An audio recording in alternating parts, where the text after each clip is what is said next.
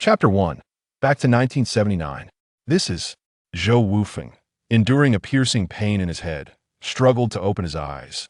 The first thing that met his gaze was a row of antique beams gracing the ceiling above him.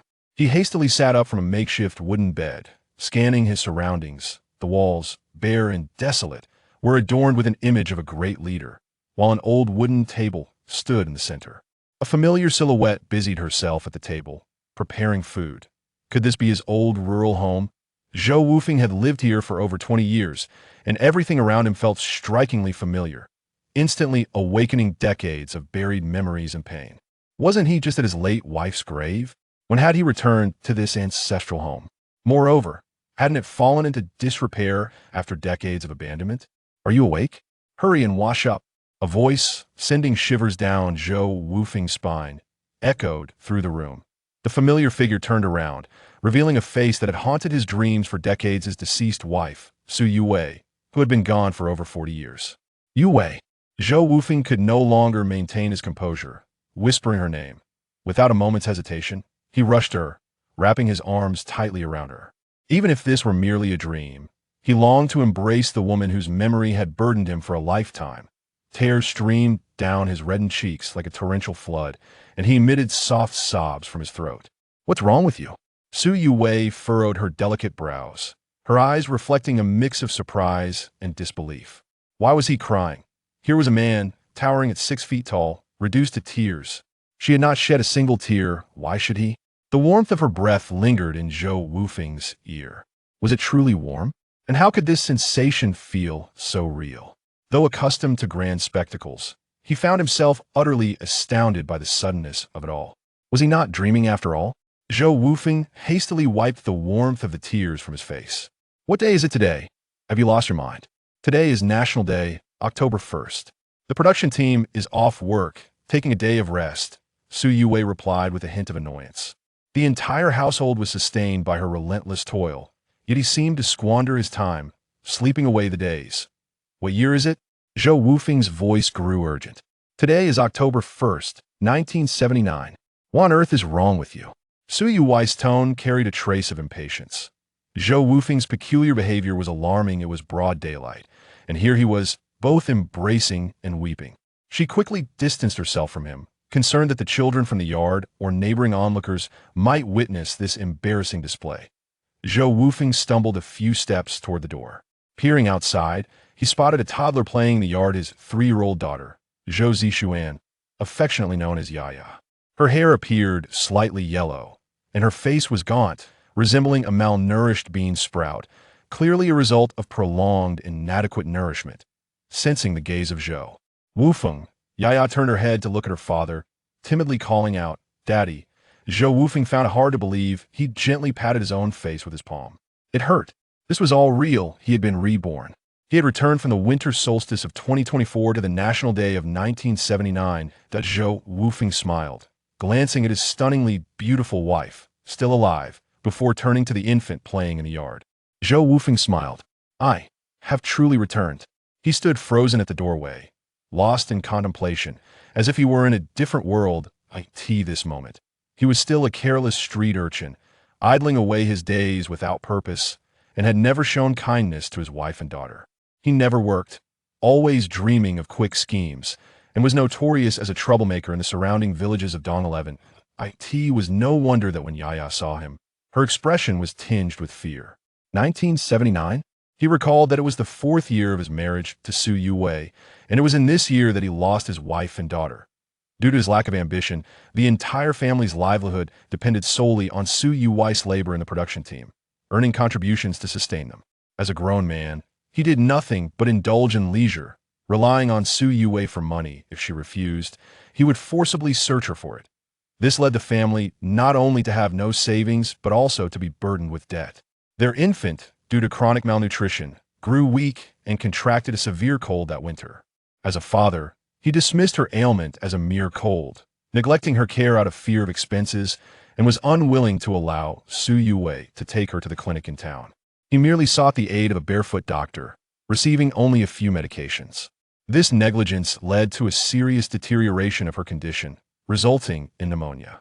In that era, Children were already nutritionally deprived, and with delayed treatment and limited medical resources, the child, while in Su Yuwei's arms, gasped her last breath on the way to the hospital after she had endured immense hardship to gather money for treatment.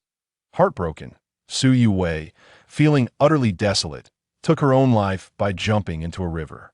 Before leaving, she left Zhou Wufeng a letter containing only a few short sentences. Zhou Wufeng, I despise you.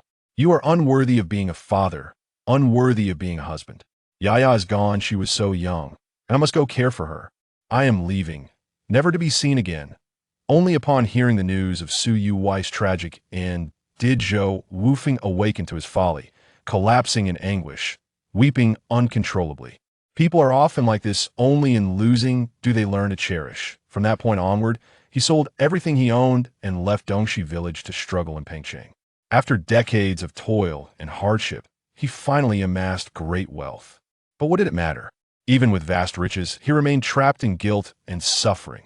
Scenes replayed before Zhou Wufeng's eyes like a film, and the thought of all this tore at his heart. Fortunately, it is not too late, Zhou Wufeng murmured to himself. Since heaven had granted him a second chance, he vowed never to let such tragedies unfold again in this lifetime. He vowed to dedicate himself to the protection of this mother and daughter. Yu Wei, I was in the wrong, I was a fool, and for that, I sincerely apologize. Zhou Wufeng turned his gaze, his eyes reddened, earnestly meeting Su Yuwei's astonished look, speaking with solemnity. Su Yuwei was taken aback, staring blankly at Zhou Wufeng, her face a canvas of disbelief. Did I hear him correctly? Did this man just apologize to me? This is the first time he has ever done so. Surely, he must have been drinking too much. The frost of 3 feet does not form in a single day, and Zhou Wufeng understood that mere words would not convince Su Yuwei. I will ensure that you no longer endure such hardships. I promise to cherish both you and your daughter, allowing you to live a good life.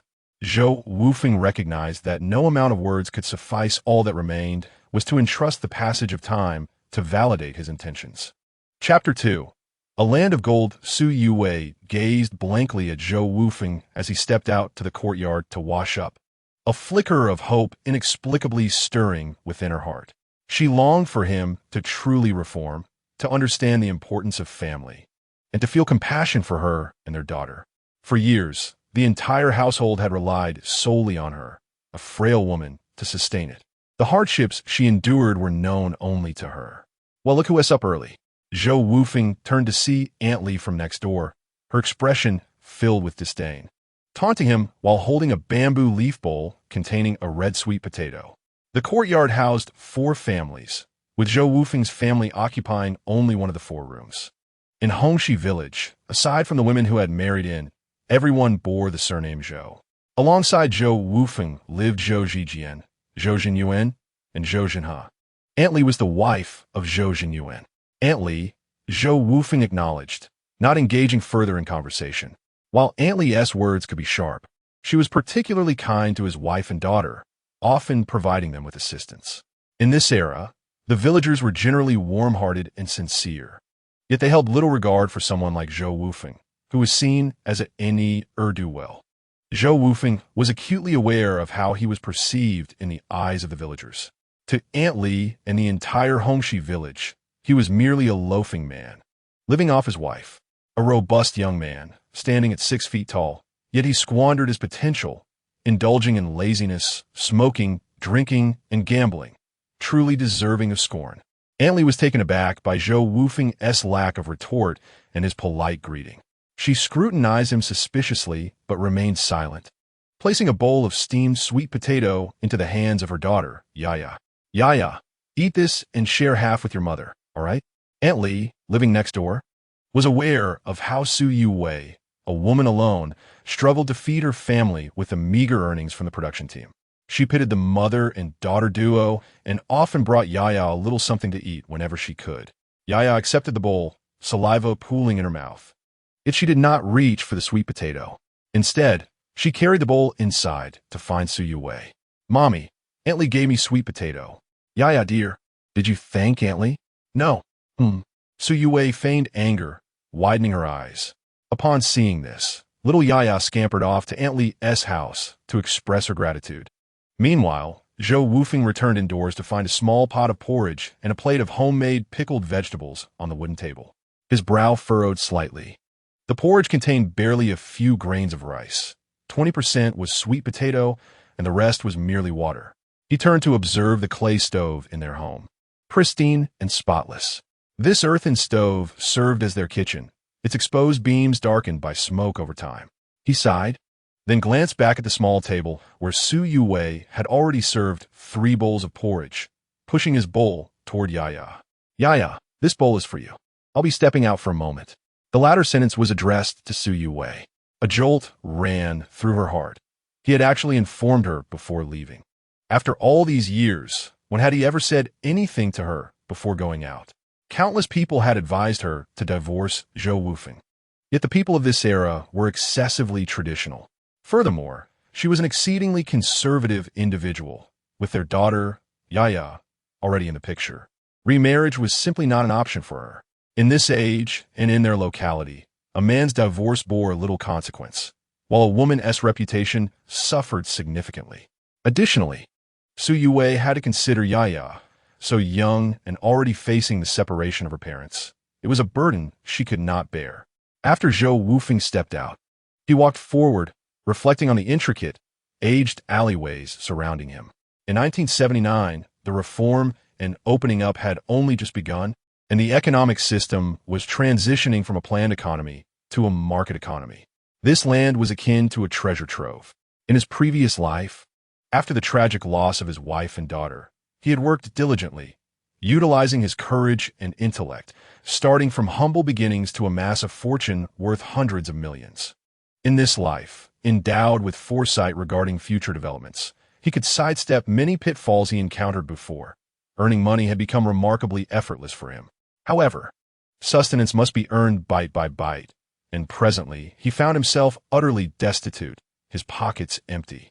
The pressing priority was to ensure the basic needs of his wife and daughter were met and to improve their living conditions before contemplating anything else. Hongxi village lay in the plains, with a river traversing dozens of villages from east to west, its waters deep and the surface spanning around 20 meters. In his childhood, Zhou Wufeng often swam and fished in that river, frequently reprimanded by the production team. However, after the onset of reform and opening up in 1979, fishing in public waters was no longer restricted. With this in mind, Zhou Wufeng decided to catch some fish to bring back home to nourish his wife and daughter.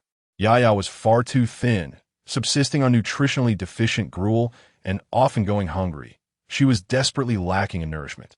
Yet here he was without tools or bait, compelled to enter the water to fish. Fortunately, October in the south was still relatively warm, and the water was not excessively cold. Zhou Wufeng walked along the ridge of a rice field, passing through an expanse of rice that had already begun to grow. In the golden autumn of October, these fields would be ready for harvest in 10 to 15 days. After walking for over 5 minutes, he arrived at the riverbank. As a child, he frequently climbed trees to disturb bird nests and fished in the river, possessing excellent swimming skills and a keen proficiency in fishing. He removed his vest and the shorts he wore, donning only a pair of large shorts as he waded into the shallows of the river. Although the weather was not cold, the water was rather chilly, causing him to gasp upon entry. However, he quickly acclimated to the temperature, leaning against the riverbank and skillfully searching for fish among the lush aquatic grasses. The ecological environment at that time was remarkably pristine, and the river was teeming with fish. Zhou Wufeng's hands were adept, and he possessed an intimate understanding of the preferences of various fish species.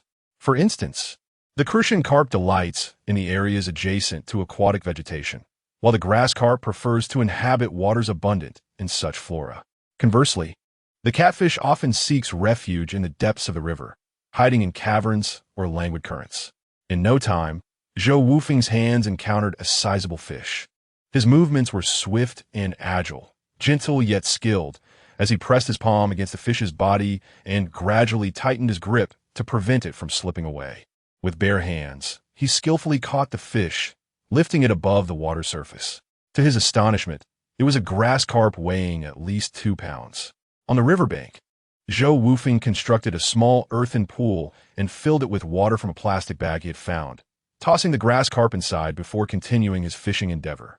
Shortly thereafter, he caught a crucian carp weighing about half a pound and added it to the small earthen pool, resuming his search for more fish. This process continued, and within less than an hour, Zhou Wufeng had caught over 10 fish of varying sizes, all comprising grass carp and crucian carp. Chapter 3. Su Youwei's astonishment. 2 hours had passed when Zhou Wufeng emerged from the river. Admittedly, the wind had turned a bit chilly, prompting him to don the vest and shorts he had left on the riverbank. Having gone without breakfast and spent so much time in the water, he was now ravenously hungry. Zhou Wufeng discovered a broken bamboo basket on the riverbank and pulled some resilient vines from the nearby field, making a simple repair to the bottom of the basket. He lined a mended area with a plastic bag to store the fish. After weighing the basket filled with fish, he estimated it to be at least 30 pounds, comprising over 10 grass carp, nearly 20 crucian carp, and some green shrimp. With a bamboo basket slung over his back, Zhou Wufeng made his way home. Although a slight breeze had picked up, the overall heat remained oppressive, and he was breathless from carrying the heavy load without having had breakfast. Inside the house, Su Youwei was mending clothes for her daughter, Yaya, when she heard commotion from the courtyard and stepped outside. She was taken aback to see Zhou Wufeng returning with a bamboo basket full of fish. "Where on earth did you acquire so many fish?" she exclaimed. "Wow, that's a lot of fish." The little girl, Yaya, emerged from behind Su Youwei, her eyes wide with curiosity. "I caught them from the river," Zhou Wufeng replied, pouring the fish into a water tank used for storage while glancing at his daughter. "Yaya, shall we have fish for lunch?" "Sure. Look, Mommy, Daddy is really amazing, catching so many fish. We get to eat fish for lunch." The little girl beamed with joy as she spoke to Su Youwei. Su Youwei was astounded when Zhou Wufeng left in the morning. She assumed he had gone out to frolic with his dubious friends, never expecting him to return after just a few hours with such a bountiful catch. Zhou Wufeng paid no mind to Su Youwei's astonishment, lifting Yaya into his arms, softly asking, "Do you want fish soup or braised crucian carp, my dear?" "Daddy, I want both." The child bore no grudges, despite Zhou Wufeng's previous indifference and harsh words towards them. The sight of the fish had made her forget all grievances. Su Youwei had already fetched a knife and chopping board from inside. Zhou Wufeng set Yaya down, yet a sense of discomfort lingered in his heart.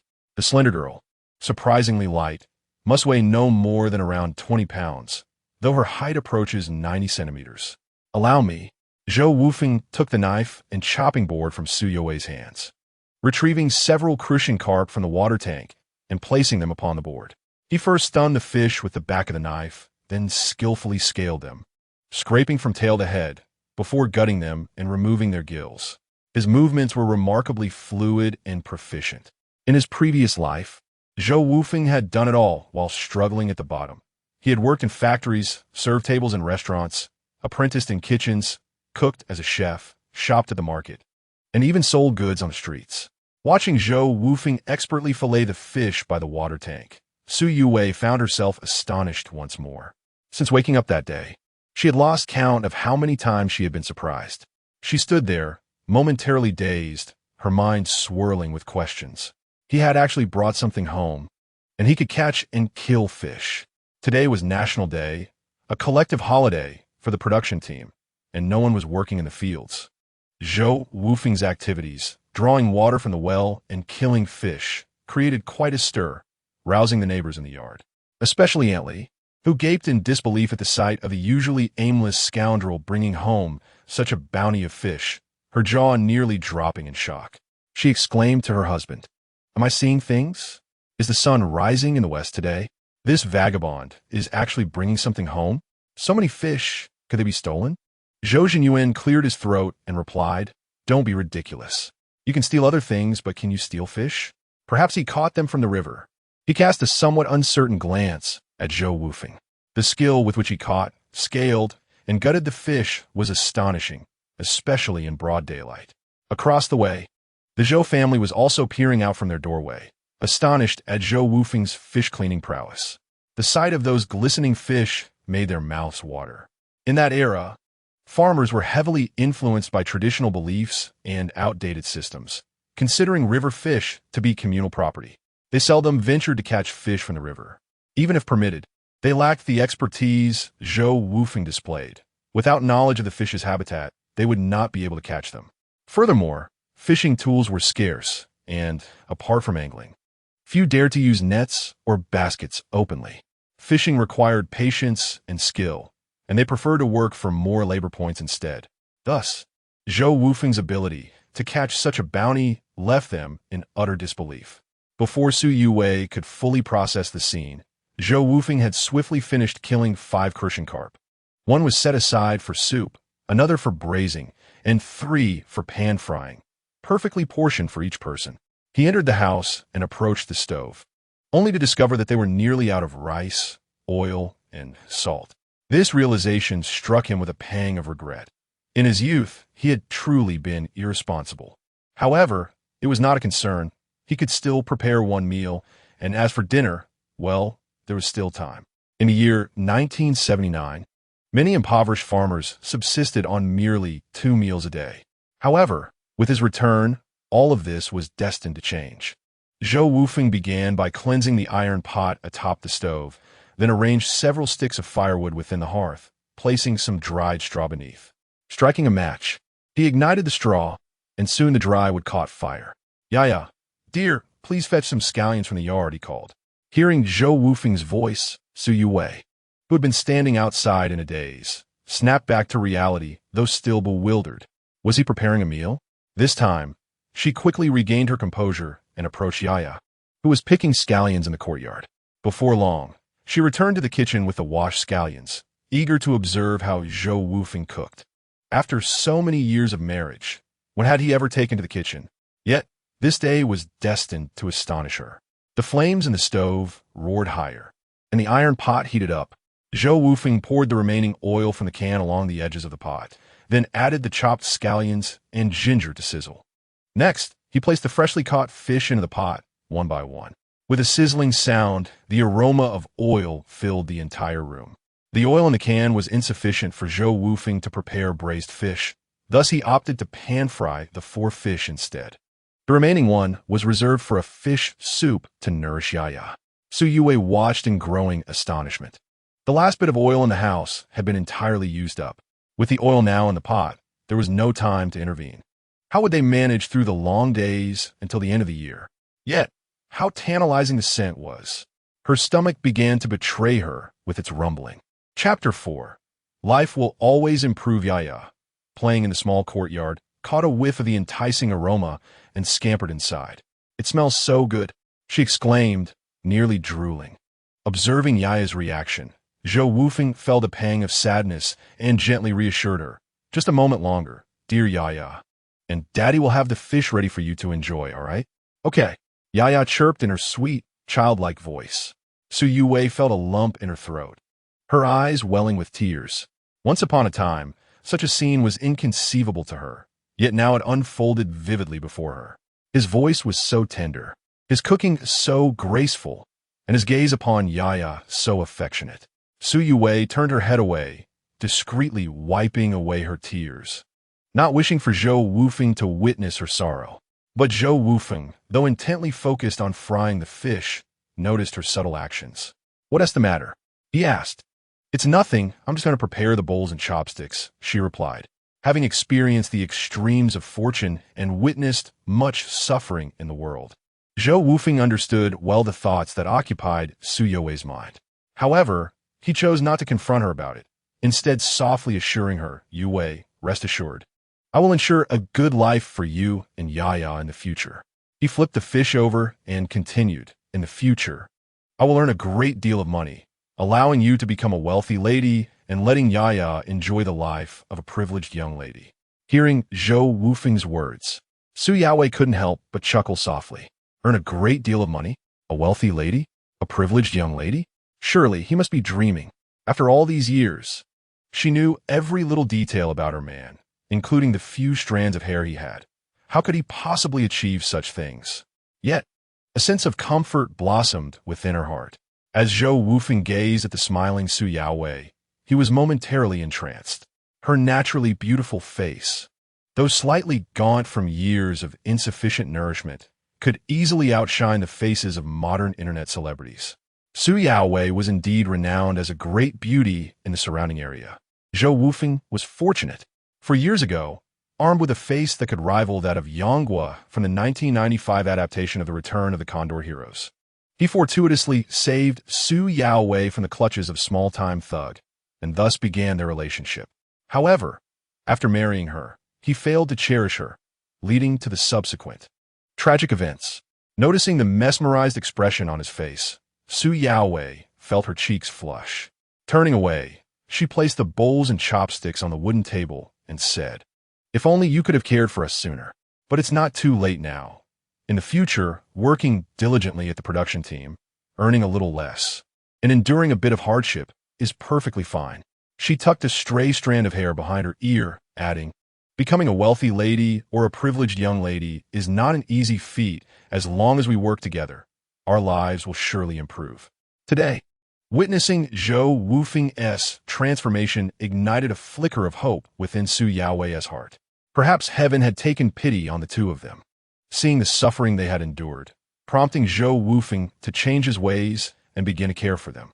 Noticing Fu's skepticism, Zhou Wufeng chose not to elaborate further, believing that once he earned money and placed it in her hands, she would naturally come to believe him. Before long, Zhou Wufeng had skillfully pan-fried 4 fish, arranging them on a large plate and bringing it to the wooden table. He then continued to wash the pan, preparing to make crucian carp soup. "Mommy, I want to eat fish." Yaya exclaimed, unable to contain her impatience upon seeing the fried fish, her stomach growling audibly as she urged Su Yaowei, "Yaya, be patient a little longer. Let us wait for Daddy to eat together, shall we?" Su Yaowei gently patted Yaya's head with a smile. In the past, she would never have waited for Zhou Wufeng to join them for a meal. "I am hungry. You two go ahead and eat. Don't mind me. The fish soup will take a while." As she spoke, Zhou Wufeng lifted Yaya onto a stool and placed a whole, golden-fried crucian carp in her bowl. "Yaowei, keep an eye on Yaya. Crucian carp has many bones, so be careful not to let her choke on them."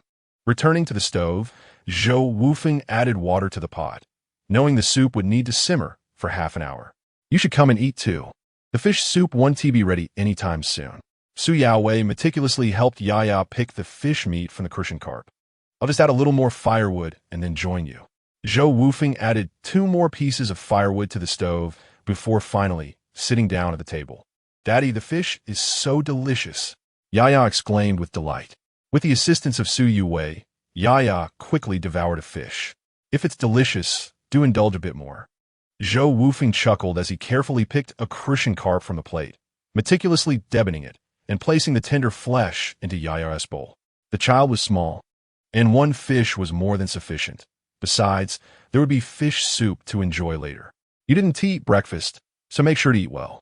Su Yaowei placed the last fish from the plate into Zhou Wufeng's bowl, having heard the rumbling of his stomach, and said with a hint of concern, "You must eat too." Zhou Wufeng glanced at her, feeling a twinge of guilt. This foolish woman had devoted herself to their family, enduring hardships without ever truly enjoying anything. After deboning half of the fish for Yaya, he placed the remaining half into Su Yaowei's bowl. "I'll be satisfied with just 1 fish. I can fill up on the soup later. You should eat a bit more too. Yaya, don't rush. There will be meat for dinner." He affectionately ruffled Yaya's hair, his heart overwhelmed with remorse. He calculated in his mind that there were nearly 30 pounds of fish still in the water tank at the state-run market and supply cooperative. Fish typically required ration tickets and cost approximately 0.7 to 0.9 yuan per pound. Those several dozen pounds of fish could fetch around 20 yuan, enough to sustain an ordinary farming family for a month. Buying Yaya some pork would be a trivial matter. Su Yaowei assumed Zhou Wufeng was referring to the fish, so she refrained from contradicting him. His transformation today had already brought her immense joy. Only when Zhou Wufeng moved his chopsticks did she finally take a piece of fish and put it in her mouth. Delicious, truly delightful. The fish was crispy on the outside and tender within, perfectly seasoned, simply exquisite. Su Yaowei was once again astonished. How could he be such a talented cook? "Daddy, you're great. The fish is really good." Yaya, perched on a high stool with her little head barely peeking out, exclaimed to Zhou Wufeng. Children from impoverished families often mature quickly, The 3-year-old noticed that Zhou Wufeng hadn't eaten much fish and kept urging him to have some. Zhou Wufeng felt a lump in his throat and replied, "Yes, Daddy will eat, and you should too. Eat more." This was a scene he had dreamt of countless times in his past life. A beautiful and kind-hearted wife, a thoughtful and adorable child. The three of them gathered around the dining table, basking in warmth and harmony. Thinking of this, Zhou Wufeng set down his chopsticks and looked at Su Yue. "Yue, how much money do we have left at home? Please lend me some." He needed funds to sell fish and conduct business in the afternoon, still short of some cash. This was a time of soaring opportunities. With boldness and meticulousness, one could earn a fortune. Clatter! Su Yue froze at his words, her chopsticks clattering onto the table with a crisp sound. The hopeful expression on her face instantly turned pale, as if struck by lightning, and she stared blankly at Zhou Wufeng. Her eyes quickly filled with tears. Everything had merely been a figment of her imagination. Zhou Wufeng had not improved. He was merely finding ways to ask her for money. "I wonder how you suddenly changed. Turns out you're just out of money and need to ask for it. Let me tell you, there's none to spare." Upon uttering those words, Su Yue could no longer contain her tears. "Mama, don't cry. Be good." The little girl beside her, witnessing her mother's sorrow, tugged at Su Yue's garment, attempting to console her just as Su Yue would normally soothe her. "Zhou Wufeng, you scoundrel, devoid of any humanity. Just as I began to nurture a flicker of hope, you extinguished it with your own hands." Tears streamed down Su Yue's face. For the past 4 years, she had single-handedly supported the family. Even when giving birth to Yaya, she had not taken the time to rest, returning to work after a mere 3 days. Meanwhile, Zhou Wufeng, upon discovering the birth of a daughter, completely disregarded her. Alone, she had foregone her recovery. With no one to care for her, while tending to the fields, nursing her child, washing diapers, cooking, and doing laundry. And what of Zhou Wufeng? He spent his days sleeping and his nights reveling with friends, indulging in drinks, gambling, completely oblivious to the struggles of the mother and daughter. She had once believed that this man understood her plight, that he began to feel compassion for her and take responsibility for the family. Yet, it turned out he was merely motivated by financial gain. "Yue, that is not what I meant." "Oh, why won't you let me finish?" Zhou Wufeng, seeing his wife in tears and even their 3-year-old daughter attempting to comfort her, hurriedly tried to explain. "There are still plenty of fish in the tank. I only intended to take them to town this afternoon to sell for some money. I didn't mean to upset you." Heaven had granted him a rare opportunity to start anew, and he could scarcely appreciate its value. In his previous life, he had endured years of guilt and suffering. In this life, he vowed never to repeat the same mistakes. "You wish to sell fish?" Su Yue regarded Zhou Wufeng with skepticism, noticing his earnestness. Indeed, he aimed not merely to sell fish. This was merely a temporary solution to their current hardships. He envisioned numerous business ventures for the future, fully aware of which industries would prosper and the winds of fortune that would blow. He aspired to elevate his life and establish a commercial empire. Observing the confidence radiating from Zhou Wufeng's face, Su Yue found herself momentarily dazed. Did he truly wish to earn money to provide a better life for the two of them? Selling fish? How simplistic that sounded. What was the price of fish? How would they be weighed? How would they negotiate with others? Did he even comprehend any of this? Over the past 4 years, aside from indulging in leisure and revelry, what else had he accomplished? "If you truly care for us, then tomorrow, come with me to the fields and work." "Work to earn credits?" Zhou Wufeng scoffed. "When will we then reside in a grand house, leading a good life?" At this, Su Yue no longer wished to argue with him. Ultimately, this man refused to ground himself, forever aspiring for lofty ambitions without the capability to achieve them.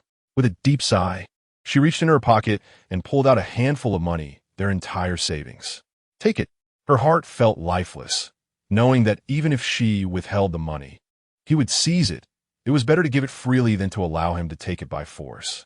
As he gazed at the scattered coins on the table, some worth a few cents, others a dime, totaling no more than 5 yuan, a wave of emotion surged in Zhou Wufeng's eyes, constricting his throat. "There's no need," he thought. "I shall find another way."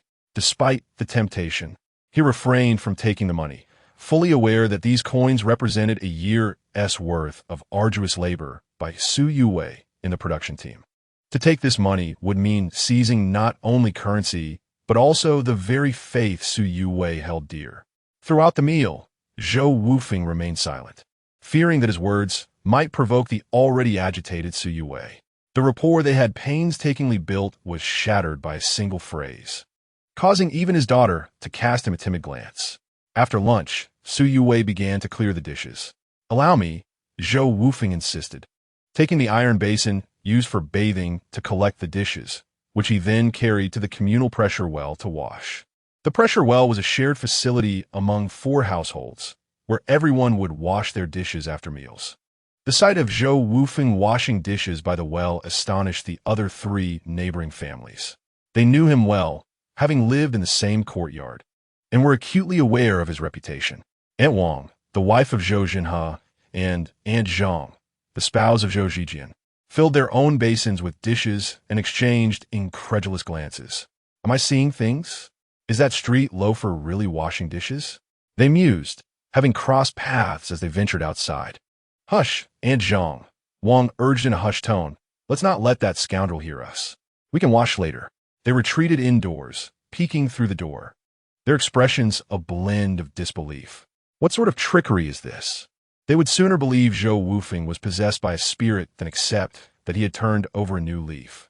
Aunt Li, who resided in the southern part of the courtyard, watched from her door without joining the dishwashing.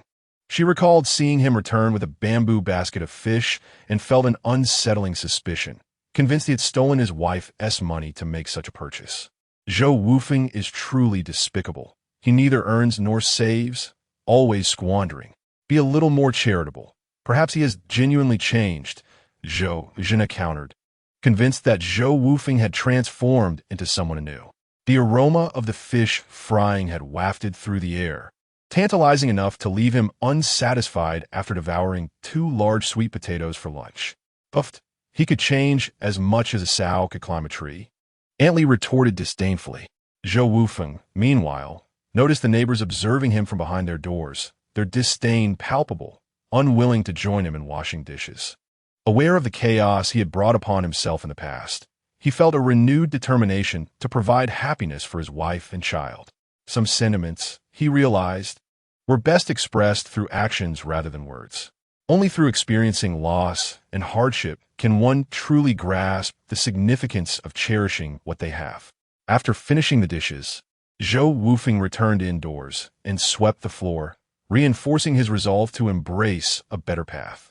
Subsequently, he entered the courtyard and selected 2 sizable crucian carps, each weighing approximately 6 taels, from the water tank, and made his way to the residence of Uncle Zhou Zijian across the small courtyard.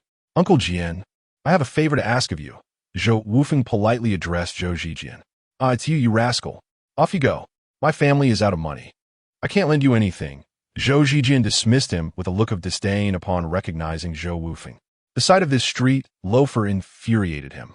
A tall and brawny young man, idling away his days without work, relying on his wife for sustenance. Such behavior was utterly unacceptable.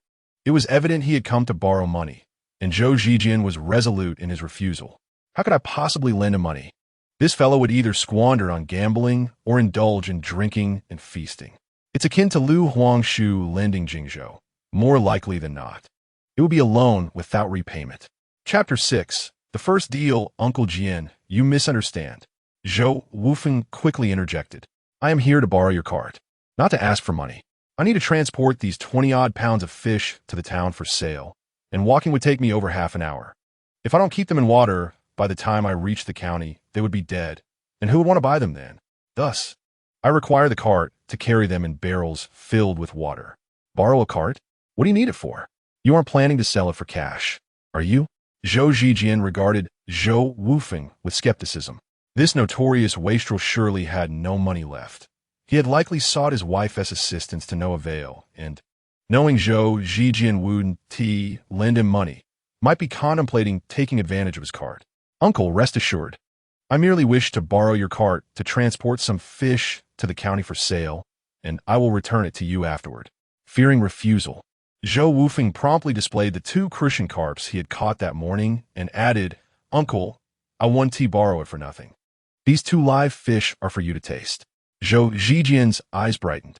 He had noticed the fish when this street loafer returned with a bamboo basket earlier, and the enticing aroma of fish wafting from their home at noon had made his mouth water countless times. He thought to himself, since the National Day holiday meant he wouldn't have to work today, the cart would remain unused anyway. Well then, it must be returned by tonight. I need it tomorrow for work, as the busy farming season is upon us. If you lose my cart, I shall hold you accountable. Zhou Zijian cautioned as he accepted the 2 fish from Zhou Wufeng, reiterating his warnings.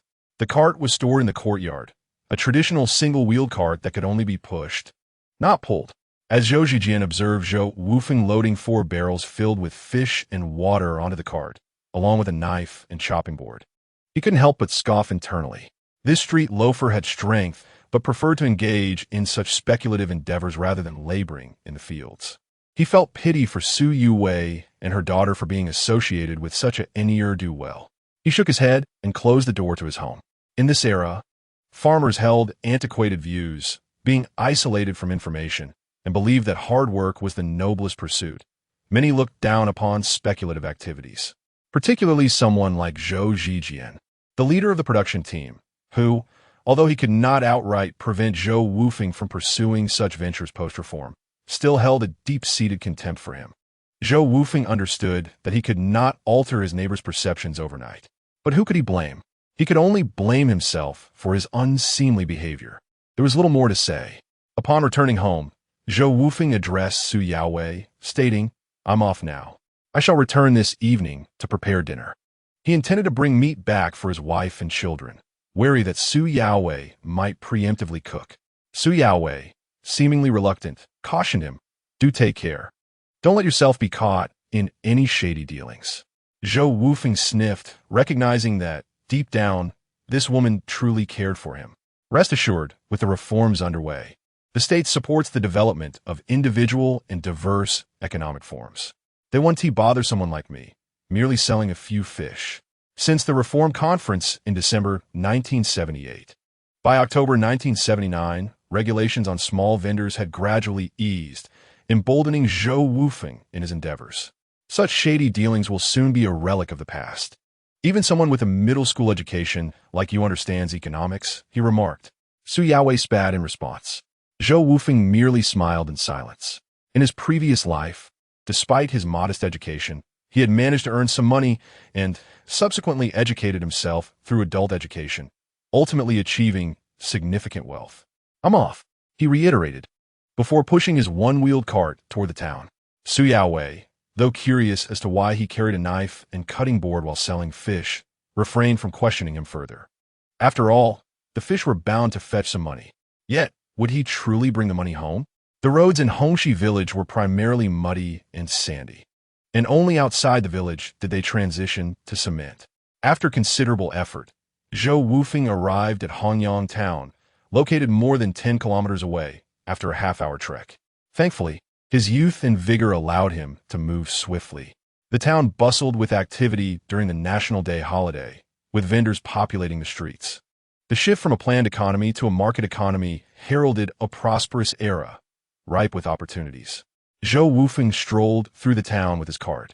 Familiar with its layout, the supply and marketing cooperative, the state-owned factory housing, and the meat processing plant were all well known to him from his previous visits. Finding a high-traffic area near the market, he set up his stall. On this first day of National Day, with the entire nation in celebration, many women accompanied by children ventured into town to shop. As Zhou Wufeng unloaded several wooden tubs filled with fish, he began to call out for customers. Unlike other vendors who quietly awaited inquiries, he energetically advertised his wares. Fresh, lively grass carp and crucian carp at just 68 cents per pound. You may purchase a whole fish or half. Come, buy your fish. Just as he started his sales pitch, a woman with a child approached. "Young man, with a fish this size, can you really sell half?" "Of course, madam. Your child is truly adorable and at the perfect age for growth. Some fish would do wonders for his health. How much would you like?" Zhou Wufeng replied, already retrieving his knife and selecting a large grass carp from the tub to present to her. Upon hearing Zhou Wufeng extolling the charm of her son, the woman beamed with joy, pointing at the grass carp and exclaiming, "I want this piece, and do include the fish head." Certainly, Zhou Wufeng's prices were significantly lower than those at the local market, and the fact that he sold by the piece rather than by the whole fish attracted a number of middle-aged women. He swiftly dispatched the grass carp, rendering it unconscious with a swift blow of his knife, and commenced the task of scaling and gutting the fish, presenting the head as he spoke to the gathering women. "Ladies, what fish would you like? I have grass carp and crucian carp, all fresh and lively, just caught from the river." Zhou Wufeng, having risen from humble beginnings, understood the nature of these farmers well. He knew that with a bit of charm, competitive pricing, and freshness, he had no fear of unsold stock. Shortly thereafter, he had prepared the fish and retrieved an old-fashioned balance scale, commonly used for distributing supplies in households during these times. Many families possessed such a scale, consisting of a beam, weights, hooks, or trays, and a lifting cord. Once Zhou Wufeng washed the fish clean, he placed it on the scales tray, lifting the cord and balancing the weights. "Madam, it weighs 1 jin and 8 liang, totaling 1 yuan and 20 du fun. I shall only charge you 1 yuan and 20. After demonstrating the scales reading to the woman, she nodded and began to fetch her money. Zhou Wufeng then took a lotus leaf from his cart, skillfully wrapping the fish head and flesh before placing them into the bamboo basket held by the woman. He had gathered the lotus leaves while passing by a lotus pond on his way. Instead of threading the entire fish through the mouth with straw, which was customary for selling whole fish, he opted for the lotus leaf due to the nature of this sale.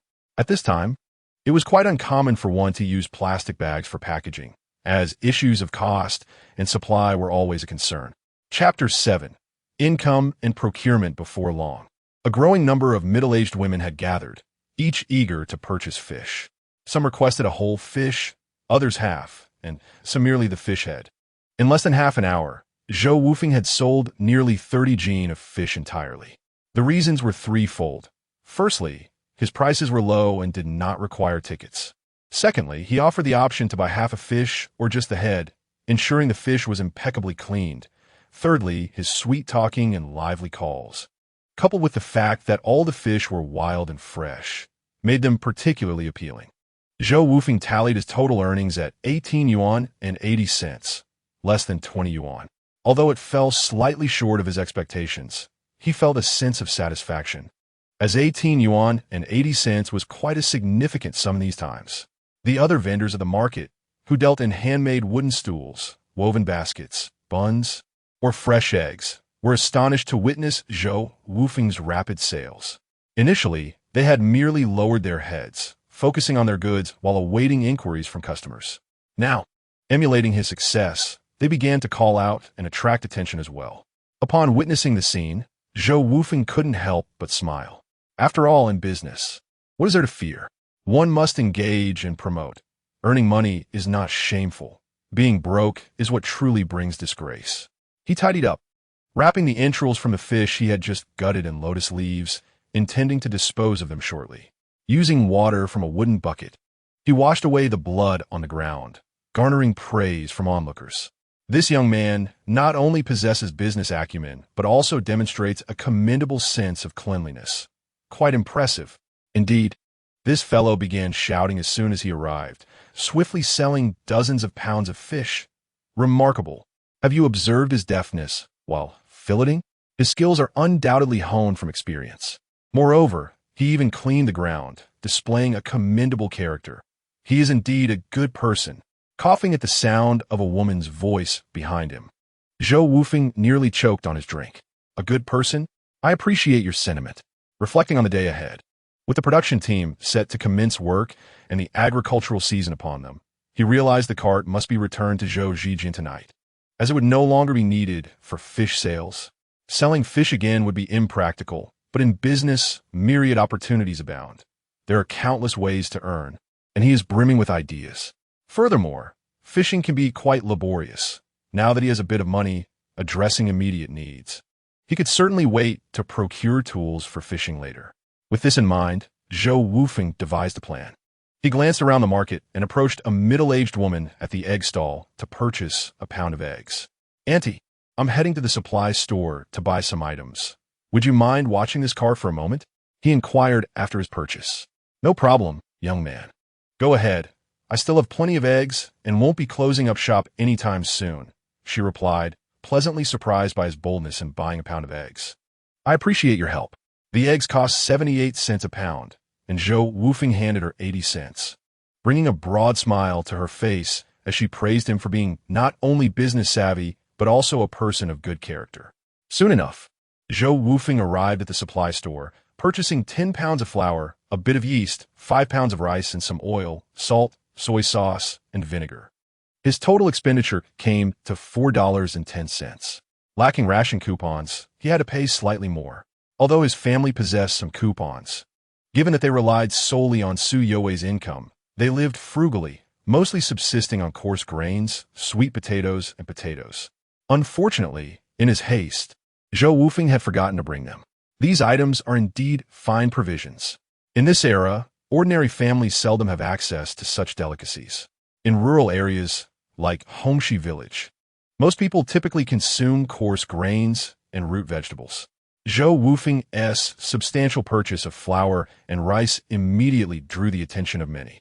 During these times, outside of holidays, only those with more affluent living conditions would indulge in such refined foods.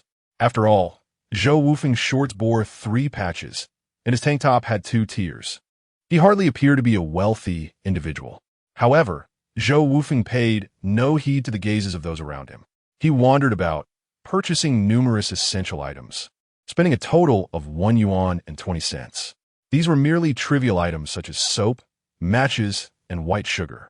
The supply and marketing cooperative was akin to a modern supermarket, offering a diverse array of goods.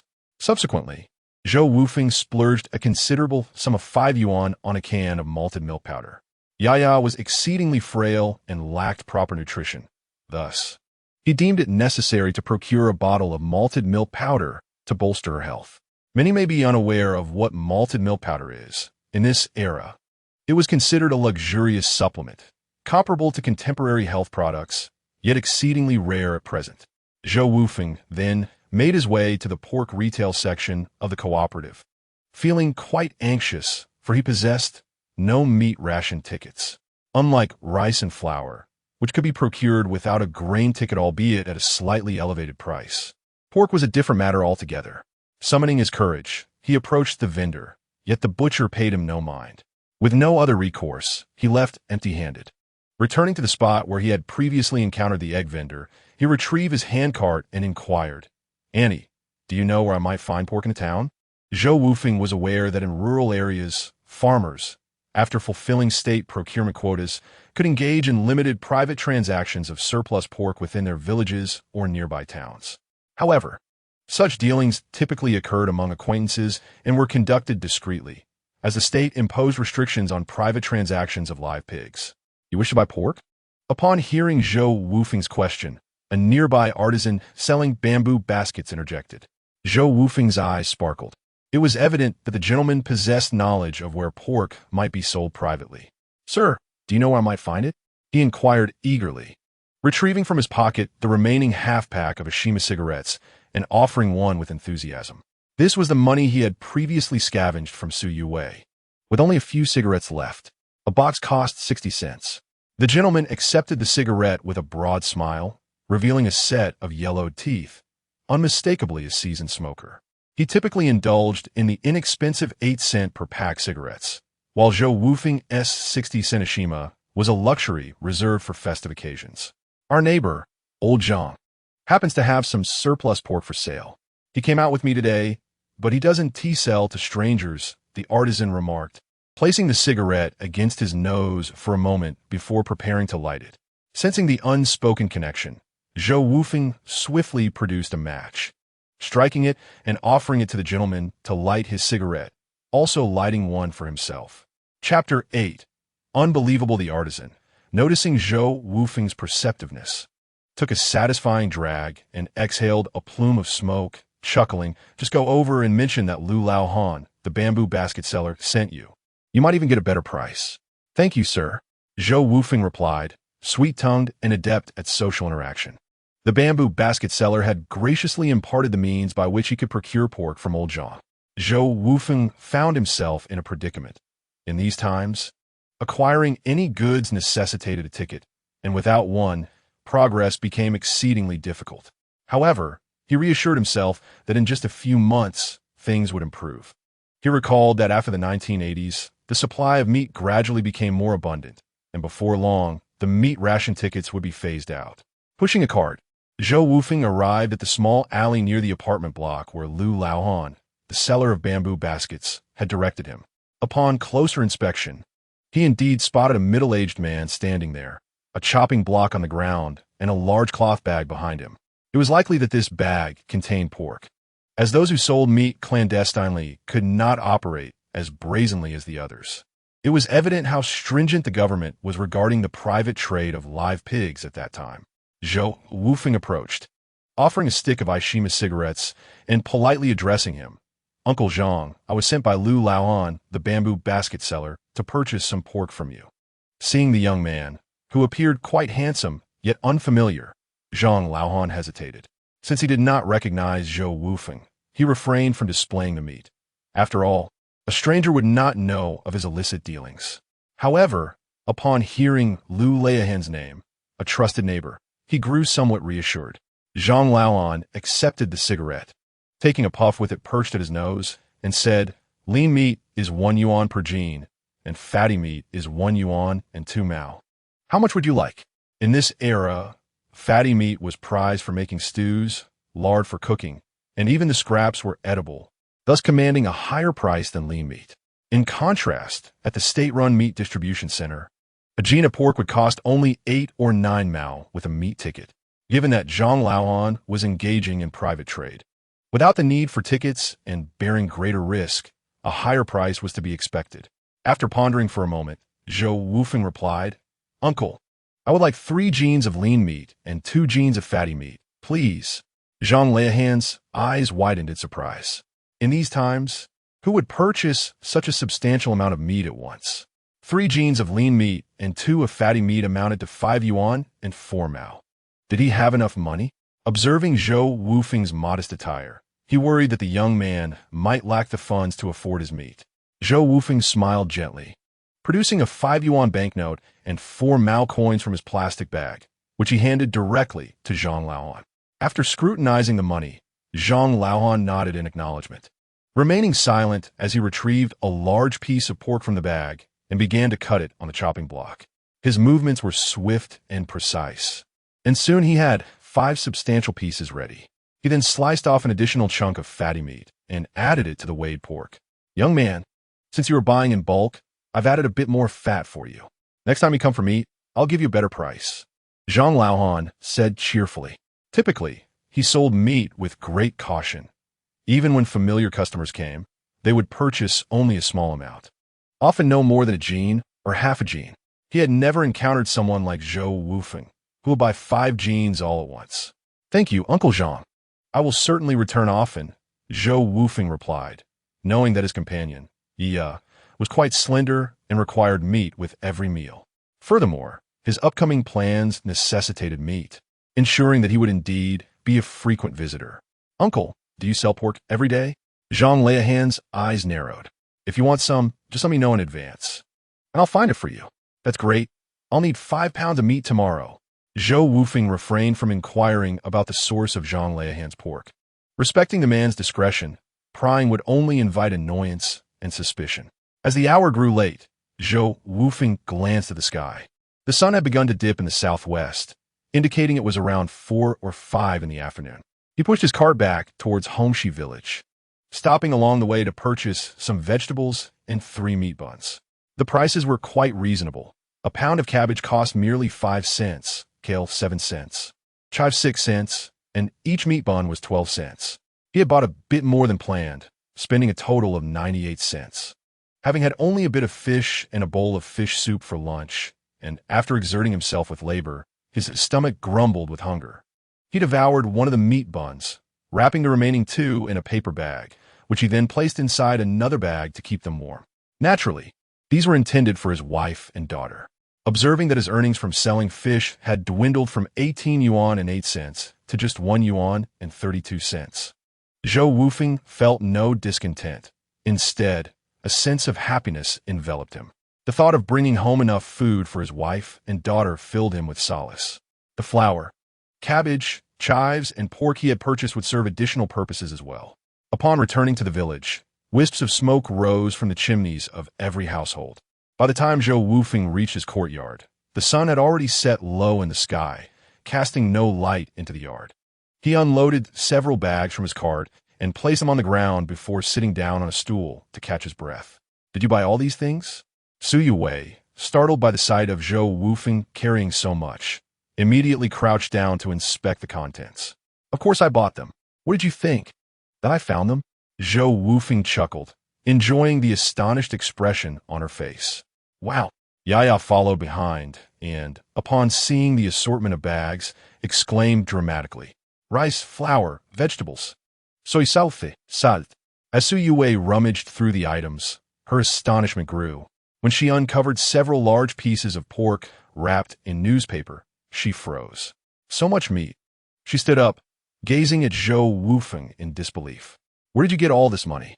"From selling fish, of course," Zhou Wufeng replied, standing up and retrieving 2 buns from the ground. He handed one to Zhou Wufeng and brought the other to Yaya. "Yaya, here, it's a delicious meat bun for you." Yaya's eyes lit up. She had never tasted a meat bun before. She eagerly accepted it and took a bite, causing the juices to spill out onto the ground. "Slow down. Is it good?" Zhou Wufeng gently wiped the oil from the corners of her mouth with a piece of paper. "This is the best meat bun ever, Daddy. It's really delicious. Tomorrow, I'll make some for you, all right?" "Okay." Yaya's eyes sparkled like grapes as she looked at Zhou Wufeng, filled with joy. The meat bun is the most delicious thing she has ever tasted. Moreover, there will be more to relish tomorrow, which fills her with immense joy. Zhou Wufeng, holding the bun in her hand, gazes at the array of exquisite items spread on the ground, including fine grains of rice and flour, as well as 5 pieces of pork. Her heart is a tumult of emotions, complex and bewildering. She briefly thought she was dreaming, finding it hard to believe that all of this was real. Chapter 9. What a splurge. Eat the bun first, and let us fill our stomachs. I will prepare the meal. Zhou Wufeng noticed that Zhou Wufeng was still holding the bun, lost in thought, and spoke up. It was then that Zhou Wufeng realized Zhou Wufeng seemed to have only purchased 2 buns. Had he not bought one for himself? Mad bun. She had almost forgotten how long it had been since she last tasted meat. Yet, could selling fish truly yield such substantial earnings? These items must have cost quite a bit, right? Zhou Wufeng had already begun to tidy up the items on the floor, placing a can of malted milk in Zhou Wufeng's hands, smiling as he said, "It cost me just over 16 yuan in total. This malted milk." A wave of heartache washed over Zhou Wufeng's face. Over 16 yuan could sustain a family for a month, and he had just spent it all in one go? Truly extravagant. No, he had purchased essential household items: oil, salt, soy sauce, vinegar, rice, flour, and pork vegetables. However, buying so much at once would lead to waste, as meat and vegetables cannot be stored for long. Moreover, what had he just said? He spent over 16 yuan? Is selling fish that lucrative? Here she was, laboring tirelessly in the fields, earning merely 5 work points a day, which amounted to a meager 150 work points a month. 10 work points could be exchanged for 80 cents, totaling merely 12 yuan. He had earned more in one day than she would in a month of hard work. In that instant, Zhou Wufeng felt utterly bewildered. Everything seemed so surreal. Yaya is too thin, and you, having scrimped and saved over the years, need to replenish your nutrition. A flicker of concern crossed Zhou Wufeng's face. All of this was his doing. Had he not been so idle and indulgent, they would not be in such a predicament. As these words left his lips, Zhou Wufeng felt a wave of disorientation. He just purchased such expensive malted milk without hesitation? Was he genuinely concerned for the two of them? After all these years, this was the first time. So, did he really go out to sell fish today? Reflecting on her earlier misunderstanding of him, a pang of regret welled up within her. Yet, how could he conduct business without money to start with? While Zhou Wufeng stood there in a daze, Zhou Wufeng had already begun categorizing the items he had bought. He poured 5 kilograms of rice into the rice jar. and set aside the flour, yeast, cabbage, and chives, which he intended to use to make buns for sale. During his stroll in town today, he had observed that the bun sellers were thriving. In this era, those without meat coupons could hardly enjoy meat, which is precisely why the business of meat buns was so prosperous. However, the buns he crafted turned out to be rather ordinary. He believed that with his culinary skills, the buns he made would undoubtedly surpass those produced by the state-run bun shops and street vendors. In his previous life, he had learned a considerable amount while apprenticing in the kitchen, even mastering the art of cooking. Making a few buns was certainly not a challenge for him. Otherwise, why would he have purchased such an abundance of flour, cabbage, chives, and pork? Zhou Wufeng began rinsing the rice and lighting the fire, determined to prepare a fragrant bowl of white rice for his wife and children that evening. After thoroughly washing the rice, he placed it on the coal stove to cook and turned to wash the vegetables and meat. Su Yuwei, having just regained her composure, noticed Zhou Wufeng was already busy and offered to assist with the vegetables. "Let me do it." "You rest," she insisted. "Really? I've already taken a day off today. Why should I rest again?" Su Yuwei replied, though for some reason, those words felt incredibly comforting and heartwarming. Perhaps it was indeed true. Her husband had genuinely changed, becoming more family-oriented, considerate, and financially savvy. Once Zhou Wufeng had washed the vegetables and meat, he began to slice 2 pieces of fatty pork into thin strips, about 2 to 3 millimeters thick and 2 centimeters long, preparing to render lard. He placed all the diced fat into the pot and added a small amount of water. As the fire ignited, the moisture gradually evaporated, causing the fat to release its oil. The enticing aroma began to permeate the entire house, wafting into the yard shortly thereafter. The unique scent of lard, even in modern times, is quite alluring, especially in this era of scarcity. Several neighbors in the small courtyard caught a whiff of the fragrant lard and moved to their doors, greedily inhaling the delightful scent. "Is it that rascal's family rendering lard?" Aunt Lee, who lived next door, was the first to detect the aroma and hurried outside to investigate which household was cooking. "Impossible. You know the situation with that rascal's family. They rely solely on one woman to make ends meet. How could they possibly afford to render lard?" Zhou Zhenyuan was adamant in his disbelief that it was Zhou Wufeng's home producing lard. "Old man, if you don't believe me, come out and take a look. That fragrance is indeed emanating from their house," Aunt Lee whispered to Zhou Zhenyuan, who reluctantly approached the door. Upon taking a sniff, he was astonished to confirm that the delightful aroma was indeed wafting from Zhou Wufeng's home, his expression mirroring Aunt Lee's shock. This shouldn't be happening. He racked his brain, trying to comprehend how they could possibly be rendering lard. Could it be that this rascal had actually made money selling fish? When Zhou Wufeng pushed his cart to sell fish, the noise was quite loud, and given their proximity, it was hard not to notice. Meanwhile, across the street, Aunt Wang and Aunt Zhang were also drawn to the enticing scent, peering out to see which household was rendering lard. "Is it really that rascal's family rendering lard?" Aunt Wang asked, her expression one of astonishment. "It truly is their home. I heard my husband mention that the rascal brought 2 fish over to sell at the town market at noon. Could it be that he actually made some money and bought pork?" Aunt Zhang responded, her face filled with disbelief. This was utterly unfathomable. That rascal had always been known for his idleness. Would he really be capable of selling fish and running a business? "Are you saying that this vagabond is making money selling fish in town?" Aunt Wang's eyes widened in disbelief. "It sounds so fantastical. Could it be that this scoundrel has ventured into gambling again and, by sheer luck, won some money?" Living in the same small courtyard, they kept their doors open during the day, making it easy for neighbors to drop by. They were well aware that Su Yuwei had spent the entire day indoors without stepping out. Thus, the money could only have come from Zhou Wufeng. Yet Aunt Wang would rather believe it was won through gambling or stolen than accept that he had earned it honestly. Zhou Wufeng was diligently rendering lard, and after about 30 minutes, the fatty pork had turned a golden hue, floating to the surface of the oil. Su Yuwei was managing the fire beneath the stove, careful to prevent the flames from becoming too fierce and burning the lard residue.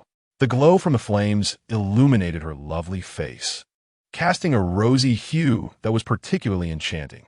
Zhou Wufeng found himself entranced, standing before the stove, gazing at her in a daze. seemingly aware of his lingering gaze. Su Yue looked up and met Zhou Wufeng's fascinated eyes. "What are you doing?" "Huh? Nothing, just rendering lard," he stammered. Seeing him flustered brought a smile to Su Yue's lips, and she blossomed with a radiant charm. How could she not know that Zhou Wufeng was watching her? It was hard to believe a notorious troublemaker could exhibit such awkwardness. Chapter 10. Abundant Delicacies. "Daddy, what are you making?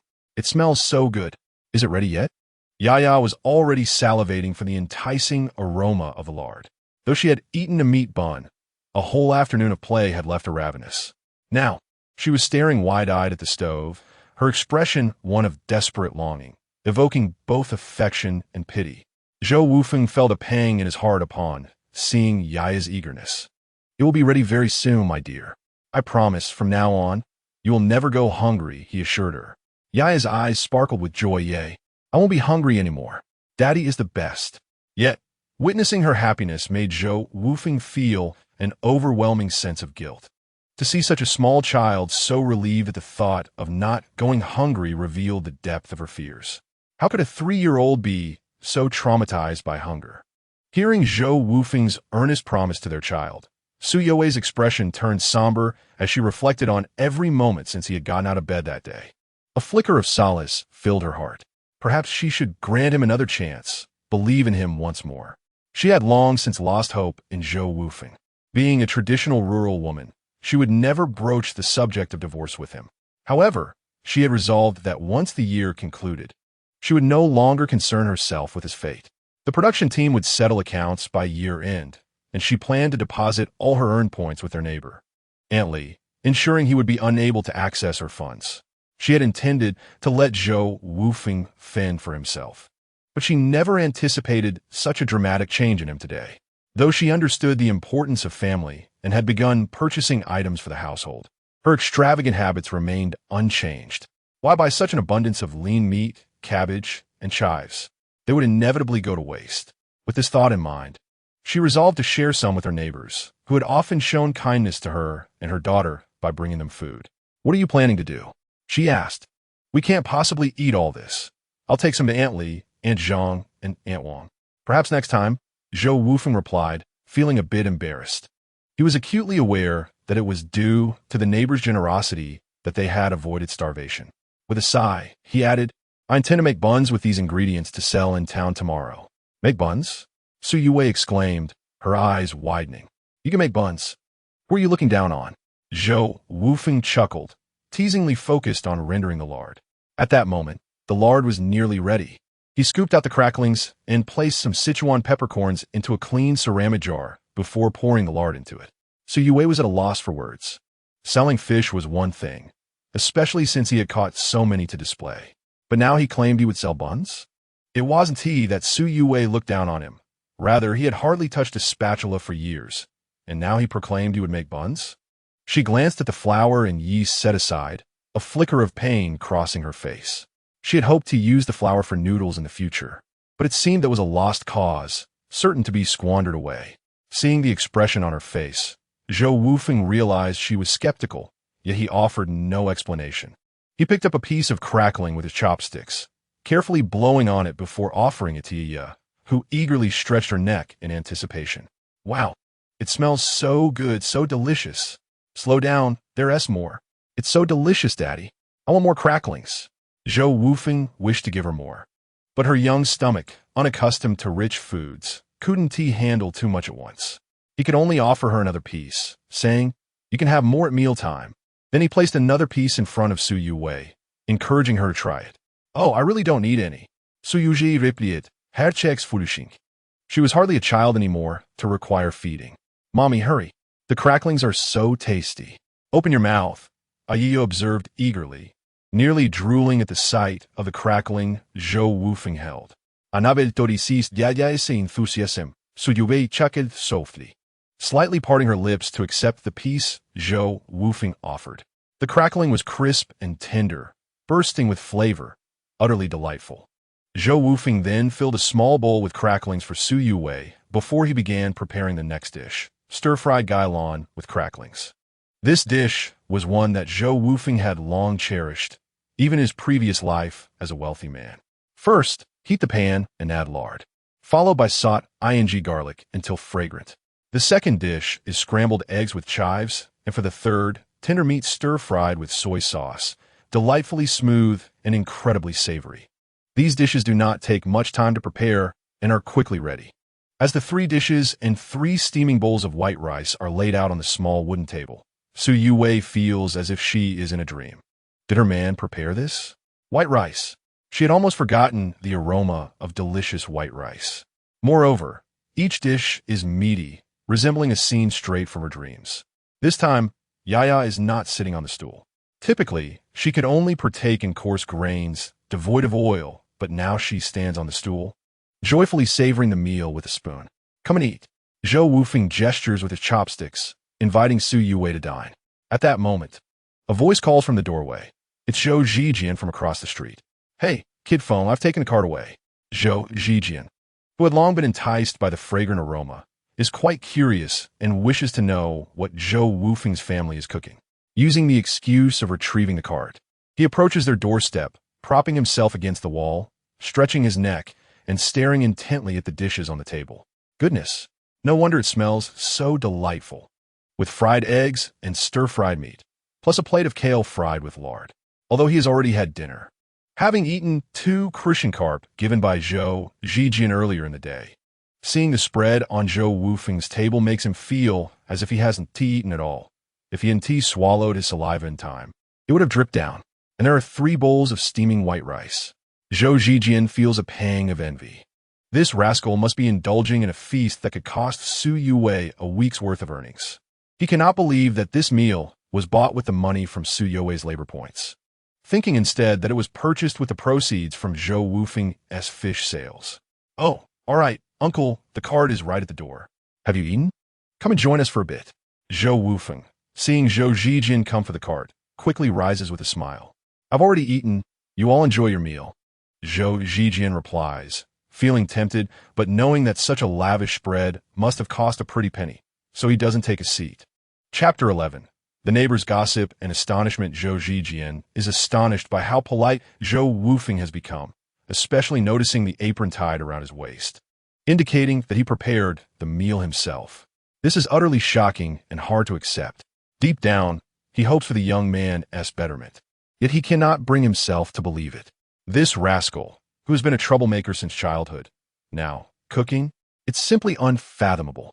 He hurries to return the cart to his home and locks it up, then rushes inside to inform his employer about what he witnessed at Zhou Wufeng's house.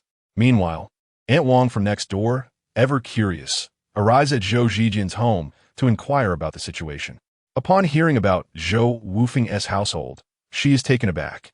The neighbors share a consensus regarding Zhou Wufeng, all doubting his ability to reform.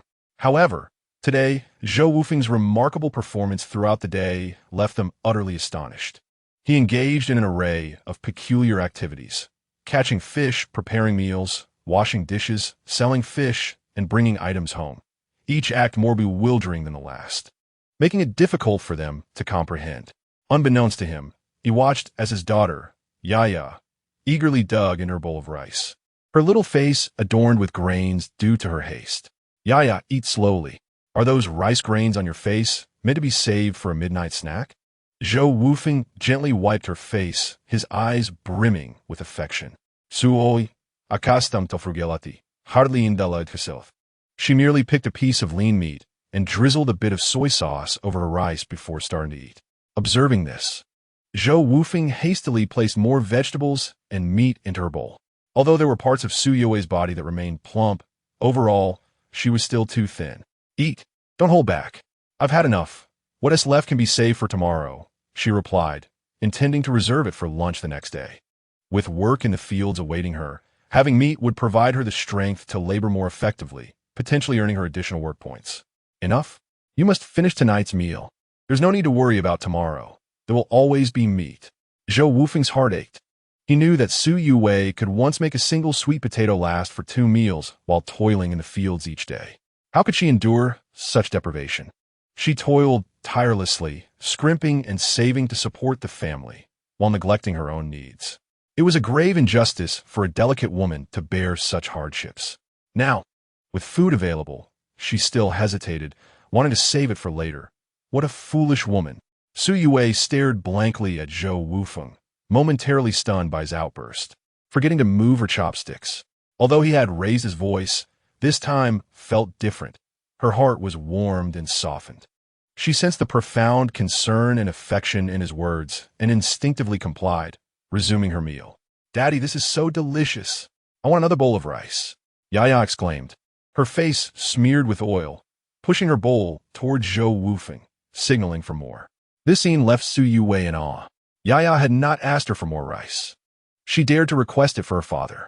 Had she lost her fear of him? Noticing this, Zhou Wufeng smiled at Yaya, saying, "You can only have a little more. Dear, you just ate buns and a big bowl of rice. You might end up too full. I promise to prepare more delicious food for you in the future, all right?" It was not that Zhou Wufeng was unwilling to let Yaya eat. The little girl was still young and lacked restraint. Seeing something tasty and being hungry, she consumed so much at once. Such gluttony was not good for her health. "Okay," Yaya chirped in her sweet voice, obedient and without a fuss. "Such a good girl." Zhou Wufeng gently ruffled Yaya's hair and then added a small portion of rice to her bowl. After Zhou Wufeng's earlier admonition, Su Yue also felt liberated to eat. Soon, she finished 2 hefty bowls of rice, and the dishes on the table were cleared completely, with the pot of rice consumed entirely by the 3 of them. This sudden realization struck Zhou Wufeng profoundly. He had consumed over half a liter of rice, approximately 7 or 8 taels, yet he had only eaten a mere 1.5 bowls himself. It is worth noting that the bamboo bowls of that time could hold significantly more rice than the small bowls we use today. The contrast between her previous half a sweet potato's worth of food and this was indeed stark.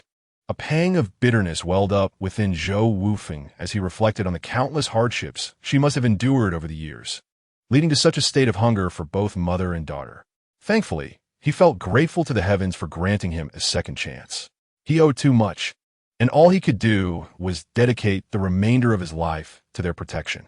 After the meal, Zhou Wufeng picked up a hatchet and prepared to step outside. "Where are you going?" Su Yue asked, startled. The sky had begun to darken, and with a knife in his hand, was he planning to go out and rob? "I must tell you, robbery is against the law. Listen to me. We should be honest and work diligently to earn our living. There is still much to look forward to in the future. What are you thinking?" Zhou Wufeng chuckled, interrupting Su Yue, realizing her misunderstanding. "I'm going to the riverbank to cut some bamboo to make steamer baskets." Steamer baskets? Su Yue suddenly recalled his earlier mention of making and selling buns. Could it be that he truly knew how to make buns? And he could also craft steamer baskets? These were things she had never known about him. The events of the day had been utterly surreal for her, and she stood at the doorway watching Zhou Wufeng exit the courtyard, oil lamp and hatchet in hand, along with a shoulder pole and rope. Beside the river in Hongxi village, there was a grove of bamboo, perfect for crafting steamer baskets and weaving vegetable baskets. In his previous life, Zhou Wufeng had risen from the grassroots, having experienced a multitude of tasks, including weaving baskets, which came to him with ease. He also knew which types of bamboo were the most suitable. Upon reaching the riverbank, he specifically chose bamboo that was strong and resilient. Such bamboo, once the outer skin was removed, could be used without the need for fire treatment, significantly reducing production time. In less than half an hour, Zhou Wufeng had harvested 2 large bundles of bamboo, more than enough for his needs. He bound them with rope and carried them home on his shoulder pole. Upon his return, he found Su Yue and their neighbor, along with a little girl named Yaya, chatting amiably in the courtyard. Hongxi village was not far from the county town and had access to electricity, but to save energy, the villagers rarely turned on their lights at night. Around 7 o'clock, everyone would bring out small stools and fans to chat in the courtyard. As Zhou Wufeng entered, carrying the bamboo, he immediately became the focal point of attention. Just moments ago, the 3 other families in the courtyard, who had always cared for Su Yue and her daughter, had learned about Zhou Wufeng's actions and changes from her. Their faces bore expressions of astonishment. These families had watched Zhou Wufeng grow up, and they knew his character well. It was truly hard to imagine that such a person could turn his life around. In fact, the people of this era were quite simple and warm-hearted, hoping dearly that Zhou Wufeng could reform and become a better man. However, The impression he left on everyone was already deeply ingrained. A person's character is not so easily transformed. In their hearts, they harbored considerable doubt regarding Zhou Wufeng, and their perceptions of him did not shift merely due to a single day's change. Yet, the aversion that once colored their gazes had dissipated. Chapter 12. The long road ahead, Daddy, you're back. Upon seeing Zhou Wufeng return, Yaya joyfully rushed to embrace his leg, noticing several neighbors seated at his doorstep. Zhou Wufeng greeted them warmly. These neighbors, who typically held him in disdain, could not afford to dismiss his cheerful salutation and reciprocated with a polite acknowledgement. He set down the bamboo he had been carrying and lifted Yaya into his arms, planting a gentle kiss on her cheek. With a soft smile, he inquired, Yaya, why haven't you taken a bath yet? Mama said to heat the water until it's hot, then add some cold water to save on fuel. Saving, as ever, was of utmost importance. Zhou Wufeng increasingly recognized the challenges faced by Zhou Wufeng, further solidifying his resolve to work hard and provide a better life for his wife and daughter. Yaya, stop clinging to your father and come here. Mama will help you take a bath, called Zhou Wufeng. She had observed the forced expressions on the faces of the neighbors when they greeted Zhou Wufeng and felt a genuine pang of displeasure. Although these neighbors often assisted her and her daughter, she had never spoken ill of this man, regardless of his flaws. His warm greeting deserved more than their reluctant responses. Nevertheless, she concealed her discontent, simply preferring not to linger at the door any longer. Zhou Wufeng, oblivious to the tension, set Yaya down and entered the house to retrieve tools such as pliers and wire. He took a stool and settled in the yard, busily starting his work. The neighbors returned to their own doorsteps when Zhou Wufeng went inside, eager to see if this idle fellow could indeed construct a steamer. If he possessed such skills, what had he been doing all these years? Shouldn't he have utilized his craftsmanship to weave bamboo baskets and trade them in town? That way, Zhou Wufeng and her daughter would not have to endure the pangs of hunger. Seeing the curious gazes fixed upon him, Zhou Wufeng remained unperturbed. His past experiences were not for naught. The process of making a steamer followed a unique sequence. He understood precisely how to ensure that the steam circulated effectively, preventing the buns from collapsing, and knew exactly where to avoid leaving gaps that could disrupt the steaming process. For Zhou Wufeng, this posed no challenge. The natural bamboo steamers he crafted could swiftly evaporate the steam inside, rendering the buns even more delectable and enjoyable. He began by using a hatchet to remove the nodes from the bamboo, then split the stalks down the middle to create thin strips. Next, Zhou Wufeng meticulously smoothed the surface of the bamboo, carving it into delicate slices. He then rolled the bamboo strips into a circle, crafting the outer frame of the steamer. Based on the dimensions of the iron pot on his stove, he fashioned a bamboo frame with a circumference of approximately 226 centimeters and a diameter of around 72 centimeters, capable of steaming 70 to 80 buns at once. With deft skill, Zhou Wufeng began to carve bamboo strips for the base of the steamer, leaving the neighbors in the courtyard utterly astonished. Such proficient craftsmanship appeared far beyond that of novice, prompting them to wonder where this street rogue had acquired such talent. However, after a brief period of observation, the neighbors returned to their homes to sleep. In these times, entertainment was scarce, and rural farmers tended to retire early and rise with the sun, with the following day's labor awaiting them in the fields. Zhou Wufeng, undeterred, devoted himself to his task, completing 3 steamers in under 3 hours.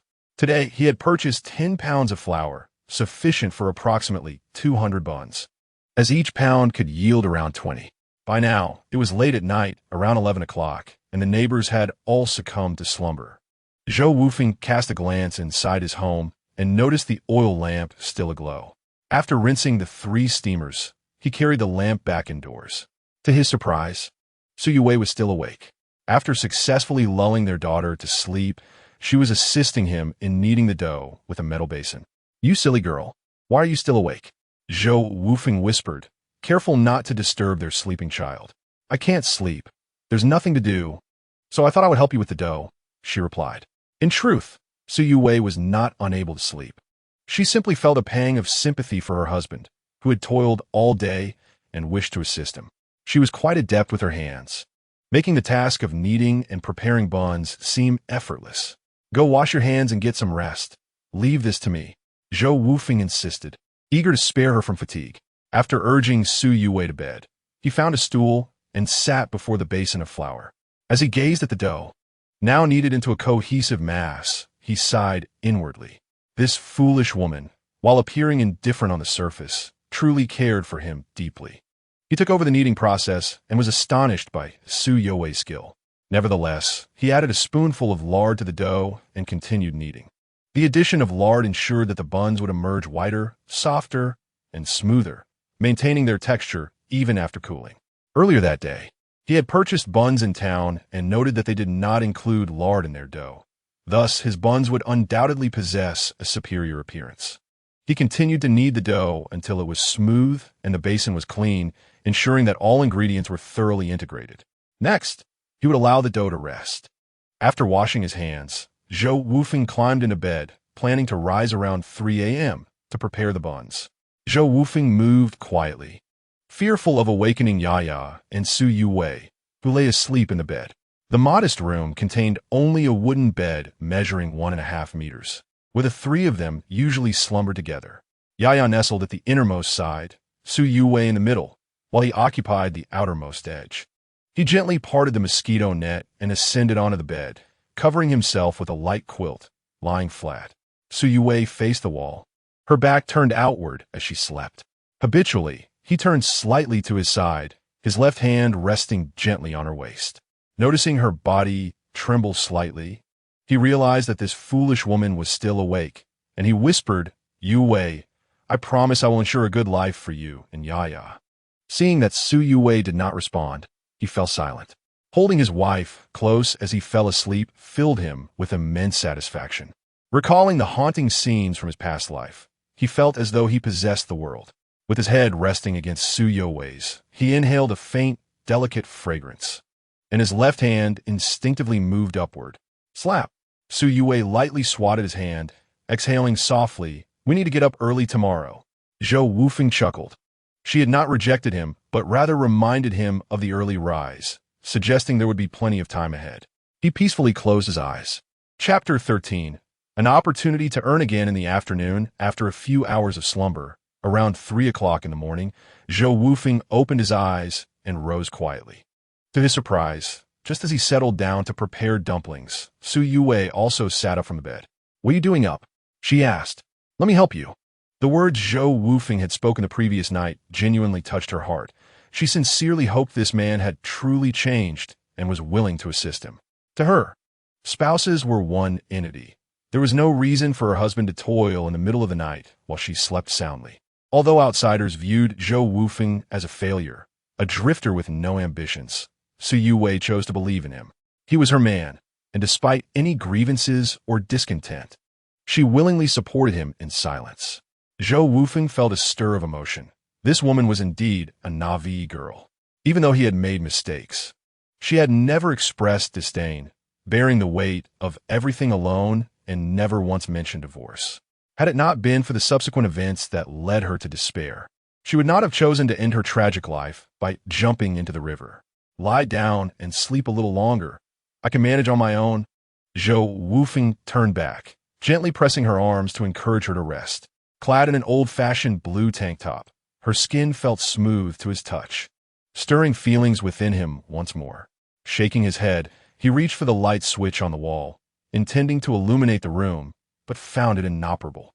It dawned on him that in this era, rural electricity was limited, typically available only in the evening and cut off by morning. Most likely, there was a power outage. He struck a match to light an oil lamp and began preparing dumplings. He tore off a piece of dough with his hands, observing the honeycomb structure within, indicative of excellent fermentation. Continuing to knead the dough, he smoothed it out, expelling the air trapped inside, and divided it into uniformly sized portions. With a rolling pin, he shaped each portion into a round pastry, thicker in the center and thinner at the edges. Placing the filling he had prepared the previous night in the center before pinching the edges to seal. The filling comprised 3 varieties: cabbage, chives, and a mixture of cabbage and pork, all crafted while rendering lard the night before. Zhou Wufeng's movements were swift and precise, filling a steamer with over 70 buns. However, he did not rush to steam them, as a second proofing was essential. This second proofing should not be underestimated. It would render the steamed buns even fluffier and softer, providing ample elasticity and extensibility before cooking, thereby enhancing their texture and flavor. This process required 15 to 20 minutes. During this interval, Zhou Wufeng began to boil water for steaming the buns. With 3 tiers in the steamer, approximately 200 buns would only need a mere 10 minutes to cook. Once completed, he set aside 6 pork and cabbage buns for Su Yuwei and Yi's breakfast. Subsequently, he tied several steamers together with twine and, balancing them on a shoulder pole, set off to sell the buns in Hanyang town. As he stepped outside, it was already past 5 in the morning, and upon arriving in town, it was just after 6. In the late 1970s and early 1980s, state-owned factories operated in 3 shifts, with night shift workers finishing up and day shift workers just beginning their day. Upon reaching the entrance near the factory's residential buildings, Zhou Wufeng noticed a bustling crowd in the corridors. Some were brushing their teeth while others were cooking. The residential buildings bore a strong essence of the era, characterized by traditional Chinese-style buildings focused primarily on practicality. The walls were predominantly made of thick brick and stone, their exteriors coated in cement mortar, primarily in gray hues. Much like school dormitories, each household's entrance opened into a corridor, at the end of which lay a communal restroom. Observing the increasing number of passers-by, mainly workers heading to their early shifts or returning from late ones, Zhou Wufeng promptly retrieved a piece of thick cardboard and wrote the prices of his buns with charcoal.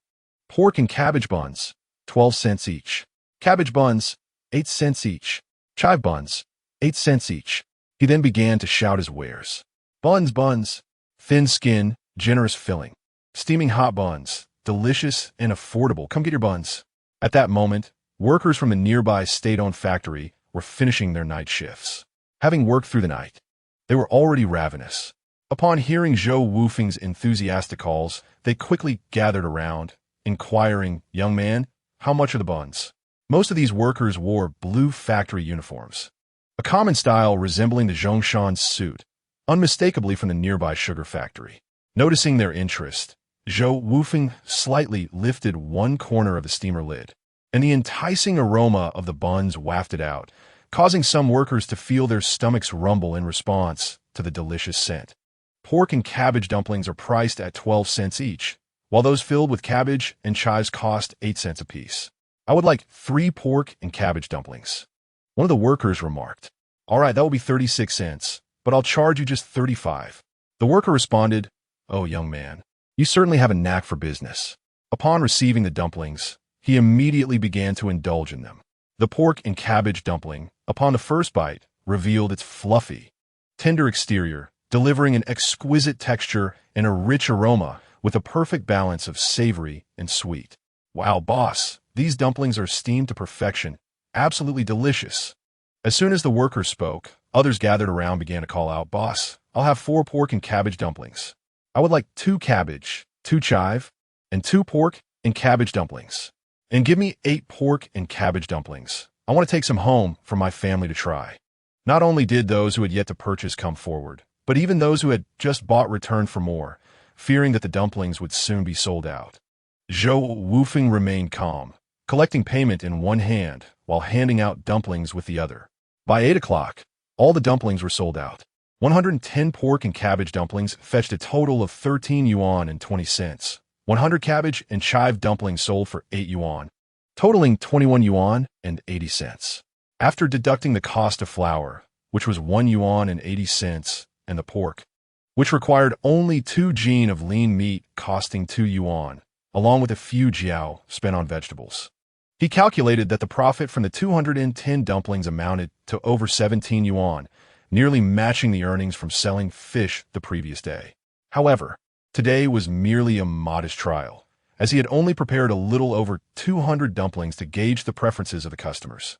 Discovering that everyone preferred meat fillings gave Zhou Wufeng a sense of assurance. This time, he sought out the elderly Zhang from the nearby alley to purchase pork and made his way to the supply cooperative to buy flour, leisurely balancing the burden on his shoulders as he returned to the village.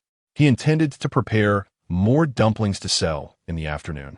Convinced that the morning's success would garner him greater popularity and that he would attract even more customers later. As he approached the village along a muddy path, he could see the villagers diligently working in the fields on either side of the road. However, upon seeing Zhou Wufeng, they cast him curious glances. Chapter 14. The Consequences of Sin. Hongxi Village is a small hamlet, home to just over 100 households. On an October morning, the weather remained oppressively warm. The busy villagers were already drenched in sweat, with some of the male villagers laboring in the fields shirtless, exposing their tan skin. A few had tied towels around their waists, while small children frolicked in the fields, clad in vests and shorts. As the collective labor began in the morning, the villagers gathered to commence work. The events of Zhou Wufeng's day as a street vendor had already spread among them. The villagers looked on in astonishment as Zhou Wufeng returned from town, balancing a shoulder pole, and groups of 3 or 4 congregated to discuss him while working. Do you think this street vendor truly is, as Wang Ani described? I tend to believe in the possibility of existence rather than its absence. After all, it is barely past 8 in the morning. When have you ever witnessed street loafers at such an early hour? Who knows if he has been out all night, only returning home now. However, take a look at what he carries on his shoulder. Isn't that flour atop the steamer? And on the other end, those appear to be pieces of pork. The villagers were engaged in animated discussions about Zhou Wufeng. The fields were not far from the muddy road, and their words, lacking any discretion, reached Zhou Wufeng's ears without omission. Yet, he felt no anger or resentment. The misdeeds of his past life deserved the scrutiny of others' fingers pointed in judgment. Moreover, he had only just been reborn and had yet to earn any money. He believed that once he achieved financial stability and provided a good life for his wife and daughter, these villagers would inevitably fall silent. As someone who had never been diligent throughout his life, the villagers' entrenched perceptions of him were difficult to change, akin to dreaming the impossible. He scanned the crowd in the fields, but did not see his wife, Zhou Wufeng. Realizing she might be working in a different area, he headed straight home. Just as Zhou Wufeng anticipated, Zhou Wufeng was laboring in a section to the north of the village, chatting with a woman sporting 2 thick, braided pigtails while harvesting rice. Vivi, has that street loafer really changed? Ching. Zhou Wufeng turned, her gaze somewhat unfriendly. Zhou Wufeng was a ne'er-do-well, a vagabond, and while she could scold or criticize him, others had no right to do so. All right, Zhou Wufeng is fine, isn't he? You don't truly believe he has changed, do you? The woman with the braids, named Su Qing, was Zhou Wufeng's village mate and confidant, who, like her, had married into Hongxi Village. Zhou Wufeng remained silent. To be honest, she too found it hard to believe that Zhou Wufeng had genuinely transformed, and so profoundly at that. Honestly, you should just divorce him. Yaya is still so young. She shouldn't have to endure such suffering with him. My husband works at a factory in town and knows many admirable men. Seeing Zhou Wufeng's silence, Su Qing continued, You are so beautiful and hard-working. You have no idea how many young men want to marry you. Ching, please refrain from bringing this up again. I will not divorce him. Zhou Wufeng raised her head, speaking earnestly. She had never considered divorce during his worst times, let alone now, when there were signs of improvement. While she could not fully trust Zhou Wufeng yet, there were certainly glimmers of hope in their lives. By all accounts, Zhou Wufeng had been unusually gentle yesterday, both with her and their daughter. His voice, gaze, and expressions were unlike anything she had ever witnessed before. She could sense that his words were heartfelt, yet the suddenness of this transformation was overwhelming, leaving her somewhat unprepared. Seeing the resolute expression on her face, Su Qing chose to say no more, sighing deeply, unwilling to witness her dear friend's suffering. Yet, there seemed to be no viable solution. She had implored her countless times to consider divorce. However, Zhou Wufeng had never heeded her advice, resolutely determined to spend her life with Zhou Wufeng. As Zhou Wufeng returned to the courtyard, little Yaya, who had been playing in the dirt, rushed excitedly to his side. Wow, Daddy, you're back. This precious little darling, no longer afraid of him, brought joy to Zhou Wufeng as he lifted her high into the air. He then produced a coconut candy from his pocket. Yaya, Daddy bought you some sweets. After unwrapping the candy, he placed it into Yaya's mouth. Is it delicious? Wow, it's really good. Daddy is the best, Yaya exclaimed, her delight evident as she planted a kiss on Zhou Wufeng's cheek, thrilled at having tasted candy for the very first time. Once he set Yaya down, his gaze fell upon Aunt Zhang, who was watching him from the doorway. It was clear that Su Yuwei had gone to the fields, leaving Yaya at home under Aunt Zhang's care.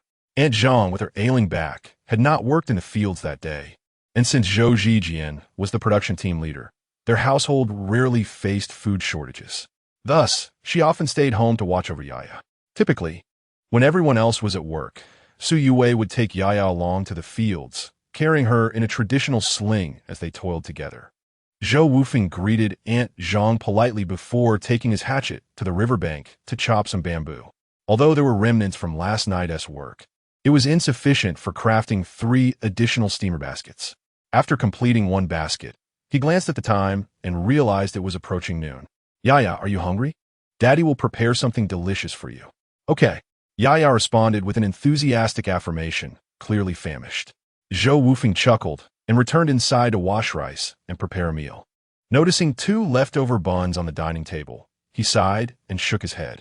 This foolish woman has become so accustomed to frugality that she even saves buns for lunch.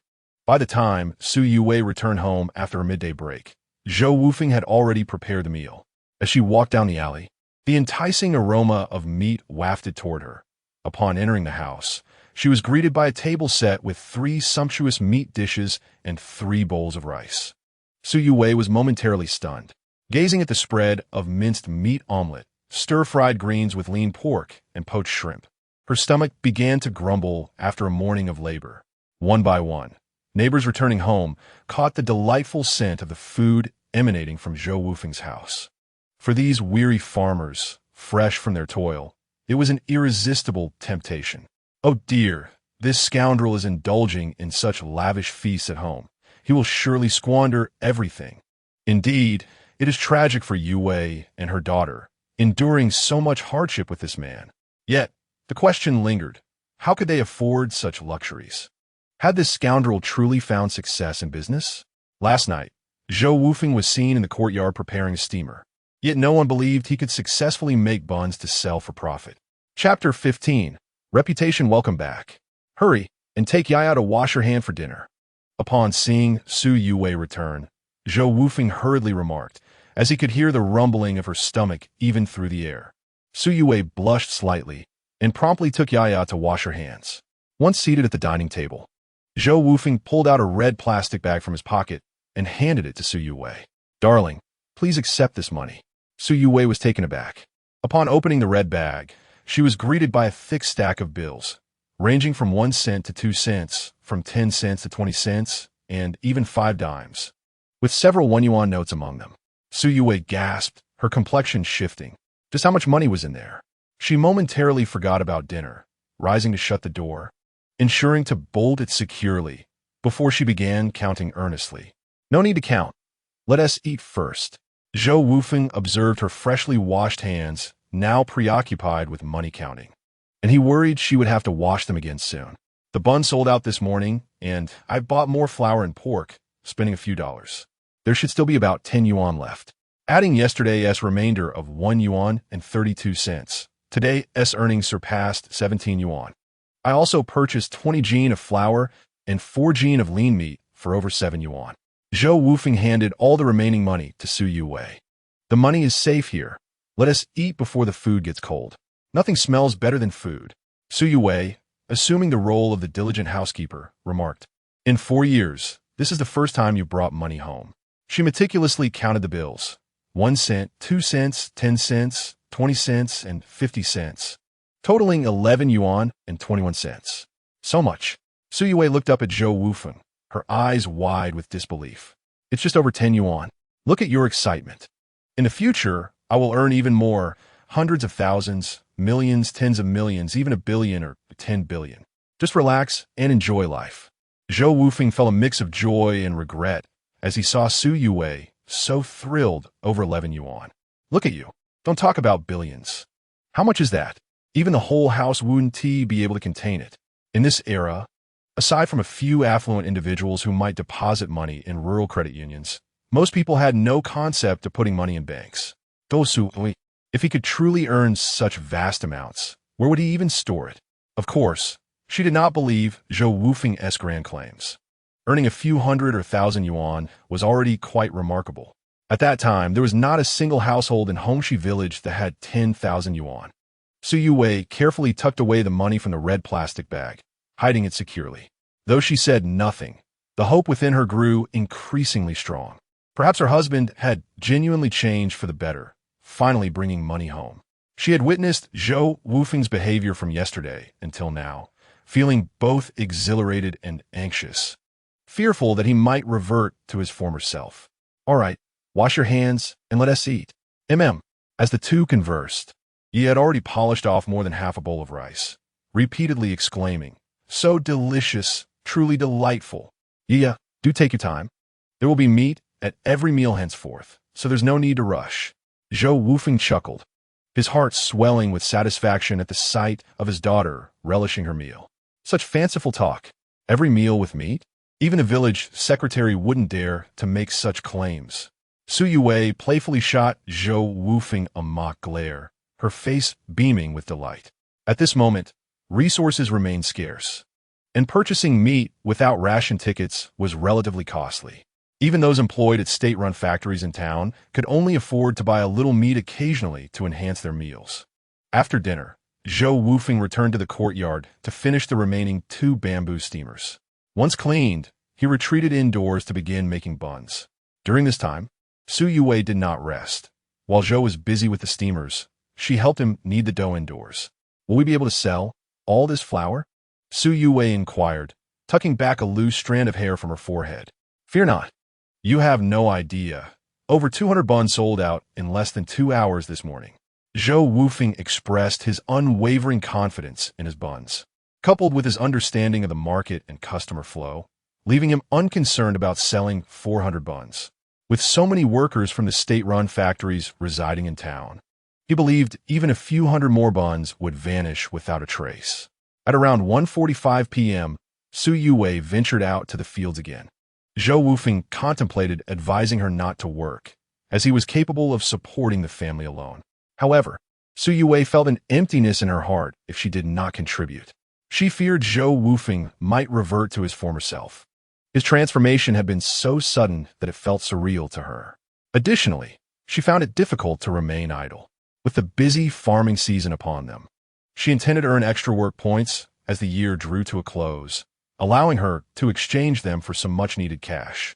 Furthermore, she believed a family ought not to rely solely on Zhou Wufeng's efforts. She too wished to alleviate some of his burdens. By 4 o'clock in the afternoon, Zhou Wufeng set out with 6 steamers containing over 400 pork and cabbage buns.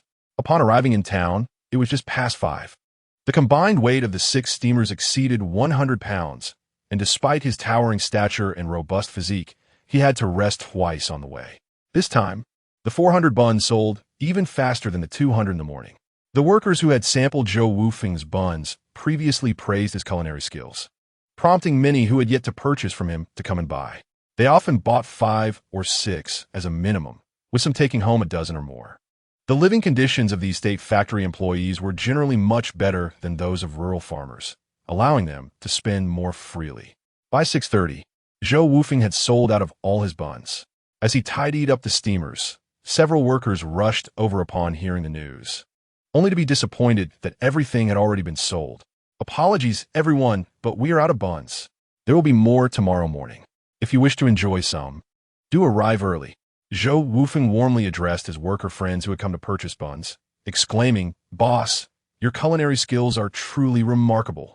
I have sampled buns from every vendor in Hanyang town, yet none compare to yours. Be sure to prepare extra for tomorrow." One worker, who had savored Zhou Wufeng's buns in the morning but failed to acquire any in the afternoon, expressed his lingering desire for them. Ever since his morning indulgence, he had been unable to forget the taste, and had even extolled Zhou's buns to his colleagues at the factory. This fervent appreciation was undoubtedly the reason for the rapid sales of Zhou Wufeng's buns in the evening. Whether in this life or the previous one, a business thrives on its reputation. Once established, customers and orders inevitably pour in. Zhou Wufeng understood this principle well. "It's all thanks to everyone's kindness. I appreciate it greatly. Tomorrow, I will be here again, so come early. He then shouldered 6 empty bamboo steamers and set off to procure more ingredients. This time, he prepared 430 buns, incurring a material cost of just over 7 yuan, ultimately earning a profit of 43 yuan and 80 cents. Chapter 16. Is it not enough? After purchasing additional supplies, Zhou Wufeng returned home, the clock striking 7. Zhou Wufeng had already arrived, busily preparing dinner at the stove. Let us keep it simple tonight. A stir-fry with pork cracklings and greens will suffice. Zhou Wufeng unloaded his goods and collapsed onto a stool to rest. He had been occupied since 3 in the morning and, despite having the chance to rest at noon, had chosen instead to hurriedly produce several bamboo steamers, leaving him utterly exhausted by this hour. Zhou Wufeng chuckled at his fatigue. And we'll still have meat for dinner, she playfully teased, not genuinely reproaching Zhou Wufeng for his earlier statement, as pork cracklings indeed counted as meat. However, she overlooked the bag Zhou Wufeng had placed on the table. Zhou Wufeng merely smiled in silence. After a brief respite, he opened the bag on the small wooden table, and the aroma of roasted chicken wafted through the air. Wow! Little Yaya dashed to Zhou Wufeng's side. It smells so good. Daddy, what delicious treat did you buy this time? Roast chicken. Do you like it? Zhou Wufeng lifted Yaya into his arms, speaking tenderly. Wow, roast chicken. I've never had roast chicken before. It smells amazing. Quickly wash your hands. And once you're done, Daddy will prepare a chicken leg for you. Zhou Wufeng set Yaya down to let her wash up. Zhou Wufeng was momentarily taken aback, initially believing that Zhou Wufeng had finally realized that consecutive meals of lavish meat were excessive. To her surprise, tonight's offering was even more extravagant, presenting a whole roast chicken. Surely, a roast chicken must cost quite a bit, she thought. Isn't there already meat at home? Why purchase a roast chicken? How much did it cost? Zhou Wufeng still had some pork left over from his earlier purchase for the filling, prompting Zhou Wufeng to ask 3 rapid-fire questions in concern. Hey, I'm just trying to enhance the meals for you too. Eating pork every day can get monotonous. Zhou Wufeng grinned widely, proceeding to chop the roast chicken on the cutting board, blissfully unaware of the peculiar expression on Zhou Wufeng's face. In these times, who would dare suggest that one could tire of eating pork? Speaking such words might well invite a deluge of scorn from others. It is crucial to understand that, during this period, meat ration coupons were distributed proportionately, predominantly to urban residents, while farmers often lacked a fixed allocation of these coupons. The desire for meat was not solely a matter of financial means, but rather a considerable issue regarding the availability of meat coupons. For the average farmer, receiving half a kilogram of meat coupons in a month was already a significant blessing. You dare to claim that one could tire of consuming pork at every meal? With a decisive chop, Zhou Wufeng severed a roasted chicken leg and continued. As for this roasted chicken, it costs 1 yuan and 80 cents per kilogram. This particular one weighs just over 2 2/10 kilograms, and the proprietor sold it to me for 4 yuan. In Hongyang Town in 1979, the state-run restaurant priced roasted chicken at 8 jiao per kilogram. Yet without meat coupons, purchasing from delicatessen would incur exorbitant prices. Here, 1 yuan and 80 cents per kilogram was considered quite economical. In some areas, prices soared to 2 or 3 yuan per kilogram. This is not to imply that the cost of chicken was merely a trivial amount.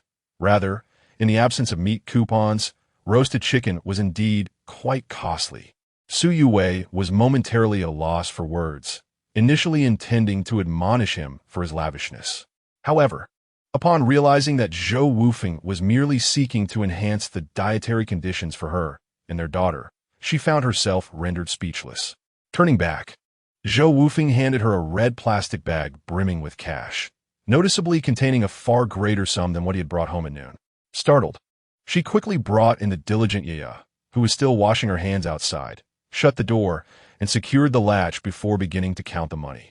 2 fun, 5 fun, 1 jiao, 2 jiao, 5 jiao, 1 yuan. Upon completion, the total amounted to 31 yuan and 80 cents. In the span of just one day, the money she received exceeded her earnings from 3 months of labor in the fields. Was this truly her husband? Could he possibly be so adept at making money? Surely, it must be a fabrication. Is selling buns genuinely that lucrative? If so, why bother to toil in the field for labor points? It would be far better to join him in selling buns for profit. However, it was evident that Zhou Wufeng would refuse such an idea. He understood the arduous nature of street vending and recognized Su Youwei's resilience. Yet he still preferred that she remain at home to care for the children. There was no need for her to labor daily in the fields. She could go when she wished, treating it as a way to pass time, and stay home with the children when she preferred. Had it not been for the current inability to apply for individual business licenses, Zhou Wufeng would have already ventured into the city to seek a permit for opening a shop. In 1979, although the reform and opening up had commenced, he had lived through it and was aware that the first individual business license was granted to a man from Zhejiang province, if he recalled correctly, in November. Thus, he intended to wait until the end of 1979 to attempt an application in the city. Last month, in September, the registration management for individual businesses had already resumed. Theoretically, by 1980, Zhou Wufeng was quite confident that he could successfully obtain a business license. Despite Zhou Wufeng's reluctance to allow Su Youwei to accompany him to the market, her fervent insistence ultimately led him to permit her assistance in making dumplings. That evening, as their daughter Yaya slumbered, the couple engaged in the art of kneading dough beneath the soft glow of dim lighting. It was no wonder that the dumplings he made were so delectable. It appeared he had incorporated lard into the dough. Su Youwei suddenly realized the secret behind the exquisite taste. The dumplings Zhou Wufeng had left her in the morning were simply too delicious to finish. Oh, but that was merely the tip of the iceberg. There were countless intricacies involved. Seizing the rare opportunity to boast before his wife, Zhou Wufeng began to elaborate. The filling was equally crucial. The pork should be a harmonious blend of fatty and lean, ideally in a 3:7 ratio, with 3 parts fat to 7 parts lean. The choice of vegetables was also of utmost importance. They must be firm and sufficiently moist. As Su Youwei observed her husband's face, illuminated by the flickering light, she noted the 7 parts handsomeness and 3 parts steadfastness, reminiscent of his own ratio. The stubble on his jawline, unshaven, only accentuated his mature and dependable aura. Surely, he would not revert to his former self. After finishing the dough, they both took a shower and settled down to rest on their modest bed. Measuring only 1.5 meters, Su Youwei, clad in a thin tank top, lay with her husband wrapped around her. How delightful! Don't move, or you'll wake Yaya, she whispered, turning her back to him. She could feel the warmth of his breath against her neck, and she understood his thoughts. My dear wife, once I have earned enough money, I promise to buy a house first, so that Yaya can have her own room. The mere thought of his hand on her body sent a flush to Su Youwei's cheeks. Did his words not imply a desire for them to share a room alone?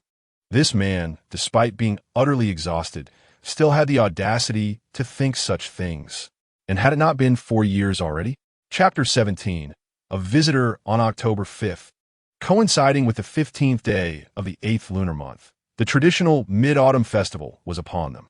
However, in this era, the Mid-Autumn Festival was not a statutory holiday, and there was no time off work. After selling dumplings that morning, Zhou Wufeng purchased a plethora of festive goods, including new outfits for Su Youwei and Yaya from the supply and marketing cooperative. Just these 2 sets of clothes cost him 30 yuan, a substantial amount in those times. In this age, anyone donning a complete outfit of Daiquiliang fabric would be akin to wearing Hermes, Chanel, or Gucci in a modern world. Anyone who saw would surely give a thumbs up. Regrettably, Su Youwei, that naive girl, had only received 2 sets of new clothes as part of her dowry when they married. All these years had passed, and she had yet to have a new outfit made. Those 2 sets had been patched countless times. Yet, who could she blame? It was he who had made her shoulder the entire burden of the family alone, let alone affording a new outfit. There were times when they struggled to put food on the table. On this day, as per local customs, families would honor their ancestors by offering incense at their home altars during the festival. Since 1976, the tradition of honoring ancestors has gradually loosened over the course of a decade. Thus, it is customary for Zhou Wufeng's family to offer tribute and incense to his grandparents and parents. This practice is merely a reflection of the local cultural heritage that venerates forebears.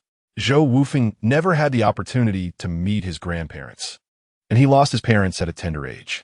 He was raised by 3 elder sisters, and it was thanks to their support that he was able to marry and start a family. After marrying Su Yuwei, the assistance from his sisters continued to be invaluable. One might jest that having a wife akin to a formidable sister would prompt a desire for early separation. Yet for Zhou Wufeng, the circumstances were entirely different. Upon returning home, Zhou Wufeng busied himself until he remembered the clothing he had purchased for his wife. "Here, Yue, I bought this for you. Try it on to see if it fits. A dress? Or is it polyester?" Su Yue's expression was complex. While everyone has a desire to look beautiful, as a stunning woman, she had been deprived of the opportunity to adorn herself due to life's hardships over the years. Although she adored the dress, she felt a pang of guilt over the expense, recognizing its premium quality. "This must be quite expensive, right? I work in the fields and rarely have the chance to wear such things." As she unfolded the garment, it revealed a fashionable dress with a fitted waist and a straight silhouette, boasting clean and flowing lines. It was both captivating and daunting. "Well, money is meant to be spent. Besides, once I start earning, you won't need to toil in the fields anymore." Zhou Wufeng grinned, noticing the sparkle in her eyes, and swiftly changed the subject. "Hurry and try it on." With their child playing in the yard, Zhou Wufeng shut the door, allowing Su Yuwei to change inside. "Don't peek," she exclaimed, rushing to the back of the bed to draw the curtain before changing. Her cheeks flushed. Even after 4 years of marriage, her demeanor remained quite modest. In this era, due to the communal nature of toilets being relatively distant, most households kept a commode inside.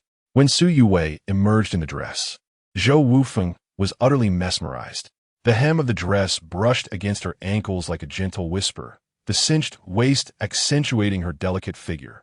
Beneath her exquisite visage, her collarbone was elegantly defined.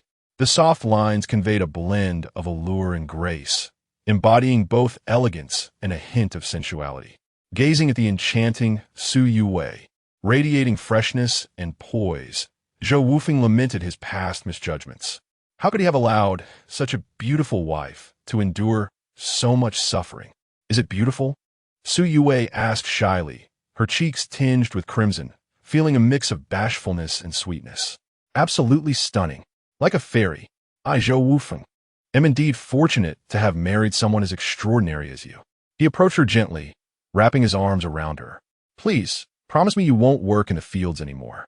"Not in the fields," Su Yuwei murmured, feeling a blend of shyness, modesty, and a sweet sense of happiness. "Indeed, I shall refrain from laboring in the fields. My focus will be on earning the livelihood, while you shall embody beauty in all its splendor, if that pleases you." Su Yuwei widened her almond-shaped eyes in surprise. How could he possess such charm in his words? Nevertheless, after some gentle persuasion from Zhou Wufeng, she consented to minimize her time spent in the fields. Zhou Wufeng was aware that it would take time to dissuade her from the notion of earning labor points. Yet he believed that once he began to accumulate wealth, she would eventually heed his wishes. Every woman is alike. Provided with ample security and devoid of fear, she would no longer feel compelled to toil. In the following week, Zhou Wufeng diligently set up his stall twice daily without fail. By the end of this period, Su Yuwei's modest savings had surpassed 500 yuan. Zhou Wufeng requested 100 yuan from her to purchase a donkey and a second-hand cart. With this new donkey cart, he could sell a greater quantity of buns each day. Additionally, he fashioned some fish traps in the river, allowing him to sell not only buns but also fresh fish.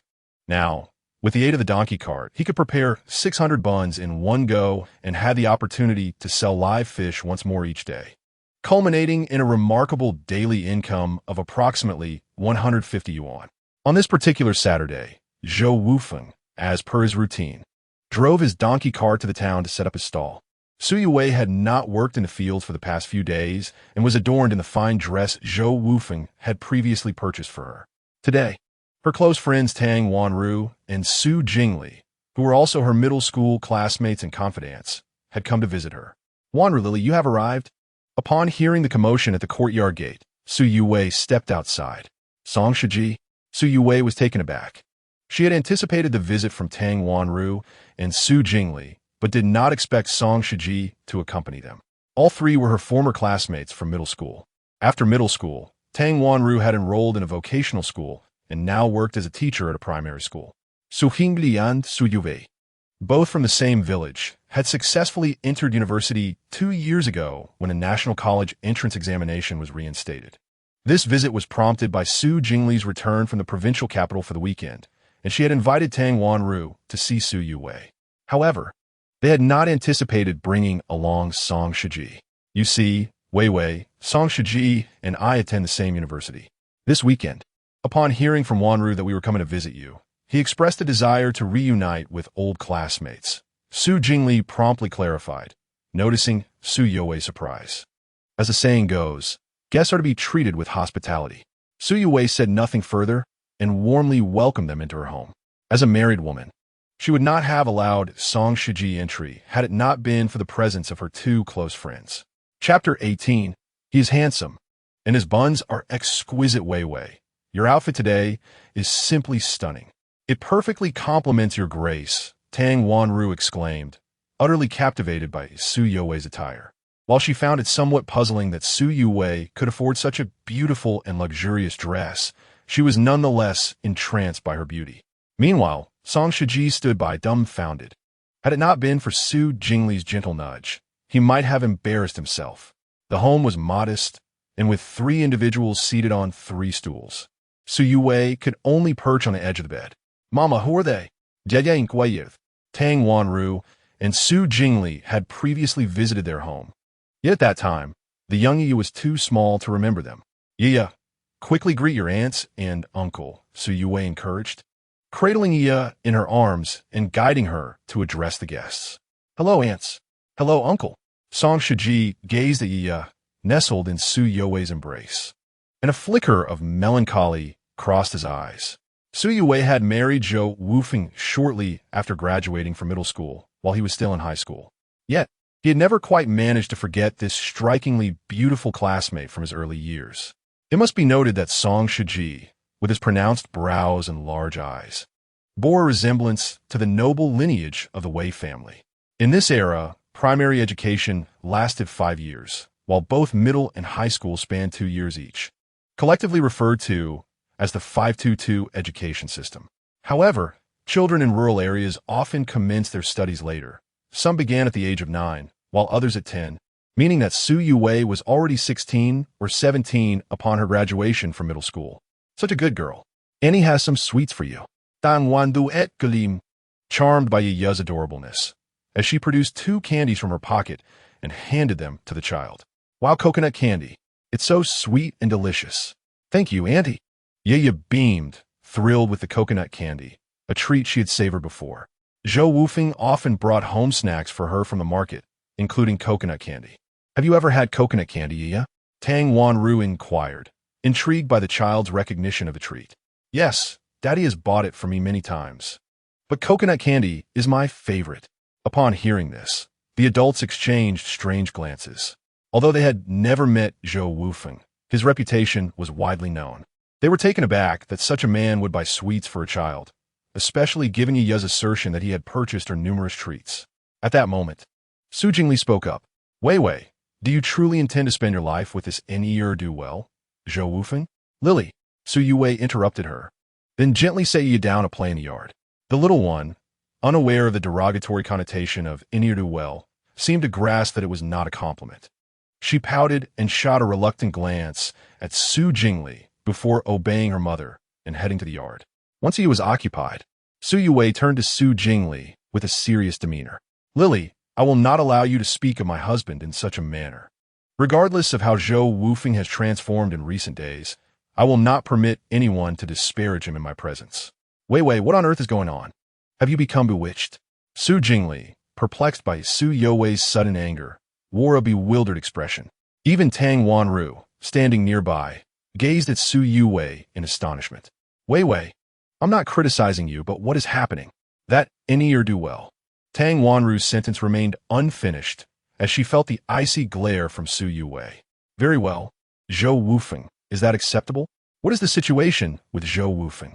Everyone is aware that you have no need to continue suffering alongside her. She spoke earnestly, her intentions solely for the well-being of her sister, continuing, "All you need to do is divorce him. Countless good men will undoubtedly fall at your feet." At this moment, Su Jingli also chimed in, "Indeed, I am perplexed. What is so admirable about Zhou Wufeng? Look at Shiji. He has silently cherished you for many years. Be quiet, so you be interfective." Her anger reaching a boiling point. She thought to herself, is this how sisters behave? Two close friends brought a man to another man's home to persuade his wife to divorce him, and they claimed this man had affections for her? How absurd and morally questionable is this? I will never divorce in my lifetime, nor will I ever look at another man. If you continue to speak in such a manner, do not blame me for disregarding our sisterly bond. Please, go home. She was a profoundly traditional woman, destined to marry only one man in her lifetime. Once married, she remained steadfast, unwavering in her beliefs despite the trivial words of others. Upon hearing this, Tang Wanru and Su Jingli were left utterly astonished. They had never anticipated that the usually gentle Su Yuwei would speak to them in such a manner over a good-for-nothing. Su Jingli, infuriated, thought to herself, what good is this good-for-nothing? Here is Song Shiji, a university student who does not mind that she is a married woman. If she divorces, he is willing to marry her, yet she is still reluctant. What is going on? A university student will surely be assigned to a position upon graduation. Could he possibly be inferior to a man who idles about? The most awkward of all was Song Shiji, seated nearby. He had not anticipated that Su Yuwei would so resolutely reject a promising future with a university student in favor of a second-rate man. Moreover, to hear a married woman assert that she would not look at another man was a severe blow to his pride. As he felt he could no longer endure the situation, Tang Wanru seemed to sense his distress and quickly took a few deep breaths to mediate. All right. We seldom come to see you. Let us not discuss these matters anymore. Look, I brought you some buns. Tang Wanru took out the pork and cabbage buns she had purchased that morning in town, her earlier displeasure forgotten. She enthusiastically declared, let me tell you, do not underestimate these buns. They're all the rage in Hanyang town, absolutely delicious. The vendor comes to sell them near our residential building every day. You have no idea. He is quite handsome, and his buns are delectable. He sells out several steamer baskets in no time. They're the best buns in all of Hanyang town. With a hint of admiration on her face, she continued, you may not know this, but every day when I pass by, I see that vendor collecting a plastic bag full of money, at least more than my entire month's salary. The boss is quite handsome. Had I not heard that he is already married, I would have sought a chance to get to know him better. Tang Wanru is an elementary school teacher, earning merely over 30 yuan a month. Su Jingli and Song Shiji nodded in agreement, reminiscing about their initial experience of tasting the buns, both the dough and the filling, which were undoubtedly of the highest quality. Su Yuwei gazed at the buns that Tang Wanru had produced, the familiar pleats on the bun's closure, evoking a delightful expression on her face. Chapter 19. The bun seller is my husband. Is that bun seller still selling fish? Is he driving a donkey cart? Su Yuwei inquired. How do you know? Tang Wanru replied, her expression puzzled. Have you also bought buns from his stall in town? Su Yuwei's expression turned even more peculiar. That bun seller is my husband, she exclaimed, utterly taken aback, her feelings difficult to articulate. Just moments ago, her dear friend had urged her to divorce Zhou Wufeng, yet now she seemed to wish to marry him. This was nothing short of absurd. What? Tang Wanru's eyes widened, her cheeks flushing suddenly. You mean that bun seller is Zhou Wufeng? Although they had visited Zhou Wufeng's home a few times to see Su Yuwei, he had always been out, engaging in dubious activities, and they had never actually met him. Hearing that the bun seller was Su Yuwei's errant husband felt like an outrageous tale. Just moments ago, she had been disparaging him, and now, under the pretense of ignorance, she had expressed a desire to be introduced to him. How utterly embarrassing, akin to the modern notion of a social death scene. It was indeed bizarre. Su Jingli and Song Shiji were equally astonished, their faces reflecting disbelief. How could this be possible? In their eyes, Zhou Wufeng was merely a lowly street punk, and suddenly he had transformed into something else entirely? According to Tang Wanru, he was practically a winner in life. earning in a day what she made in a month. Was that even conceivable? After all, she was a teacher, a respectable figure in the educational sector. Particularly for Song Shiji, the sense of superiority he had upon entering the room had dissipated entirely. If he were to discover that Zhou Wufeng's earnings in half a day surpassed Tang Wanru's salary by more than double, one could only imagine his reaction. Observing the varied expressions on their faces, Su Yue felt a slight alleviation in her heart.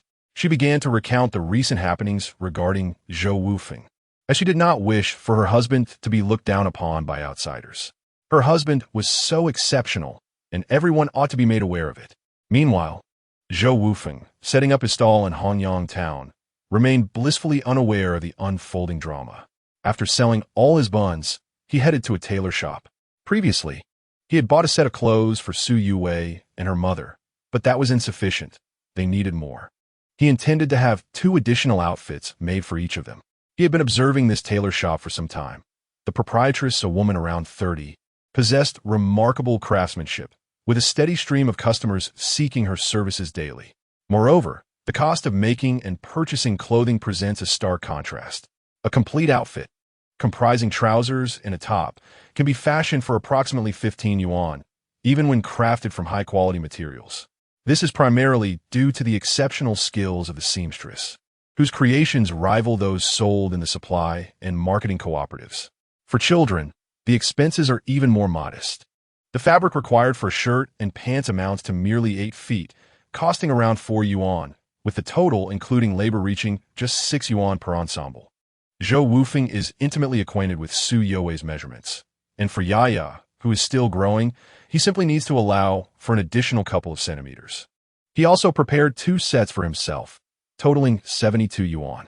After earning a mere 87 yuan and 80 cents from selling buns and fish that morning, he felt a pang of regret at spending such a substantial sum. "Madam, given the quantity of clothing I've ordered, might you consider giving me a discount?" Zhou Wufeng inquired. Having purchased the fabric himself, the seamstress, while taking his measurements, responded with a warm smile. "Young man, your tall stature requires more fabric than the average person. I haven't charged you extra. Isn't this already quite a bargain?" Zhou Wufeng was well aware of the nuances in this exchange, but he deliberately sought to cultivate a closer rapport with her. With the new year approaching in just over 2 months, he plans to apply for a personal business license in the city, with his inaugural venture being the garment industry. Given the seamstress's remarkable talent, she would undoubtedly be his top choice as chief designer when he establishes his clothing business. "Then I must express my gratitude, madam. I am Zhou Wufeng, and I will refer anyone in the village seeking clothing to your establishment." He introduced himself, aiming to foster a connection. "Oh, thank you. My name is Zhou Zhishan. Please, don't call me madam. I'm a bit older than you. Just call me Sister Shan, as everyone else does." Zhou Zhishan replied with a smile, noting that this tailor shop was not her own, hence her aversion to the title of madam. Zhou Wufeng handed over the money, saying, "All right, Sister Shan. I'll return in 3 days to collect the clothes." After accepting the payment, Zhou Zhishan smiled in response. Subsequently, Zhou Wufeng purchased additional materials and some food before hastily making his way back home. Meanwhile, the 3 classmates visiting at home had just finished listening to Su You's story, each displaying a unique expression. Tang Wanru was genuinely delighted for Su Yue, believing she had finally emerged from the shadows of hardship to embrace brighter days.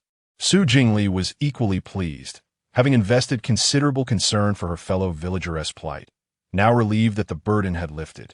However, Song Shiji wore a somber expression, his face ashen. Since hearing from Su Jingli about Su You's post-marriage challenges, he had persistently urged her to persuade Su Yue to divorce, hoping to seize the opportunity for himself. Unfortunately, fate had other plans, as she remained resolutely devoted to her partner. He realized he would never have a chance again. Just then, Zhou Wufeng returned to the courtyard. Since the advent of the donkey cart, Zhou Wufeng no longer needed to carry goods on his shoulder for sale, and his travel speed had significantly increased, allowing him to return home in merely 17 or 18 minutes. "Father, you're back. We have 2 beautiful aunts and an uncle visiting." As Zhou Wufeng steered the donkey cart into the courtyard, Yaya rushed over, panting with excitement. He quickly halted the cart, concerned he might inadvertently bump into her. Jumping down, he noticed Yaya raising her hands, signaling her desire to be lifted high. With a smile, he gently pinched her nose, fulfilling her wish before stepping inside the house. In truth, when he returned, everyone inside had heard the commotion from the courtyard, yet an awkward silence prevailed as they remained quiet. As for Su Yue, she refrained from stepping out to greet her husband, mindful of the guests present. "Oh, it's you." Zhou Wufeng, with keen perception, recognized Tang Wanru immediately, having frequently encountered her while selling his buns and fish in the market. "Hello, a dear, why don't you introduce us?" The expressions of the three individuals in the room were rather intriguing, and he quickly formed an approximate understanding of the situation. "Ah, Wufeng, these three are my middle school classmates, Tang Wanru, Su Jingli, and Song Shiji." Su Yue introduced them, pointing to each in turn. "By the way, Lily is also from Sujia village." Su Yue's remark was artfully crafted. She did not say Lily was from our Sujia village because, having married into Hongxi village, she now belonged to that community. Chapter 20. The clown. After the brief exchange of greetings, Zhou Wufeng promptly suggested, "Since my classmates are here, why not stay for a simple lunch?" He glanced at Su Yue. "Dear, please entertain your classmates while I prepare the meal." "Oh no, we have other commitments. Perhaps next time." With the host finally returned, the three guests felt it was inappropriate to linger any longer. They exchanged glances and decided to take their leave. Earlier, upon hearing Su Yue praise Zhou Wufeng's culinary skills, both Tang Wanru and Su Jingli had expressed a desire to stay and sample his cooking. But that intention was thwarted by Song Shiji's interruption. Unlike him, their purpose for visiting was genuinely to support Su Yue. Although feeling somewhat awkward, they remained clear-minded, devoid of unnecessary complexities. Yet, understanding Song Shiji's discomfort, they reluctantly bid farewell to Su Yue and prepared to head home. "Oh, Su. Zhou Wufeng called out to Su Jingli, having initially intended to suggest that they leave. It was no jest. The neighbors in the village often looked after Su Yue and her daughter, and he could tolerate their gossip, but who were these newcomers? Moreover, the man's gaze toward him was unsettling. He had already shown considerable restraint by not shooing them away with a shoulder pull. However, this time, he called Su Jingli back, having a favor to ask. "Could you please help me deliver this pork to my father-in-law's house? Approximately 1 pound of pork can yield about 50 dumplings." This time, he purchased 15 pounds of pork, intending to have 5 pounds delivered to Su Yue's maternal home with the assistance of Su Jingli. Although Zhou Wufeng is not a commendable person, he remembers those who have helped him. He is well aware of how Su Jianda, Su Yue's father, has supported their family over the years. Despite the considerable distance between Sujia village and his own, Zhou Wufeng's reputation has reached his father-in-law, Su Jianda, in recent years. Consequently, the relatives from Su Yue's maternal family have seldom visited in the past 2 years, and he hopes to seize this opportunity to mend a relationship with them. Yet, he understands that merely presenting a few pounds of pork will not suffice to repair their ties. He values Su Jingli as a person. Zhou Wufeng is confident that Su Jingli will convey everything she observes to him, and even if she does not, Su Jianda will inquire. Su Jingli was astonished. Such a large piece of pork must weigh around 5 or 6 pounds, right? Has the world changed? Do even street thugs now display such extravagance?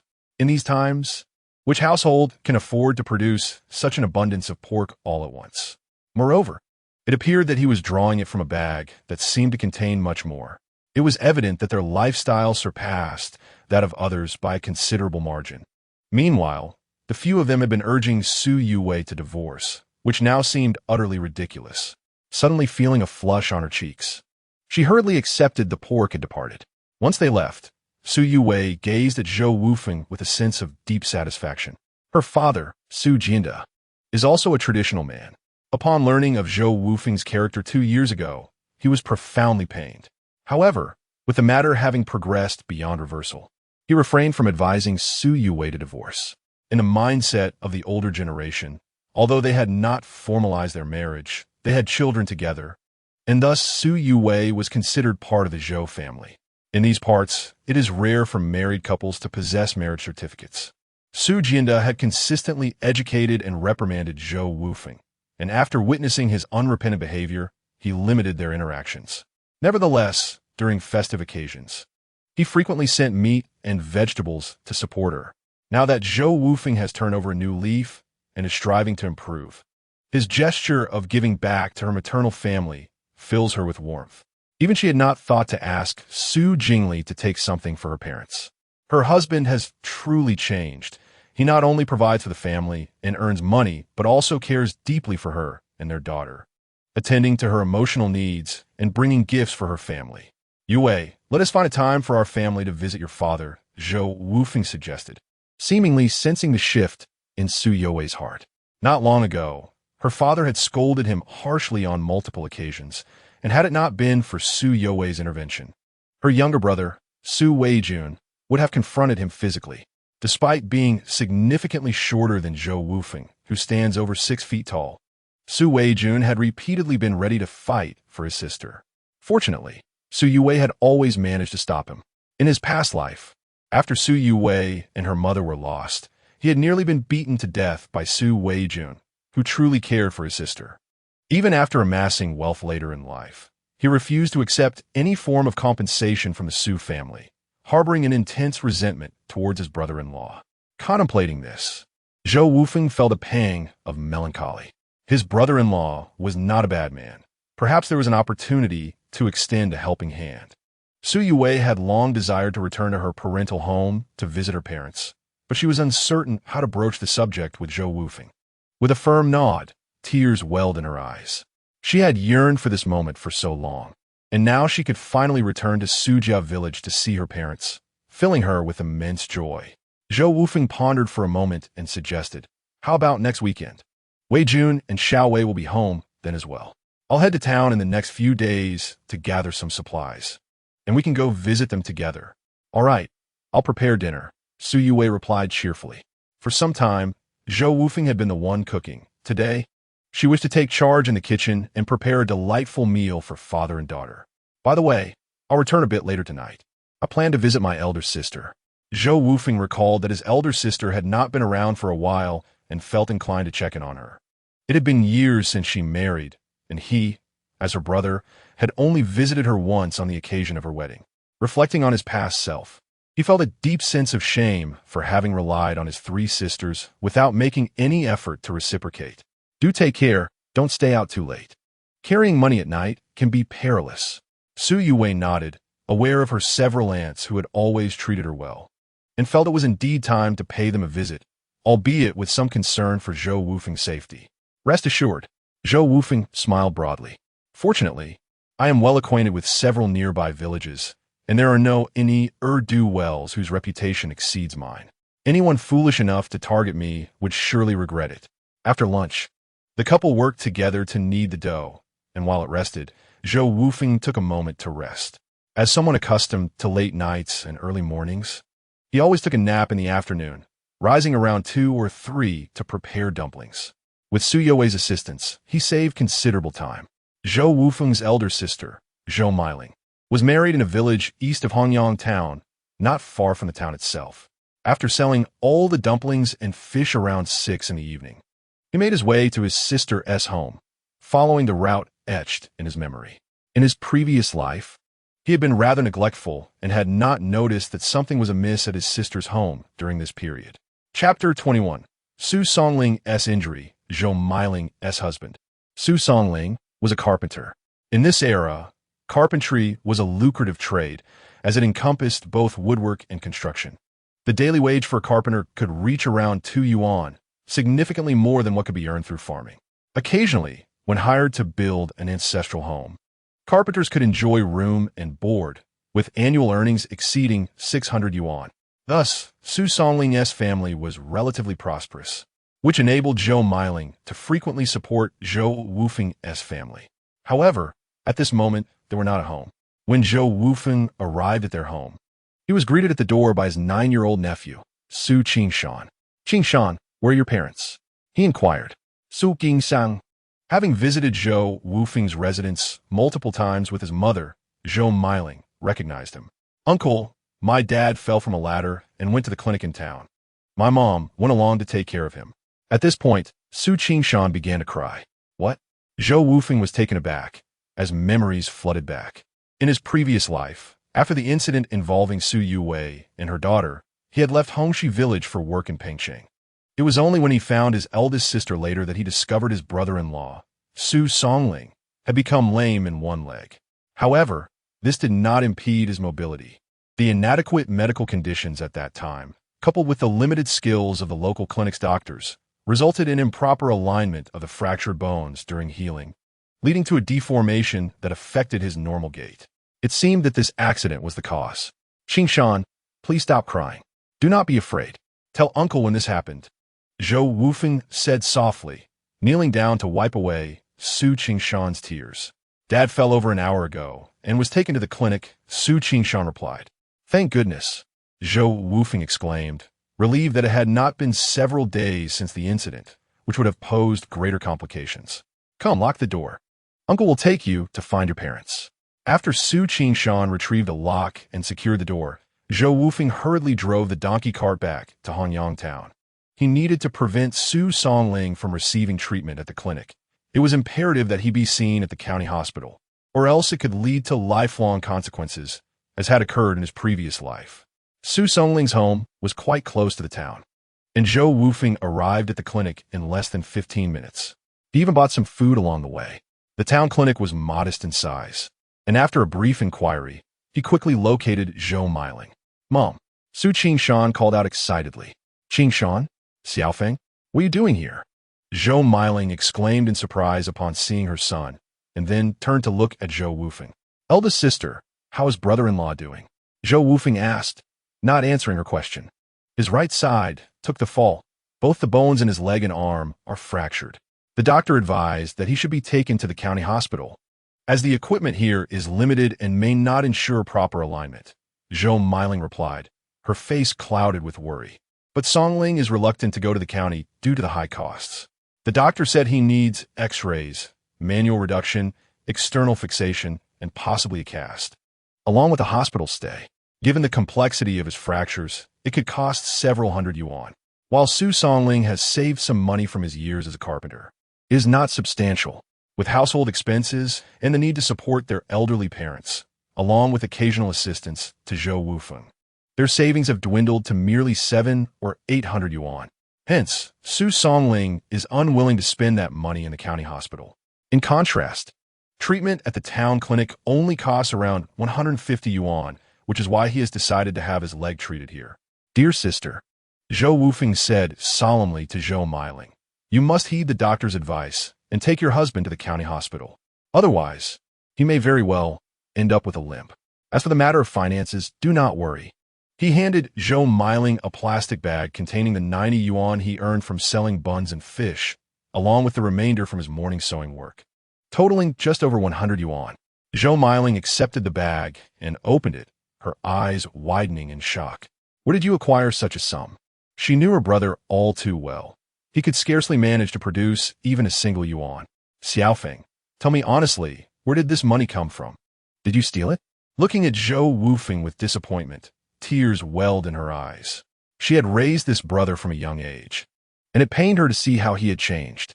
Previously, his laziness was tolerable, as it was not illegal, but now he seemed to have resorted to thievery.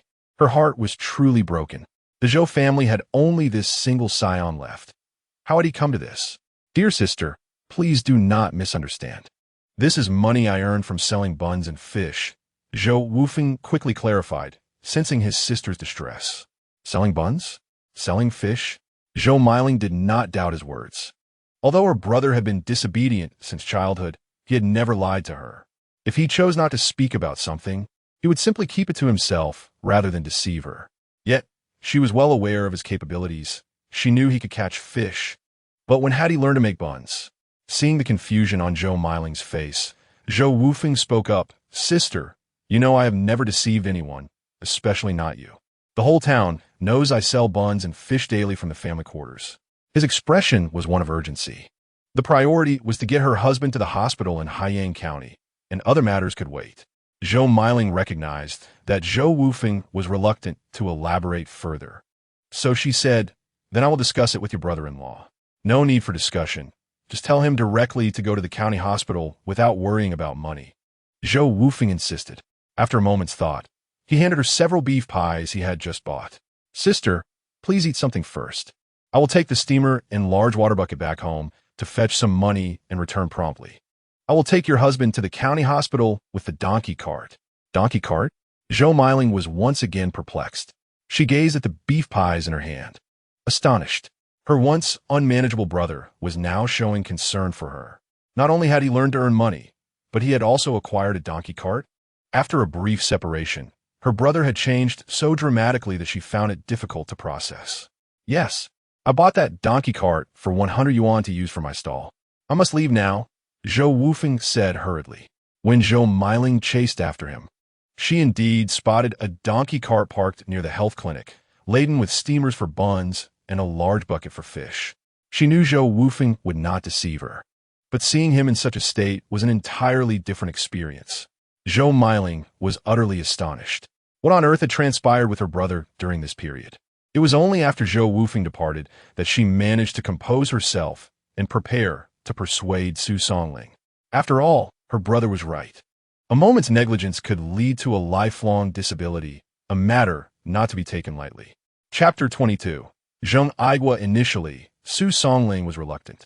It was not until Zhou Miling presented him with the over 100 yuan given by Zhou Wufeng and recounted her brother's words that he was left in a state of shock. He was not unaware of his brother-in-law's character, but Zhou Miling's account seemed too fantastical. Yet the evidence was undeniable. The donkey cart was laden with large steamers and water buckets, leaving no room for doubt. However, Zhou Miling was unable to articulate the details, as Zhou Wufeng had left in such haste that she had not had the opportunity to grasp the entire situation. What was certain was that Zhou Wufeng had spoken the truth. In the end, Su Songling felt a flicker of interest. His only concern was that after depleting his savings, he would be unable to provide for his family, leaving his wife, children, and parents to suffer from hunger. Given that it would take at least 3 months for him to recover from his injuries, he resolved to seek treatment at the town's health clinic. Now that his brother-in-law was willing to assist him financially, he naturally agreed to visit the county hospital, especially since the doctor had indeed warned him of the risk of becoming lame. Ultimately, Su Songling consented to treatment at the county hospital. Meanwhile, Zhou Wufeng hurried home, briefly explaining the situation to Su Yuwei before requesting 500 yuan from her and quickly preparing to set off with the donkey cart. Wufeng, wait. I'll go with you, called out Su Yuwei, emerging with Iya in her arms. You've always taken such good care of our family. It is only right that I visit my injured brother-in-law. It's already dark. You should stay home with Iya and go tomorrow instead. Besides, I'm only taking my brother-in-law to the county hospital. The cart cannot accommodate so many people. Zhou Wufeng replied after a moment's thought. Su Yuwei insisted that her presence would be of no help, as she would have to walk back later, which was far too perilous. Upon returning to the town's health clinic, only half an hour had passed. Upon reaching the ward, Zhou Wufeng said to Zhou Miling, Sister, you and Qing Shan should return home. I'll take my brother-in-law to the county hospital. You can come back tomorrow. That won't do. I must accompany you. Zhou Miling was adamant. After all, he was her husband, and she needed to care for him personally. Surely we cannot leave Qing Shan alone at home? Zhou Miling pondered for a moment, and then suggested that Qing Shan accompany them as well. Reluctantly, Zhou Wufeng agreed to let Zhou Miling and her child join him. He handed her a bag containing a thick stack of bills. Sister, this is 500 yuan. I didn't allow Yue to come along. Take this money for hospital expenses and let me know if it's insufficient. Zhou Miling gasped in astonishment, completely taken aback. Su Songling, standing nearby, mirrored her shock. Both of them flabbergasted by the sum of 500 yuan. Every single day of the year, with the exception of a few days during the New Year celebrations. Well, has he ever taken a break?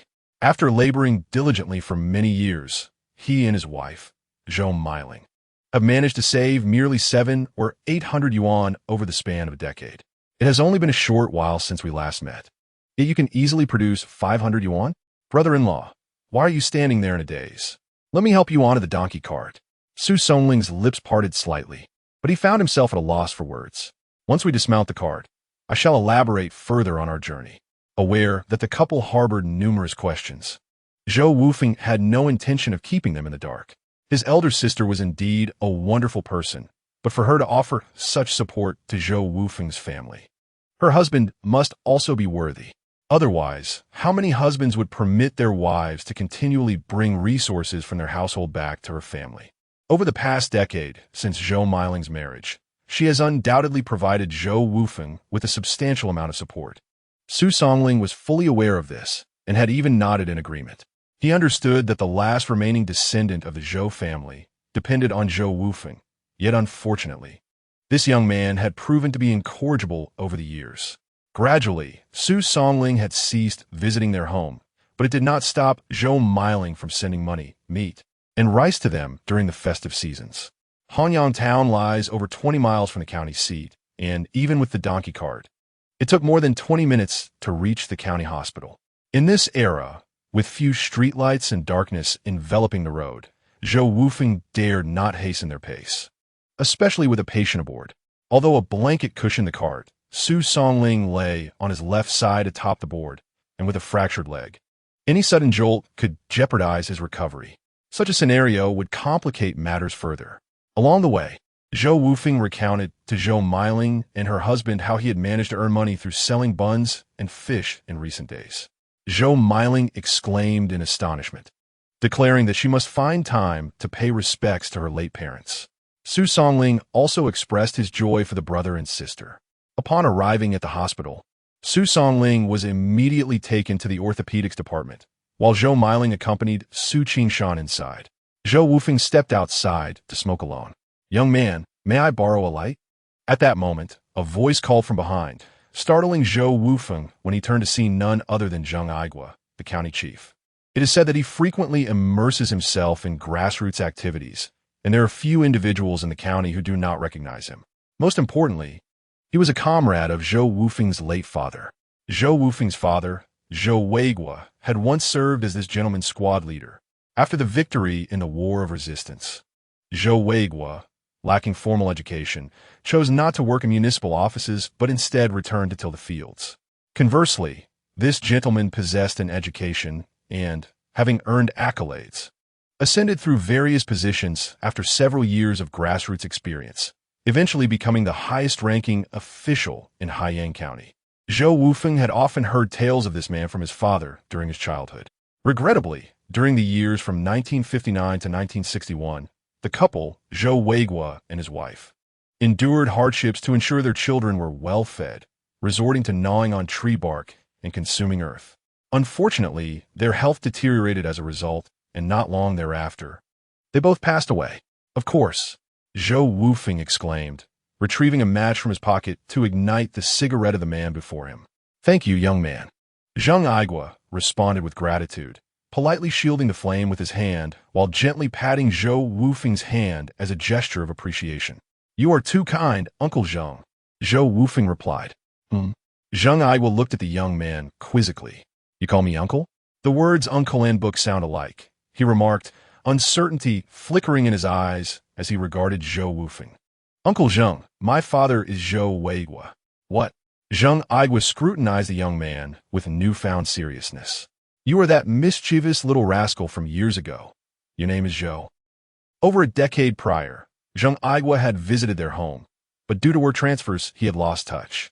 "Uncle Zheng, I am Zhou Wufeng," he introduced himself, feeling a twinge of shame in the presence of this humble and diligent man who was known for laboring alongside the villagers in the fields, connecting with the community. He detested those who were indolent and unwilling to work. "Is your father well?" "It has been years since I last saw the old squad leader," Zheng Aigua inquired, a nostalgic expression crossing his face as he warmly remembered Zhou Wufeng's father. A pained look crossed Zhou Wufeng's features. "My parents departed not long after those years." "Departed?" During those years, Zheng Aigua inhaled deeply, recalling the widespread famine of that time, his heart heavy with memories. As a teenager, he had received much care from Zhou Weigua. He had always held a deep respect for this older brother figure, but work transfers had kept him away, and he had only recently returned to Haiyang County. Despite numerous visits to the countryside over the years, his busy schedule had prevented him from visiting his old squad leader. leading to the regrettable reality that he had passed without his knowledge. I recall your family lived in Hongxi Village, Hanyang Town. What brings you to the county hospital? Has something happened? He felt a sense of obligation to repay the kindness Zhou Weigua had shown him, and with Zhou Wufeng now at the hospital, he wondered if there was something he could assist with. My brother-in-law had an accident at work and broke his leg. We're here for treatment, Zhou Wufeng explained honestly, though he harbored a multitude of thoughts upon encountering Zheng Aigua. Oh, is it serious? Do you have enough funds? Zheng Aigua inquired with concern, eager to offer assistance. Yes, it's sufficient, Uncle Zheng. By the way, what brings you to the hospital? Are you unwell? Zhou Wufeng deliberately asked, noting that Zheng Aigua seemed perfectly fine, casually smoking and chatting, which made him suspect that there was another reason for his presence at the hospital. I'm perfectly well. I'm here for research purposes, just work-related matters. Zheng Aigua responded cautiously, choosing his words carefully and opting to say no more. Zhou Wufeng was quite taken aback. He knew that this man, who typically exhibited exemplary conduct and often worked overtime, was at this hour not due to familial concerns regarding someone in the hospital, but rather on official business. By the way, Uncle, I have a matter I wish to consult you about. Seizing the rare opportunity to engage with this esteemed individual, Zhou Wufeng produced a cigarette and offered it to Zheng Aigua, continuing, Uncle, given that the reform and opening up has been underway for quite some time, I wonder if I am now eligible to apply for a business license as a sole proprietor. Upon hearing this, Zheng Aigua fixed his gaze intently on Zhou Wufeng. You wish to become a sole trader? Indeed, Uncle. I read in the newspaper that the government supports the development of individual enterprises. As a descendant of old revolutionaries, I feel compelled to respond to the call. Zhou Wufeng spoke with unflinching bravado, despite the absurdity of his assertions. Zheng Aigua, bemused, noted the disparity in eloquence between Zhou Wufeng and his father, who was known for his straightforward demeanor. Nevertheless, he replied, as of September, the registration management for sole proprietors has already been reinstated, so applications for business licenses have indeed been possible for some time. As the head of Haiyang County, he faced considerable challenges. The entrenched notions and antiquated beliefs of the farmers and workers were quite pronounced, and even after nearly 2 months, no one in the county had come forward to apply for a business license as a sole proprietor. This lack of initiative hindered his efforts. He wondered how this young man dared to pursue such a venture, an endeavor that most would avoid. It was well known that individual businesses were precarious. A misstep could lead to ruin.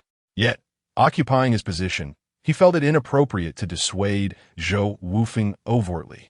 Instead, he offered a subtle caution. Wufeng, this line of business is not easily navigable. You lack experience. Perhaps further study would be prudent?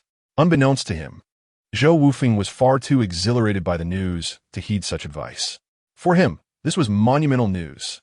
He had just realized that it was indeed possible to apply for a business license as of September. He nearly allowed outdated information from his previous life to mislead him. However, this was not entirely his fault. At that time, societal attitudes were conservative, and acceptance of individual enterprises required time, coupled with insufficient promotion. It was not until late October that the first application was successfully processed nationwide. Thank you, Uncle, I understand now. Just then, a group of individuals clad in Zhongshan suits approached Zheng Aigua. With a wave of his hand, Zheng Aigua remarked, Wufeng, we have concluded our business here. We must take our leave. After taking a few steps, he suddenly turned back, pointing to another middle-aged man beside him, saying, by the way, this is Director Xia from the county's Industrial and Commercial Bureau. Should you have any inquiries, feel free to consult him. If you encounter any insurmountable issues, do not hesitate to seek me out. After exchanging a few words with Director Xia, he departed from the hospital in haste. Zhou Wufeng expressed his gratitude profusely, though Zheng Aigua appeared in a rush, seemingly occupied with urgent matters. However, Director Xia chose to remain. Hello, Director Xia. My name is Zhou Wufeng, and I would like to consult you regarding the registration of an individual business license. Zhou Wufeng politely offered a peony brand cigarette as he spoke. Upon hearing the inquiry about individual businesses, Xia demeanor instantly brightened with enthusiasm. It has been nearly 2 months since the government resumed the registration management for individual businesses. Yet the entire Industry and Commerce Bureau had not received a single applicant until now. This situation placed considerable pressure on Xia Min. Therefore, he was genuinely delighted to hear someone seeking information. Zhou Wufeng sighed inwardly, feeling fortunate to be in an era where leaders maintain close ties with the populace. They often immerse themselves in grassroots communities, addressing the concerns of the people earnestly. Moreover, their lifestyle is modest and unpretentious, placing great importance on the opinions of the citizens. After nearly half an hour of conversation with Xia Min, Zhou Wufeng clarified the procedures and requirements for registering an individual business and scheduled a time to return. Both men departed, content with their discussion. Naturally, Xia Min returned home, while Zhou Wufeng headed back to the hospital. Xiaofeng, where have you been? I've been looking for you. Upon returning to the ward, Zhou Miling reproached Zhou Wufeng. Big sister, I just stepped out for a smoke. You won't believe who I ran into. Zhou Wufeng exclaimed, his excitement palpable as he recounted the encounter to Zhou Miling. She listened, astonished. Although Ren Aigua frequently visited the countryside, the individuals surrounding him were primarily village production team leaders, village secretaries, township captains, and mayors. The farmers could only observe from a distance. Despite her father Zhou Weigua's connection with Ren Aigua, such relationships tend to fade over time once individuals part ways. Fortunately, Ren Aigua seemed to value old connections. Being able to converse with Zhou Wufeng and introduce him to others was quite commendable. Zhou Miling promptly advised her brother to remember this kindness. However, the concept of an individual business license left Zhou Miling and Su Songling perplexed. Being from a rural background, they were somewhat isolated from information and had not paid attention to matters of national and public interest. After Zhou Wufeng explained, they understood that it was akin to a license, a legitimate permit to conduct business. By the way, Xiaofeng, the doctor mentioned that the medical expenses will only amount to a little over 200, which our family can afford.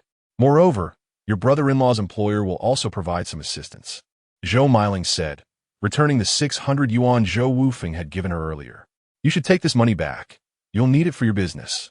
She felt immense joy at the prospect of Zhou Wufeng finally being able to support a family and was reluctant to spend his money. Nevertheless, considering all the help Zhou Miling had given their family, Zhou Wufeng insisted on contributing, ultimately convincing her to accept 100 yuan. Su Songling required hospitalization, and that night, Zhou Miling stayed at the hospital to care for him, while Zhou Wufeng took Su Qingshan back to his home, intending to relieve his elder sister the following day after finishing his market stall. Upon returning home, Zhou Wufeng discovered that Su Yue had already prepared the dough for him. With flour dusting her face, she resembled a little kitten, softening Zhou Wufeng's heart. He returned the 500 yuan he had brought home to Su Yue, gently wiping the flour from her cheeks and informing her about Su Songling's condition. Glancing around their modest dwelling, which consisted of merely one room and a bed, Zhou Wufeng felt somewhat helpless and remarked, "Tonight, Qingshan and I will sleep on the floor, while you and Yaya take the bed. Tomorrow, I will escort him back home. He has school the day after. You'll be leaving for the market early, so let the child sleep in a bit. When dawn breaks, I will take him to the county town to relieve my sister." Su Yue, being considerate, agreed with his reasoning.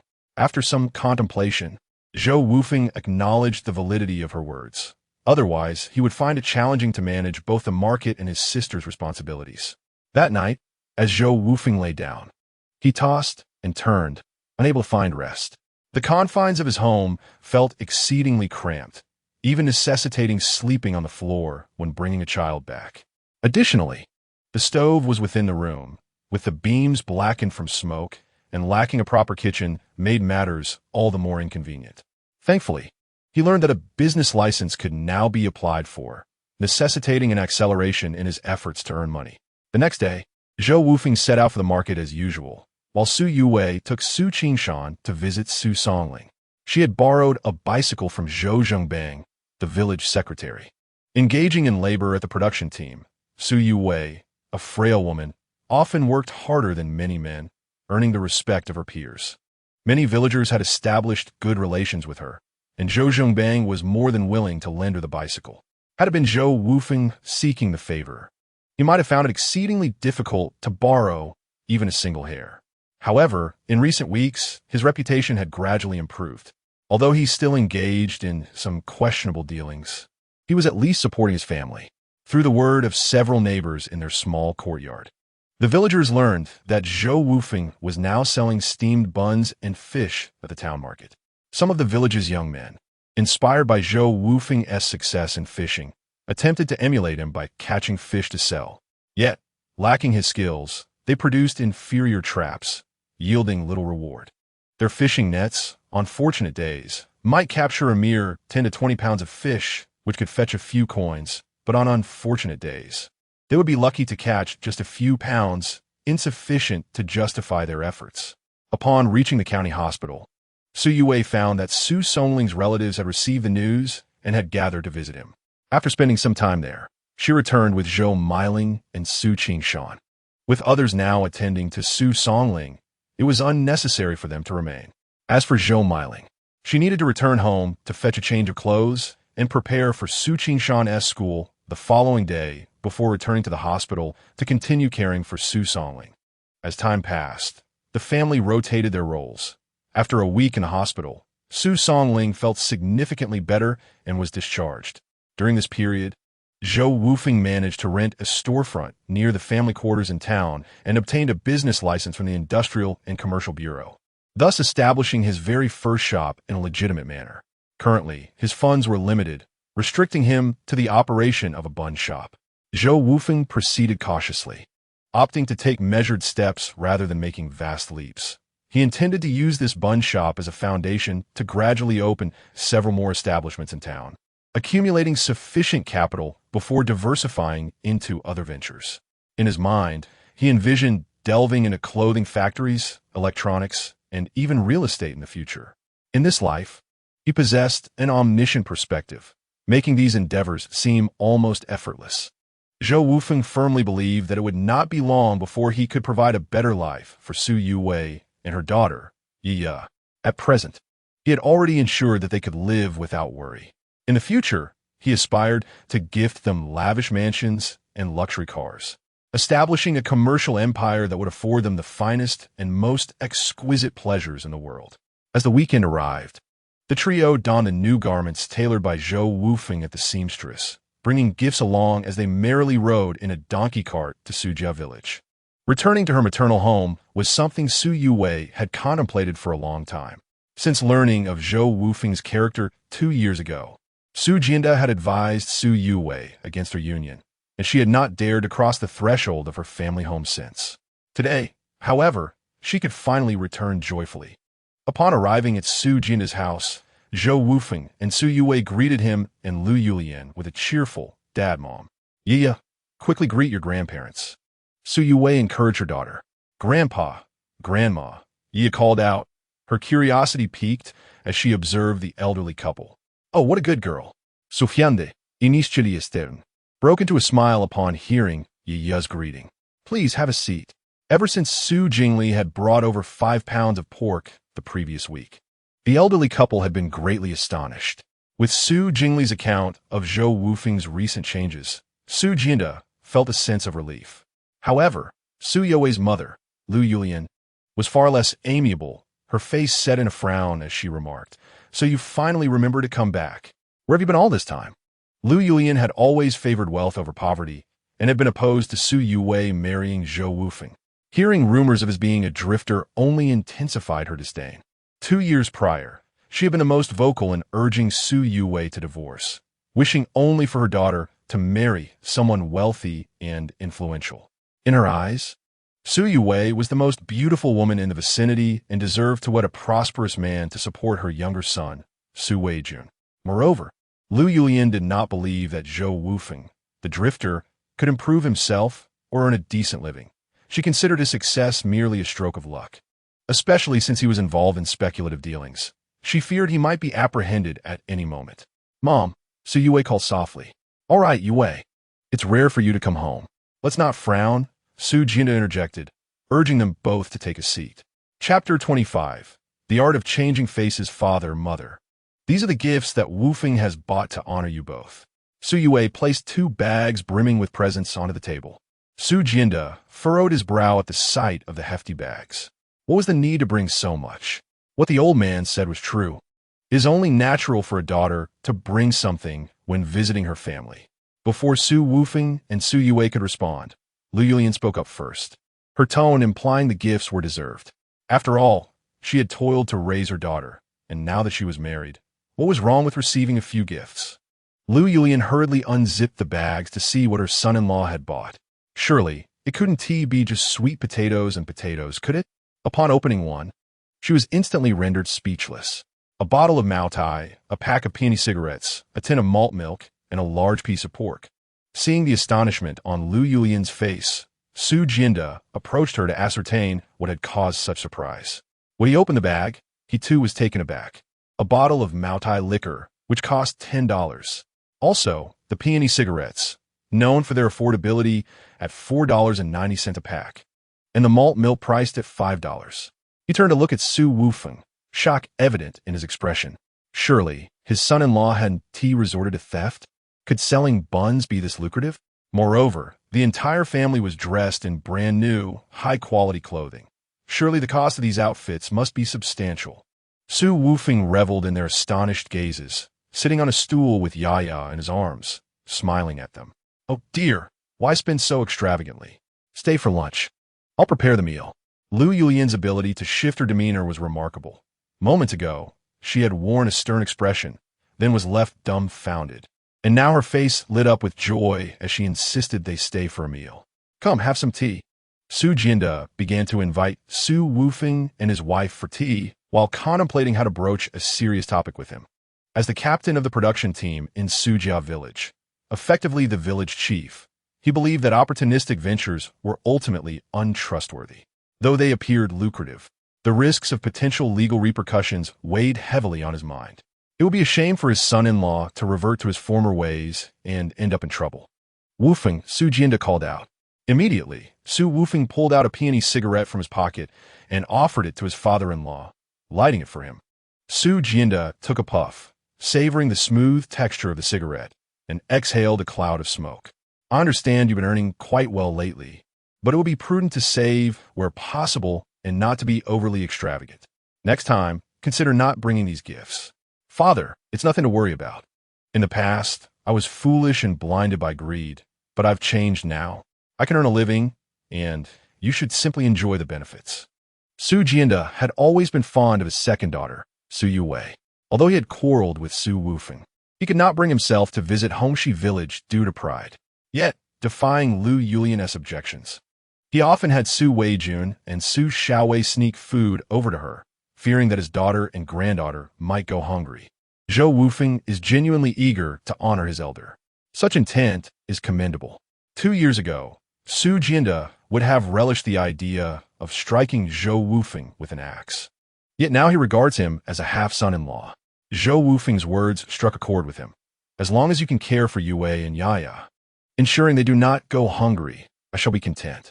Su Jinda's expectations are modest. After a brief contemplation, he continued, however, engaging in speculative ventures carries inherent risks. Father, I am now licensed. Zhou Wufeng, understanding Su Jinda's thoughts, interjected. A few days ago, I visited the local industrial and commercial bureau in Haiyang County and obtained the business license for my individual enterprise. What license? What business license?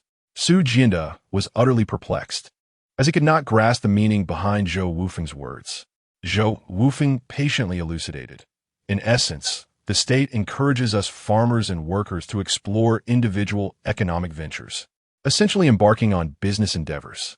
This business license functions as a permit, granting me the legal right to operate a shop and sell goods without fear of being apprehended. After Zhou Wufeng's thorough explanation, Su Jinda finally comprehended his intentions. Yet, he still harbored reservations about the risks associated with business, perceiving it as far less stable than tilling the land with a hoe. Nonetheless, he refrained from dissuading Zhou Wufeng. Su Jinda, though traditional in his thinking, was not obstinate. Given that others were beginning to profit, he saw no reason to advise against it now that the risks seemed mitigated. At that moment, Su Weijun and Su Xiaowei entered through the doorway. Su Jinda was blessed with 3 daughters and 1 son. His eldest daughter, Su Meiwei, his second daughter, Su Yue, his youngest daughter, Su Xiaowei, and his son, Su Weijun. Su Weijun was 2 years older than Su Xiaowei and 2 years younger than Su Yuwei. Upon seeing Su Yuwei and Zhou Wufeng, their expressions turned subtly awkward, although they were aware of their brother-in-law's transformation. They found it difficult to lower their guard and address him directly, especially Su Weijun, who had harbored thoughts of physically confronting Zhou Wufeng on numerous occasions, felt a twinge of discomfort upon their meetings. Sister, the two spoke in unison.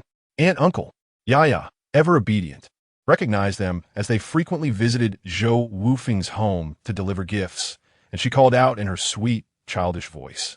However, Su Jianda adopted a stern demeanor and stated gravely, "Have your eyes failed you? Do you not see your brother-in-law?" It was quite embarrassing for him, considering even the little granddaughter could address others. Only then did Su Weijun and Su Xiaowei obediently greet him as brother-in-law. Weijun Xiaowei, it was inappropriate to address me as brother-in-law in the past.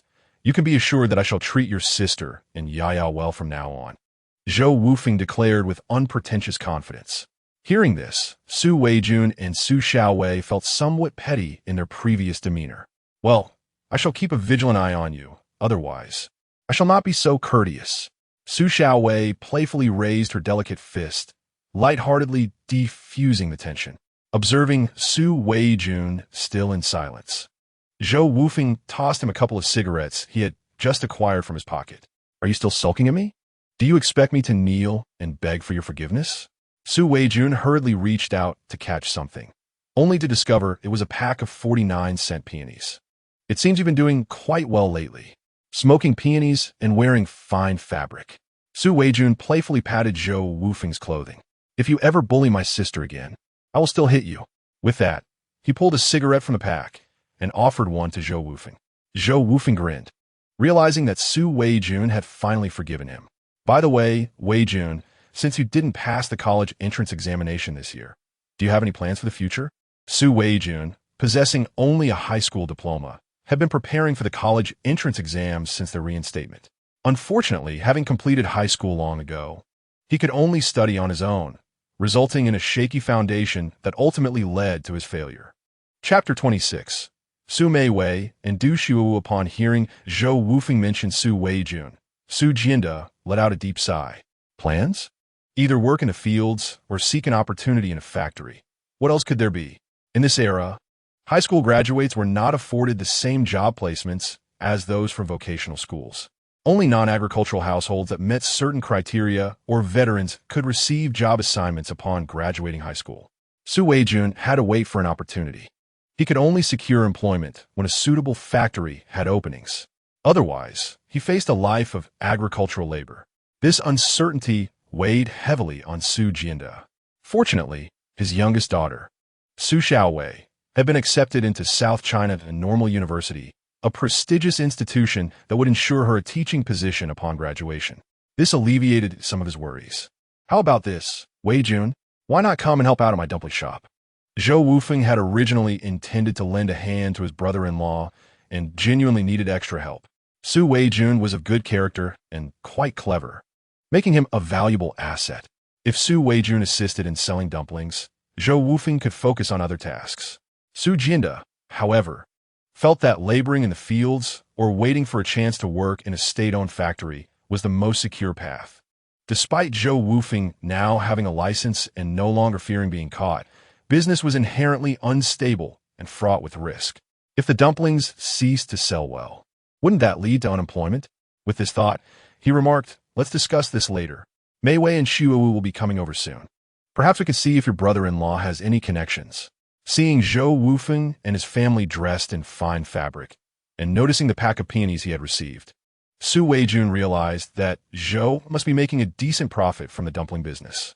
He initially intended to agree to the offer, but met Su Jianda's serious gaze.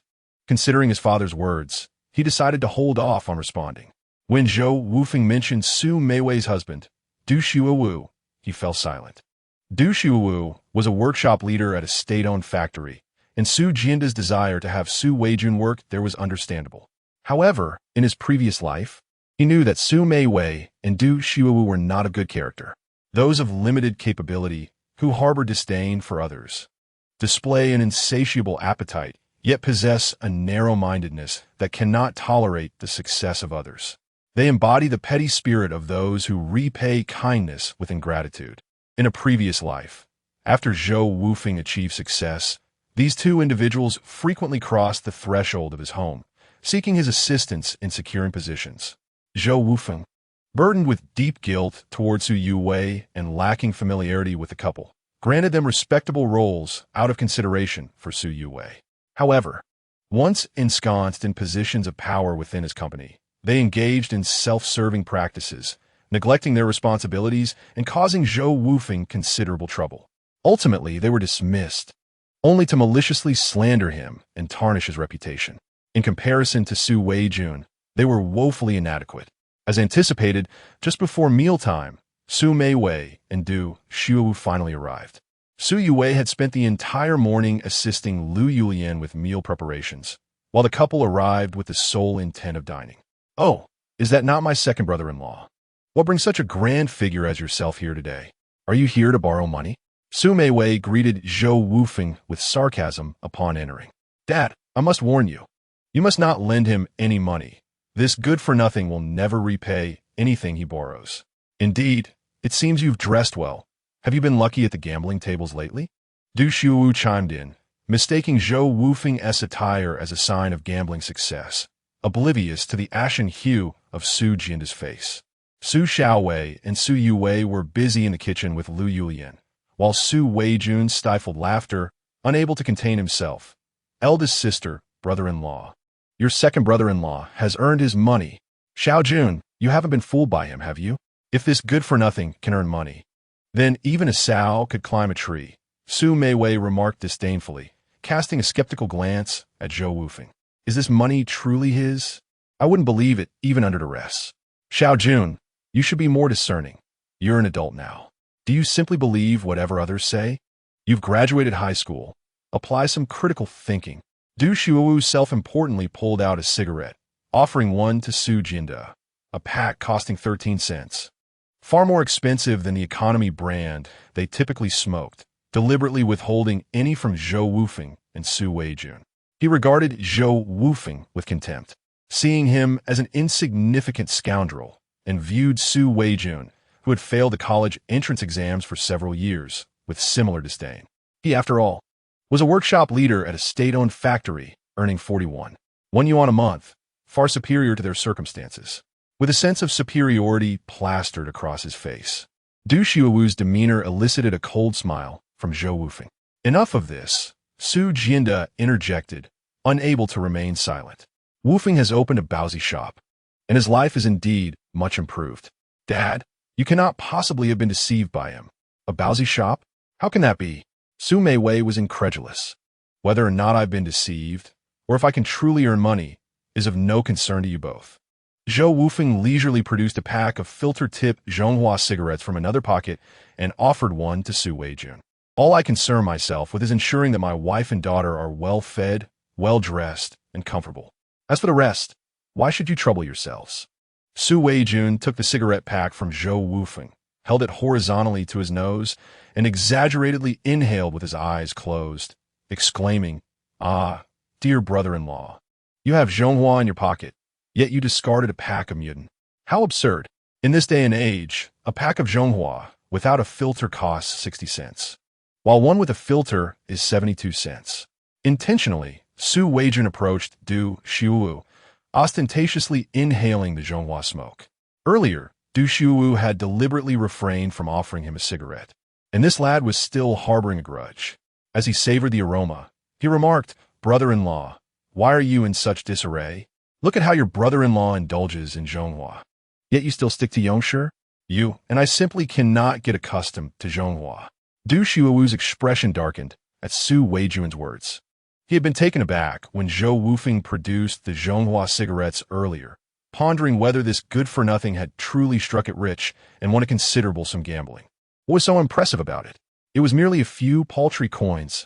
Su Meiwei looked at him with disdain, asserting, "Our family S. Xiuwu earns his money legitimately from the factory, unlike some who resort to underhanded tactics." "Who is engaging in underhanded tactics?" At that moment, Su Yue returned from the kitchen just in time to hear their conversation. She entered the room and coldly addressed Su Meiwei. Throughout her life, regardless of how challenging circumstances became, she had never spoken ill of her husband in front of others, especially not in front of her own sister. Not even if the person was her elder sister would she permit such disparagement of her husband. You still don't understand, do you? Who else could I be referring to? Su Meiwei turned her face away, exuding an air of superiority. For her, being married to a workshop foreman at a state-run factory was her greatest pride in life. She believed she was far superior to many women in the surrounding area. Even if her younger sister were far more beautiful, it hardly mattered. She had married a drifter and was now living a hard life. Chapter 27. The divine assist of Su Weijun and Su Xiaowei. Su Yue gazed at her elder sister, her lips quivering with rage. She was gentle, kind, and somewhat naive, yet she would not allow her elder sister to speak ill of her husband. You claim Wufeng is a good-for-nothing? What evidence do you have for such accusations? If you continue down this path, do not expect me to recognize you as my sister any longer. All right, let us cease this bickering. It is not every day that our family gathers for a meal, Lu Yulian interjected, attempting to mediate.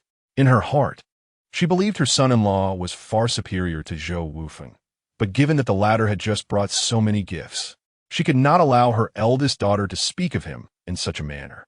She subtly signaled for her daughter to help set the table for dinner. Despite feeling angered that her younger sister would forsake her for a drifter, Su Meiwei felt it unwise to voice her complaints, especially since their mother had spoken. Reluctantly, she began to tidy the table. Upon noticing the two large bags on the table, she opened one, gasping in surprise. "Father, what is the occasion today? You have bought a bottle of mitai, a pack of mutant cigarettes, and a bottle of milk essence." Su Meiwei felt a surge of displeasure, recalling that she had recently approached him for a loan. Du Xiuwu was poised to compete for the position of workshop director. Although his salary was substantial, he bore the burden of supporting a large family and, coupled with his lack of frugality, found himself with little savings. Thus, he contemplated borrowing some money from his family to curry favor. However, Su Jianda coldly informed him that there were no funds available. What money could buy these items? He retorted, "Sister, you misunderstand." At this moment, Su Weijun interjected, "These items were purchased by our second brother-in-law as a token of respect for our father." "What?" Su Meiwei exclaimed, her face draining of color. "Surely, these items must total several dozen yuan. How could a street ruffian afford such luxuries?" She stood frozen, clutching the bag's opening, casting a glance at Lu Yulian. Upon confirming from the other gaze that these items were indeed bought by Zhou Wufeng, she was momentarily taken aback. Su Meiwei's eyes darted nervously. No one could discern her thoughts. She prepared to stow away the two bags, but the more she feared something, the more it seemed to manifest. Just then, Su Xiaowei entered from outside, spotting her elder sister carrying two large black bags. Assuming they were gifts for their parents, she cheerfully inquired, "Sister, what have you brought for Mom and Dad?" "Just now, our second brother-in-law purchased many valuable items." At her words, the expressions of both Du Xiuwu and Su Meiwei visibly soured. The atmosphere in the room became thick with embarrassment. Normally sharp-tongued, Su Meiwei found herself at a loss for words. When did they ever bring gifts when visiting their family? Being publicly questioned by her younger sister made Zhou Meiwei's usually thick skin falter. Du Xiuwu, mustering his courage, awkwardly replied, "Well, your brother-in-law and your sister were in a hurry and forgot to buy anything. We'll make it up next time." "Huh?" Su Xiaowei was taken aback, realizing that her sister was indeed holding the very bags their second brother-in-law had just brought. She exchanged knowing glances with Su Weijun, and they both stifled laughter in unison. Zhou Wufeng, observing Su Xiaowei and Su Weijun's secretive amusement, recognized that Su Xiaowei's comment was far from innocent. They had been at home long enough to know that their elder sister and brother-in-law never brought gifts when visiting. Su Xiaowei had deliberately provoked the situation. She shared a close bond with her second sister, Su Yue, and recalled how their often dismissed brother-in-law, a supposed street ruffian, always brought gifts for his visits, unlike Du Xiu, a workshop leader at a state-owned factory, who, despite his superior living conditions, arrived empty-handed each time. Inevitably, Her frustration led to the earlier scene. "All right, Xiao Wei, go serve the dishes, it's time to eat." Lu Yulian and Su Jinda, not wishing to worsen the atmosphere while seeking Du Shuo's assistance in arranging work for Su Weijun, quickly signaled their youngest daughter to help. With a cheeky grin, Su Xiaowei stuck out her tongue at Su Yuwei before heading to the kitchen to fetch the dishes. Zhou Wufeng remained silent, believing it was only right to buy gifts for his in-laws, indifferent to the actions of others. Moreover, he was well aware of the characters of Su Meiwei and Du Shuo and preferred to keep his distance from them, hoping they would not come seeking him in the future. In his heart, he wished for them to remain oblivious to his capabilities. However, even if they were to discover his prowess, it mattered little. He would willingly share where he deemed fit, and for that which he did not wish to offer. They would find nothing forthcoming, and he would not actively hinder them either. As lunch commenced, Su Jinda uncorked the Maotai wine purchased by Zhou Wufeng, inviting his two sons-in-law to partake. After pouring himself a glass, he filled one for Du Shuowu as well. Just as he was about to serve Zhou Wufeng, the latter interjected, "Father, allow me to pour my own. As a son-in-law, I cannot let you serve me." This simple statement brought a wave of satisfaction to Su Jinda's heart. Despite his lack of formal education, he held onto traditional values, which explained why he was aware that Zhou Wufeng had profited significantly from selling buns, yet refused to let Su Weijun join him in business. Meanwhile, Du Shuo's complexion fluctuated between pale and flushed. He had just permitted Su Jinda to pour for him. As the elder son-in-law, he considered himself superior, but today he found himself at a disadvantage before Zhou Wufeng, which left him feeling deeply frustrated. Noticing Du Shuo's discomfort, Lu Yulian quickly interjected, "We are all family here. There is no need for formality."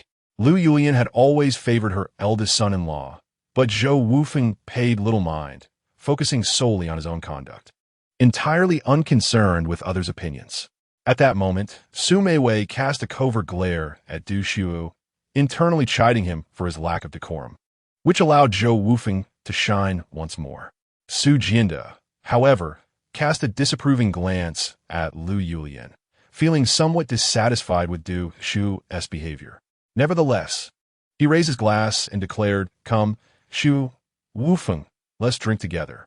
After downing a glass, Su Jinda smacked his lips and praised, "Ah, this Maotai is truly delightful."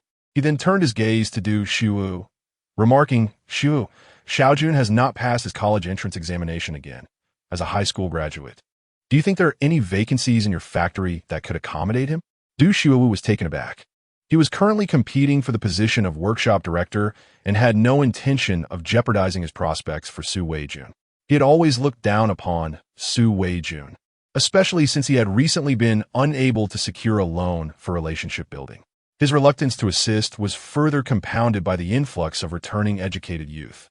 While the factory had some hiring quotas, they were unlikely to extend to Su Weijun.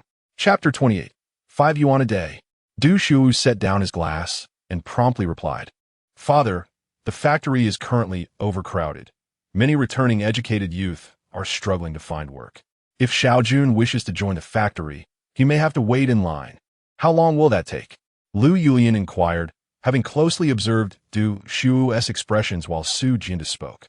Du Shuo cast a glance at Su Meiwei, who immediately understood and remarked, "Mother, we are currently experiencing a wave of urban returnees. If Xiaojun has to queue, it could take several years. It would be more beneficial for him to earn work points in the fields while waiting." Her eyes glinted mischievously as she glanced at the composed Zhou Wufeng, and a sudden idea struck her. She continued, "Isn't Zhou Wufeng quite adept at making money now? Why not have him take Xiaojun along to earn some as well?" Although she refrained from calling Zhou Wufeng a street rogue after the earlier commotion instigated by Su Yuwei, she could not bring herself to refer to him as second brother-in-law. Deep down, she harbored doubts about Zhou Wufeng's acumen for wealth. Her intention in saying this was merely to set him up for failure, ready to revel in his misfortune. Du Shuo and Su Meiwei, as a married couple, were indeed in sync, echoing indeed. Just look at their family. They're all clad in fine fabrics, smoking expensive cigarettes, and possessing lavish gifts. Clearly, They must have amassed considerable wealth. Xiao Jun, following him, is bound to earn money as well. Despite their elevated praise for Zhou Wufeng, he was acutely aware of their ulterior motives. He anticipated that the higher they lifted him, the more painful his eventual fall would be, much like Su Meiwei. Both of them awaiting Zhou Wufeng's inevitable downfall. Su Jian sighed, aware that Zhou Wufeng had indeed earned money, yet he felt that business lacked the stability of factory work, which is why he had inquired about Du Xiuwu's opinion. Meanwhile, Zhou Wufeng remained unfazed, continuing to eat and pretending not to hear as he served dishes to Su Yuwei and Yi Ya. Seeing his demeanor, Du Xiuwu and Su Meiwei assumed that Su Jiandasai indicated a lack of faith in Zhou Wufeng. Moreover, Zhou Wufeng's continued focus on his meal only reinforced their suspicions. They believed he was merely putting on an act, incapable of truly making money, and that any expensive items he possessed were likely won through gambling. They exchanged glances, and Su Meiwei promptly exclaimed, "What is this? Now, although we mentioned Xiao Jun, you pretend not to hear? Have you become mute? Are you unwilling to assist Xiao Jun? Or is your so-called ability to earn merely fade? Older sister, could you please speak more appropriately? If you continue in this manner, we might as well cease all interactions." Su Yuwei set down her utensils and regarded Su Meiwei with seriousness. She had developed a deep affection for Zhou Wufeng over the past month, recognizing his diligent efforts. He had been sending money home daily, and her savings had nearly reached 5,000 yuan. Her heart ached for him, and she treasured him immensely. Despite Su Meiwei being her elder sister, she felt it was unacceptable to speak so disparagingly of Zhou Wufeng, especially to label him as mute.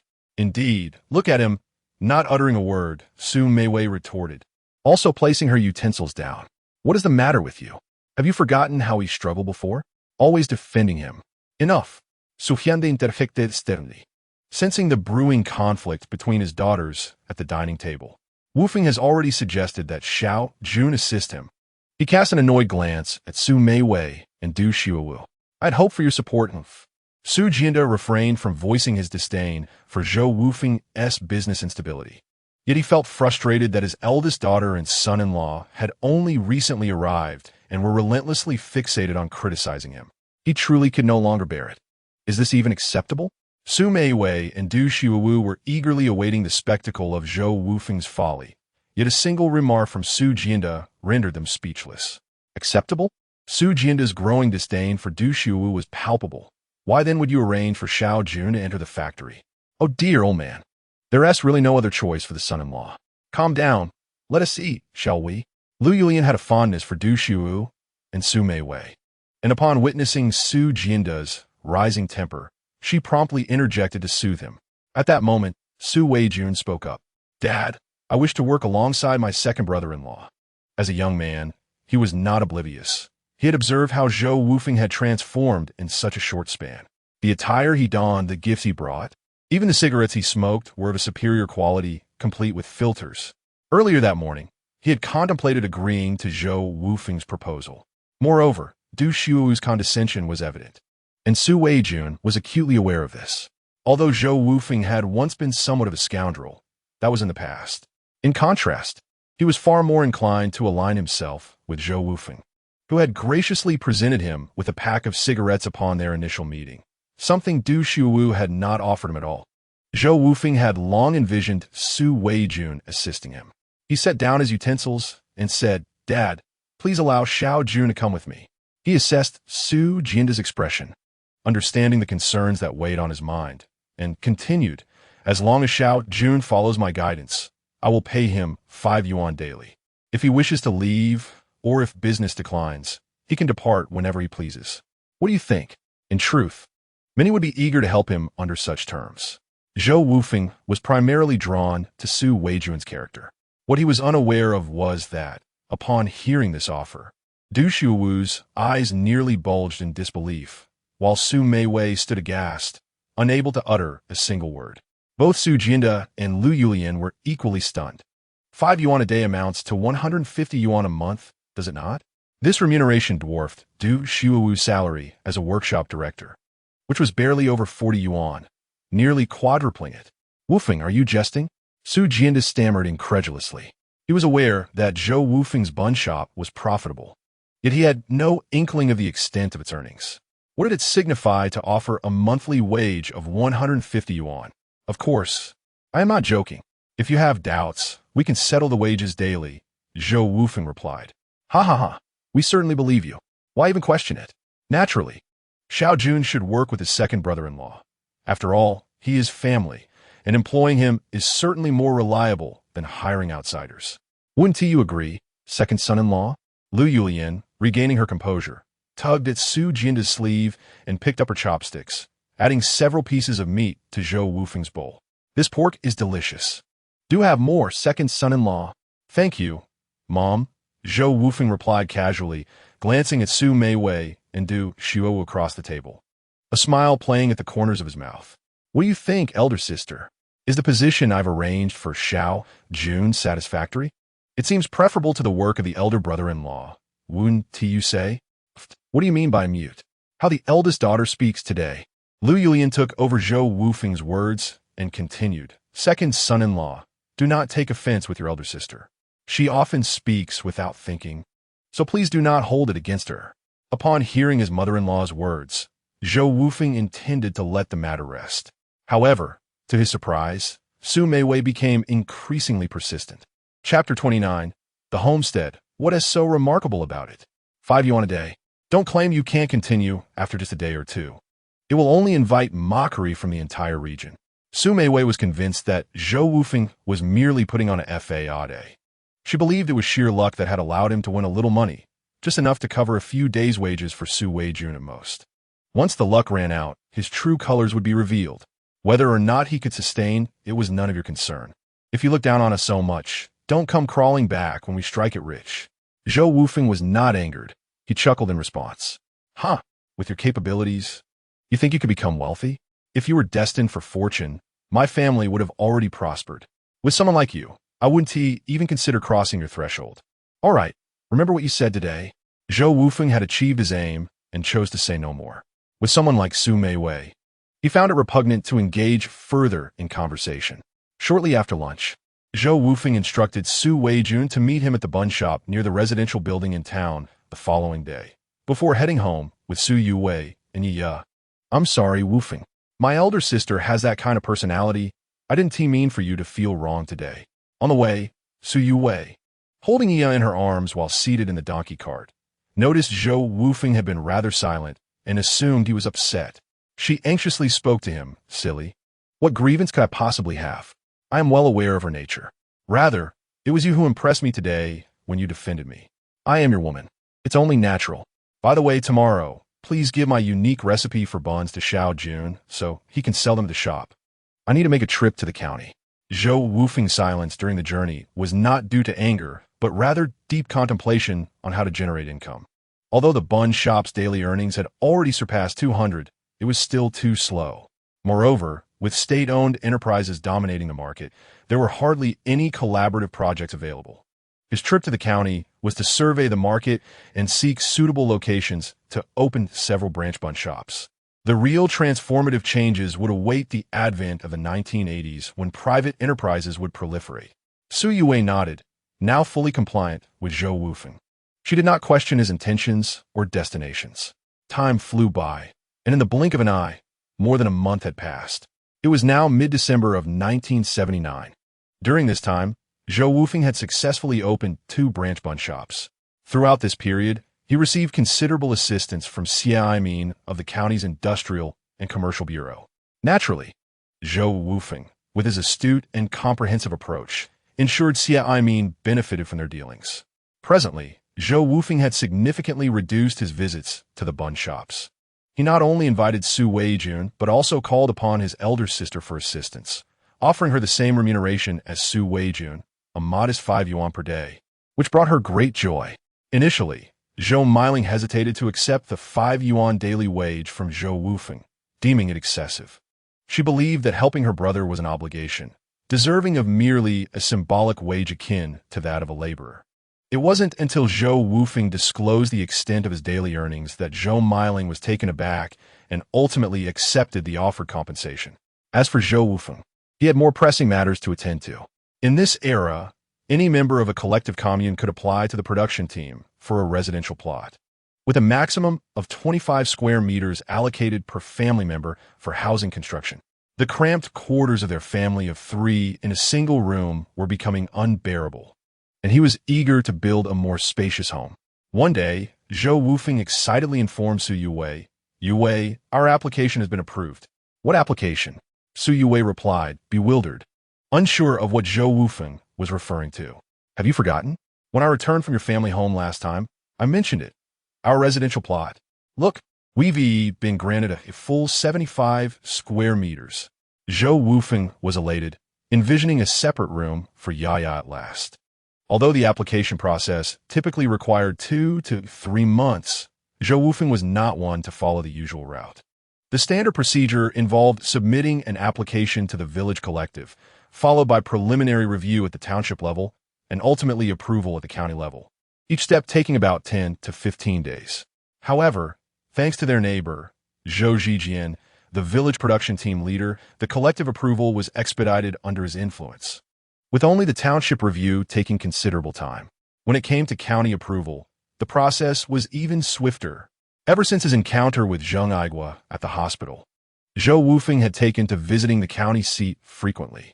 Each visit was ostensibly to engage with Xie Aimin regarding his entrepreneurial endeavors as the first person in the province to obtain a business license for an individual enterprise. But it was also an opportunity to foster his relationship with Zheng Aigua. Gradually, he became a regular patron of the county offices, familiarizing himself with the personnel across various departments. "Really? Where will the land be located?" Su Yuwei was astounded. She had never heard of any farmer securing a residential plot in such a short span of roughly a month. "Naturally, it will be behind our house," Zhou Wufeng explained, pointing to the vacant land directly behind their small courtyard. Their ancestral home, inherited from their parents, spanned approximately 40 square meters, and with the newly approved 75 square meters, they would have over 100 square meters in total. Of course, his acquisition of the land behind their house was also a result of his own efforts. "Behind our house?" Su Yuwei was clearly surprised. She understood Zhou Wufeng's intent perfectly. However, as far as she knew, applications for residential plots in Hongxi village were typically concentrated in the northern part of the village, compelling many to relinquish their ancestral homes. She was uncertain how Zhou Wufeng managed to secure the vacant land behind their house. Yet she felt an exhilarating thrill at the prospect of their family expanding to over 100 square meters. "Indeed, I intend to have my brother-in-law summon workers to construct a house, striving to have our new home completed before the Lunar New Year." Zhou Wufeng is resolute that the benefits will not be squandered on outsiders. He will certainly extend a hand to those who have cared for him. "Well then, you must not shortchange your brother-in-law." "Ah, do you still doubt my capabilities?"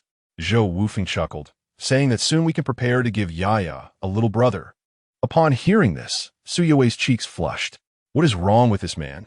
Why is he suddenly preoccupied with such matters? Ever since Yaya was born, he had scarcely mentioned it. It must be noted that in his previous life, Zhou Wufeng favored sons over daughters, and after Su Yuwei bore him a daughter, he truly distanced himself from her. The reason was simple. The former Zhou Wufeng was an ne'er-do-well, with the family relying on Su Yuwei's labor for income. If he were to engage with her and she bore another child, it would mean one more person competing for their limited resources. Furthermore, he lacked the means to procure contraceptive supplies, resulting in Su Yuwei only giving birth to Yaya in 4 years of marriage. Chapter 30. Call me Brother Xie. Soon, Zhou Wufeng summoned Su Songling. Su Songling, a seasoned carpenter with over a decade of experience, arrived with several colleagues upon hearing that his brother-in-law was to build a house. When he learned that the approved land was the vacant lot behind the house, Su Songling and the other craftsmen were quite impressed. According to Zhou Wufeng's vision, he intended to leave some space for a small courtyard and design a layout comprising 2 rooms, a hall, a kitchen, and a bathroom.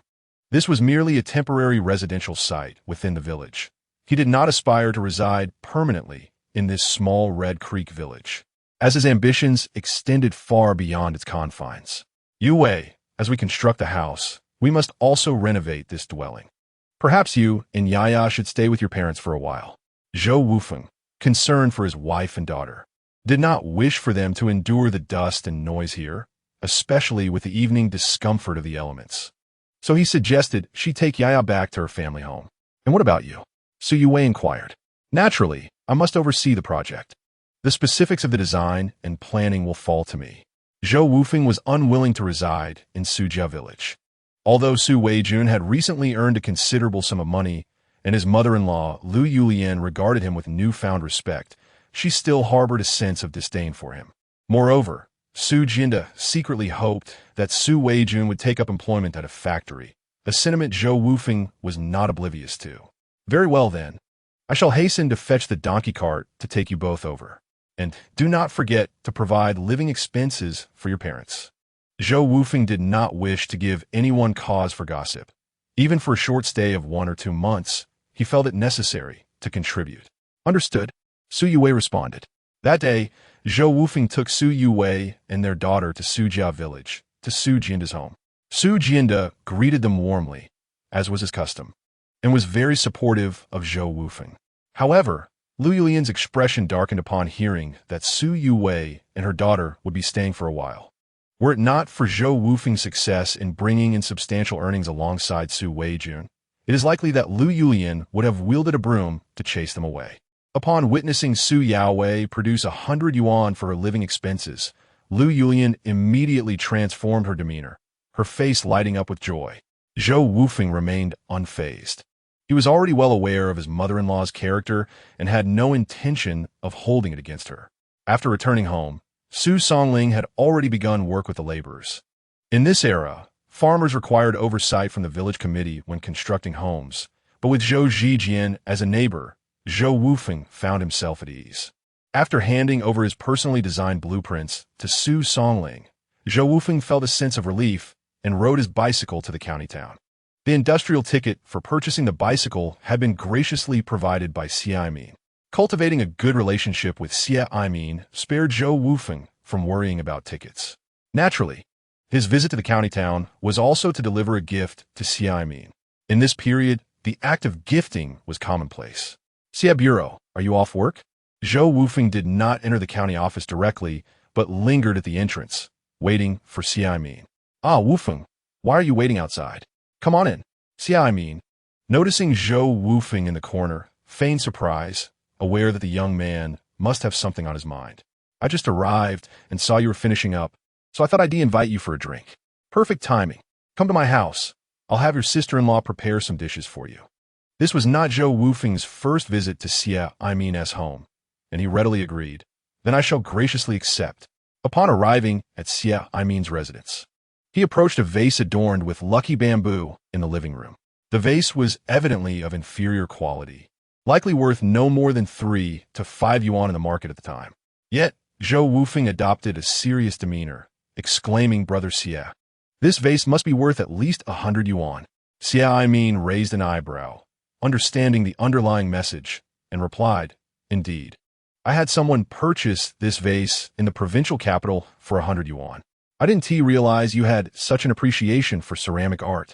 Li Xianglan, Xia Aimin's wife, was in the kitchen preparing a meal.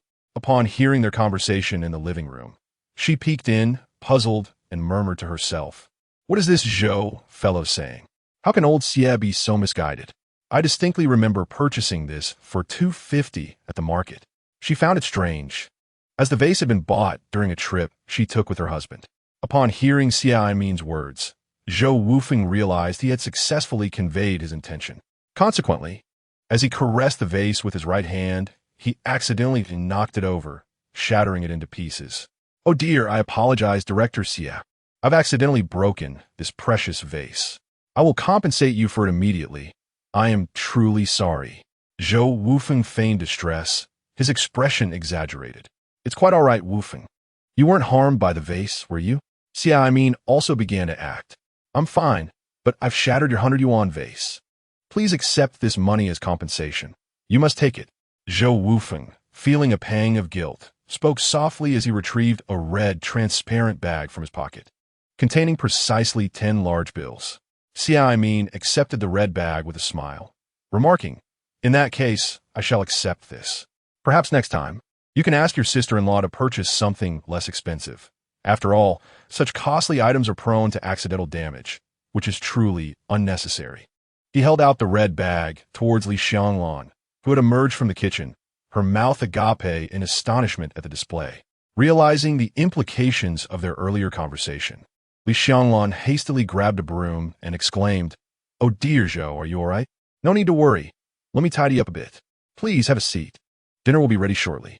"I'm fine, but I truly appreciate your help, and I apologize for the trouble," Zhou Wufeng replied as he settled back onto the sofa, resuming his conversation with Director Xie, regarding the recent developments in the market economy. Zhou Wufeng trailed off, choosing not to elaborate further. Xie, with a knowing glint in his eye, responded, "Our county shall soon implement land distribution." At this, Xie ceased his discourse. But Zhou Wufeng was already well aware of the situation. He knew that a village in Huizhou province, known as Shaojiang, had begun land distribution the previous year. While the nationwide policy of household contract responsibility was officially established in 1982, many regions had already initiated pilot programs. The two engaged in a cryptic exchange, and before long, Li Xianglan emerged with several plates of appetizers. "Dinner is served." Zhou Wufeng and Xie exchanged knowing glances and shared a smile, halting their conversation. "Director Xie, I have a bottle of Mao Tai. Let's enjoy a few drinks tonight," Zhou Wufeng exclaimed. "Oh dear brother, how can one bring their own wine when dining at my home? Since you've referred to us as brothers, you may call me elder brother if you wish. Addressing me as Director Xie feels rather distant." Chapter 31. Relatives and neighbors come to help upon leaving Xie's residence. Zhou Wufeng acquired additional industrial and meat ration tickets. It must be said, Xie is a man of action who truly delivers when benefits are received. In his previous life, Zhou Wufeng had struggled due to a lack of support, leading to greater expenditure of time and effort compared to others. The following day, Zhou Wufeng's two sisters, Zhou Meihui and Zhou Meijing, arrived upon learning that their brother was building a new house. "Dear sisters, what brings you both here?" Zhou Wufeng asked. His heart lifted at the sight of them. "Well, I heard from our eldest sister that you were constructing a house, so I brought my husband along to lend a hand." Zhou Meihui responded. "Xiaofeng, you're quite something. You didn't even dare to let Sanjin know about the new house." Zhou Meijing chimed in, sharing a close bond with her brother due to their similar ages. Both sisters were delighted to see their brother finally turning over a new leaf, and they were pleasantly surprised by his newfound financial success. Had it not been for their eldest sister's revelation, they would still be in the dark. However, this was not entirely Zhou Wufeng's fault. Their maternal family's circumstances were not as favorable as Zhou Meiling's, and thus they had not been able to assist him as frequently. With the busy agricultural season last month, the production team has been utterly occupied, which is why Haven T visited my family to see my younger brother in the past 2 months. It's not that I don't want to trouble you, dear sisters. Zhou Meihui and Zhou Meijing are married in villages that are rather distant, and Zhou Wufeng is well aware that if they find out, they would undoubtedly come to lend a hand. In these times, ordinary farmers rely on the assistance of neighbors and relatives when building houses. This arrangement significantly reduces costs, as help from others requires no financial compensation, only provisions for meals. How wonderful! Zhou Meijing scrutinized Zhou Wufeng carefully and continued, "Had it not been for our eldest sister informing us, we would have remained oblivious to the significant changes in your life. You seem to be flourishing. Indeed, our parents would surely be pleased from the heavens." Zhou Meihui added with a smile, observing everyone bustling about to construct a new home for their brother, which filled her heart with joy. "Enough talk. Let us assist in transporting sand and earth. We shall interrogate you thoroughly at noon." With sleeves rolled up, they were determined to help, for it would be unseemly for them to stand idly by while their neighbors toiled. "Wait," Zhou Wufeng quickly interjected, "Sisters, please refrain from doing such laborious tasks. Instead, why not help me procure ingredients and prepare the meal?" He pulled out 10 large currency notes and some meat coupons, handing them to Zhou Meihui. "Get plenty of meat and wine. Take my donkey cart and hurry." The neighbors had been observing Zhou Wufeng's recent transformation, recognizing that he had genuinely reformed and was striving to lead a good life. Thus, not only were the workers brought by Su Songling assisting him in the construction, but Zhou Jinyuan, Zhou Zhenhe, and Zhou Zijian were also accompanied by several aunts to lend their support. Zhou Wufeng, grateful for the kindness shown to him, would never fail to reciprocate. He had always believed in repaying kindness with abundant generosity, whether it be for favors or grievances. Seeing so many people helping, Mei Hui and Mei Jing realized that preparing lunch would indeed be a significant undertaking. Their eldest sister, Zhou Meiling, was unable to join them as she was helping Zhou Wufeng at the store, so the task of cooking naturally fell to them. They understood that their brother cared for them and didn't want them to engage in strenuous labor. However, such an amount of money is unnecessary. 10 large currency notes, enough to feed hundreds. Yesterday, upon hearing their eldest sister mention Zhou Wufeng's talent for making money, they had been skeptical. But now witnessing him produce such a sum left them astonished. They had never held so much money at once, nor had they seen so many meat coupons. In these times, how many rural folks had encountered such an abundance of meat coupons? With only 20 people, $5 would suffice. Zhou Meihui pulled out one large currency note from the pile, intending to return the rest to Zhou Wufeng. Sister, Zhou Wufeng called out to her, spend generously at noon. Everyone has worked hard. You must ensure there's plenty of meat for all. Lowering his voice, he leaned in closer to the two. You both can divide the remaining amount. That won't do. Zhou Meijing immediately protested, but was interrupted by Zhou Wufeng. Sister San, over the years, you have been of immense help to me. Please take this money. I earn much more in an hour, you know. Zhou Wufeng, concerned about the two women lingering and drawing attention from neighbors, whispered softly, unafraid of their awareness. Currently, he owns 3 dumpling shops, and his earnings in a single morning exceed 500 yuan. Earning 100 an hour is indeed no exaggeration. Upon hearing this, the two women paused, and after a moment, Zhou Meijing accepted the money from Zhou Meihui, saying, Sister, we would have believed you if we had known sooner. We wouldn't have wasted our expressions here. With a carefree disposition and a close bond with Zhou Wufeng among the 3 sisters, she turned to Zhou Meihui and added, Let us go, second sister. Let us boldly accept the money from Xiaofeng. As they hurriedly left to buy vegetables with their donkey cart, Zhou Wufeng finally smiled, taking out his cigarettes to distribute to workers, neighbors, and relatives. Huang Huiran is Zhou Meihui's husband, while Li Liye is Zhou Meijing's partner. At that moment, the two men were following Su Songling's instructions, moving bricks. Eldest brother-in-law, second brother-in-law, third brother-in-law, thank you for your hard work. Here, have a smoke. Zhou Wufeng greeted the 3 men politely. Good lad, quite impressive. You're already smoking Zhonghua, Li Liye remarked, patting Zhou Wufeng on the shoulder. Indeed, we're truly happy to see you thriving. I was just speaking with the eldest about you, Huang Huiran added, lighting his cigarette and taking a puff. The 3 brothers-in-law shared a good rapport, smiling as they conversed. Indeed, when I fell and injured my leg, I was quite taken aback when he pulled out 500 yuan. Su Songling, whose leg had not yet fully healed, was primarily issuing orders at this time. Having worked in this field for over a decade, he was responsible for ensuring the house was built sturdily, efficiently planning the space, and optimizing natural light, among other tasks. Zhou Wufeng merely provided a model of the house he desired. The specifics relied entirely on Su Songling and the skilled workers he brought along. 3 brothers-in-law, in the past. I was quite a rascal. Zhou Wufeng began, but Su Songling interrupted. Let us not dwell on the past. Just focus on taking good care of your family, and feel free to drop by your brothers-in-law as for tea. Yes, seeing your nature makes your sister so happy. She secretly cried last night. Both Huang Huiran and Li Liye chimed in. Well then, I'll send second sister and third sister to buy groceries. Let us enjoy a drink together at noon, Zhou Wufeng said with a smile. These brothers-in-law were of good character, yet it seemed their families faced significant challenges. He recalled the situation when he returned to seek out his 2 sisters after earning money in his previous life. Second sister, Zhou Meihui, had endured a difficult life, while third sister, Zhou Meijing, had gone through a divorce. It appeared that he needed to find a suitable time to have a heartfelt conversation with both sisters. Chapter 32. Anticipation.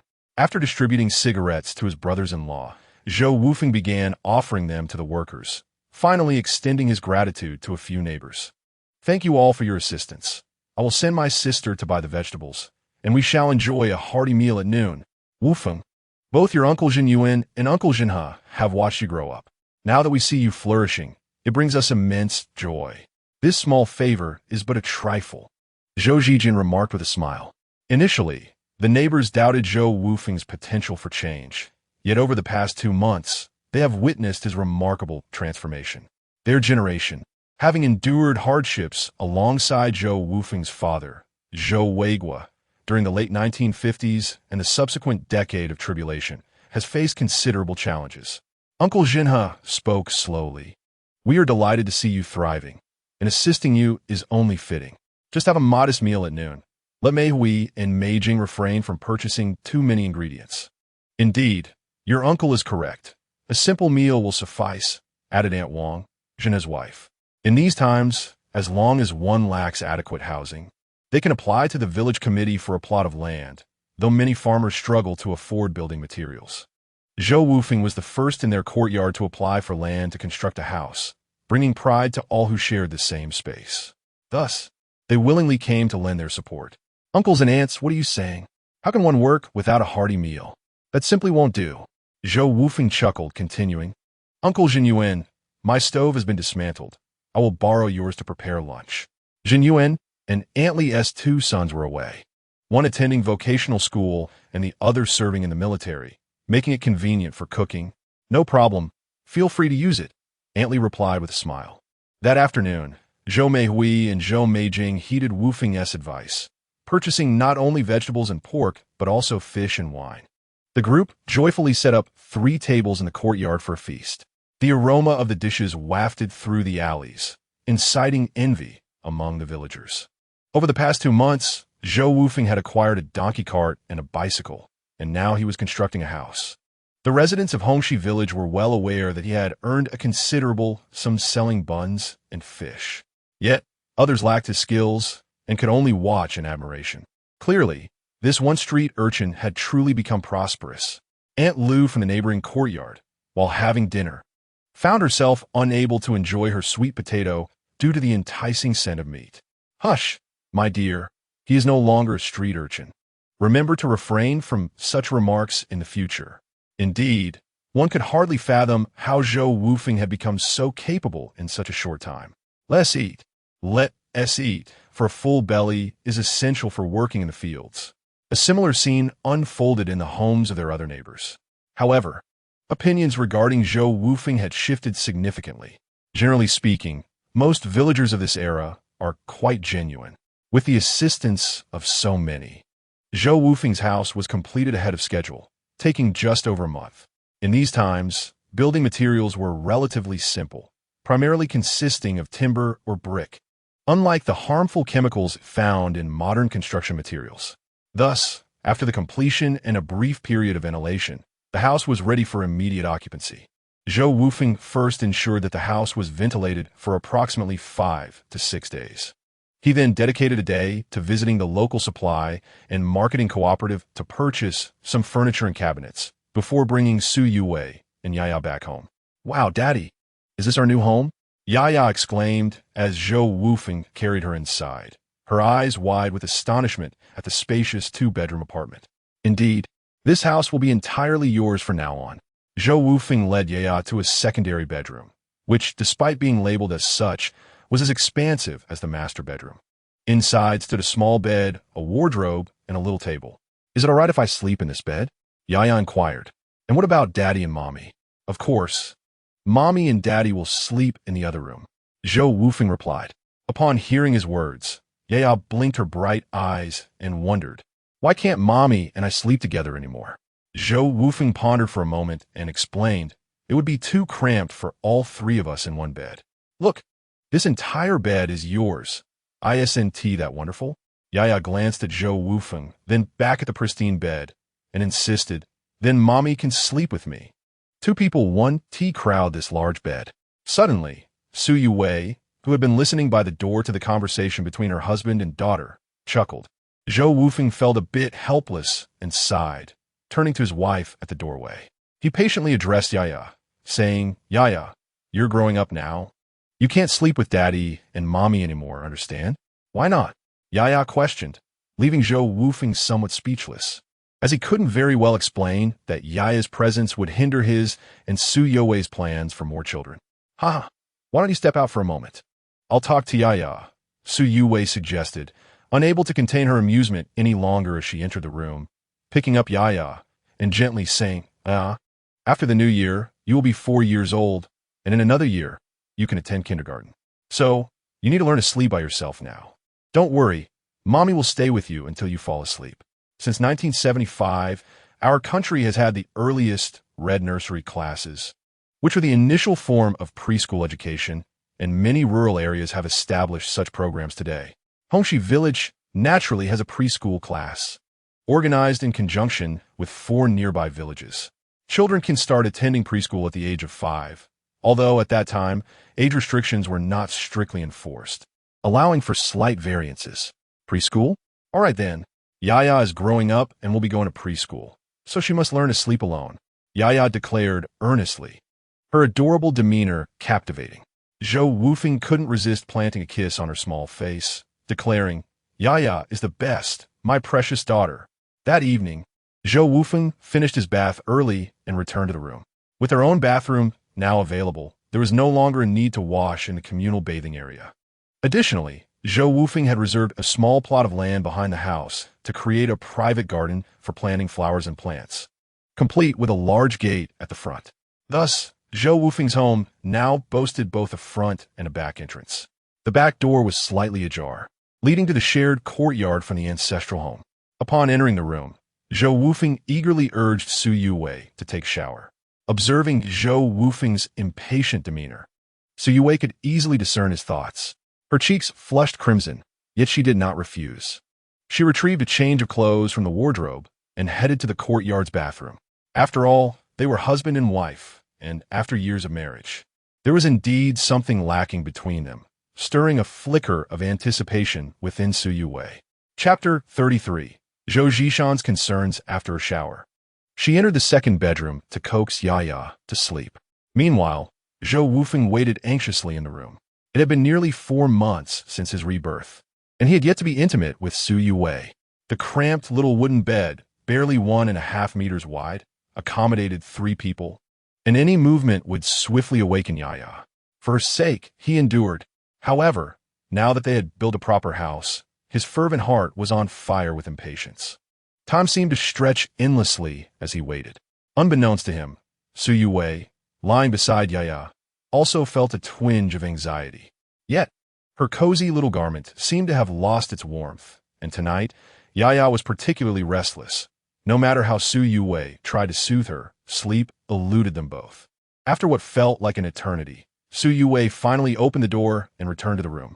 She hung her coat neatly and approached the bed. Zhou Wufeng's eyes shone with eagerness as he fixed his gaze upon her. Su Youwei felt a flutter in her heart under his intense stare. "Don't look at me like that," she stammered. "That's not appropriate." Zhou Wufeng grinned mischievously, reaching out with a playful tone. "Youwei, let us give Yaya a little brother." Su Youwei's face turned a deeper shade of crimson. "Why need to turn off the lights?" Zhou Wufeng burst into laughter. After all these years of marriage, she still blushed so easily. He gently flipped the light switch, plunging the room into darkness, followed swiftly by the sound of clothes rustling. The next day, Zhou Wufeng energetically rose to prepare breakfast for Su Youwei and Yaya. After the events of the previous night, Su Youwei was unlikely to rise early. He felt a sense of delight as he washed the rice, reminiscing about the pleasures of the night before. He was astonished by how captivating his wife had become. He wondered how he had managed to go so long without being close to her in his past life. In truth, Su Youwei had awakened long before. She could hardly believe how fervent her husband had been. He had never seemed so vigorous before. Remembering the wildness of that night and the sound she had unconsciously made, she felt her cheeks flush once more. During breakfast, Yaya innocently remarked, "Mama, it seemed like I heard you crying last night." Zhou Wufeng, without needing to glance, knew Su Youwei was now staring down at her plate, too embarrassed to lift her head. He quickly laughed and reassured, "Yaya, you must have been dreaming. Your mother is all grown up. How could she cry? I, too, thought it was merely a dream," which is why Yaya felt no fear. Before long, she was fast asleep again. "Daddy, am I very brave?" "Indeed. Our Yaya is the most formidable and courageous. A kiss was planted on her cherubic cheek by Zhou Wufeng. He turned a glance at Su Yuwei, who was still engrossed in her meal, and his smile widened. Just as he chuckled, a pinch at his waist from Su Yuwei made him yelp in pain. In the ensuing days, everyone busied themselves with purchasing goods for the new year. The entirety of Hongxi village was engaged in a grand pre-festival cleaning. Today, Zhou Wufeng sought out the seamstress, Zhou Zishan, intending to have new clothes crafted for his family of 3 for the holiday. It was not that Zhou Wufeng preferred not to buy ready-made garments from the supply cooperative. Rather, Zhou Zishan's craftsmanship was so exceptional that her creations surpassed the appeal of mass-produced items, akin to bespoke tailoring of a later era. Shanjia, have you given any thought to what I mentioned last time?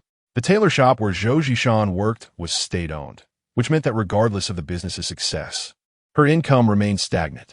This was also why she had been reluctant to let others refer to her as boss lady when Zhou Wufeng first approached her for garments. In the meantime, Zhou Wufeng had returned several times, having clothes made not only for his 3 sisters, but also for Su Jinda and Lu Yulian. Through these interactions, he had grown quite familiar with Zhou Zishan. Are you referring to my resigning from the state-owned tailor shop? During his previous visit for clothing, Zhou Wufeng had broached the subject of opening a garment processing factory and expressed his desire for her to join him. Indeed, Shanjia, how much do you earn here in a month? It would be far better to work with me.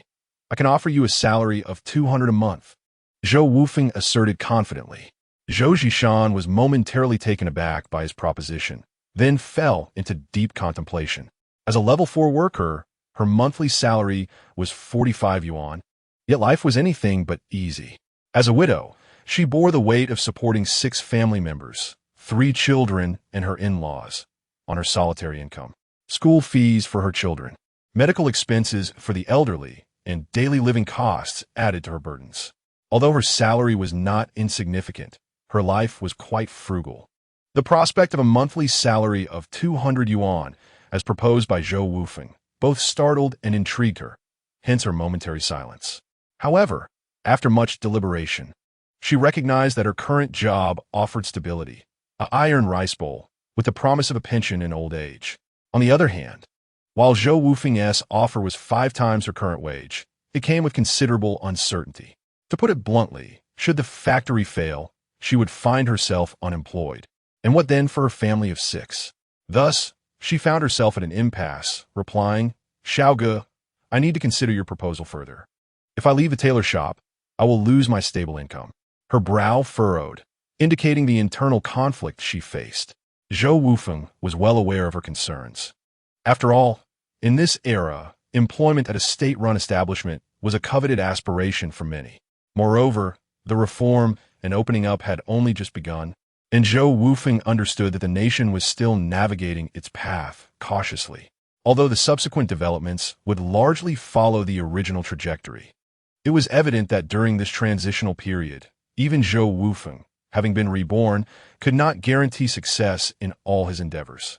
This era was characterized by a populace whose mindset had yet to evolve. The cherished ideals remained the 3 iron: the iron rice bowl, iron salary, and iron chair.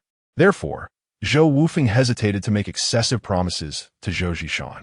After pondering for a moment, he said, All right, Sister Shan, please consider it further, and, if possible, keep an eye out for skilled women. The employees of state-owned enterprises were reluctant to join private firms, yet the farmers were a different story. At that time, rural women were generally adept at needlework. While they may not have been able to sew garments, they could certainly cut, stitch, and iron with a little guidance. Zhou Wufeng merely sought Zhou Zishan's assistance in training employees and designing styles. In terms of style, possessing decades of experience from a future perspective granted him a natural advantage. Yet employee training would rely on the expertise of skilled seamstresses. Nevertheless, this did not pose a challenge for Zhou Wufeng. After exchanging a few pleasantries with Zhou Zishan, he returned to Hongxi village after procuring a substantial quantity of goods from the supply and marketing cooperative. Chapter 34. The New Year Before Long. The eve of the new year arrived. The entire Hongxi village was suffused with the festive spirit of the season. Although the new year had officially begun on January 1st, 1980, for the farmers, the Spring Festival was the most celebrated traditional holiday. Zhou Wufeng busied himself in the kitchen, preparing the evening's reunion dinner. Su Yue had already cleaned the house thoroughly and was currently bathing Yaya in preparation for the new year. According to village customs, on this day, every household would ensure their homes were spotless, and after noon, family members would begin to bathe. Once bathed and donned in new clothes, they could then request red envelopes containing lucky money from their elders. Zhou Wufeng had purchased an abundance of meatballs, fish, and shrimp, with pork being an essential ingredient. In those times, resources were still scarce, and indulging in seafood was a distant dream. However, this year's reunion dinner at Zhou Wufeng's home would far surpass that of the other villagers. "Wufeng, are you done yet? Both Yaya and I are ready. You should hurry and wash up." Su Yue, with her freshly washed hair wrapped in a towel, was preparing the laundry by the water basin in the yard. "Almost done. The hot pot is quite simple. I just need to wash everything, and then I'll fry a couple of dishes," he replied. In the eastern part of Guangdong Province, in Haiyang County, it was customary to enjoy hot pot during the New Year celebrations. After finishing his preparations, Zhou Wufeng retrieved a red envelope from his room. "Yaya, this is for you. May you have a safe and happy New Year." He raised the envelope, but before he could finish his sentence, Yaya swiftly took it from his hand. "Wow, thank you, Daddy. I didn't know we received red envelopes for the new year. This is my first one. Yaya, don't you want to wish Daddy a happy New Year?" Su Yue smiled, her face radiating profound happiness.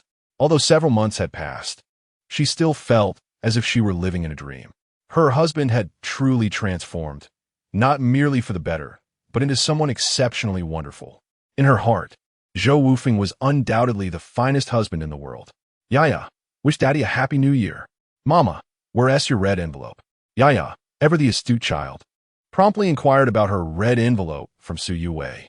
"Mama is preparing it. Once your father finishes his bath and I finish washing your clothes, I will fetch it for you. But first, you must wish Mama a happy New Year," she replied. Hooray, another red envelope. That evening, families across the neighborhood gathered in their homes, enjoying the New Year's Eve dinner. After finishing their meal, Zhou Wufeng took his wife and child outside to light fireworks. These days, the fireworks available for purchase were primarily small firecrackers, skyrockets, and handheld sparklers. The most expensive and impressive were the flower box fireworks, costing as much as 20 yuan. Zhou Wufeng led Su Yue and their daughter through the back door to the communal courtyard, which was spacious enough for such small fireworks displays. Seeing Zhou Wufeng setting off fireworks in the courtyard, several neighbors emerged to watch. "Happy New Year, Uncle Jinyuan, Uncle Jinha, Uncle Jian." Zhou Wufeng and Su Yue warmly exchanged New Year greetings with their neighbors. "Happy New Year. Here, this is a red envelope from Grandma Li. Wishing you a joyful New Year." Aunt Li produced a red envelope from her pocket and handed it to Yaya. "Thank you, Grandma Li. I wish you a happy New Year and good health," Yaya responded, having been taught by Su Yue how to convey New Year greetings. "Oh, Yaya is so well-behaved. Come here, let Grandma Li give you a hug," Aunt Li exclaimed. At that moment, Aunts Zhang and Wang from across the street also presented Yaya with red envelopes, to which Yaya reciprocated with her heartfelt wishes. Zhou Wufeng exchanged a knowing glance with Su Yue, who promptly reached in her pocket to retrieve red envelopes for 3 neighboring families. Tables were set up in the courtyard, and seeds were passed around as everyone sat together, engaging in lively conversation and enjoying each other's company. Zhou Wufeng began to ignite the fireworks, which lit up the night sky with vibrant patterns and messages. "Wow, Daddy is amazing. The fireworks are so beautiful," Yaya exclaimed, clapping her hands in delight. The villagers, drawn by the dazzling spectacle against the dark night sky, stepped out of their homes to witness the show. In these times, setting off flower box fireworks was a rare treat, and it was uncommon to find anyone in the nearby villages indulging in such extravagant displays. The villagers, having seldom seen such fireworks, applauded from their homes. Some children even made their way to Zhou Wufeng's courtyard specifically to watch. Zhou Wufeng had certainly struck it rich. Fireworks were not inexpensive. Indeed, I once mocked him for his speculative ventures, thinking he would get caught. Who would have thought he obtained a business license and now operates legally, free from the threat of arrest? How did this young man come to know such news?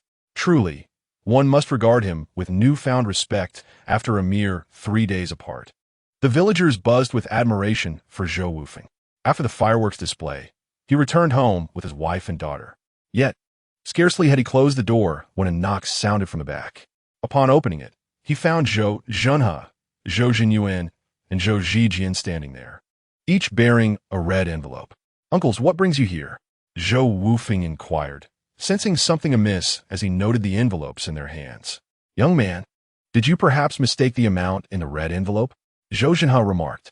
"Indeed, I opened mine at home and discovered it contained 2 large notes," Zhou Zijian chimed in. "This is far too generous. We cannot accept it." Zhou Jinyuan concurred. The envelopes they had prepared for Yaya contained merely 2 yuan, so they were utterly unprepared for Zhou Wufeng's extravagant 20 yuan gesture. They had hesitated to open the envelopes during the fireworks, only to realize the magnitude of his generosity once they returned home. 20 yuan was an overwhelming sum for them, and they simply could not accept it. As the 3 men stepped out, they found themselves heading toward Zhou Wufeng's home. "Uncles, please come in and have a seat." Zhou Wufeng welcomed them into the living room, recognizing that conversing at the door in the biting winter air was hardly appropriate.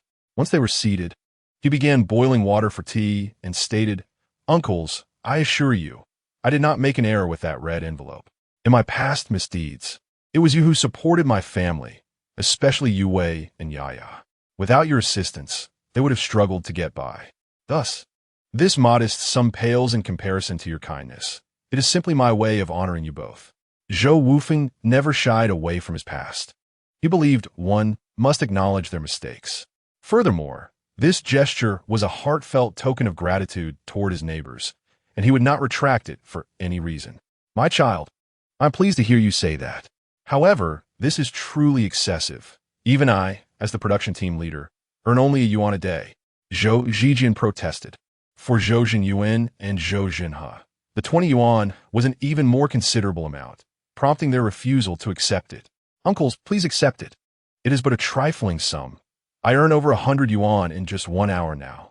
It is nothing," Zhou Wufeng implored, resorting to the same reasoning he had used to persuade his sister to accept money. The adage, distant relatives are not as valuable as close neighbors, was vividly exemplified in their small community.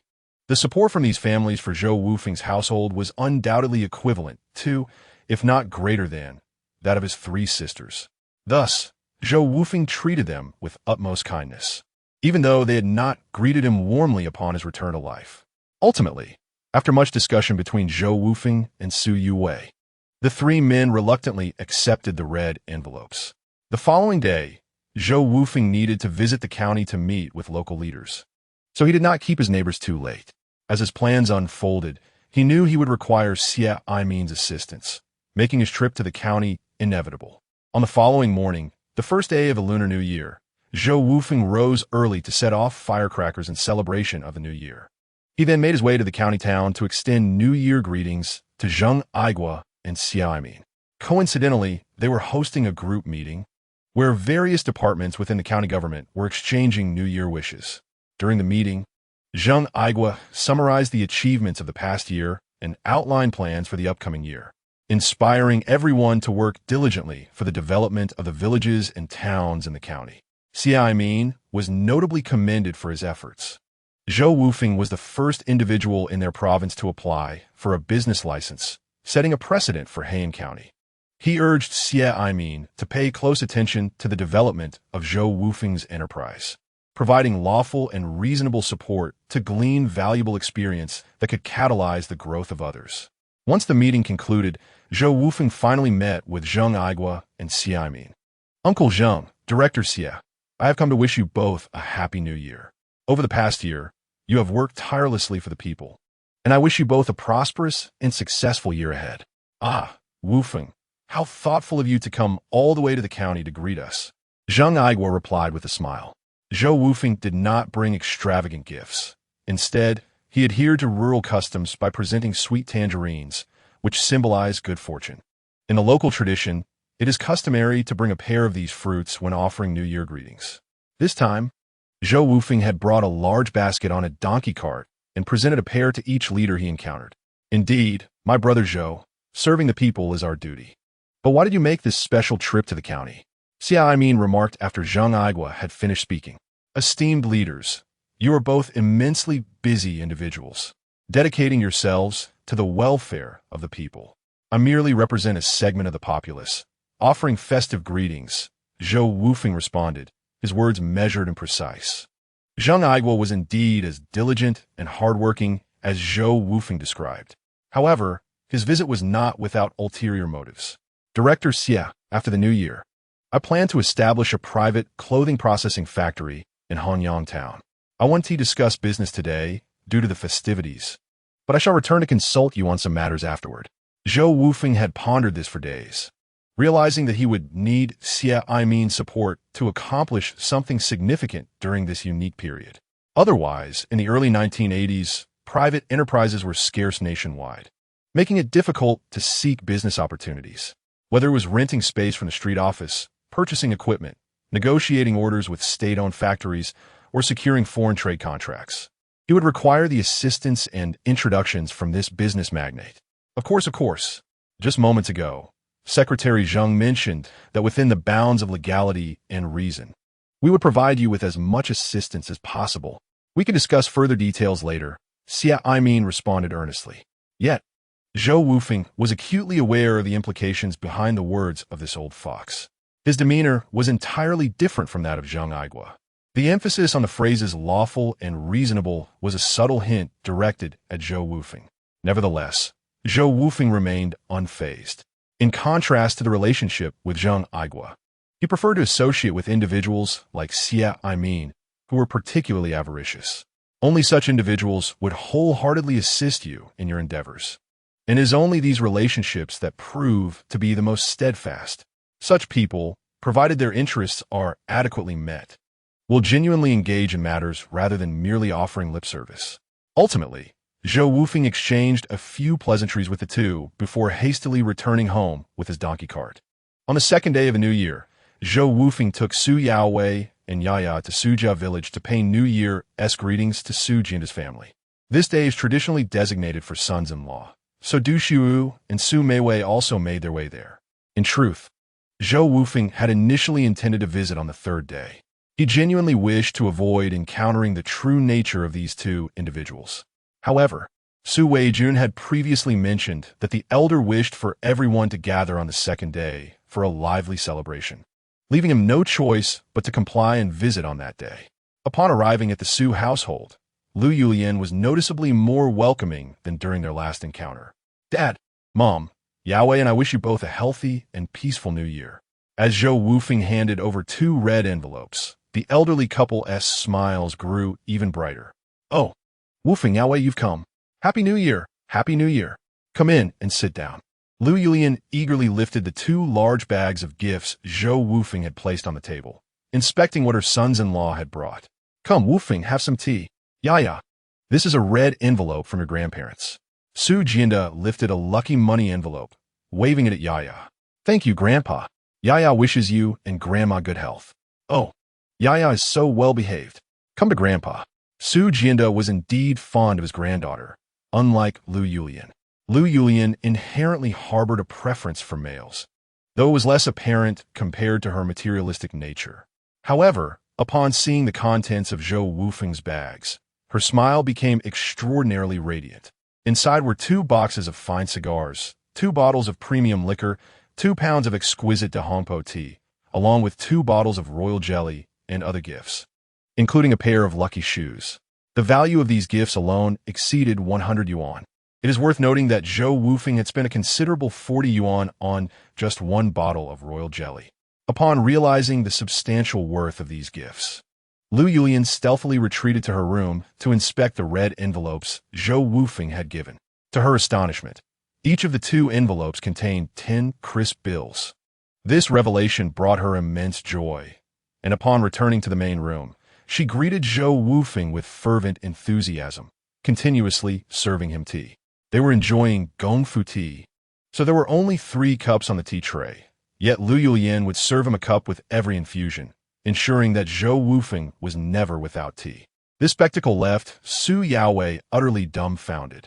When had her mother become so fond of Zhou Wufeng?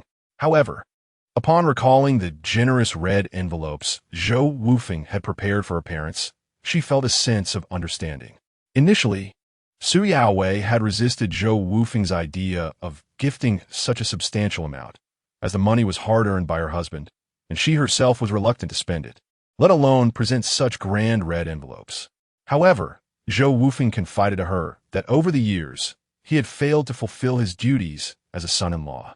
For years had passed, and he had yet to visit them during the New Year celebrations. This time, the larger gift served as a form of compensation for the past.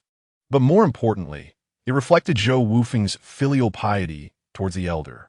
Chapter 36, $1. At that moment, Su Weijun and Su Shaowei, seizing an opportunity, exchanged glances and simultaneously exclaimed, "Brother-in-law, Happy New Year! Wishing you prosperity. Now where's our red envelope?" They stretched out their hands expectantly before Zhou Wufeng. "Ha ha, Happy New Year!" Of course, there's enough for everyone. Zhou Wufeng chuckled, and Su Shaowei promptly retrieved 2 red envelopes from her pocket and handed them to the pair. Yet, Su Jianda adopted a stern expression, glaring at Su Weijun with a dismissive snort. "How old are you? Still asking for red envelopes?" In their region, it was customary for children to stop receiving red envelopes once they grew up and began working. Since Su Shaowei was still in school, Su Jianda only reprimanded Su Weijun. As before, Su Meiwei and Du Xiuwu arrived just around mealtime. Their residence was considerably closer than Zhou Wufeng's, yet they were the last to arrive. Upon encountering Zhou Wufeng, this couple refrained from making disparaging remarks as they had previously. They had heard about Su Weijun's recent earnings from Lu Yulian, which incited both admiration and intense jealousy in them. The big boss arrives so early," Du Xiuwu greeted, acknowledging Zhou Wufeng. "I'm rather shy. I just happened to come for lunch," Zhou Wufeng replied nonchalantly. Du Xiuwu discerned the subtle jab in Zhou Wufeng's words, insinuating that he was implying Du Xiuwu was shameless, purposely arriving at mealtime. "We had an elder at home, which delayed us a bit." Su Meiwei, though restrained compared to her previous sharpness, still managed to convey an unkind implication, suggesting that Zhou Wufeng, having lost his parents, bore no responsibility for caring for elders. Su Shaowei immediately detected the barbed undertone in her elder sister's words and was about to confront her for clarity when their mother, Lu Yulian, intervened. "Meiwei, how can you speak like that?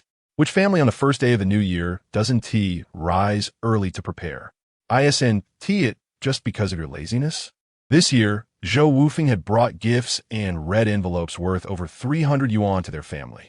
Lu Yulian would not allow her excellent son-in-law to be slighted. "Mom, why are you?" Su Meiwei frowned, taken aback by her mother's unexpected lack of support. "Enough, Meiwei. Dad, Mom, I wish you a happy new year, and may all your wishes come true." Du Xiu hastily interjected, pulling Su Meiwei aside and presenting red envelopes to Su Jianda and Lu Yulian. Noticing that the envelope in Du Xiuwu's hand was thin and meager, Lu Yulian glanced at her eldest daughter and son-in-law with disdain, recognizing it was no more than 10 yuan, just like previous years. "Learn from Wufeng. He generously prepared 100 yuan for both your father and me this year." She expressed her disapproval before accepting the envelope and retreating to her room to stow it away. Su Jianda, unaware of the substantial red envelope Zhou Wufeng had bestowed, was taken aback by the revelation. "Wufeng, why did you give so much?" He presented a red envelope of merely 5 yuan to Yaya, feeling somewhat guilty. Had he known that Zhou Wufeng was so generous, he would have at least bestowed upon Yaya a sum of 50. "Oh, Dad, it's nothing significant. It's merely a gesture of filial piety towards you both. Please use it to buy some treats," he said. Su Jianda had indeed been kind to their family, a fact that Zhou Wufeng had always cherished. He was not a stingy man.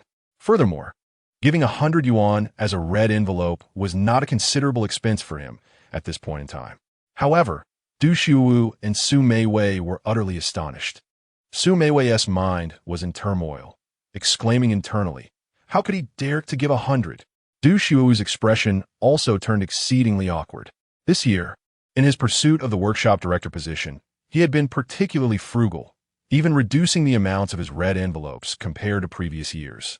"Let us sit down and enjoy some tea," Su Jinda interjected, attempting to ease the tension. Yet, the sly smiles that briefly flashed across the faces of Su Weijun and Su Xiaowei were unmistakable. In unison, they chimed, "Sister, brother-in-law, Happy New Year, wishing you wealth. Now where's the red envelope?" Upon hearing this, Du Shuo's embarrassment deepened, as he had been saving money this year. He had even cut back on red envelopes for his brother-in-law and sister-in-law. Unlike last year, when he had given each of them a yuan. "Xiaojun, your monthly salary now surpasses your brother-in-law's. How can you still ask for a red envelope?" Su Meiwei retorted. She was displeased, sensing that her husband had not prepared anything, even though the envelope was not from her. Such stinginess. "Your second brother-in-law just gave one." Su Weijun scoffed, turning his face away in discontent. Meanwhile, Su Xiaowei looked on eagerly. "What about me, elder sister? I'm still in school." This left Su Meiwei momentarily speechless.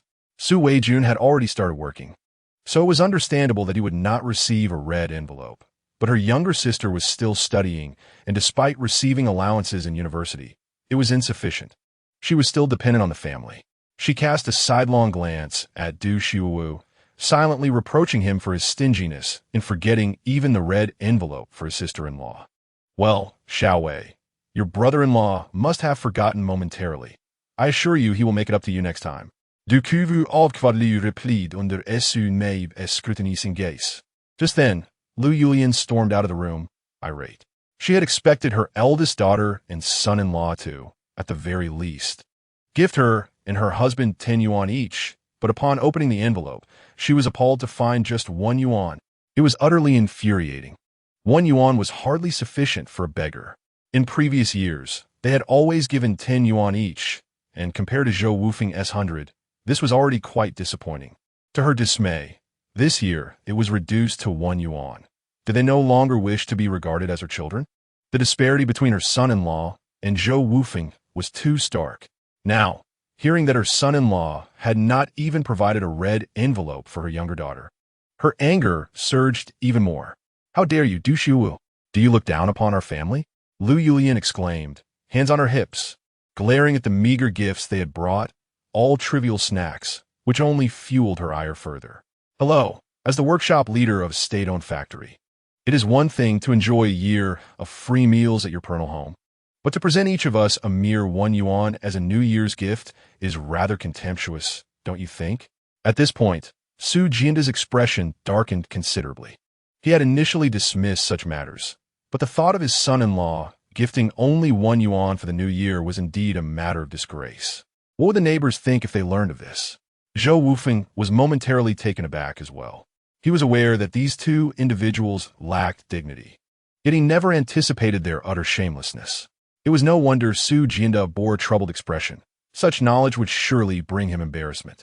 "Mother, this is because we have been trying to secure funds for the workshop director position lately, and our finances are quite strained."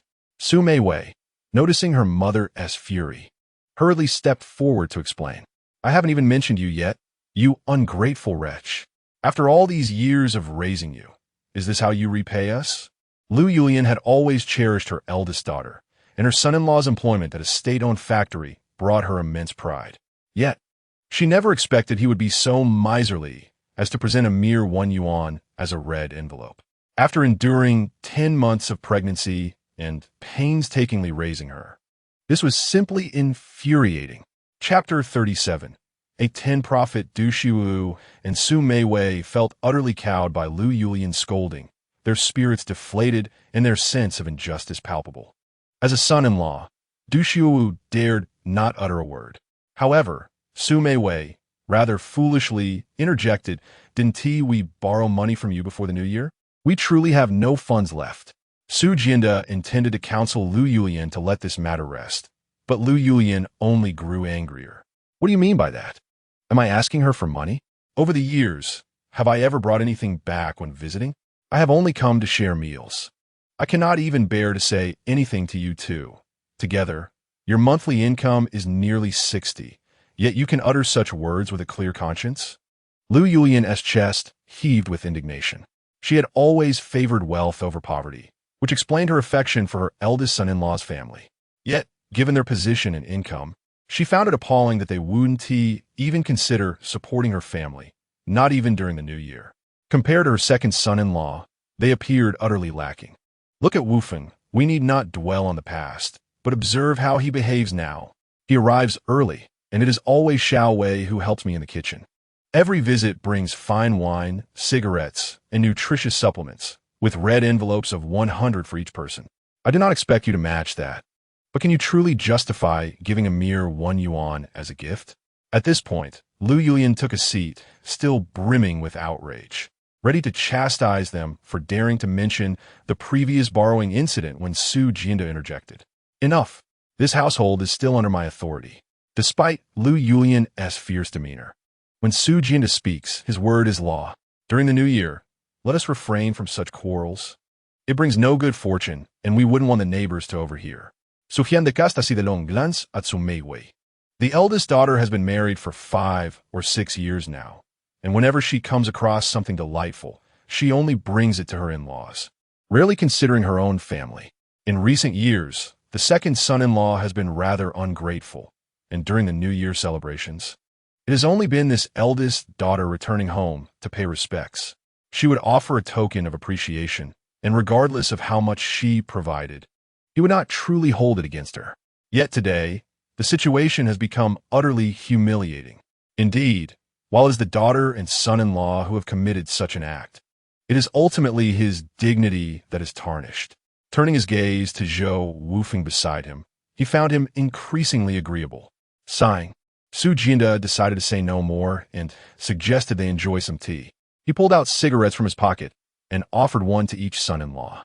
Du Shuwu accepted the cigarette with his head lowered, feeling an internal storm of frustration.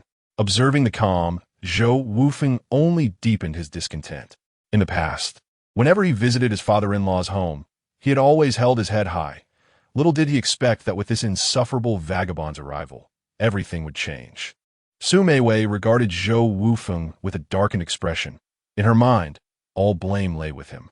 If it weren't for his frequent, extravagant gifts and generous red envelopes, she would not have been subjected to such severe reprimands from her mother.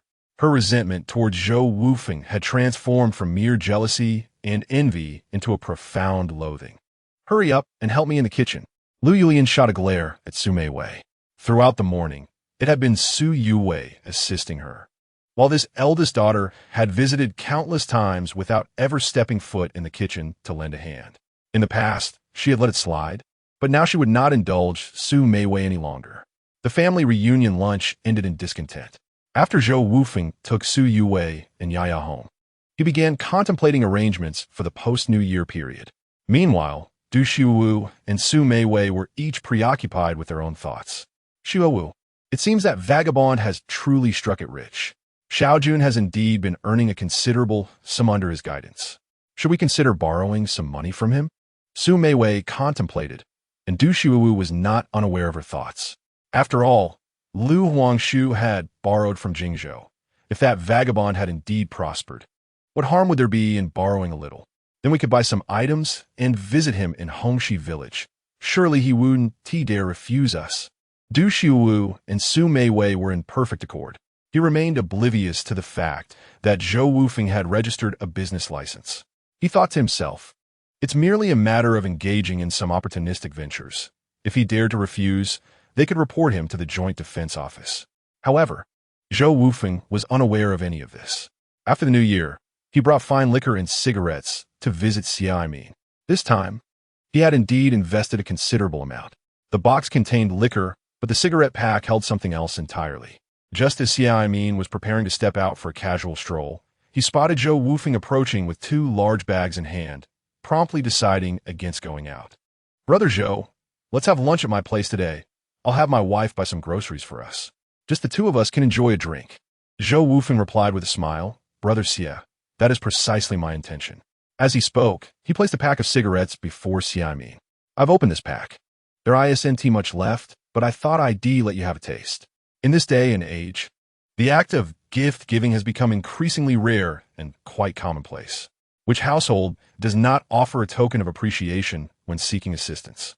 Upon glancing at the cigarette box, Xia Aimin noted that it had already been opened, its contents unevenly pressed, and he could surmise the situation with considerable accuracy. Zhou Wufeng, in his dealings, was indeed meticulous and left no room for error. He genuinely harbored a fondness for him, while others had sought his assistance in the past. Their intentions had always been overt. Although he was unperturbed by the prospect of being reported, such encounters left him feeling rather uncomfortable. Zhou Wufeng, however, was different. His generosity surpassed that of others, and he possessed the wisdom to remain discreet. His approach to matters was subtly insightful, characterized by a blend of smoothness and rigor, making him a truly exceptional talent. Brother Zhou, he began, the last time you mentioned starting a processing factory, Secretary Zheng has urged me to assist you as much as possible. He settled comfortably on the sofa, poured Zhou Wufeng a cup of tea, and continued. Feel free to voice any concerns. Your efforts contribute to the local economy, and I will certainly lend a hand. Zhou Wufeng smiled, appreciating Xia Aimin's character. He either refrained from accepting payment or, if he did, ensured that matters were handled impeccably. Indeed, Brother Xia, I wish to establish a garment processing factory and seek your guidance on which state-owned enterprises might have some outdated second-hand equipment for sale. Zhou Wufeng straightened in his seat, intending to request introductions to factory directors and key personnel in foreign trade orders from state-owned enterprises. Lowering his voice, he added, when the factory begins to turn a profit, I can promise you an additional 10 stake, Brother Xia. Upon hearing this, Xia Aimin's expression shifted, and he was about to decline when Zhou Wufeng interrupted him. Brother, allow me to finish. With confidence, Zhou Wufeng continued, I understand that your position prevents you from holding shares or participating in business activities. However, you could enlist a trusted family member. At this point, Zhou Wufeng chose to leave his statement open-ended. Certain matters should not be articulated too explicitly, especially when dealing with someone like Xia Aimin. Having navigated the political arena for many years, he was already quite perceptive and required no extensive elaboration from Zhou Wufeng. On that day, Zhou Wufeng and Xia Aimin enjoyed a delightful conversation, lingering until nearly dinner time before preparing to return home. As Xia Aimin escorted Zhou Wufeng to the door, he addressed him affectionately as Brother Zhou with great warmth, accompanying him all the way to the ground floor before returning. After watching Zhou Wufeng depart, Xia Aimin promptly returned home to find Li Xianglan. Didn't you mention a distant cousin looking for a job? Give me his ID. I will make arrangements. Li Xianglan gazed at him in confusion, but Xia Aimin leaned in closer and whispered about his discussion with Zhou Wufeng earlier that day. Upon returning home, Zhou Wufeng found the sky already dark. His daughter, Yaya, rushed to greet him. Daddy, I missed you so much today. Since Zhou Wufeng entrusted the dumpling shop to Su Weijun and his sister, Zhou Miling, he had seldom visited the shop, spending most of his days at home with his wife and daughter. After enduring the arduous journey of rebirth, he yearns to achieve a significant endeavor that will ensure a prosperous life for his wife and daughter. Yet, more than anything, he longs to spend quality time with them. Daddy misses you so much. Zhou Wufeng lovingly planted a kiss on Yaya's cherubic face before turning his gaze toward Su Yuwei, who was busily engaged in the kitchen. Dinner will be ready soon. The hot water is already boiled. Hurry and take a bath. Unintentionally spoken, yet deeply felt, her simple words enveloped Zhou Wufeng in warmth. How many years had it been? Wasn't this precisely the scene he had dreamt of countless times? Striving outside, with a beloved wife awaiting at home, a cherished daughter longing for him, and a table laden with steaming dishes.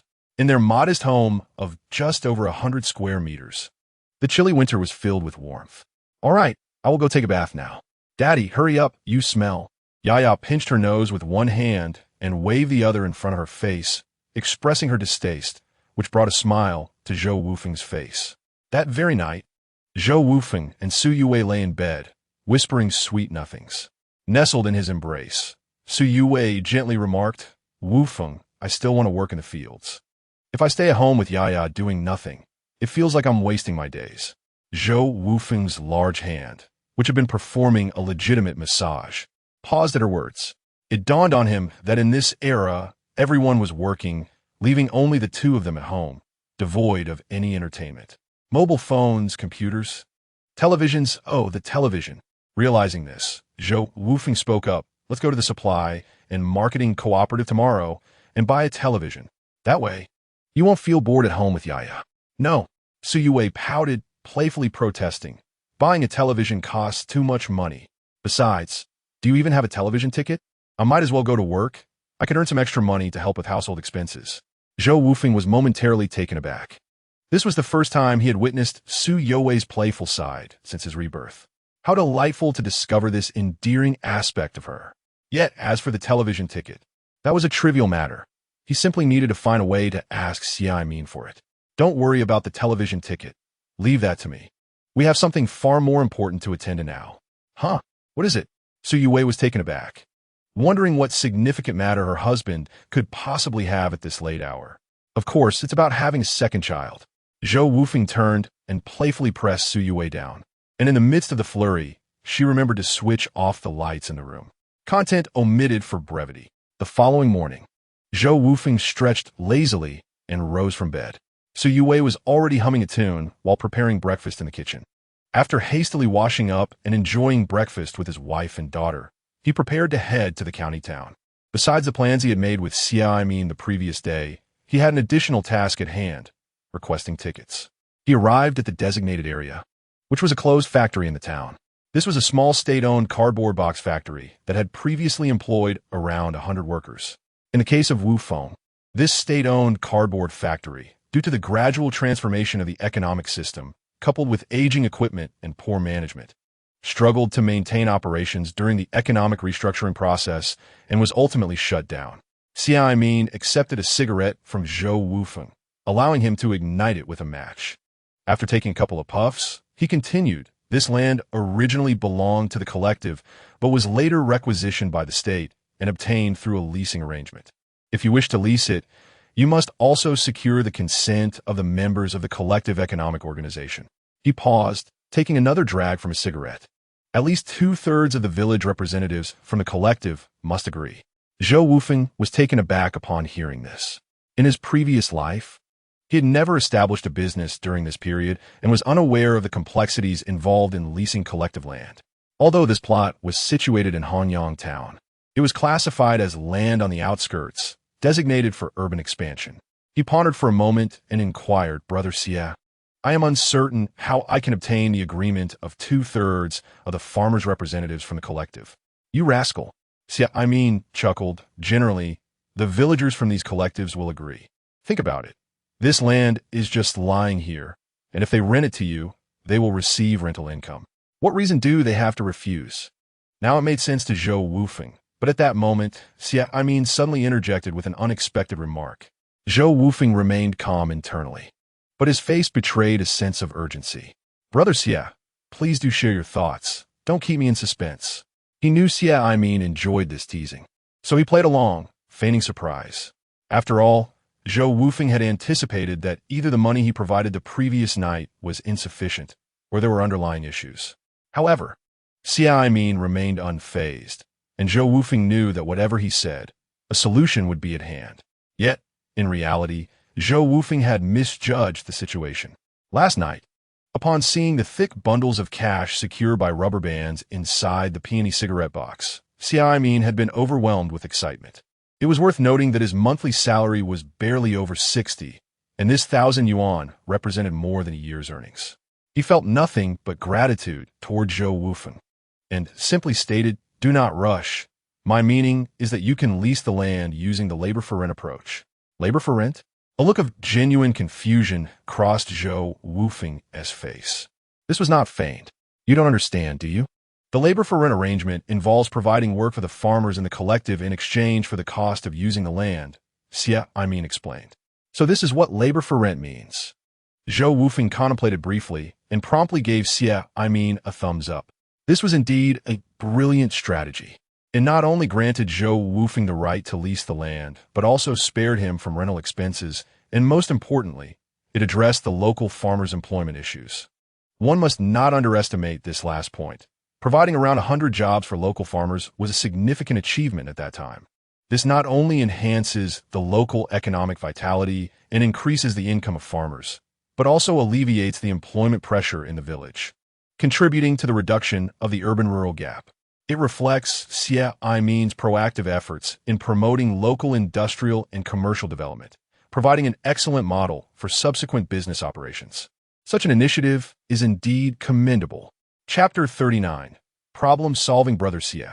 I must trouble you to help me with introductions and arrangements, Zhou Wufeng said as he offered Xie Aimin another cigarette. The clothing processing factory he intended to open would primarily employ women, which is fitting given that, in this era, women receive considerably less compensation for their labor compared to men. Rest assured, the villagers are quite fond of this rental model. It is hardly an issue. Gulme, let's take a look inside, Xie Aimin replied, leading Zhou Wufeng into the now-closed state-owned cardboard factory. After a brief tour, Zhou Wufeng noted that the factory buildings remained intact, requiring no renovation or reconstruction. He mused to himself that the investment of 1,000 yuan was indeed worthwhile. The costs for building the factory were eliminated and the rent was waived. Xie Aimin was reliable in this matter. However, the funds required for purchasing equipment were substantial. A sewing machine costs around 300 yuan, an overlock machine 500, a button sewing machine approximately 800, and a buttonhole machine a staggering 1,000 yuan. This represented a significant expenditure.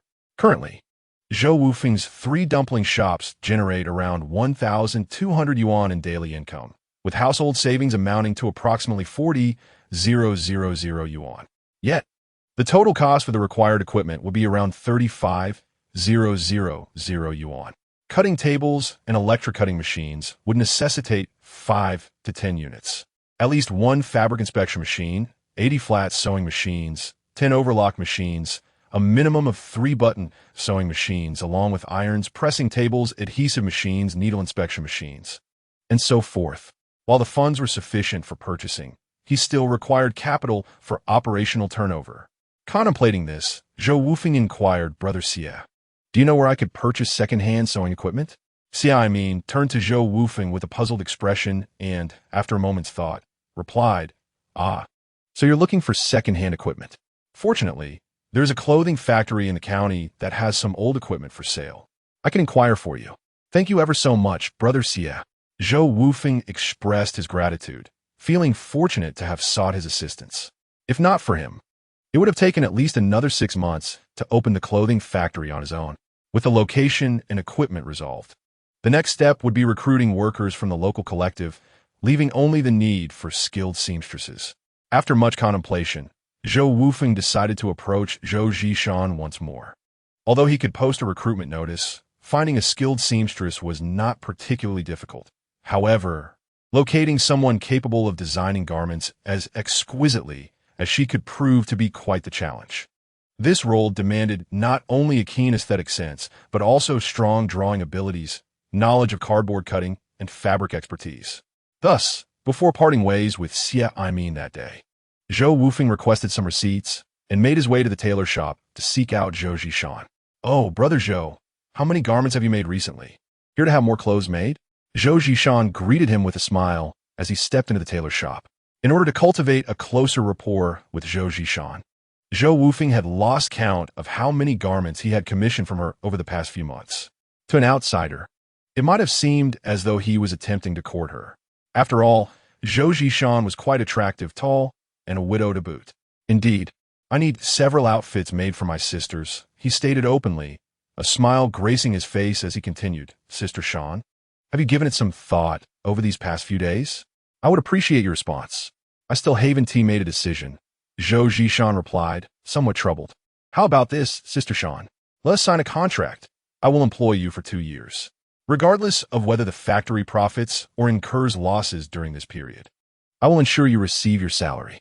Before Zhou Zhishan could interject, he pressed on, you could opt for a 2-year leave of absence without pay. Even if my factory struggles after 2 years, you could return to your previous job without issue. This was a solution Zhou Wufeng had painstakingly devised. Fully aware of Zhou Zhishan's concerns, primarily her fear of job loss should the factory falter and she find herself unemployed. Having emerged from an era where state-owned enterprises faced declining fortunes and layoffs, he understood the precariousness of such a situation. However, what if your factory does incur losses within these 2 years? Zhou Zishan was evidently intrigued, her gaze fixed intently upon Zhou Wufeng. The implication was clear. If he could assure her that the factory would remain solvent and salaries would be disbursed, then she would have no reservations. Moreover, the compensation he offered was indeed quite generous, making it hard for her to resist. Zhou Wufeng, sensing her interest, clenched his teeth and stated, "Very well. I can pay you 2 years' salary up front, but we must formalize this with a contract." He realized that one must be willing to take risks to reap rewards. For him, his Baozi shop consistently yielded over 1,000 in earnings daily, a mere 4-day endeavor. What? Zhou Zishan paused, scrutinizing him closely, and realized he was not jesting. Deep down, she merely sought a guarantee from Zhou Wufeng, perhaps a written commitment or a promissory note should the salaries fail to materialize. Yet, she could hardly fathom that he would offer her 2 years' salary in one lump sum. "Are you truly prepared to give me 2 years' salary all at once?" Zhou Zishan asked again, seeking confirmation. "Indeed, but you must adhere to my directives. You will do as I instruct," Zhou Wufeng asserted. "Do as you instruct?" Zhou Zishan's expression turned peculiar as she regarded the handsome young man before her, her cheeks flushing. "Do not misconstrue my words. I am referring strictly to work-related matters." Sensing her misunderstanding, Zhou Wufeng was taken aback and hurried to clarify. In his heart, he held only affection for Su Yuwei and their daughter, desiring no entanglements with any other woman, be it emotionally or physically. "Of course, I meant solely in terms of work." Zhou Zishan smiled gracefully. "Then it is settled. I shall proceed to apply for a leave of absence in the next couple of days." "Are you not going to wait for me to pay you your wages first?" Zhou Wufeng asked in astonishment. "What is there to fear? If you dare withhold my wages, I shall make a scene at your home. I am no pushover." Zhou Zishan feigned anger. She was indeed unperturbed by the prospect of Zhou Wufeng withholding her pay, for they were both engaged in business within the town. She had been aware of his endeavors even before he opened his Baozi shop. Now that his business was thriving, her confidence in receiving her dues was further fortified. "Absolutely not. When I return to the town in a couple of days, I shall bring the money along and draft the contract for you," Zhou Wufeng retorted playfully. He would not risk losing face by allowing her to create a ruckus at his home in Hongxi village. Nevertheless, he understood that Zhou Zishan was jesting and did not pursue the matter further. After exchanging a few casual remarks, he took his leave. With Zhou Zishan on board, he could recruit several tailors, while the remaining workers could undergo training. The venue and equipment had already been addressed with the assistance of Xiai Min. As for the upcoming materials and orders, he could seek introductions from him, resolving all lingering issues. All that remained was to await the practical implementation of these plans. Contemplating this, Zhou Wufeng felt a surge of joy and returned home with some food and drink. Chapter 40. A request for financial assistance? Initially, Zhou Wufeng had contemplated visiting the supply and marketing cooperative to purchase a television. However, he found himself lacking sufficient funds and realized that the only televisions available in Hanyang town were black and white. Thus, he resolved to wait until the following day to procure a large color television in the county city. Upon returning home, he sensed something amiss. Entering through the back door of the former courtyard, he had not yet opened the door when he heard several voices from within. "Yue, your family is quite prosperous now, having renovated so splendidly and residing in such a spacious house. Would you lend us some money? Indeed, once I am promoted to workshop director, I could secure you a position as well. Couldn't I? We're only asking for a modest sum of 1,000 yuan." As Zhou Wufeng pushed the door open, he was taken aback. There sat Du Xiu and Su Meiwei comfortably in his living room, while Su Yuwei, cradling Yaya, served tea from the wooden sofa, her expression one of utter disdain. "Ah, what an unexpected visit," Zhou Wufeng thought, clutching the food and drink as he intended to retreat to the kitchen, wishing to avoid any conversation with them. However, he was stopped by Su Meiwei. "Oh, dear brother-in-law, you're back. Come sit with us while Yue attends to her tasks. We'll have dinner here before heading home tonight," she called out warmly, her face adorned with a veneer of flattery. "Yes, Wufeng. I have enjoyed an afternoon of tea with your sister, and I am rather hungry now. We thought we could share a meal with you, Du Shuwu chimed in, his countenance beaming with delight as he eyed the delicacies Zhou Wufeng carried, his stomach betraying him with an audible rumble. Do not worry about it, and do not impose upon us. The provisions I purchased are sufficient only for my family of 3. If you have no pressing matters, you may return home. Zhou Wufeng replied coolly as he set down the bag he was holding. At his words, the smiles on Su Meiwei and Du Shuwu's faces froze abruptly. How can you treat us this way? Visitors are guests, and it is only fitting that we are treated to a meal before departing. Furthermore, we have come to seek your assistance, haven't we? Su Meiwei, with an audacity rivaling that of a fortified wall, forced a semblance of a smile as she spoke. Du Shuwu appeared visibly uncomfortable, yet compelled by his wife's words, he added, Indeed, our visit is a gesture of goodwill. Do not turn a kind invitation into a disrespectful dismissal. Upon hearing this, Zhou Wufeng's expression grew frosty, and before he could utter a word, Su Yuwei interjected. Rising from her seat, she retorted sharply, What do you mean by disrespect? We do not require your approval. I have repeatedly stated that we cannot lend you any money. So please return home. What an absurdity it was to come asking for funds while speaking in such a manner, as if she were an easy target. Though she was gentle by nature, she could not tolerate anyone maligning Zhou Wufeng. Du Shu's remark about disrespect had truly infuriated her. Upon returning home, Zhou Wufeng had already gathered from their earlier conversation that Su Yuwei had refused to lend them money, and now, hearing her assert herself, he couldn't help but feel a flicker of surprise. His Navi wife, riled up and indignant, was utterly endearing. You are my sister and brother-in-law. How can you speak to us in such a manner? Su Meiwei exclaimed, disbelief etched across her face. Her younger sister, who had always been gentle and easy to manage, seemed to have ignited with unexpected ferocity today. Enough with your prattle.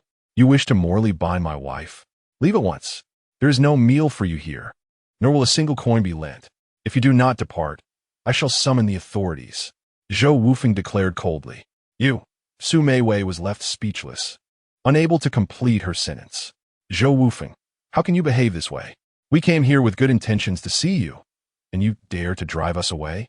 Du Shu's words were abruptly cut off by Zhou Wufeng's retort. Good intentions? You two have lost all sense of dignity and now speak with such pretentiousness. Do not presume that your newfound wealth grants you any superiority. I will report you to the Business Bureau for speculation and see whether you face the consequences. Du Shuwu threatened maliciously, shedding any pretense. Indeed, once you are apprehended, we shall see how brazen you remain. Su Meiwei chimed in, clearly confident in their intimidation of Zhou Wufeng. Internally, Zhou Wufeng scoffed. Did they truly think he would fear their threats when he operated with a legitimate business license? Even if he were engaging in dubious activities, his connection to Xie Aimin would shield him from repercussions. However, Su Yuwei, upon hearing their threats, began to panic. Elder sister, brother-in-law, how can you resort to coercion over our refusal to lend money?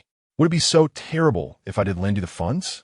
Though she had completed middle school, she remained oblivious to the current policies. Despite Zhou Wufeng's assurances of their lawful operations, she was still anxious.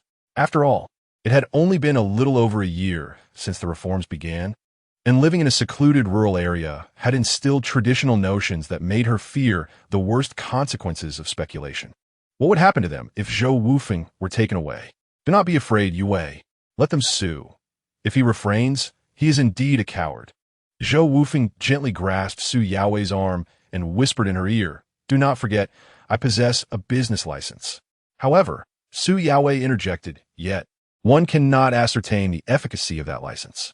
Du Shu, seizing the moment, retorted, Are you frightened now? If you are, then you ought to dutifully lend us the money. We require 2,000.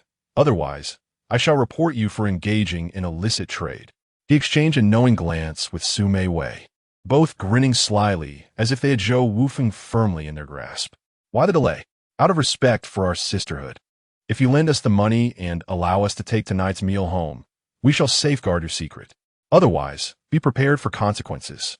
Su Meiwei proclaimed with an air of arrogance. Then I implore you to proceed with your lawsuit. I command you to vacate my home this instant, or face my wrath. Zhou Wufeng retorted, turning to stride into the kitchen, emerging with a kitchen knife in hand.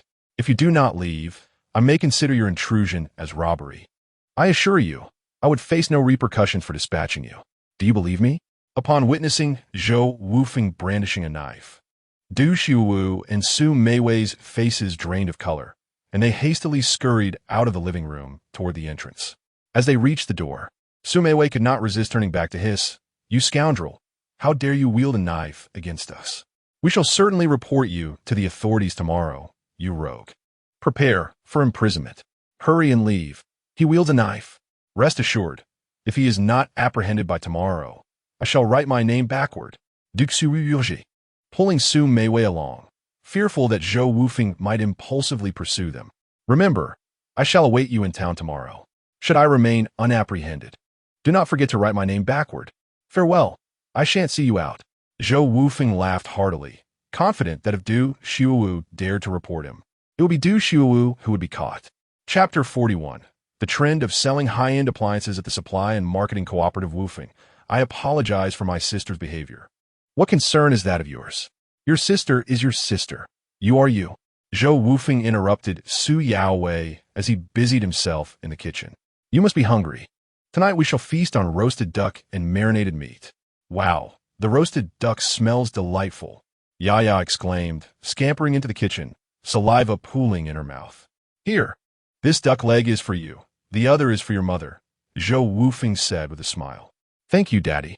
Yaya beamed, planting a kiss on Zhou Wufeng's cheek.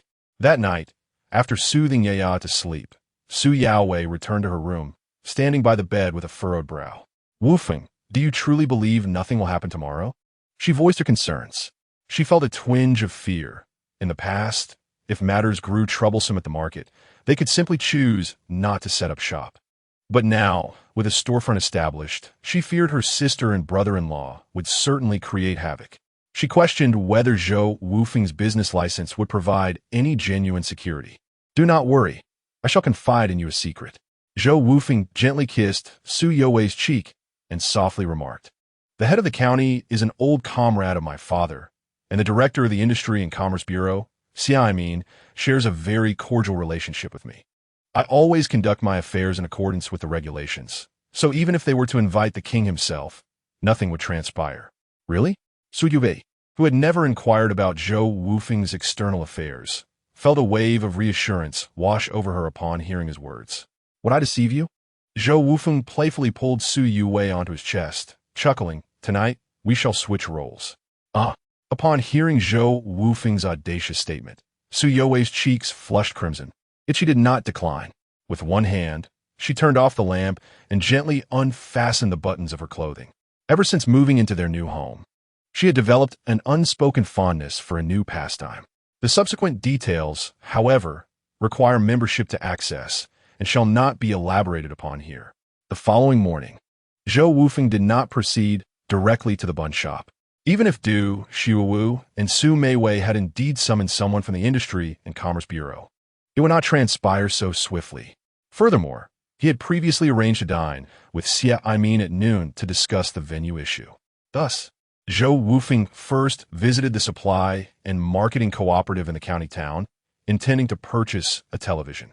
After browsing for a while, he discovered that the selection of appliances at the cooperative was rather limited. The usual offerings included televisions, radios, and electric fans, and he did not even spot a refrigerator or air conditioner. In this era, resources were still exceedingly scarce. Hello, how much is the television? Zhou Wufeng inquired of the salesperson. Just look, don't touch. If you break it, can you afford to pay? The salesperson retorted arrogantly, casting a disdainful glance at Zhou Wufeng. Dressed rather plainly, Zhou Wufeng resembled a rural farmer, hardly the type one would expect to be purchasing a television. These cooperative salespeople, secure in their jobs, displayed an attitude completely at odds with that of modern sales associates. They looked down upon others, exhibiting a remarkably poor demeanor, particularly in the case of high-end appliances like televisions, which they seldom sold throughout the year. They were even less inclined to assist someone who appeared to be a farmer like Zhou Wufeng. Zhou Wufeng found himself amused by the situation, but chose not to stoop to their level. While he was tempted to deliver a resounding rebuttal akin to those in contemporary novels, he ultimately refrained. After all, what would be the point? They were entrenched in their positions, and retaliation would serve little purpose. Thus, Zhou Wufeng simply retrieved a plastic bag from his pocket along with a television ticket. The bag was filled with a substantial amount of cash, which he placed before the salesperson with a light chuckle, saying, "I wonder if this is sufficient?" At the sight, the salesperson sprang to his feet, eyes wide as if he had seen a ghost. "Enough, enough. I'm unsure what kind of television you wish to purchase. But we have black and white models from Panda, Kunlun, Peony, Beijing, and Yellow River, among others." Although the salesperson held a secure position, when faced with a customer possessing both money and a ticket, he dutifully and respectfully began to introduce the options available to Zhou Wufeng. The price of black and white televisions is approximately between $400 and $420 for a 12-inch model, while 19-inch model ranges from $600 to $900. Zhou Wufeng's lips curved into a slight smile as he glanced at the black and white televisions and inquired, "Do you have color televisions?" The salesperson's eyes widened in astonishment, resembling copper bells. In this day and age, not only is it rare to purchase a color television, but even black and white televisions are scarce. It was unexpected to encounter someone wishing to buy a color set. "Yes, we have a 14-inch Gene Phone brand, a 19-inch Beijing brand, and a 20-inch Panasonic brand." "How much for the 20-inch Panasonic color television?" Zhou Wufeng asked nonchalantly. $1,800, the salesperson replied, still in shock. He had worked at this supply and marketing cooperative for several years, yet this was the first time someone had inquired about the price of an imported color television. "I will take this 20-inch Panasonic," Zhou Wufeng declared. "What?"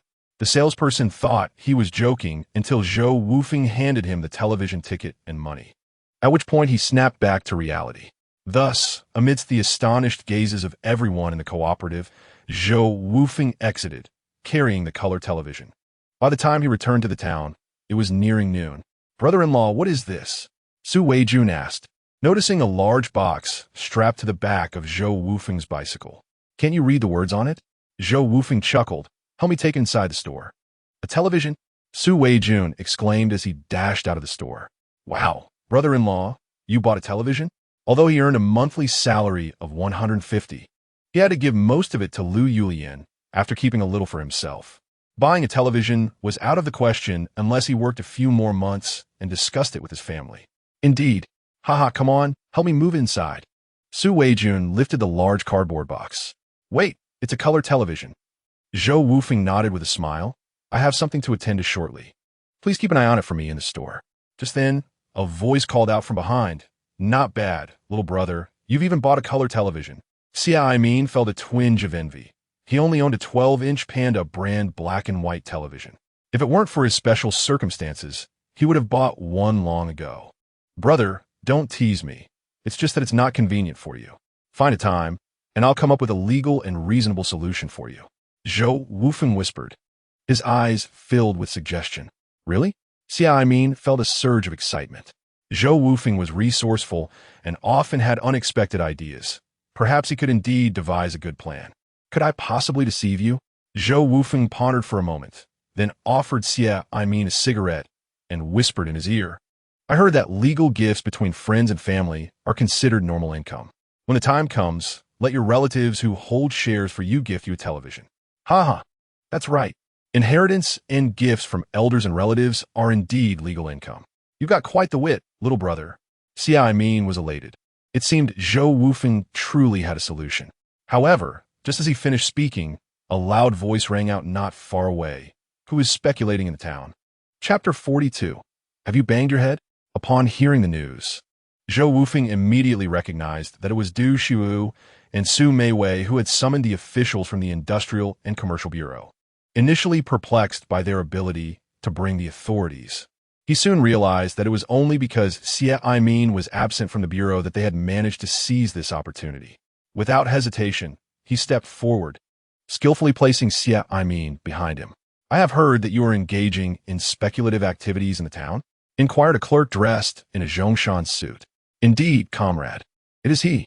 This is Zhou Wufeng, my brother-in-law.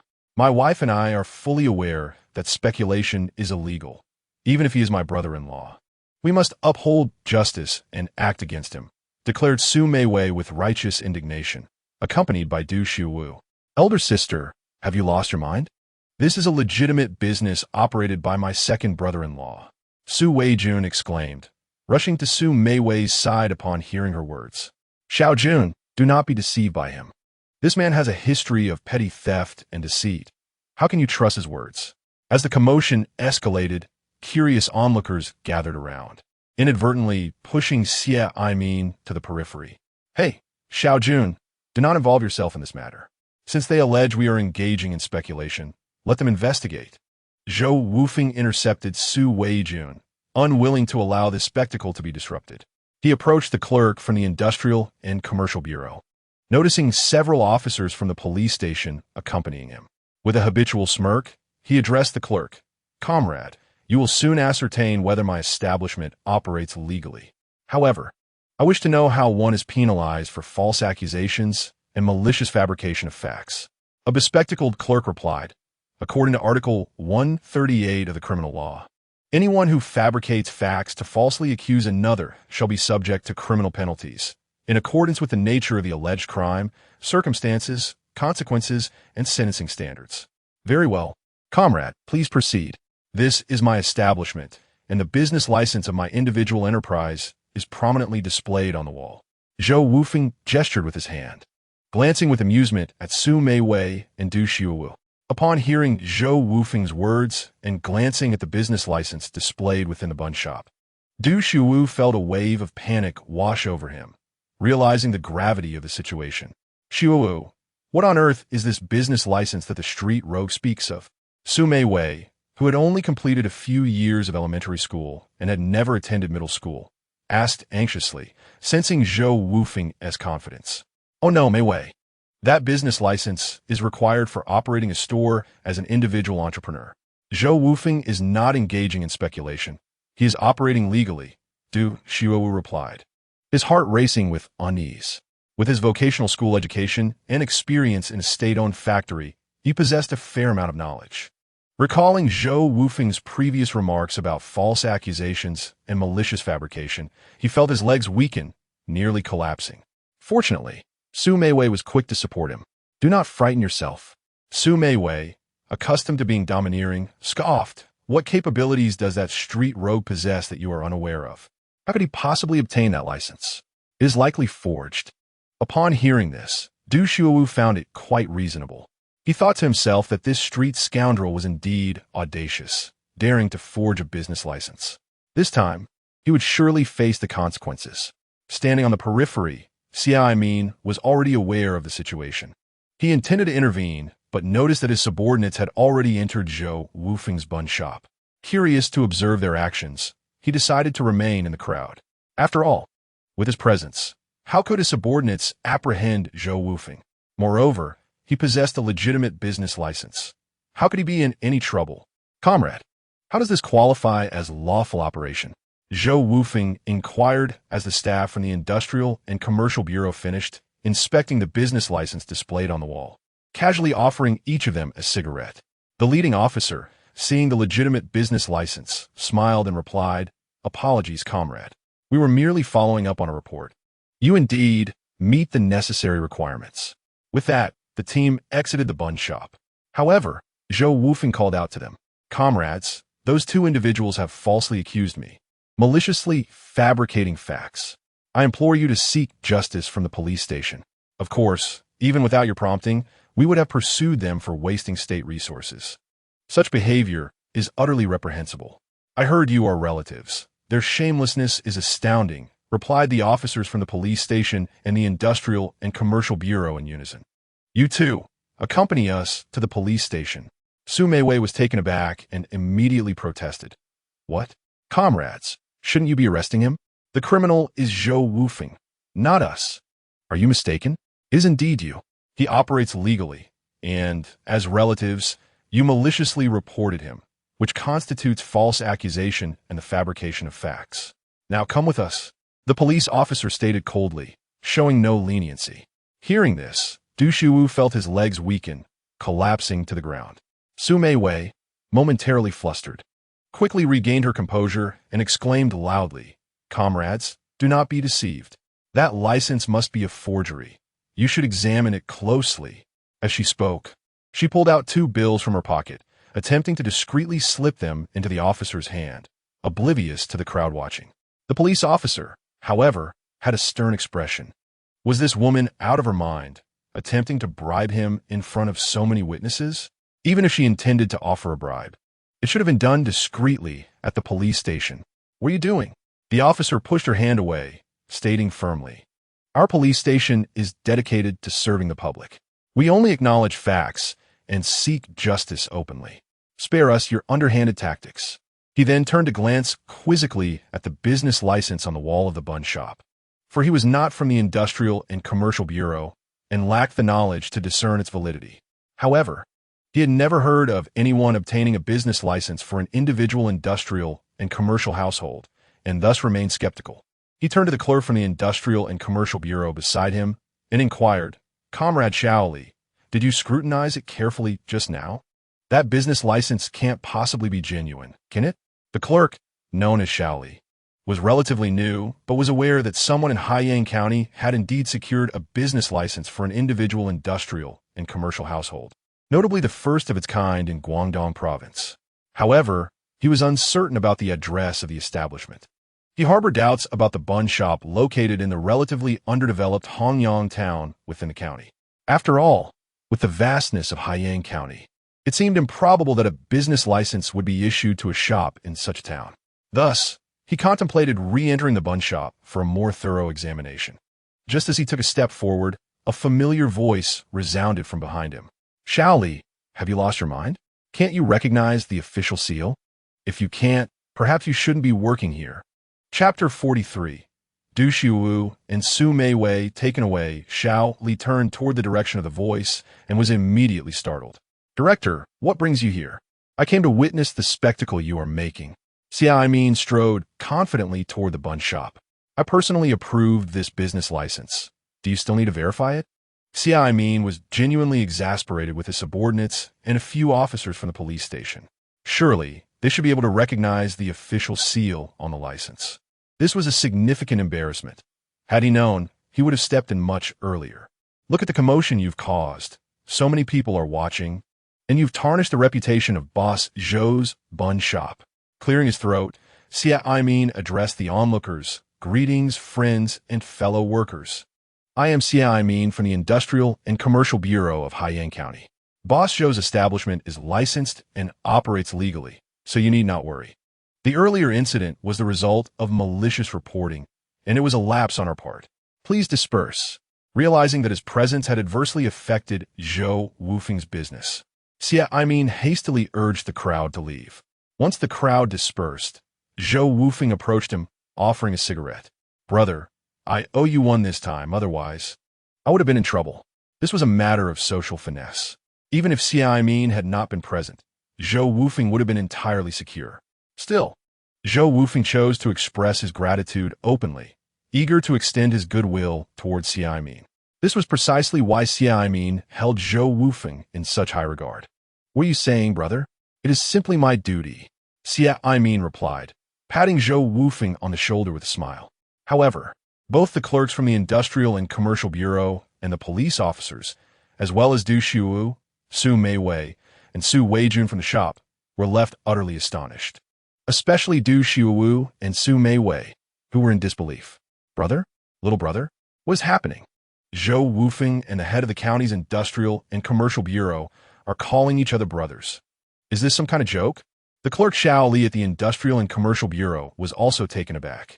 Having only recently joined the bureau, he had never encountered Zhou Wufeng.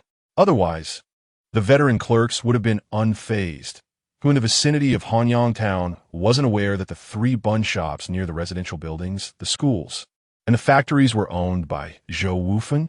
When he initially applied for a business license, he had garnered considerable reputation for their bureau. "Perhaps we have made an error. We shall refrain from reporting this," Su Meiwei stammered, now gripped by fear. As for Du Xiuwu, although he was helped to his feet by Su Meiwei, his body trembled incessantly. If he were summoned to the police station, it would spell disaster. Forget about competing for the position of workshop director. He might even lose his job. It was crucial to understand how precious these positions were. With many eyes coveting his role and countless returning educated youth and unemployed young people queuing for a chance at a job. Error? Xia Min pointed at the two, saying, "It was you both who brought the person here, declaring you would act for justice. It is already commendable that Boss Zhou has not pursued charges against your reckless handling of the case. Have you forgotten that he asked you to uphold fairness?" Although Xia Min's gaze was firmly fixed on Su Meiwei and Du Xiu, it was evident to discerning individuals that he was addressing the officers from a police station. Yes, we will handle it immediately. The officers from the town police station, aware of their blunder and having lost face before their superiors in the county, promptly decided to take Su Meiwei and Du Xiu back to the station. "Brother-in-law," Su Weijun whispered, his face displaying a hint of compassion. "Xiao Jun, do not involve yourself in this. Do you know why these two sought trouble with me?"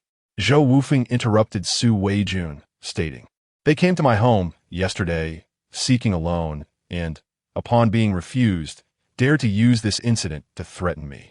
If they have the audacity to report me, I will not let this matter rest." "No, you cannot do this," Su Meiwei cried out. "We were wrong. You cannot proceed in this manner. Yue is my sister, and if you act this way, she will never forgive you." Silence. Zhou Wufeng coldly glared at her, turning his face aside. "Wufeng, please, spare us. We are on our knees, acknowledging our faults. It was our mistake to provoke you. Please do not pursue this further. Let us go."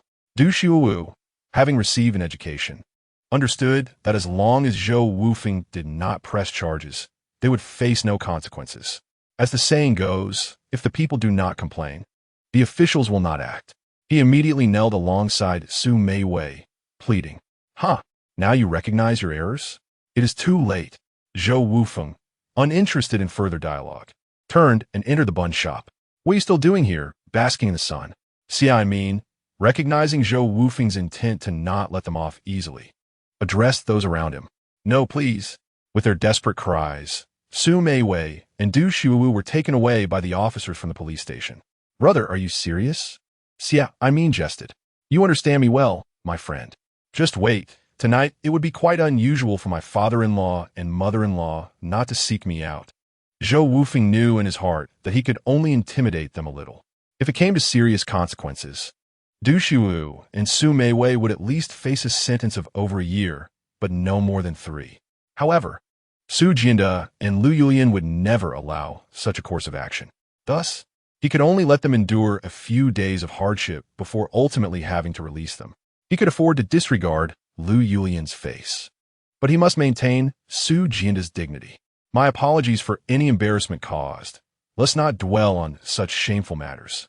Come, let us dine together." Zhou Wufeng exchanged a few words with Su Weijun and the staff at the restaurant before departing with Xia Min to enjoy a meal. They had scheduled a collective discussion regarding the leasing contract at the venue that day. By the time they finished their meal and signed the contract, it was already past 2 in the afternoon. After bidding farewell to Xia Min, Zhou Wufeng returned to the Baozi shop to take the television back home. As he rode his bicycle and neared Hongxi village, the villagers working in the production team began to chatter amongst themselves. "Did you see that? Zhou Wufeng had a television on the back of his bicycle. No way. Don't joke around. No one in our village has bought a television yet." "I doubt it too. Where would you find such a large one? I've seen the ones in the neighboring village. They're only about 30 or 40 centimeters. "No. Didn't you see the words printed on a box? Come on. Are you trying to mock us for being illiterate?" The villagers continued to gossip. In this era, many people were indeed illiterate and did not realize that what Zhou Wufeng carried on his bicycle was a large color television. Yet, those who recognized it were astounded, for the large box bore the prominent words Panasonic Color TV. In these times, even black and white televisions were a rarity in many villages, let alone a large imported color television. Chapter 44. Su Jinda and Lu Yulian visit. Zhou Wufeng was aware of the villagers' discussions about him, but he remained indifferent. These older villagers were merely gossiping, yet their hearts were still pure and kind. "Darling, look what I brought you," Zhou Wufeng exclaimed as he pushed open the door, lifting the television from the back of his bicycle and carrying it inside. "Ah, you really bought a television?" Su Yue exclaimed, her voice filled with surprise. Upon closer inspection, She realized it was a color television. How much could it possibly cost? Ah, don't worry about the price. You won't feel bored at home anymore. You can watch television with Yaya whenever you like, Zhou Wufeng replied with a smile, refraining from disclosing the cost of the television. If she were to learn that he spent 1,800 yuan on it, she would surely be displeased. Although Su Yuwei appeared unfazed, she was deeply touched inside. She understood that Zhou Wufeng's actions were all for the sake of her and their daughter. Daddy, Mommy, what is a television? Yaya, unaware of the conversation between Zhou Wufeng and Su Yuwei, curiously inquired as she gazed at the large box containing the television. You'll find out once Daddy sets up the antenna, Zhou Wufeng assured her. Zhou Wufeng carefully extracted the television from its cardboard box and placed it atop a cabinet. He then procured a sturdy bamboo pole and commenced the installation of the antenna. After more than half an hour of diligent effort, Zhou Wufeng finally completed the antenna setup, connected the power, and fine-tuned the direction and angle of the antenna. To his delight, the screen instantly displayed a program titled Yangqing New Year Celebration. Wow, look! There are people on the screen, and it's making sounds. This is so captivating, exclaimed Yaya, brimming with joy at the sight of the television program. Mom, can you watch TV with me when you have free time? Zhou Wufeng felt a profound sense of satisfaction seeing his daughter so happy. No matter the cost, as long as his wife and daughter were content, it was worth every penny. Yet, he knew this was merely a beginning. In this era, the material resources available for his wife and daughter were rather limited, but he believed that with societal progress, abundance would eventually follow. Thus, Zhou Wufeng resolved to work tirelessly to amass wealth and establish a commercial empire for them. This afternoon, he had secured a location for a garment factory, and the next hurdle was acquiring the necessary equipment. Xia Aimin mentioned that a state-owned garment factory was looking to sell off a batch of outdated machinery. But Zhou Wufeng would need to negotiate the price personally. He felt confident in this regard, as a guideline had been issued last June concerning the paid transfer of fixed assets in state-owned enterprises. The regulation stipulated that the pricing of old equipment would be determined based on usage duration, wear and tear, and technical performance, typically ranging from 50 to 70 for better condition items and 30 to 50 for older ones. However, Zhou Wufeng was more concerned about other issues. While the matters of location, equipment, and orders were manageable, thanks to Xia Aimin's assistance as the head of the Industrial and Commercial Bureau, his primary worry lay with the staff. He was not referring to the diligent frontline workers, the rural women who were industrious and capable. Rather, his concern was with the management team. To date, he had been solely responsible for all operations, without a trustworthy individual possessing managerial skills to assist him, which was detrimental to the growth of the enterprise. Lost in thought, he was suddenly jolted by a familiar voice at the door. Wufeng Yue, Lu Yulian called out as she entered, followed closely by the sullen-faced Su Jianda. Father, mother, what brings you here? Su Yue quickly stood to welcome them. Lu Yulian, with an anxious expression, grasped Su Yue's hand and implored, Yue, your elder sister and brother-in-law have made a grave mistake by provoking Wufeng. I beg you, for the sake of sisterly bond, please let them go. Su Yue, bewildered, had spent the entire day at home and was utterly unaware of the unfolding events. Father, mother, please have a seat.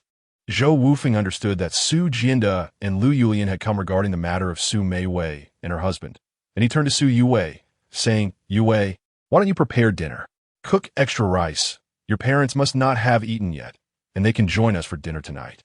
Zhou Wufeng poured a glass of water for each of his parents, and it was then that Su Jianda spoke up. Wufeng, your elder sister. Dad, Mom, it was Xiaojun who informed you, wasn't it? Zhou Wufeng interjected. Yes, Dad is aware. Meiwei and Du Xiuwu have behaved appallingly. These two wretches actually dared to approach the police station and the Industrial and Commercial Bureau to investigate you. The clatter of rice spilling from Su Yue's hands resonated in the kitchen as she overheard Su Jianda's words. How could they do this? I have no such sister and brother-in-law. Su Yue cried as she approached the kitchen door. Oh, child, Lu Yulian was at a loss for words. It's all right, Yue, it's Meiwei and Du Xiuwu who have been apprehended. Zhou Wufeng reassured her with a smile, gesturing for her not to worry. He then turned to Su Jianda and Lu Yulian, saying, Dad, Mom, you're only aware of part of the story. It all began yesterday. Zhou Wufeng recounted the events from the previous day, detailing how Su Meiwei and Du Shuwu had come to their home seeking a loan, and upon being denied, resorted to malicious threats, culminating in the day's incidents. Su Jianda felt a wave of shame wash over him. He had worked tirelessly throughout his life and had raised his children with utmost strictness. He could not fathom how he had reared such a callous and shameless daughter. Those two wretches, he muttered through clenched teeth, feeling utterly speechless. Lu Yulian recognized her daughter's wrongdoing, but still managed to plead. Wufeng, I know this is all on Mei Wei and Xiaowu. I beg you, could you possibly let them off? At this moment, Su Jianda also looked at Zhou Wufeng. His eyes filled with hope. After all, Su Meiwei was their own flesh and blood, raised with immense care and devotion. Zhou Wufeng observed his parents, knowing they would come to plead for leniency. Therefore, he had never intended to impose severe penalties on Su Meiwei and Du Xiuwu. Seeing Zhou Wufeng remain silent, Lu Yulian hastily added, Wufeng, rest assured, I promise, as long as you forgive them, I will ensure they are properly reprimanded and will not trouble you again. Indeed, Wufeng, could you perhaps consider my old face and spare them? Su Jianda added helplessly. Sigh. Zhou Wufeng exhaled softly. Dad, your words are a bit harsh, considering your stance. What more can I do? I will visit the police station tomorrow. However, I cannot guarantee their immediate release. Although Zhou Wufeng did not wish for them to suffer a grave fate, he did want them to experience some hardship. At the very least, he believed the police should detain them for a few days to make them aware of the consequences of their actions. If they dared to provoke him again in the future, they could not blame him for being merciless. In such a case, no one would be able to intercede on their behalf. Chapter 45.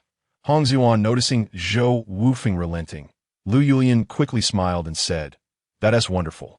As long as you promise to let them off, it's a relief. I appreciate you making the trip tomorrow. She certainly did not wish for Zhou Wufeng to rush to the police station that very night. In his heart, there was a sense of joy, for when Su Weijun spoke of the matter, he informed her that Zhou Wufeng maintained an excellent rapport with the leaders of the County Bureau of Industry and Commerce. Lu Yulian was convinced that as long as Zhou Wufeng agreed to spare Su Meiwei and her husband, the police station would certainly release them. Wufeng, you have suffered this time, Su Jianda expressed with a face full of shame. It's nothing. As long as they do not provoke me, I will not concern myself with them, Zhou Wufeng replied nonchalantly. In his heart, he regarded individuals like Su Meiwei and Du Xiuwu with disdain. They belonged to an entirely different realm in his eyes. Wufeng, have you purchased a television? After resolving the issue concerning Su Meiwei, Lu Yulian noticed a large television set placed on the cabinet in Zhou Wufeng's living room. With her discerning eye, she could tell it was a color television. Yes, I just bought it today. Let me turn it on for you and Dad to see. At that time, color televisions had not yet widely adopted remote controls. So Zhou Wufeng rose to switch on the television. Is this a color television? Such a large one must have cost quite a bit, right? Su Jianda exclaimed in surprise. He had learned from Su Weijun that Zhou Wufeng's dumpling shop earned approximately 300 to 400 yuan daily. Yet he was unaware that Zhou Wufeng owned 2 additional dumpling shops in the county. Of course, at that time, individual business owners were permitted to operate only one shop. The other 2 shops, which Zhou Miling managed, were registered under the identification of Su Yue and Zhou Miling, utilizing their identities to obtain individual business licenses. Wufeng, Dad knows you are making money now, but you must also be frugal in your living, Su Jianda cautioned, worried that Zhou Wufeng might become complacent and indulge in a lavish lifestyle without sufficient earnings. Don't worry, Dad. I'm aware of that. In a few months, I will have Xiaojun buy you one as well. Given Su Weijun's income, it would certainly be more than sufficient for him to purchase a Panda brand black and white television in a few months. Furthermore, once the garment factory was established, Zhou Wufeng would entrust the dumpling shop to Su Weijun, and with the shop's reputation, earning 300 to 400 yuan daily would allow them to acquire a color television in merely 2 months. That evening, Zhou Jinyuan, Zhou Zhenhe, and Zhou Zijian, the neighbors from next door, heard about Zhou Wufeng's television purchase and all came over to see it. After all, this was the first television in Hongxi village. And not just any television, but a 20-inch imported color set, These neighbors, who had never seen a television from childhood to adulthood, were filled with curiosity. Moreover, it was Zhou Wufeng from their own courtyard who had made this purchase, which brought them great pride. Zhou Wufeng was also generous, warmly brewing tea for everyone and offering sunflower seeds and peanuts to treat the neighbors who had watched him grow up. The following day, Zhou Wufeng visited the police station in the town. The officers who had apprehended Su Meiwei and Du Xiu treated Zhou Wufeng with considerable courtesy, for they had witnessed his connections with the county leaders the previous day. I would like to trouble you, Comrade Hong Ziyuan. I hope that after they receive a thorough education, they can return home. Would that be acceptable? Zhou Wufeng discreetly handed a pack of cigarettes to Hong Ziyuan, speaking courteously. Certainly, Boss Zhou. I regret having heeded the malicious whispers of those two scoundrels yesterday. Would it be possible for you to give them a 48-hour reprieve? Hong Ziyuan cautiously accepted Zhou Wufeng's cigarettes, displaying an unusual eagerness as he probed. Then it falls to you, Comrade Hong Ziyuan, to manage this matter. I have heard that your director is nearing retirement. Given your diligence and enthusiasm, I trust the next director shall undoubtedly be you, Zhou Wufeng remarked with a significant undertone. With his current connections in the county, facilitating a formal officer's ascent to the position of local precinct chief would indeed pose no challenge. Upon hearing this, Hong Ziyuan's eyes widened in disbelief as he gazed at Zhou Wufeng. He was an astute individual and could easily discern the implications behind Zhou Wufeng's words. Furthermore, he had indeed observed Zhou Wufeng's cordial rapport with the leaders of the County Bureau of Industry and Commerce the previous day. Thus, he responded, I shall rely on you. Boss Zhou, should you ever require my assistance, it will be but a word from you. Zhou Wufeng's lips curled into a habitual smile as he patted Hong Ziyuan on the shoulder. Typically, the chief of your precinct is evaluated by the County Public Security Bureau, with the appointment decided through organizational discussion and formal documentation, correct? When your current chief approaches retirement, do remember to inform me. Hong Ziyuan felt a jolt of surprise.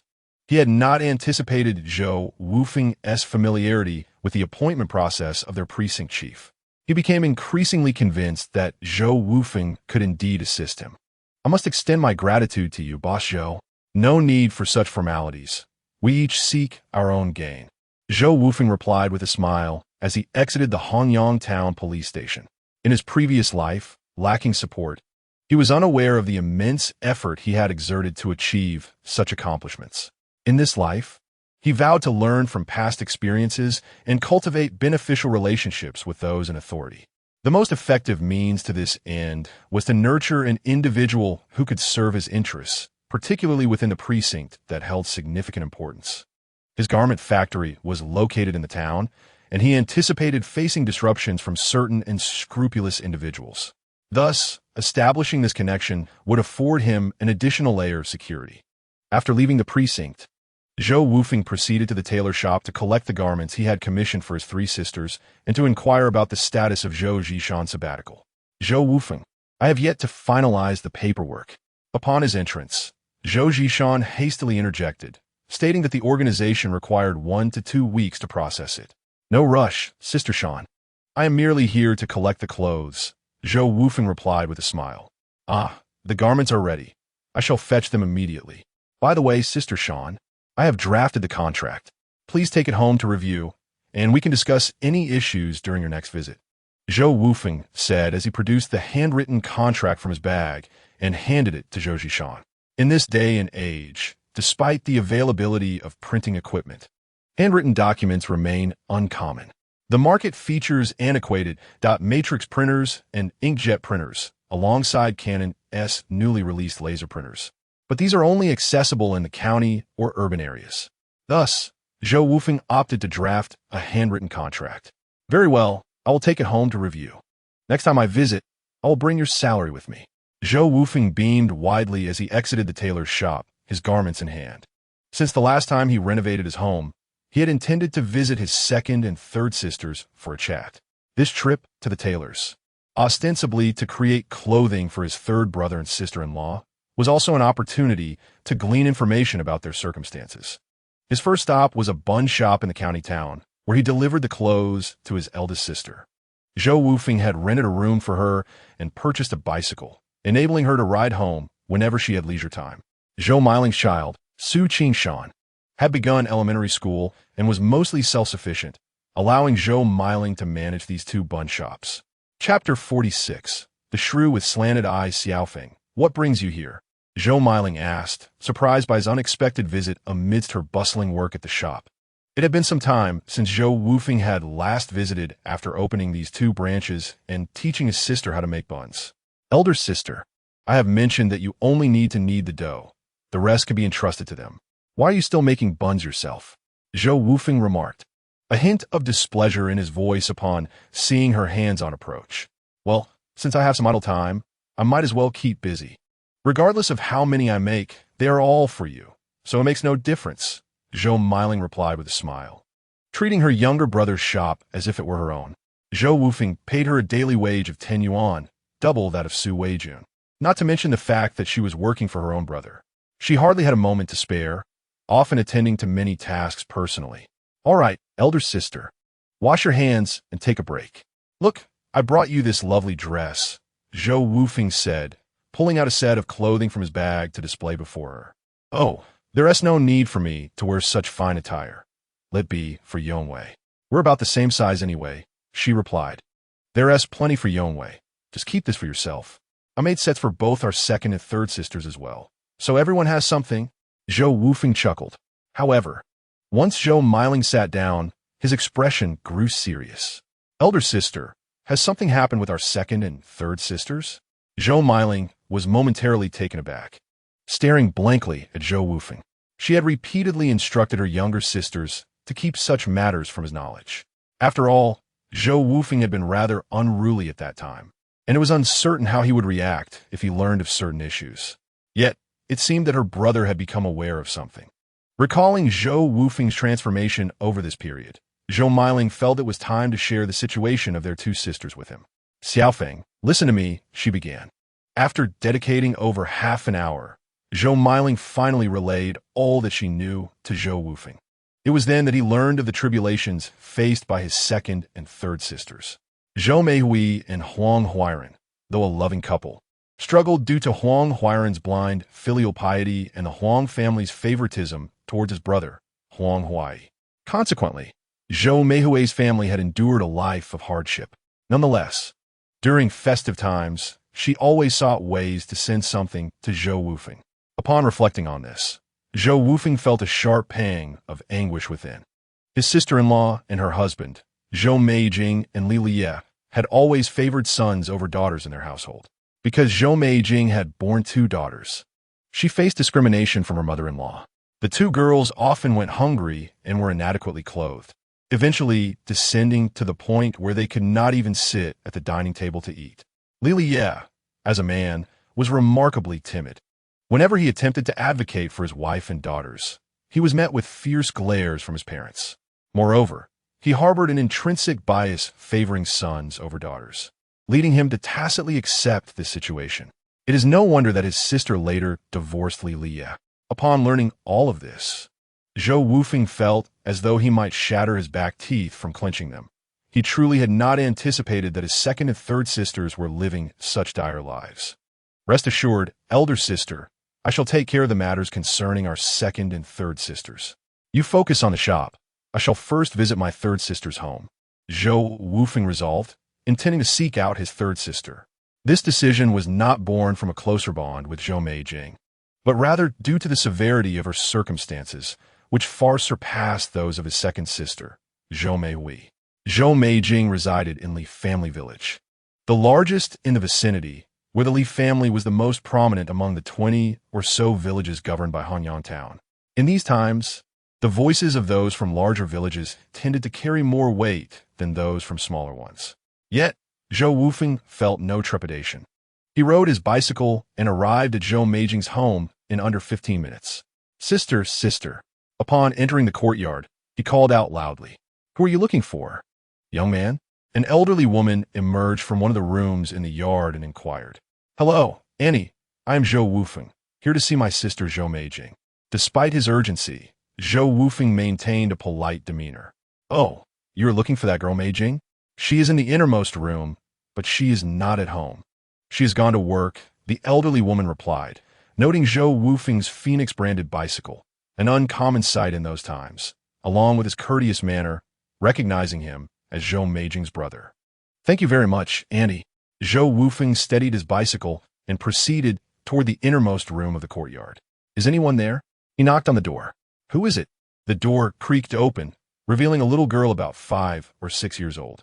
She was clad in patched-up trousers and a thin top, her appearance gaunt and emaciated. Her hair dry and yellowed due to malnutrition. She resembled a grown-up version of the young girl she once was. This was Zhou Meijing's eldest daughter, Li Xiaowan, who gazed at Zhou Wufeng with disbelief. Seeing his niece before him, Zhou Wufeng was overwhelmed with rage. What has become of such a fine girl? At that moment, he began to understand the feelings of Su Weijun for back then. You are my uncle? Li Xiaowan, having previously met Zhou Wufeng, inquired. Ah, Zhuanzi, your uncle has come to see you. Zhou Wufeng's throat tightened, and his voice emerged hoarse. Just then, a sharp and biting remark echoed from within the small room. The young girl, without ascertaining who was at the door, opened it, and one could only hope she wasn't abducted. Shortly thereafter, a corpulent figure emerged, cursing vehemently. A worthless girl is indeed a worthless girl. I wonder how your mother, that wretched creature, raised you. Grandma, please don't hit me. It's my uncle who has come. Hearing these words, Li Xiaojun trembled in fear, her body quaking as though she were about to be met with violence. Juju, do not be afraid. Your uncle is here, and he will not let anyone bully you. Zhou Wufeng lifted Li Xiaojun into his arms and addressed the stout woman who had appeared. Aunt Li, mind your language. Who is the worthless one here? Indeed, the woman who had emerged was none other than Wang Liqin, mother of Li Lai. And who might you be? Ah, it's the brother of that worthless girl. The street urchin from Hongxi village. I've heard you've come into some fortune lately. What is this? You presume to dictate how I should educate my granddaughter? Wang Liqin sneered, her squinting eyes filled with disdain. Although she had heard from her son Li Lai about this street urchin, she was well aware of her own reputation. In Li family village, with thousands of households, who did not know that Wang Liqin could verbally overpower the women of 3 generations. She was not intimidated by Zhou Wufeng. I won't argue with you. I'll wait for my sister to return. Zhou Wufeng had no intention of engaging with such a shrew. If she were reasonable, she would not speak so harshly to her daughter-in-law and granddaughter. He intended to wait for Zhou Meijing to come home, then persuade her to seek a divorce. His niece was being tormented to the brink of despair by this old harpy. Chapter 47. The conflict. The sun hung high in the sky. Farmers had begun returning home to rest after a day of labor. Zhou Wufeng, accompanied by his 2 nieces, Li Xiaojun and Li Xiaoxia, stood by the eaves of the Li residence, awaiting their return without entering the house. Uncle, I'm hungry, said the timid Li Xiaoxia, who was a few months younger than Xiaojun, as she nestled in Zhou Wufeng's arms. Be patient, Xiaoxia, when your mother returns. I will take you and your sister Juju out for a delightful meal, all right? As Zhou Wufeng gazed at Li Xiaoxia, he was reminded of his own sweet daughter, Yaya. He had not anticipated that his sister's family, with so many members laboring, could allow his 2 nieces to be in such a state of hunger. It was evident how harshly they treated their granddaughters. Soon, Zhou Meijing, Li Lai, and the elderly Li Laosan returned from their labor. Xiaofeng, Zhou Meijing exclaimed, noticing her brother standing in the shade of their eaves, her face momentarily betraying shock and concern. Yet Zhou Wufeng paid little heed to her and directed a frigid gaze at Li Lai. You, Li Lai, after all these years of marriage to my sister, is this how you care for them? Setting Li Xiaoxia down, Zhou Wufeng strode towards Li Lai and seized his collar, demanding, how can you call yourself a man if you cannot even care for your own wife and daughter? Xiaofeng, Zhou Meijing quickly intervened, pulling him back, fearful that a moment of impulse might lead to violence. Wufeng, Li Liye, gazed at the furious Zhou Wufeng, acutely aware of my shortcomings towards Zhou Meijing and her daughters. My throat emitted but a few words, leaving me at a loss for further expression. My timid disposition allowed for a semblance of affection towards Zhou Meijing, yet I lacked the courage to oppose my parents' differential treatment of her and her daughters. Faced with Zhou Wufeng's accusations, I merely lowered my head, uncertain how to retort. How dare you, you scoundrel! Come to my home in the family village and act like a ruffian. Someone come quickly. An outsider is bullying my son. Wang Liqin, my mother, rushed out of the house upon seeing Zhou Wufeng gripping my collar. Her ample form quivered with each hurried step, her sharp eyes glaring menacingly at Zhou Wufeng as she shouted. Just then, neighbors returning from work heard Wang Liqin's cries and promptly grabbed their tools to intervene. Everyone, please, do not act impulsively. This is my brother. It's a family matter, and no one has been harmed. Zhou Meijing hurriedly interjected, positioning herself protectively in front of Zhou Wufeng. Slap! Wang Liqin struck Zhou Meijing across the face. You ungrateful wretch! How dare you assist an outsider in bullying my son in front of our neighbors? She bellowed, incensed. Li Laosan, my father, regarded Zhou Meijing with a frigid gaze, sharing the same sentiment as my mother. Such a daughter-in-law deserved reprimand. Damn you! Slap! Zhou Wufeng emerged from behind Zhou Meijing, retaliating against Wang Liqin with a forceful slap.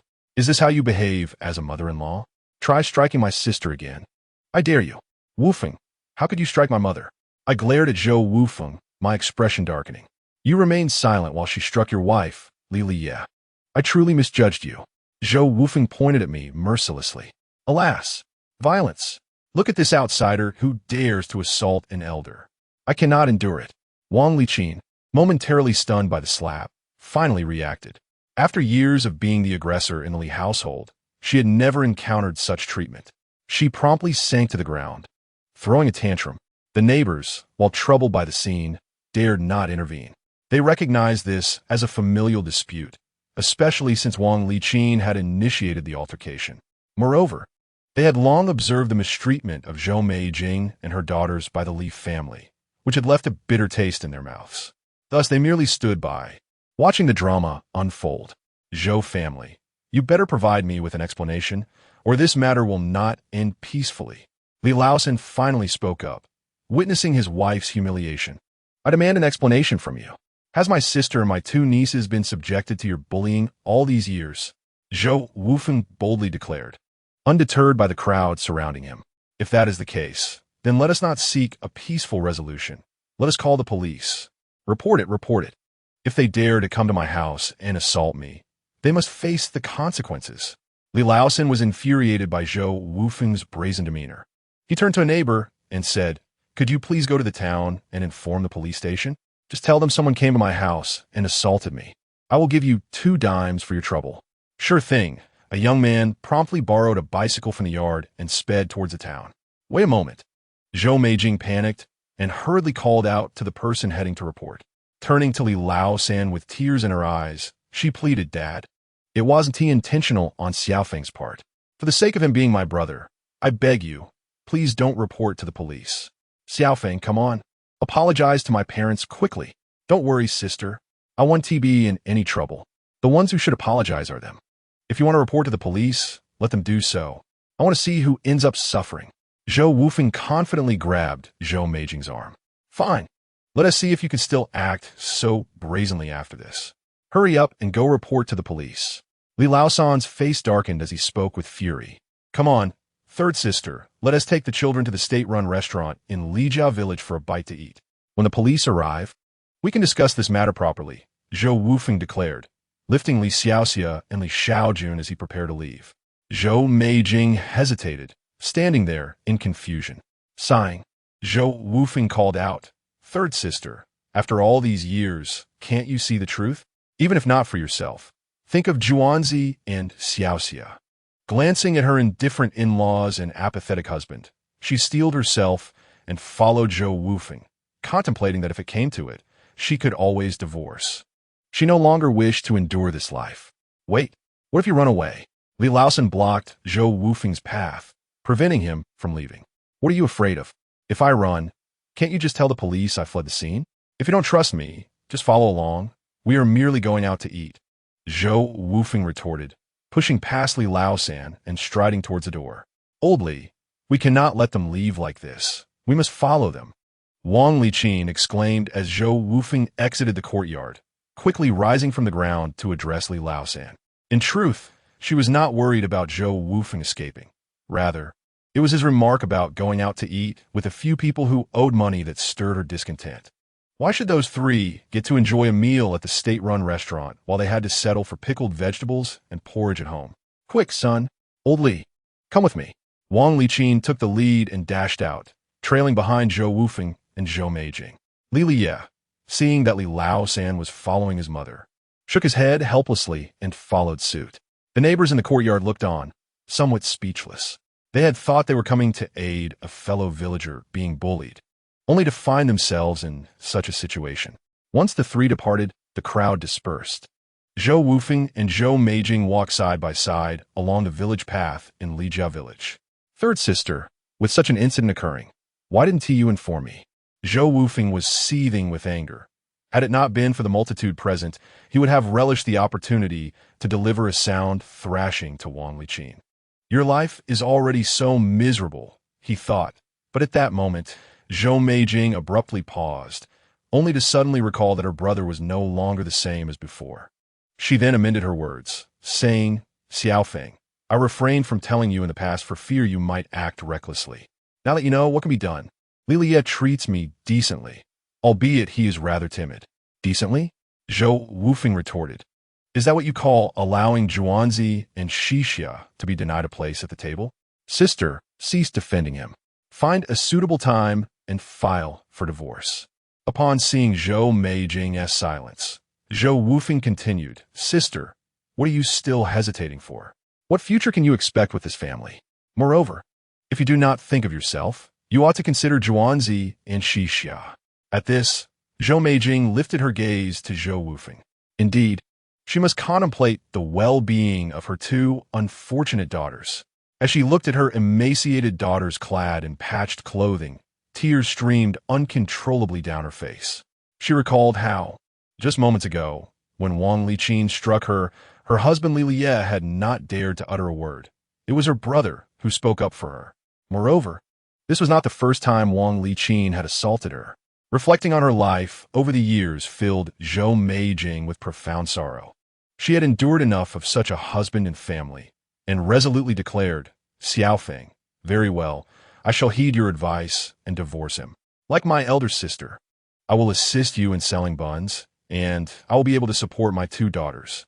Sister, you need not worry about that, Zhou Wufeng replied, pleased that Zhou Meijing had made the decision to divorce Li Liye. I am in the process of preparing to establish a clothing factory. When it is set up, you can come and help. Even if you do not work, I will be able to provide for you and my two nieces. A clothing factory? Is it for sewing and processing? Zhou Meijing inquired. That is something I am quite familiar with. I shall not be shy about it. Zhou Meijing had always shared a close bond with her brother, speaking candidly without the need for pretentious pleasantries.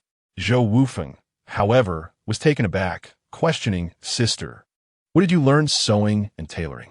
Not just me. Even our second and eldest sisters know how. We three sisters learned from our mother since we were young, while you spent your days playing outside, oblivious to such matters. At this, Zhou Wufeng recalled that many years ago, the family did indeed possess a sewing machine, which had been sold by the eldest sister during a time of financial distress for their parents. Thus, it seemed that his three sisters were quite skilled in this regard. With a little guidance from Zhou Zhishan, they would undoubtedly become competent individuals. Sister, that is splendid. I will certainly have the second and eldest sisters join us to help. It will be infinitely better than laboring in the fields. As the siblings conversed, they had unknowingly arrived at the local state-run restaurant. Fortunately, Li Family Village was a large community, and it was the only one in Hongyang Town with a state-run establishment. Zhou Wufeng ordered a dish of stir-fried celery with meat, a serving of cabbage with ribs, a plate of sot ed meat, and a roast chicken, totaling 4 dishes, all of which were meaty delights. The sight left the sisters, Li Xiaowan and Li Xiaoxia, wide-eyed, yet they dared not approach the table. Xiaoxia, Zhuanzi, why aren't you coming to eat? Is it that you do not fancy the dishes your uncle has ordered? Their grandmother inquired. We girls cannot sit at the table. We are fine just eating while standing, replied Li Xiaowan, nearly drooling but still hesitant to join. Zhou Wufeng clenched his teeth, silently cursing that wretched old woman. Xiaoxia, Zhuanzi, let me tell you, Both boys and girls are welcome to dine at the table. Come, take a seat and eat as you please, he urged, lifting Li Xiaoxia onto the stool and filling her bowl with a generous helping of meat and vegetables. Sister, you should eat as well, Zhou Wufeng called out, his heart swelling with bittersweet emotions. Despite the dire circumstances of their lives, Zhou Meijing managed to visit his family at least 10 times a year, bringing food. He could only wonder how she endured such hardship. This is delicious. It's all meat. I haven't had meat in ages, exclaimed Li Xiaowan, her mouth full, brimming with joy. Uncle, can we save some for dinner? Upon hearing this, Zhou Meijing's tears streamed down her cheeks. As a mother, she was acutely aware of the life her daughters had led. Yet, she felt powerless, unable to sit at the table herself. No need to save any. Your uncle promises you that from now on, there will be meat at every meal, and you can always sit at the table, Zhou Wufeng declared. Planning to have his brother-in-law, Su Songling, create a separate room for the 3 sisters to live with his family. Meanwhile, Wang Liqin, observing this scene from afar, felt her mouth water, gritting her teeth in indignation. That wretched street rat, eating so well. With all that money, he doesn't even think to bring us something. He just spoils those 3 worthless girls. In her mind, Zhou Wufeng, as a relative, should have brought gifts when visiting, completely forgetting her previous treatment of him. When the police arrive, we must make them pay. He slapped you. We will demand compensation.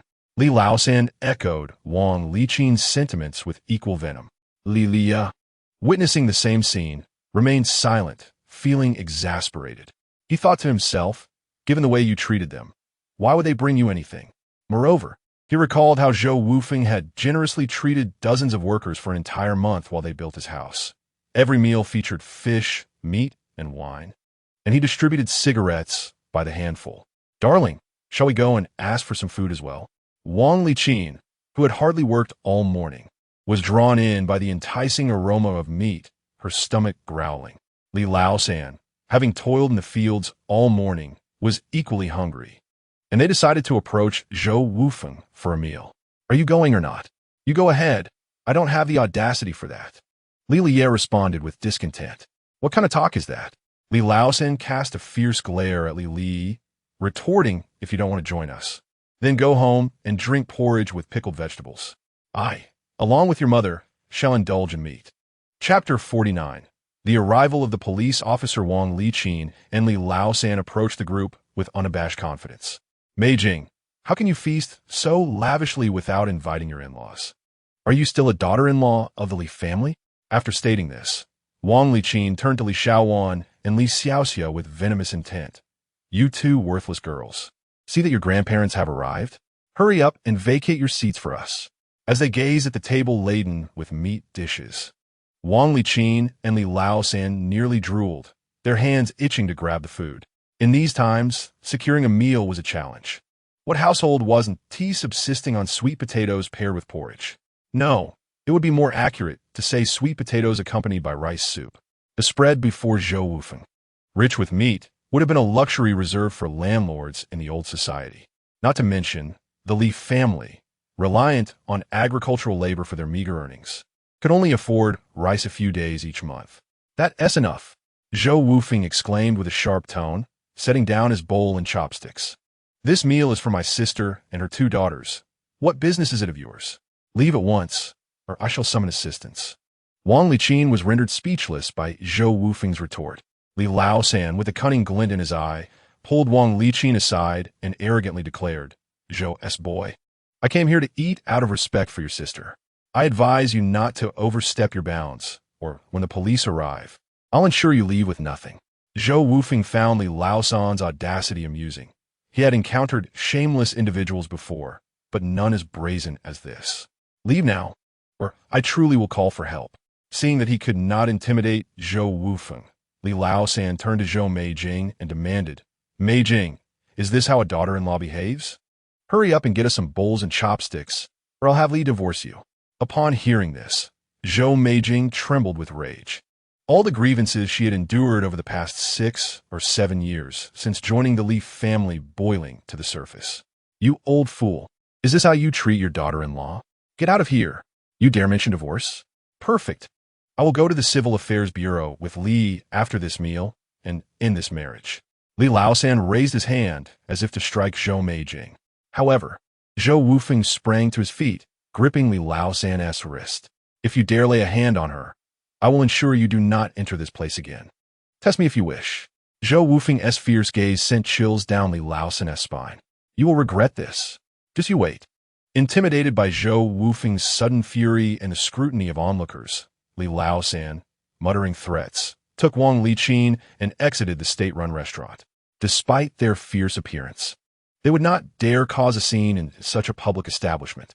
Once home, Li Laosan and Wang Liqin, filled with indignation, pointed at Li, saying, "Look at the woman you've married. I'm telling you, we will have her divorced shortly. The Li family will not tolerate such a daughter-in-law. And those two worthless girls can go with her. We have no need for them. Divorce is imperative after several years of marriage. She has yet to bear me a grandchild. What purpose does such a woman serve? If you refuse to divorce, do not dare to call me mother or him father. Unless that scoundrel from the Zhou family compensates me a few hundred, this matter will not end. No, it should be at least 3,000 to 5,000. How dare he insult me?" Wang Liqin and Li Laosan, exchanging words, are coercing Li Liye and Zhou Meijing into divorce. In this day and age, while it is not difficult for a divorced man to remarry, a divorced woman finds it exceedingly challenging.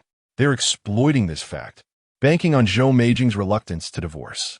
This will conveniently serve as leverage against Zhou Wufeng to demand compensation. Li Liye gazed vacantly at his parents. Although he felt a pang of resentment, his timid nature prevented him from voicing it. Shortly thereafter, Zhou Wufeng returned with his mother and sister after dinner. Just as they stepped through the door, the police arrived. "Who is causing trouble?" "It is him. This brat struck me. Look, my face still aches." Upon seeing the police, Wang Liqin immediately pointed at Zhou Wufeng to lodge a complaint. Zhou Meijing, in a state of alarm, interjected, "Comrade, it's not like that. Is it your place to speak?" Wang Liqin interrupted, raising her hand to strike, only to be stopped by the officer. "How bold you are! You dare to resort to violence in our presence? Do you not respect the law? Everyone be silent while I ascertain the facts." The officer then turned to Zhou Wufeng. "Ah, Mr. Zhou, what brings you here?" Indeed, it was Officer Hong Ziyuan, who had rushed to the scene without having eaten, eager to assert himself for the position of station chief. "Comrade Hong Ziyuan, perfect timing. Please help me adjudicate this matter." Zhou Wufeng, reconnaissant Hong Ziyuan, seized the opportunity to recount the entire saga, how the Li family had unjustly berated Zhou Meijing and her two nieces, and how they had mistreated the children. Hong Ziyuan listened, his anger swelling. "How dare you?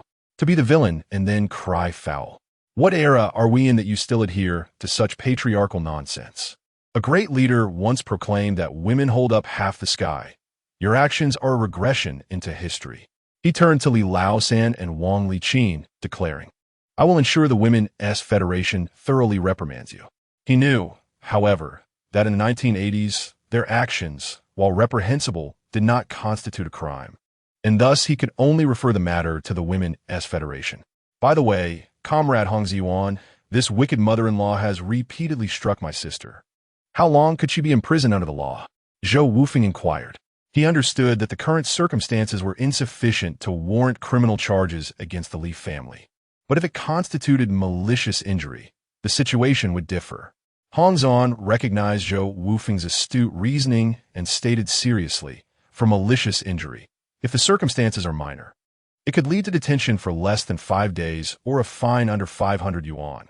If the circumstances are severe, detention could range from 5 to 10 days, accompanied by a fine between 200 and 500 yuan. After all, the matter concerning Wang Liqin has not yet constituted a criminal offense and can only be addressed in accordance with the regulations on public order management. Upon hearing this, Li Laosan and Wang Liqin felt their legs weaken, nearly collapsing to the ground. Li Lai hastily interjected, "Comrade, my mother sometimes acts out of anger. She did not mean it. I implore you to spare her." He added, "I cannot decide this matter, as I am not the victim." Hong Ziyuan gestured with his lips, indicating that Li Lai should appeal to the victim. He was astute enough to understand that even if the issue could be resolved simply, it was essential to gain the approval of Zhou Wufeng. This time, He must seize the opportunity to have Zhou Wufeng owe him a favor. Mei Jing, do you still consider yourself a daughter-in-law of the Li family? Is this how you treat your in-laws? For the sake of our many years together, I shall not hold it against you. Spare my mother, and I will refrain from seeking a divorce. Li Lai approached Zhou Meijing, speaking as if it were a matter of course. Upon hearing this, not only Zhou Wufeng and the others were taken aback, but even the officers from the police station were rendered speechless. Chapter 50. Captured. Zhou Meijing stared blankly at Li Lai, her heart shattered. She realized that her husband harbored such thoughts. She felt utterly blind. Ah, Li Lai, so in your heart, everything I have endured is merely to be expected. How wonderful! When I was beaten by your parents, you dared not utter a word. Now that your mother is in trouble, you dare to threaten me? She declared. I have seen through you. Mark my words, this will not end well. Your mother should prepare for detention. Zhou Meijing's expression was frigid, and, at that moment, she finally recognized the hypocrite before her. You wretched woman, Wang Liqin hissed, pointing a finger at Zhou Meijing, her teeth nearly grinding to dust. If you dare to have me detained, I will ensure that Lai divorces you. Divorce him? I have every intention of divorcing him. We shall go to the Civil Affairs Bureau today. Zhou Meijing retorted coldly, seeing that Zhou Wufeng remained unfazed, and Zhou Meijing had already made her stance clear. Hong Zuan spoke up. You vow mother-in-law dare to threaten me in front of my eyes. Even if the victim forgives you, we cannot let this go unpunished. What? Wang Liqin's vision darkened, and she nearly fainted, but thankfully, Li Lai was quick to support her. However, Hong Zuan's next words caused her to leap up. Bring this wicked mother-in-law and father-in-law back with you. No, you cannot arrest me. It is all this wretched woman's fault. After all these years, she has not given me a grandson. If you must arrest someone, let it be her. Do not take us. Wang Liqin jumped up and rushed back inside the house, locking the door and refusing to open it. Wang Liqin, are you attempting to resist arrest? Think carefully. Resisting arrest is equivalent to obstructing public duty, which carries a sentence of less than 3 years in prison. Hong Ziyuan remarked coldly. In this day and age, there was no specific crime of resisting arrest. Hence it would be treated as obstructing public duty. Mother, please open the door. It is merely a few days of detention. If you do not open it, you could face years behind bars. Li Lai exclaimed, startled, and hurriedly urged Wang Liqin to come out. Inside the room, Wang Liqin listened to the words of Hong Ziyuan and Li Liye, pondering for a long time before finally opening the door. She was subsequently taken to the town's police station by Hong Ziyuan's associates. As a victim, Zhou Meijing was also required to go to the police station to provide a statement. She instructed Li Liye to bring their household registration and marriage certificate, intending to proceed to the Civil Affairs Bureau for a divorce once the statement was completed, although Li Liye felt reluctant. With both his parents and wife in such a predicament, he found himself with no alternative. Moreover, he had always yearned for a son. He retrieved the marriage certificate and household registration from the room and followed to the town, leaving little behind. Witnessing Li Liye's resoluteness, Zhou Meijing couldn't help but feel a pang of sadness in her heart. She smiled wistfully. Perhaps this man had long desired to part ways with her. Upon arriving at the town's police station, matters unfolded smoothly. Ultimately, Wang Liqin and Li Laosan were detained for 3 days, but due to the minor nature of the incident, no fines were imposed. Afterwards, Zhou Meijing accompanied her children to the Civil Affairs Bureau to finalize her divorce from Li Liye. He showed no attachment to their 2 daughters, who, unsurprisingly, chose to stay with Zhou Meijing. Zhou Wufeng called Hong Ziyuan aside. Comrade Hong, if you don't mind, just call me by my name, he said. All right, Brother Ziyuan, Zhou Wufeng replied with a grin. I must trouble you once again. Tomorrow, I will write a letter of commendation to your station to gain some leverage. Thank you, Boss Zhou. I called you Brother Ziyuan, yet you still call me Boss Zhou? Haha, Brother Wufeng. Zhou Wufeng handed him 10 bills of currency. Take this to treat the brothers at your station. I aim to secure your cooperation. Despite Hong Ziyuan's protests, it was evident that he was determined to take the money. Zhou Wufeng observed keenly. Although Hong Ziyuan verbally refused, he clutched the bills tightly. That day, Zhou Wufeng brought the 3 women back to Hongxi village and also summoned Su Songling. Brother-in-law, here's the situation. My 3rd sister is temporarily staying with us. I plan to convert one of the rooms in the house for her and the two nieces to share, he explained briefly to Su Songling. Su Songling was already aware of the circumstances. He sighed and remarked, I had long advised my sister-in-law to seek a divorce. It's unfortunate that at that time, you were still realizing he had misspoken. He quickly adjusted his tone. Nonetheless, this is for the best. That family is nothing but a bunch of brutes. My sister-in-law has finally escaped the torment. Just wait, I'll figure out how to make an extra room for her. Zhou Wufeng's ancestral home already measured 45 square meters, and with the additional 75 square meters he had applied for, it totaled 120 square meters. Although a small courtyard of over 20 square meters was retained, creating an extra room was quite feasible. So you made us no objections. She remembered, well, how much her three sisters-in-law had supported her. At that moment, she had already gathered Zhou Mei Jing and the children in the living room to watch television. Moreover, prior to the proper establishment of the Zhou Wufeng factory, there was now an additional companion at home to engage her in conversation, along with the allure of television, alleviating her boredom somewhat. By the way, brother-in-law, I have rented a venue that still requires some planning. I would appreciate your assistance in finding someone to make minor adjustments later. The Zhou Wufeng site has already been secured, although it seems unnecessary to undertake a complete renovation. Certain layouts still require simple reconfiguration. Thus, I intend to enlist Su Songling's help for this task. Rented a venue? What is the purpose? Planning to establish a garment factory. Zhou Wufeng briefly conveyed his intentions of opening a factory to Su Songling, leaving him momentarily taken aback. However, he refrained from probing further. This younger brother-in-law was becoming increasingly enigmatic to him, and he responded, Very well, I will bring someone to take a look tomorrow. Here are the blueprints I have devised. Please proceed to partition the workshop, conference room, and office accordingly. Zhou Wufeng had already articulated the factory layout in recent days. In his mind, the forthcoming steps were vividly etched. Next, he needed to collaborate with Xie Aimin to negotiate equipment transfers with the state-owned garment factory, followed by hiring workers and having Zhou Zhishan train them, ultimately attempting to secure orders. He had meticulously planned each step and how to execute it. Thus, early the next morning, Zhou Wufeng returned to the county's Industrial and Commercial Bureau. This day marked the scheduled meeting between Xie Aimin and Deputy Factory Director Lin from the state-owned garment factory, and Zhou Wufeng had to be exceptionally alert. After all, negotiating a lower price would equate to profit, and despite being a deputy, the directors of these state-owned factories were undoubtedly seasoned veterans. Chapter 51. Negotiation in a private dining room of the state-owned restaurant in Haiyang County. Zhou Wufeng found himself fortunate. If not for the county's state-owned establishment, he would have struggled to find a suitable dining venue with private rooms.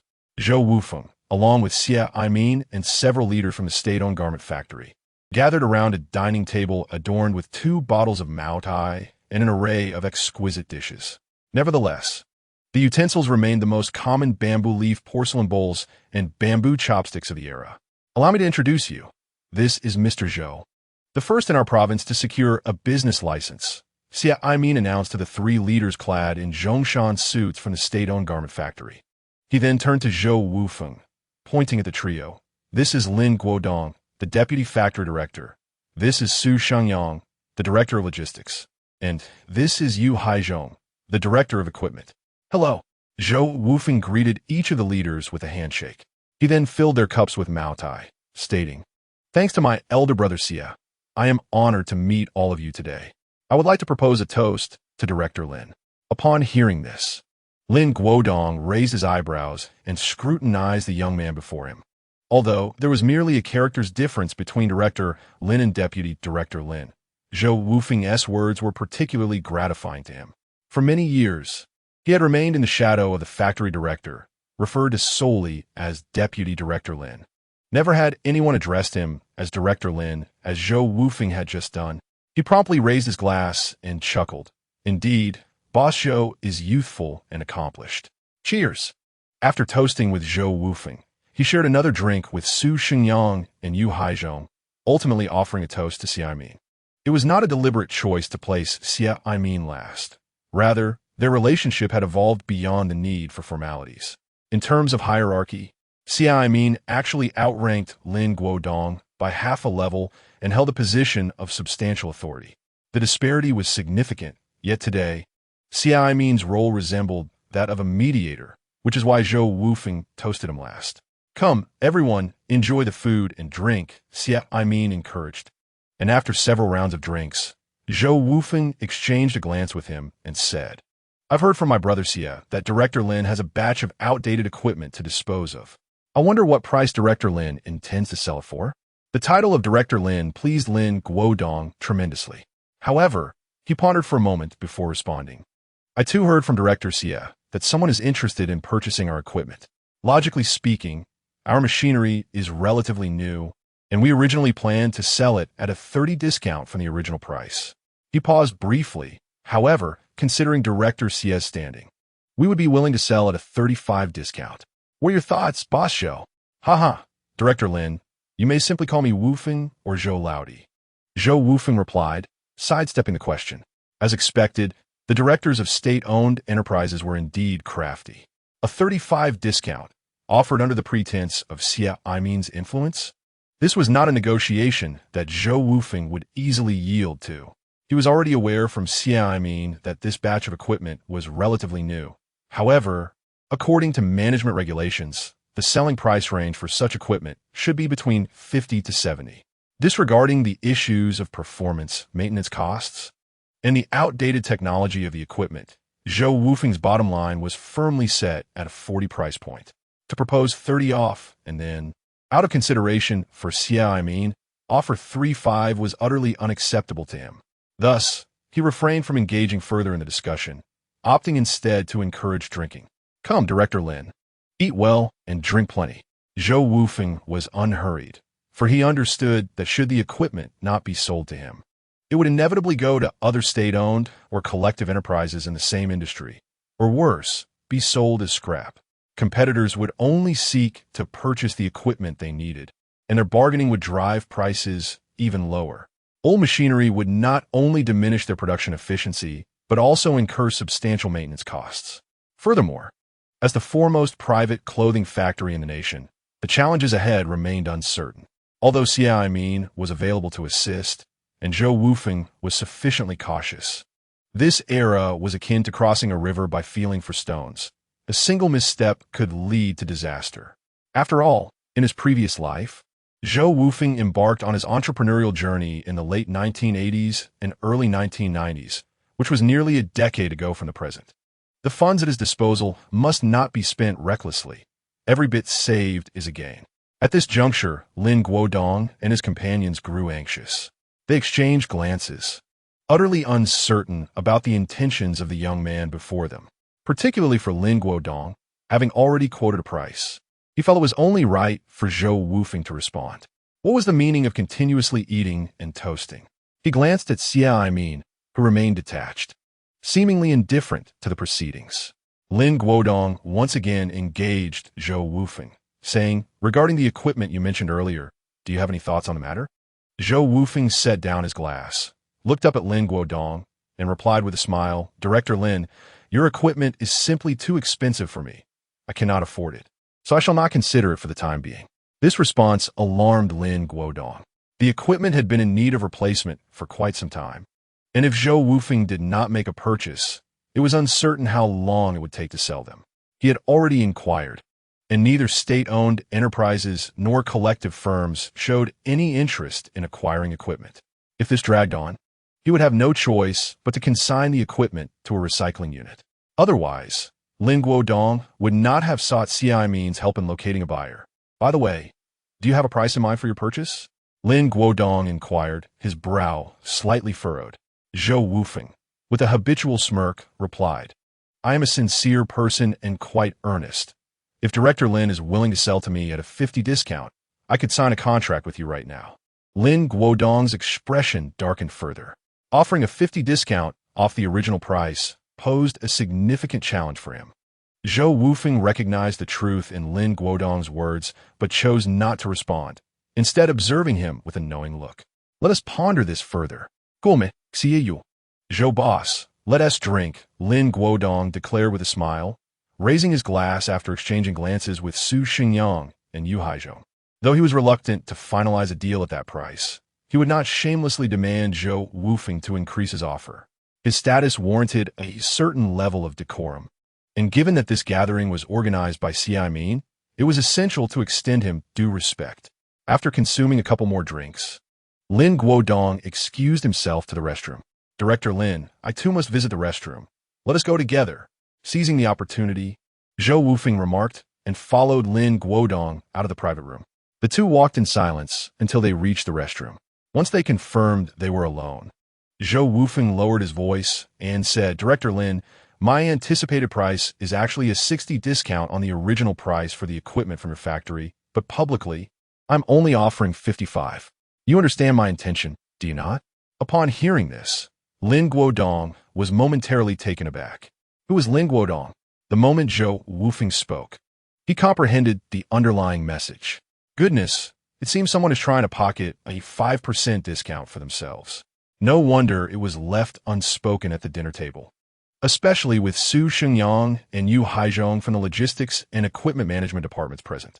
Lin Guodong calculated briefly. The entire batch of equipment originally cost 45,000. 5% amounts to 250.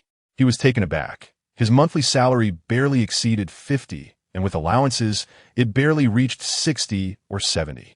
This sum represented a staggering 30 months' worth of his earnings. "What do you think, Director Lin?" Zhou Wufeng observed Lin Guodong's dazed expression, and from the look on his face, he already knew the answer. With a smirk, he offered him a cigarette. "I see now, Boss Zhou. Oh no, I'm a few years your senior, so let me casually call you Brother Zhou. Let us enjoy a fruitful collaboration." Lin Guodong extended his hand, firmly shaking Zhou Wufeng's in the restroom. "Ha ha! A delightful partnership it shall be, Brother Lin." Zhou Wufeng chuckled. Lin Guodong was of an age that could easily be his father, yet he was a few years older. Indeed, when it comes to audacity, it is these seasoned leaders who excel. In the future, should you require assistance, Brother Zhou, feel free to ask. I'd be more than happy to help. I appreciate it, Brother Lin. Let us return to our private room to continue our discussion. Director Xie and the others will probably be waiting. Zhou Wufeng replied with a grin. But do keep your lips sealed. Brother, you jest. This collaboration hasn't even been finalized, has it? Besides, did I not agree to the 55% discount only after inspecting the equipment and discovering some issues? Zhou Wufeng's grin stretched almost to his ears. Upon hearing this, Lin Guodong's heart trembled once more. This fellow even concocted a rationale for him. Truly, he is a genius. After returning to the private room and enjoying a few more drinks, Lin Guodong prepared to take Su Xingyang and Yu Haizhong back. Once they had departed, Xia Min looked at Zhou Wufeng with curiosity and said, "Brother, are you really not considering this further? I believe if you were willing to purchase the batch at 60% of the original price, it would still be a wise investment." In his mind, Zhou Wufeng had always been quite astute. Xia Min had previously informed him that this batch of equipment was relatively new and offered excellent value. Buying it at 60% of the original price would certainly not be a loss. Why insist on acquiring it at 55% today? Rest assured, Brother Xia, just wait and see. In a couple of days, Director Lin will agree to my price and sell the equipment to me. Zhou Wufeng replied with an air of mystery, prompting doubt in Xia Min's mind. However, he thought little of it, as he was merely an intermediary. After parting ways with Xia Min, Zhou Wufeng rode his bicycle back to Hongxi village. The villagers had grown accustomed to seeing the abundance of meat and vegetables in his basket. Over the past few months, he had returned home each day bearing a generous haul. Everyone was aware that Zhou Wufeng had made a fortune through his business in town, their eyes filled with envy. Yet, some astute young individuals had begun to emulate his ways, dabbling in buying and selling. Certainly, in stark contrast to Zhou Wufeng, these individuals operate without permits, reminiscent of his early days of vending, setting up stalls in the town or at nearby markets. There is little choice, as the community finds itself in dire straits. Devoid of meat, Zhou Wufeng's household enjoys 3 meals a day, each replete with meat and soup, a lifestyle that undoubtedly incites envy among the villagers. In these times, many farming families survive on merely 2 meals a day, subsisting on meager fare. Rice and other refined grains are considered luxuries, let alone meat, which is sometimes a rarity. Moreover, Zhou Wufeng resides in a spacious home of over 100 square meters, exquisitely decorated, complete with a living room and an imported large television. The winds of reform have gradually begun to sweep through these isolated villages, stirring the villagers' aspirations. The villagers of Hongxi are, at that moment, experiencing a subtle transformation in their mindset.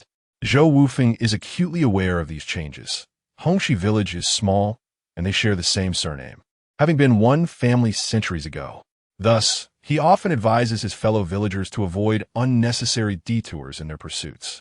In the following 2 days, Zhou Wufeng awaits Lin Guodong's visit, while also anticipating a response regarding Zhou Zhishan's leave of absence request. The partitions in his home have been constructed, and Su Songling has already commenced work on the garment factory layout according to Zhou Wufeng's design. Consequently, these 2 days find Zhou Wufeng with some leisure time, prompting him to visit his second sister, Zhou Meihui. Carrying the newly made garments, and having procured several pounds of meat in town, along with some gifts, he makes his way to Zhou Meihui's home. It is currently the off-season for farming, and both Zhou Meihui and Huang Huiran are at home. Oh, Xiaofeng has come. Huang Huiran exclaims in surprise upon seeing Zhou Wufeng tending to the chickens in the yard. Zhou Meihui has been married for 8 years, and this is only Zhou Wufeng's second visit to their home, the first being on the occasion of her wedding. Zhou Wufeng observes the 3 old hens raised by Huang Huiran, presumably for egg production. In these times, the production team imposes strict limits on the number of poultry each household can keep, typically no more than 3. Brother-in-law, raising chickens? Where's my sister? He inquires. She's inside, knitting a sweater. Come in and join us. Meihui, Xiaofeng is here. Huang Huiran warmly invites Zhou Wufeng inside, calling out to Zhou Meihui. Upon entering, Zhou Wufeng finds the interior as he remembers it. The room is approximately 30 square meters, accommodating Zhou Meihui's family of 4. This space was allocated to them by Huang Huiran's parents upon their marriage. The land was provided, but it was the couple, along with the assistance of neighbors, who constructed their home. Meanwhile, his brother Huang Huai resides in the ancestral house of over 60 square meters, living with their parents. Xiaofeng, what brings you here? Zhou Meihui rises promptly upon seeing him, pulling over a chair for him. Why had you brought so many things? She queries, noticing the large bag of meat and other items in his hands, her brow furrowing with concern. Though she was aware that Zhou Wufeng's circumstances had improved, she felt reluctant about her brother's extravagant expenditure. What is the matter? Come, second sister, and see the dress I made for you, Zhou Wufeng exclaimed, gesturing towards the cotton dress he held. Does it fit well? Why are you spending money so recklessly? Second sister cannot possibly wear such fine clothing, especially a dress. With all the daily labor outside, when would she ever don it? Zhou Meijing chided, yet her heart brimmed with gratitude, touched by her brother's thoughtfulness in crafting garments and purchasing items for her. Come, Xiaofeng, have some tea. In the midst of their conversation, Huang Huiran had already prepared a cup of tea for Zhou Wufeng. Their household lacked proper tea utensils. They simply used a cup, sprinkled in a few tea leaves, and poured hot water from a thermos. Zhou Wufeng accepted the cup and pondered for a moment before inquiring, second brother-in-law, I heard that you send your parents 20 yuan each month? Upon hearing this, a flicker of resentment crossed Zhou Meihui's eyes, while Huang Huiran appeared unfazed. To him, the money he sent to his parents was earned through his own labor. Xiaofeng, as a son, it is a duty to support one's parents, he stated. Second brother-in-law, if I am not mistaken, your family has already divided its assets, correct? Zhou Wufeng persisted, undeterred. It's absurd to think that 20 yuan would suffice for 2 elderly people's monthly sustenance. Furthermore, according to local customs, it is typical for siblings to take turns caring for their parents. Generally, if there are 2 brothers, they alternate every 6 months. Who gives money every month? Moreover, even when providing support, parents typically assist with household chores or look after the grandchildren at the home of the child responsible for their care. Zhou Wufeng did not wish to delineate the obligations of filial piety too sharply, as it was indeed a duty. However, if it became excessive, The nature of the obligation shifted. It was evident that his brother-in-law exhibited a rather foolish form of filial piety.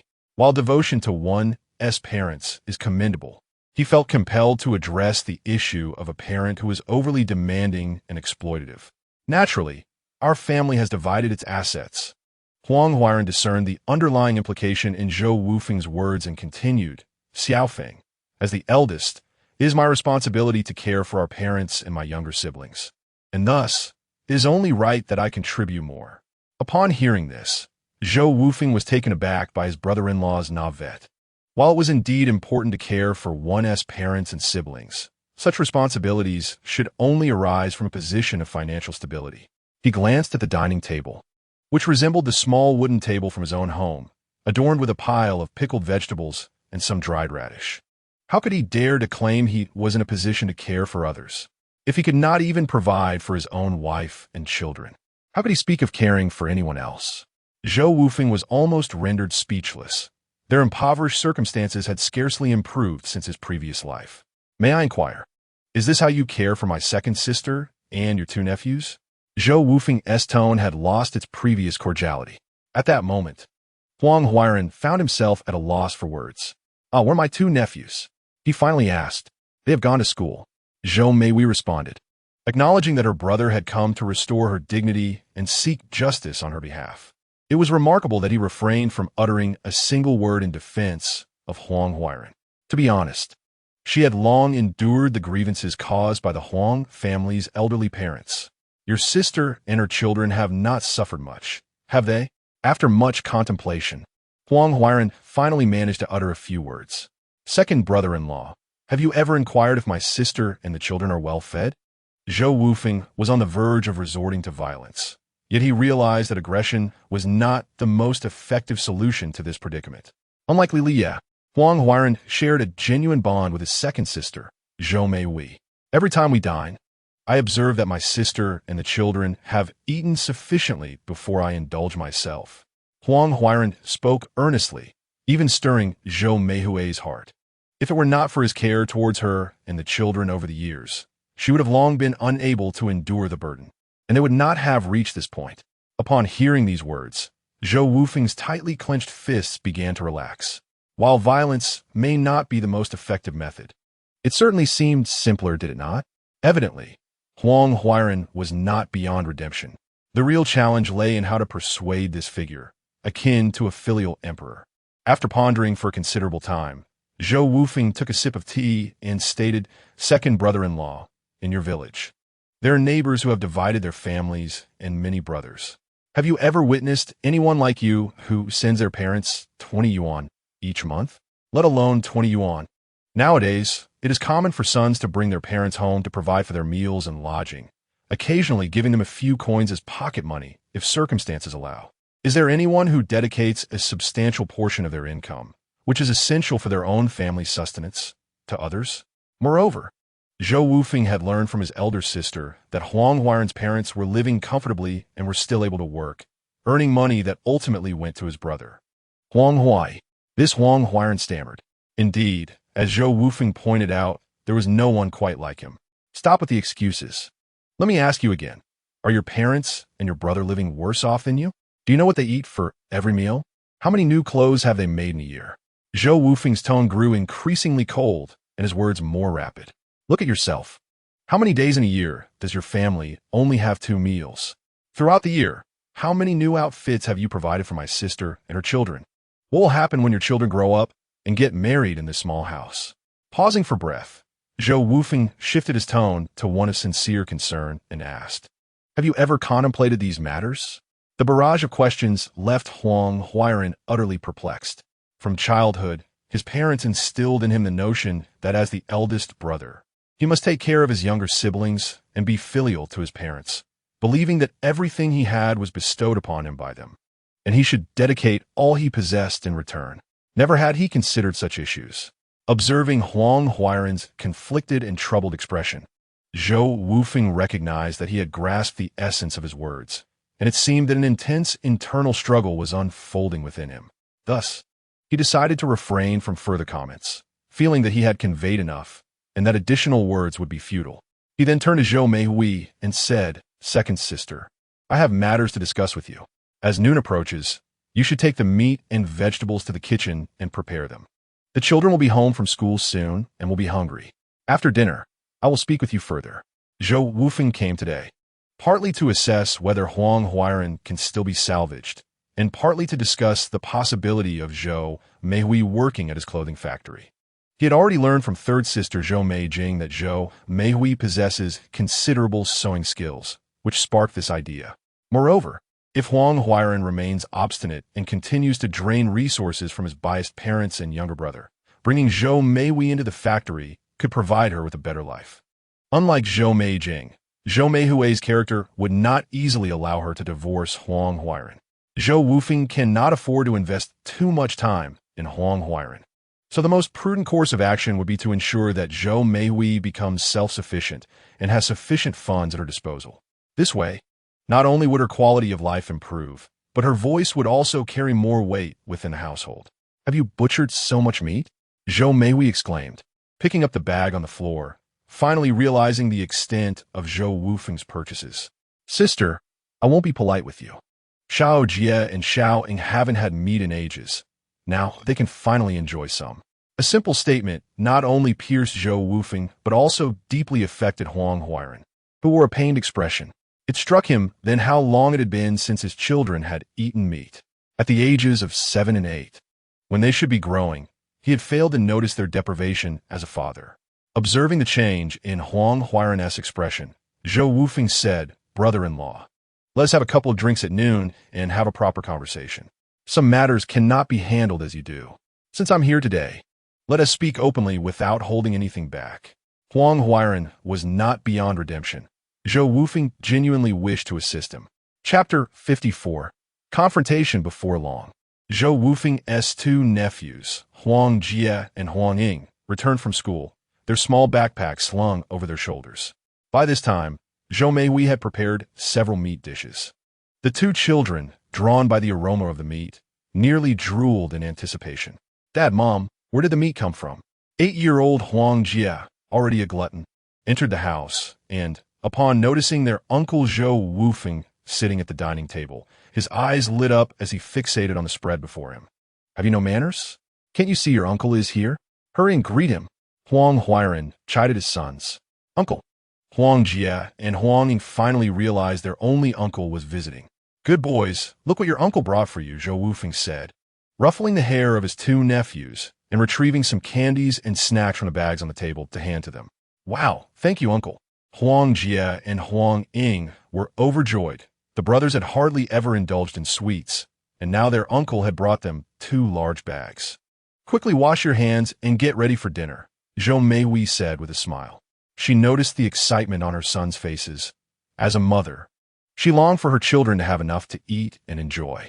Regrettably, a significant portion of their family's income is allocated to the in-laws, leaving her with no recourse but to silently endure.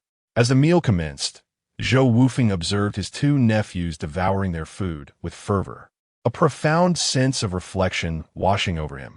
The children of this era truly suffer. Recalling his own daughter, he could not help but remember her gaunt appearance from hunger.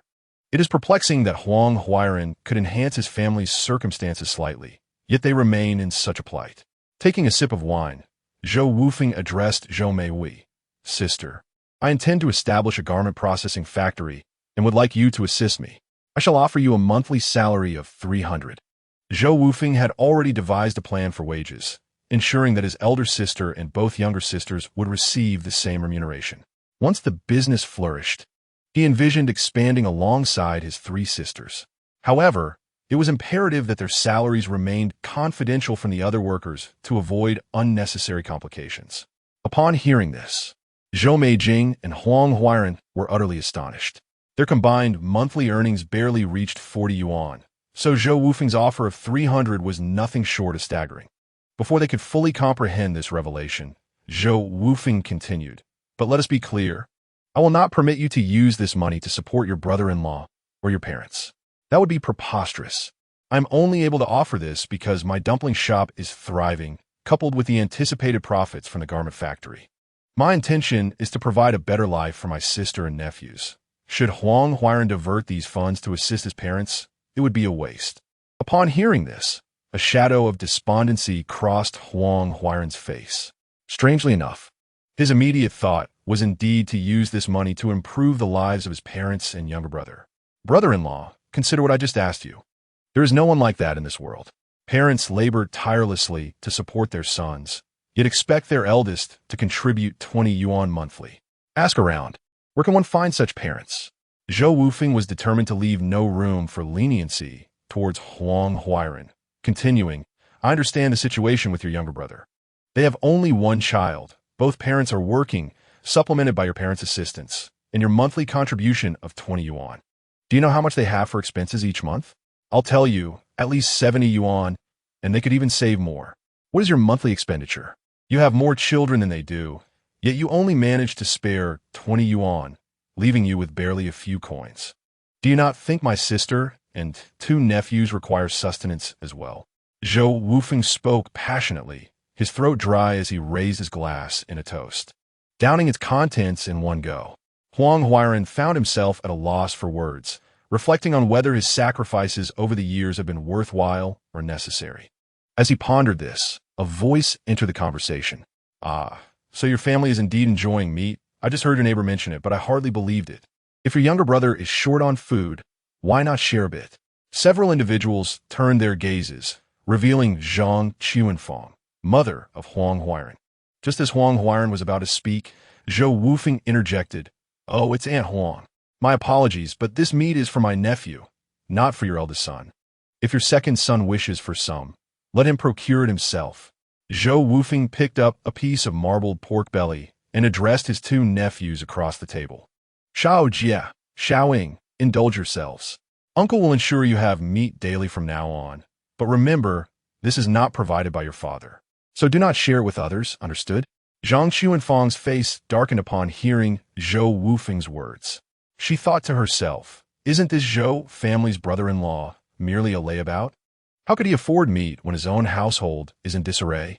However, given the circumstances, she hesitated to express her displeasure. Residing diagonally across in this small courtyard, she had long caught a whiff of the meat's aroma. After some inquiries, she discovered that it was her eldest daughter-in-law's relatives who had brought the meat. She intended to come over, procure some for her youngest son's children, and satisfy her own cravings, but to her surprise, they refused. "Eldest, how have I raised you? One must show filial piety. When there is food, it should be shared with your parents and younger siblings. Look at your selfish demeanor now. Are you still my eldest son?" Unlike Li Lie's mother, Wang Liqin, Zhang Qianfang was more astute, possessing a sense of pride, and understood that one should approach matters with tact. "I must say, Aunt Huang, your assertions are misguided. This meat was brought by me. It is not your eldest son hoarding it. Besides, since you have separated your households, it is only fitting that each family lives independently. Wouldn't you agree?" Zhou Wufeng was keen to prevent Huang Huairan from speaking, as he feared the latter might end up sharing the meat with his mother. "Zhou family's brother-in-law. I am conversing with my son. What right do you have to interrupt?" Zhang Qianfang was no simple opponent, her words swiftly placing Zhou Wufeng at a disadvantage. Unlike Wang Liqin, who resorted to name-calling, Zhang Qianfang was also a person of dignity. But Zhou Wufeng was no stranger to confrontation. He smirked and replied, "Aunt Huang, you make a valid point.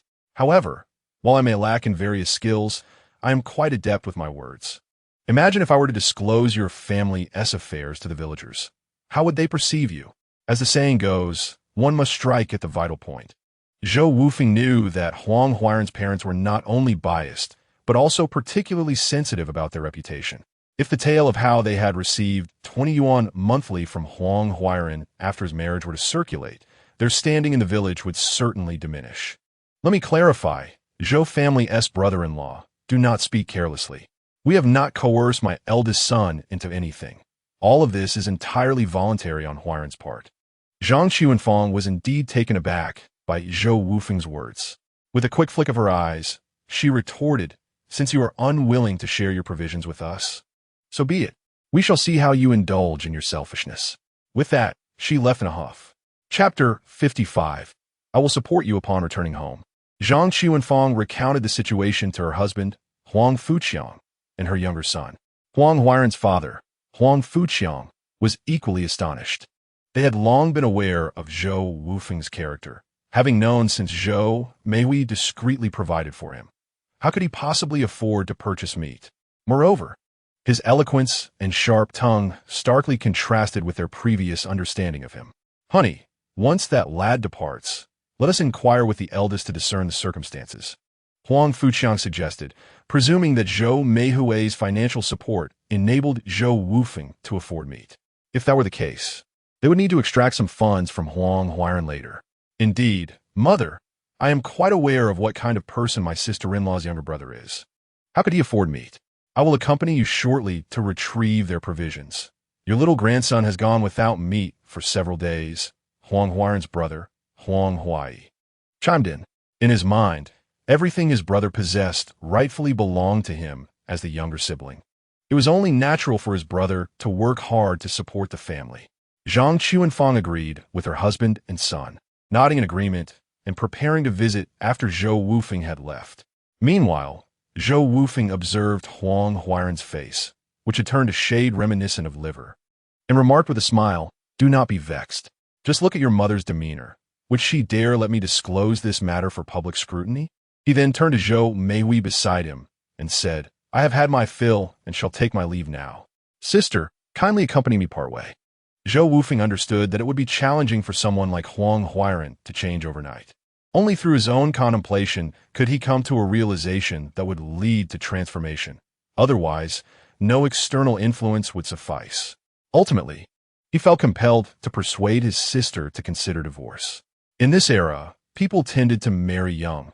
Men at 20 and women at 18 could tie the knot. Thus, despite Zhou Meihui having an 8-year-old child, she was merely 27 herself.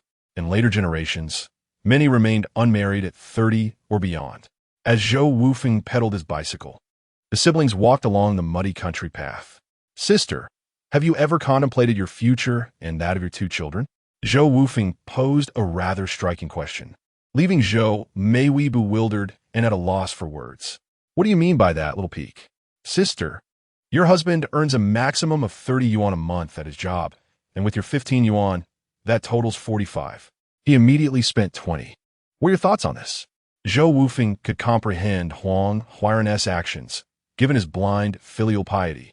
It was indeed difficult for him to accept that his sister would allow him to behave in such a manner. "Little peak, do you believe I have not addressed this with him? But what good has it done? Their home is located just diagonally across from ours. Whenever Huiran receives less money each month, they frequently come over to ask for things. You wouldn't believe it, even pickles. They manage to bring over a bowl to take some. Huiran cannot argue with them, and even if he did, it would be futile, as the entire family would find ways to ask for something." Upon hearing this, Zhou Wufeng seemed to comprehend the situation and spoke up. "Sister, how about this? I will rent a large house for you and Sanjia in town. With your salaries, you both can live quite comfortably. We can also arrange for the children to transfer schools, and from then on, you need not return to the village. If the brother-in-law is willing, he could move out as well, but the condition is that he must not continue to provide them with as much money as before. It is impossible to refuse or hide from them. If an opportunity isn't found to help his sister move out, they will eventually drain every bit of her resources." Zhou Meihui was taken aback. "Your Sanjia is also going to rent a house." Zhou Wufeng then recalled that Zhou Meihui was unaware of Zhou Meijing's divorce. So he explained that she had already divorced Li Liye.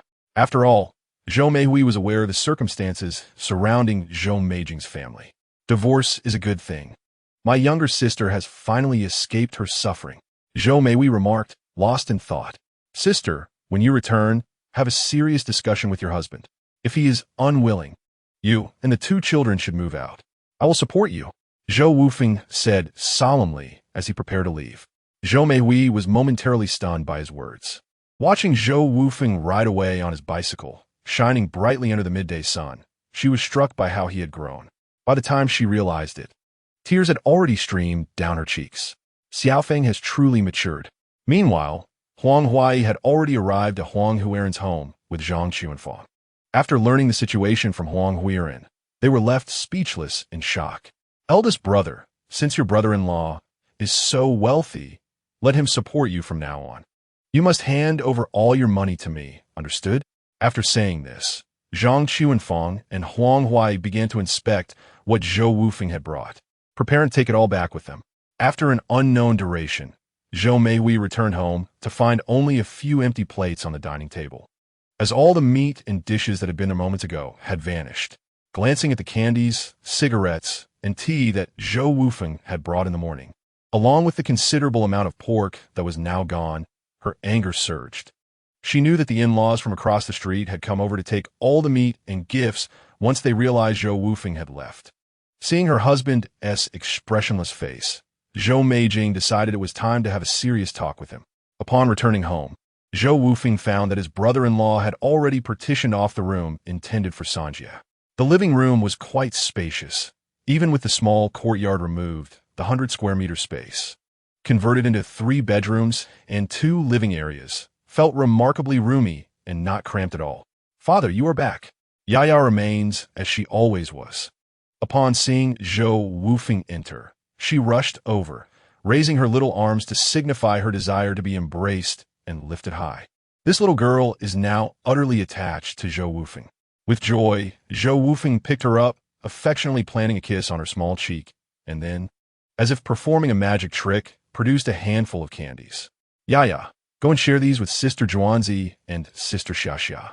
In the living room, Su Yuwei and Zhou Meijing were engrossed in lively conversation, while the elder brother-in-law, having just finished work, lingered without haste, joining them for tea. "How was the discussion going?" Su Yuwei inquired. Everyone was aware of Zhou Wufeng's intentions regarding her second sister, and since they were all relatives, there was no need for her to be discreet. Zhou Wufeng recounted Zhou Meijing's circumstances. After listening, the expressions of those present turned somewhat awkward, as they understood that Zhou Meihui's situation was markedly different from others. She had married Huang Huairen out of love, unlike Zhou Meijing and Zhou Meiling, who had entered into arranged marriages. In the 1970s, arranged marriages typically involved a matchmaker introducing the couple, and if they felt a mutual attraction, they would select an auspicious date to wed, meaning that emotional bonds were generally formed post-marriage. Thus, Zhou Meihui found it even more challenging to detach from her family. This was also the reason why, in his previous life, when Zhou Wufeng sought her out, she, despite her miserable circumstances, had still refrained from divorce. Chapter 56. The arrival of spring. Everyone need not worry too much. I've already proposed a plan to my second sister. Like the third sister, we can rent a large house in town and let the children attend school there. Zhou Wufeng offered a cigarette to Su Songling and continued, brother-in-law. I would like to have the eldest sister assist at the garment factory. In turn, you can oversee the 2 bun shops in the county. What do you think? Currently, these bun shops were yielding substantial daily income, and Zhou Wufeng was uncertain about the future growth of his garment factory, hence his desire to retain it. Although he held considerable confidence in developing the factory, he was cautious about the initial years following its recent establishment. During this period, many laws and regulations were ambiguous, and any unforeseen event could necessitate the factory's closure. This was not the case after 1984, when the government approved economic reforms, leading to a flourishing of township enterprises nationwide. Moreover, Zhou Wufeng had high hopes for Su Songling. A talent like him would undoubtedly be instrumental in the future establishment of a construction company and handling contracts. Su Songling readily accepted the offer, especially considering a monthly salary of 300, which was 4 to 5 times what he currently earned as a mason, without the laborious demands. After exchanging a few more words, Su Songling departed, and Zhou Wufeng was also bound to fulfill his promise of writing a commendation letter for Hong Ziyuan. He was serious about elevating him to the position of chief at the Hongyang Town Police Station. The following morning, Zhou Wufeng set out with money and the commendation letter. He first took Su Songling to the garment factory site to familiarize him with the premises and then handed him the keys, instructing him to organize the workshops and offices according to his plans. Subsequently, he arrived at the tailor shop to find Zhou Zishan. "Sister Shan, what are you up to?" "Oh, I just finished my unpaid leave, so it's time to tidy up and follow you." Zhou Zishan glanced up at Zhou Wufeng and continued. "Though there are many parts of the contract I don't fully understand, I've grasped the general idea. It is what it is. It would indeed be strange if she comprehended it entirely. Zhou Wufeng silently scoffed. Although he had drafted the labor contract, it was filled with numerous technical terms that were difficult for even the educated individuals of this era to decipher. Nevertheless, the overarching meaning was clear enough, and he had no intention of deceiving an employee. He took out a plastic bag from his pocket and said, "Sister Shan, this is what I promised you. 2 years' salary in advance. Please count it." Zhou Zishan accepted the plastic bag, her heart nearly leaping to her throat as she beheld the thick stacks of cash bound by rubber bands inside. She had never seen so much money in her life. A total of 4,800 yuan, nearly 5,000, which made her half a 10,000 yuan household. In these times, especially in rural areas, even in Hanyang town, there were barely any 10,000 yuan households. After a moment of dazed reflection, she finally reacted, exclaiming, "Is this really for me? This is your salary. Who else would I give it to?" Zhou Wufeng grinned. Zhou Zishan cast another glance at the large bundles of cash in the black plastic bag, feeling a tumult of emotions within her. What kind of person was this young man before her? Nearly 5,000 yuan, and she hadn't even begun working yet, nor did she know what her tasks would entail. How could he be so bold as to hand it over? "So when do I start?" Zhou Zishan swiftly tied the plastic bag and tucked it into the inner pocket of her jacket, inquiring, "Aren't you going to count the money? Aren't you afraid there might be a few bills missing?" Zhou Wufeng teased. "With this much money, how could there be any missing? Don't joke with me." Zhou Zishan replied with a charming smile, her captivating eyes playfully surveying Zhou Wufeng. She was a widow in her 30s, possessing both beauty and figure, to avoid any misunderstanding. Zhou Wufeng averted his gaze. His interest in Zhou Zishan was solely based on her sewing skills, devoid of any ulterior motives. He calmly stated, "If there are no issues with this labor contract, please sign it. For now, you can wait for me at the bun shop near the staff quarters for the next couple of days. We'll consider today the start of your work." Familiar with various sewing techniques and machines, Zhou Zishan would soon be called upon for assistance, and with recruitment training about to commence, Zhou Wufeng was unfazed by spending an extra day or two's wages. After conveying a few instructions, Zhou Wufeng mounted his bicycle and headed towards the county town. If all went well, he anticipated news from Lin Guodong, so he intended to deliver a letter of commendation while discreetly inquiring for updates. Upon arriving at the County Public Security Bureau, Zhou Wufeng presented the commendation letter and found Director Li Gang in his office, where he extolled Hong Ziyuan's virtues.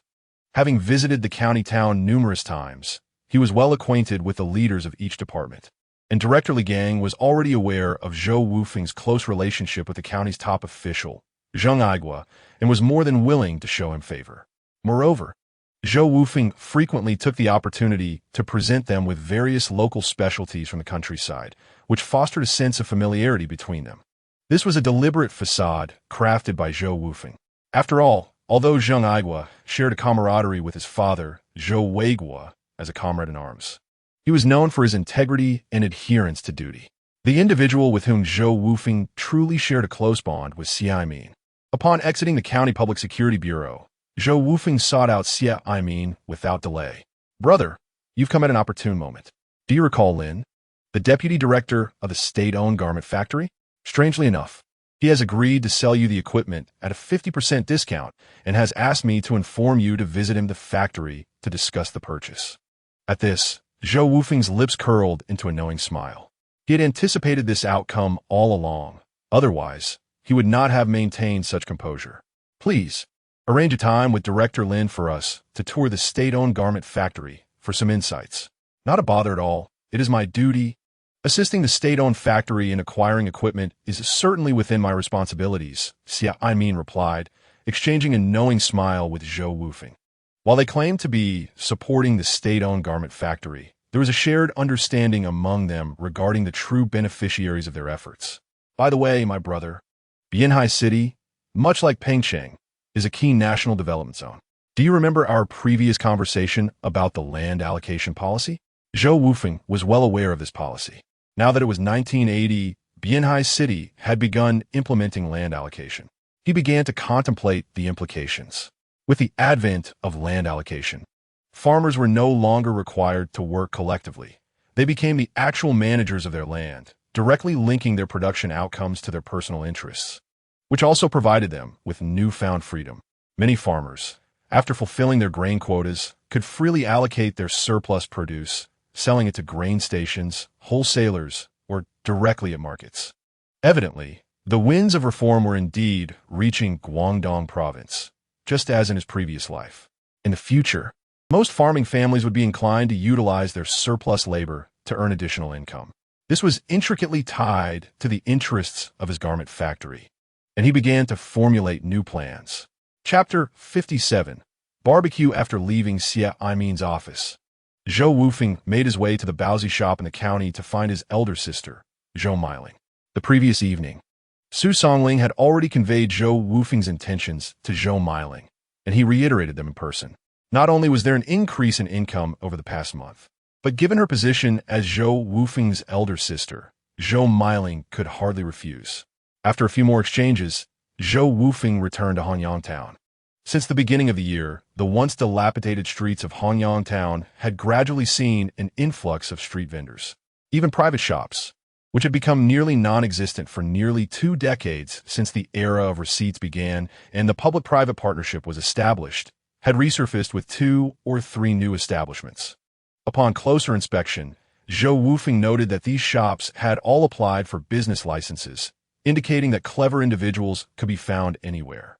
Ever since the last visit from the Commerce Bureau staff to inspect Zhou Wufeng's Baozi shop, the community had realized that possessing a business license for individual proprietorship allowed for the legal operation of a shop. It seems that the delicate wings of the butterfly have fluttered ever so slightly. After a leisurely stroll, Zhou Wufeng did not return to the bun shop, but instead went to the supply and marketing cooperative, purchasing an array of meat and vegetables before heading home. These past few days had been a whirlwind, leaving him with little time to spend with his wife and daughter. Zhou Wufeng resolved to dedicate some quality time to accompany Su Yuwei and her daughter. With the garment factory set to open soon, his time would become even more scarce. Since his rebirth, he has cherished the moments shared with his wife and daughter immensely. As he arrived at the entrance, the familiar sound of his bicycle bell rang out. At that moment, his 1-meter-tall daughter, Yaya, would scamper to the door to greet him. "Daddy, you're back. Did you bring something nice for Yaya?" The little girl's eyes scanned Zhou Wufeng before darting towards the vegetable basket on his bicycle. Of course, how else would Yaya thank her father? With a smile, Zhou Wufeng parked his bicycle and bent down to lift Yaya into his arms. "Uncle, uncle." The 2 little girls, Li Xiaojun and Li Xiaoxia, who belonged to Zhou Meijing, rushed over upon seeing him carry Yaya inside. The clever children knew that Zhou Wufeng always brought treats home, and they would eagerly gather around him as he entered the yard. There's plenty for everyone." Zhou Wufeng retrieved a handful of tricolor wrappers containing large white rabbit milk candies from his pocket and distributed them among the 3 little girls. "You're spoiling them. Just wait until no one buys them candy. Let us see how they adapt then." Zhou Meijing shot Zhou Wufeng a disapproving glance. In this day and age, which child gets candy every day? Most only have a chance during holidays. Zhou Wufeng, however, was unperturbed. "I'm not worried about them adjusting. I'm more concerned about them eating so much candy that they ruin their teeth." Su Yuwei emerged from the room, exasperated. In the past, she would have kept quiet, but now Zhou Wufeng was undeniably a doting father. Whatever Yaya desired, he would go to great lengths to procure. Just the other day, when Yaya simply remarked, "Daddy, the stars in the sky are so beautiful. I love them." Zhou Wufeng had somehow crafted a small 5-pointed star out of colored paper for her. She genuinely feared that Zhou Wufeng would spoil their daughter. Yet, Zhou Wufeng remained unfazed, asserting that he could pamper his own daughter however he wished. What is the worry? Eventually, the children will learn to brush their teeth. A little candy won't tea hurt. In the future, children will eat whatever they desire. As long as they cultivate good habits, it's fine. Let us have a barbecue in the courtyard tonight. My dear wife, please inform Uncle Jinyuan, Uncle Jinhe, and Uncle Jian to refrain from cooking and join us for a meal. In high spirits that day, Zhou Wufeng had purchased an abundance of pork belly, chicken wings, and lamb at the cooperative, eager to treat everyone to a delightful feast. "What is barbecue, Daddy?" Yaya inquired with great curiosity. Barbecue is when meat is grilled over charcoal and then brushed with sauce. It's absolutely delicious. He began slicing and marinating the purchased meat, then tidied up the charcoal and gathered some wire to prepare a makeshift barbecue grill. Subsequently, he constructed a rudimentary barbecue pit using a few bricks in the shared courtyard of the 4 households. After completing the setup, Zhou Wufeng felt that something essential was missing. After some contemplation, he realized the absence of beer. Barbecue and beer are inseparable. What is barbecue without beer? Thus, he cleaned a water bucket and set off with a donkey cart to purchase beer. Indeed, he intended to fill the bucket with it. During this time, bottled beer was quite rare, and the renowned brand was Tsingtao. At that time, Tsingtao beer was still packaged in flat bottles with plastic caps, so he had to buy it in bulk. The bulk Tsingtao beer cost 8 cents per liter. After purchasing around 10 liters of beer, he also bought some orange-flavored soda for the children. By the time he returned home, the sky was nearly dark. He began to light a fire and set up the makeshift barbecue grill. Then the grilling commenced. Zhou Wufeng expertly laid a skewer of fatty pork on the grill, and as the moisture evaporated and the tantalizing aroma of the meat began to waft through the air, he repeated the motions of brushing on the sauce, flipping, and applying more sauce with fluid grace and unmatched skill. In his previous life, Zhou Wufeng had done it all. Grilling was a simple task for him. Yet this scene left the onlookers in the courtyard utterly mesmerized. In those times, barbecue was a rarity in rural areas. Some villagers would create rudimentary grills, but what they typically cooked were potatoes and sweet potatoes. Well, had they ever seen meat being grilled? Especially meat that was basted with oil, honey, and various sauces. Although the villagers gathered several tables in the courtyard, not a single person remained seated. They all clustered in the middle to watch Zhou Wufeng grill, surrounding him tightly. "Fengzi, where'd you learn this? It smells amazing." Zhou Zhijian, having lived for over half a century, had never encountered such a delightful aroma and couldn't help but inquire. However, the dripping lard from the fatty pork was a painful sight. The pork grilled quickly, and within minutes, Zhou Wufeng deftly placed it on a plate, saying, "Uncle Jian, you must be hungry. Have some." Zhou Wufeng's response was somewhat disconnected as he handed the plate of grilled pork to Zhou Zhijian. With so many people present, the amount of grilled pork Zhou Wufeng had prepared was insufficient to share. Zhou Zhijian and a few neighbors were not greedy, but rather skillfully transferred the meat from the skewers to the plate with chopsticks, ensuring everyone could have a piece. Wow, this flavor is simply exquisite. I have never tasted such delicious pork belly in my life. Zhou Zhenhe exclaimed wide-eyed after finishing a piece of pork belly. Indeed, it is a bit costly. Although Aunt Li found it exceptionally tasty, she felt a pang of regret. The amount of lard that could be rendered from this pork belly was unimaginable, and it could have been used for other dishes as well. They typically consumed meat only a couple of times a month, and indulging like this felt extravagantly lavish. Chapter 58. Is there any? Everyone was astonished by the succulent pork belly grilled by Zhou Wufeng. The flavor was simply exquisite. Every time the meat was prepared, it was devoured in no time. Especially the 3 children, who were utterly tantalized, devouring the barbecue at a pace far exceeding that of its preparation. Su Yue and Zhou Meijing remained nearby, assisting Zhou Wufeng with the grilling. What they failed to notice was that the barbecue was being prepared in the courtyard, and the enticing aroma wafted through the air, reaching the nearby alleys where dozens of households caught a whiff. The enchanting scent of the grilled meat drew in neighbors, with those living close knowing it emanated from Zhou Wufeng's courtyard, prompting many to gather at the entrance. Some familiar faces even ventured inside the yard, their cravings for meat long-standing, especially for such tantalizing barbecue. "Daddy, this soda is so delicious. I love it," Yaya exclaimed, one hand clutching a skewer of beef and the other a bottle of soda, clearly relishing the moment.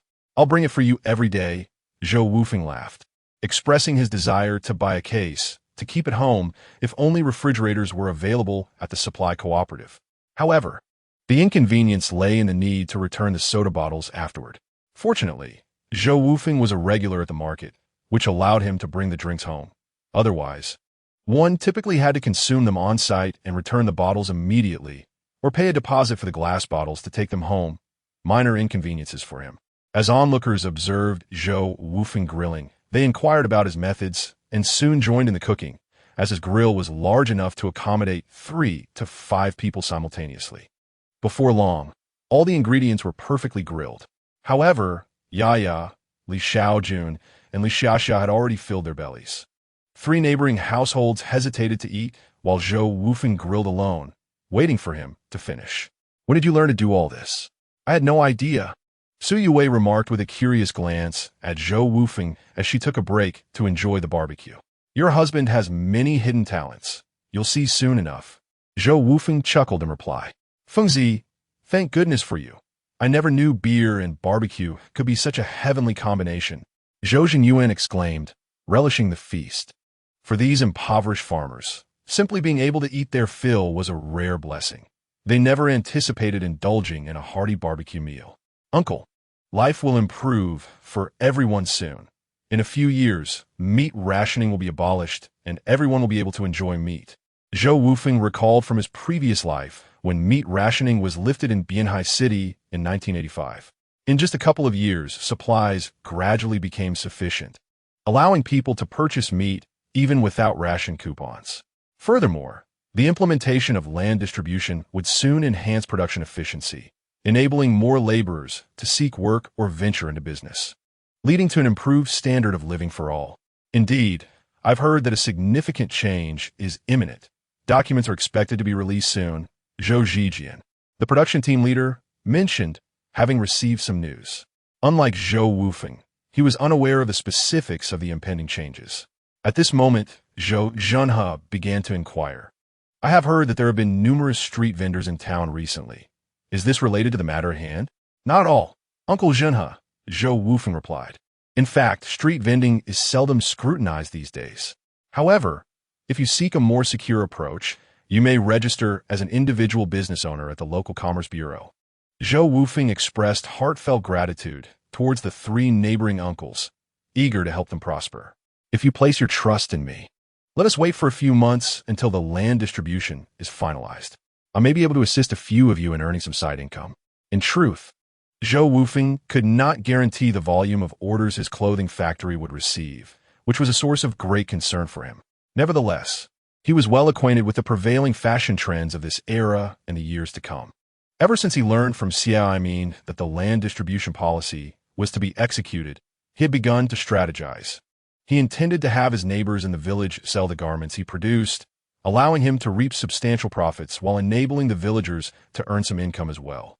This would certainly be far more beneficial than toiling in the fields at home. Clothing, being a fundamental necessity, undoubtedly held a thriving market. "Fengzi, is what you say true?" Uncle responded, "Of course, I believe you." "Then let us agree on this."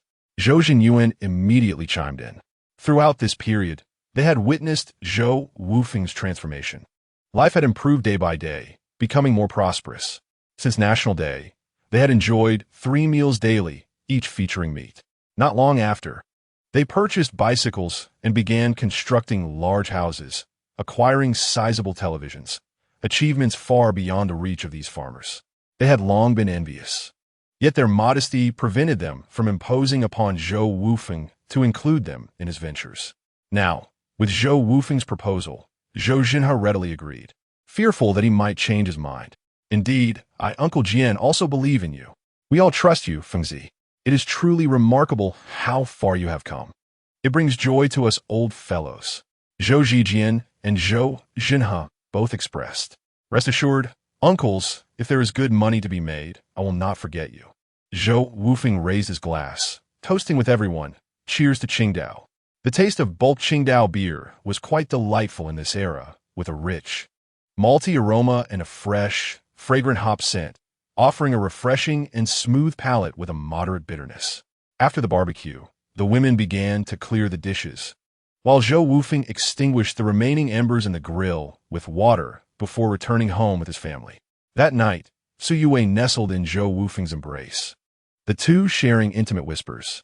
Just as Zhou Wufeng began to grow more affectionate, Su Yue blushed and said, "Wufeng, I believe my monthly visitor has not arrived." Upon hearing this, Zhou Wufeng's mind buzzed with excitement. "Are you saying you are?" "Yes." Su Yue nodded emphatically. "Ha ha!" Zhou Wufeng burst into joyous laughter, his exuberance evident as he danced with delight. Indeed, the fruits of his labor over the past few months were not in vain. The seeds have begun to sprout. Yue Wei, tomorrow we shall visit the hospital for a checkup. You must take care these days, ensuring ample rest and paying attention to your diet. Refrain from household chores. Let Sanjia handle them, as she is available to take care of you. Zhou Wufeng expounded at length. Is it really that serious? Su Yue observed Zhou Wufeng's exuberance, reminiscent of a child, and felt a wave of emotion. She recalled the time she was pregnant with Yaya. He had not been this animated then. Daily responsibilities persisted, working in the fields, earning points, and attending to meals and chores without faltering. She gazed at Zhou Wufeng with shining eyes, realizing how wonderful he was now, surpassing even her dreams of a Prince Charming. Chapter 59. Each with their own secrets. Early the next morning, Zhou Wufeng took Su Yue to the county hospital for an examination. Initially, she was reluctant, insisting that during her first pregnancy, she had relied on a midwife. She argued that if a hospital visit was necessary, the one in Hanyang town would suffice, rather than a county hospital. However, Zhou Wufeng's insistence prevailed, and she ultimately found herself in the county. Upon completing the examination, Zhou Wufeng eagerly inquired about the results. Congratulations, you are indeed pregnant, already 4 weeks along. Upon receiving confirmation of Su You's pregnancy, Zhou Wufeng leapt with joy, promptly settling the fees before escorting her back home. Daddy, am I going to be a big sister? Yaya, having overheard Zhou Wufeng discussing Su Yue's condition with Zhou Meijing, asked, her understanding somewhat vague. Indeed, Mama will be giving you a little brother or sister. Are you happy? Wow, that is wonderful. Yaya is going to be a big sister. With Zhou Wufeng's affirmation, Yaya jumped with delight, as if the prospect of becoming a sister was an exhilarating event. Sanjia, I may not be home much during the day, so I'll rely on you for the household matters. All right, Wufeng, it's not as if I haven't given birth before. Is it really necessary to be so concerned? Su Yue replied, her cheeks flushed. In rural areas, pregnancy was hardly a significant matter. Many village women barely rested during confinement. Apart from the first child, who might warrant a few days of recuperation, subsequent births often saw them back to work shortly after delivery. For them, giving birth was as simple as a mere trifling act. Su Yue wished to avoid appearing overly delicate, especially since this was her second pregnancy. She felt experienced enough not to treat it with excessive solemnity. Yet, Zhou Wufeng would not hear of it. What are you saying? He exclaimed, eyes wide with astonishment. Do you think this is trivial? This concerns lives. He then turned to Zhou Meijing, detailing instructions for nourishing soups, purchasing fruits, and ensuring milk was on hand. Although Su Yue did not want to seem fragile, hearing her husband express such care for her filled her heart with warmth, sweetness, and happiness. After completing these tasks, Zhou Wufeng hurriedly left again. He had an appointment with Xie Aimin and Lin Guodong that afternoon, and he pedaled away on his bicycle. Were it not for his current financial constraints, he would have desired to purchase a car. In the present day, the Liberation brand automobile is priced at approximately 40,000, while the Beijing Jeep 212 costs around 50,000, and the Shanghai sedan exceeds 80,000. Zhou Wufeng silently resolved that once his financial situation improved in the coming days, he would certainly prioritize purchasing a vehicle. He first went to the local Baozi shop to pick up Zhou Zhishan. As he was not well versed in many aspects of sewing equipment, he needed Zhou Zhishan to accompany him to provide her insights. They then proceeded to meet Xie Aimin in the county town, who guided them to the state-owned garment factory where Lin Guodong was located. Hello, Director Xie, Brother Zhou. It's good to see you again, Lin Guodong greeted them first. Xie Aimin was taken aback.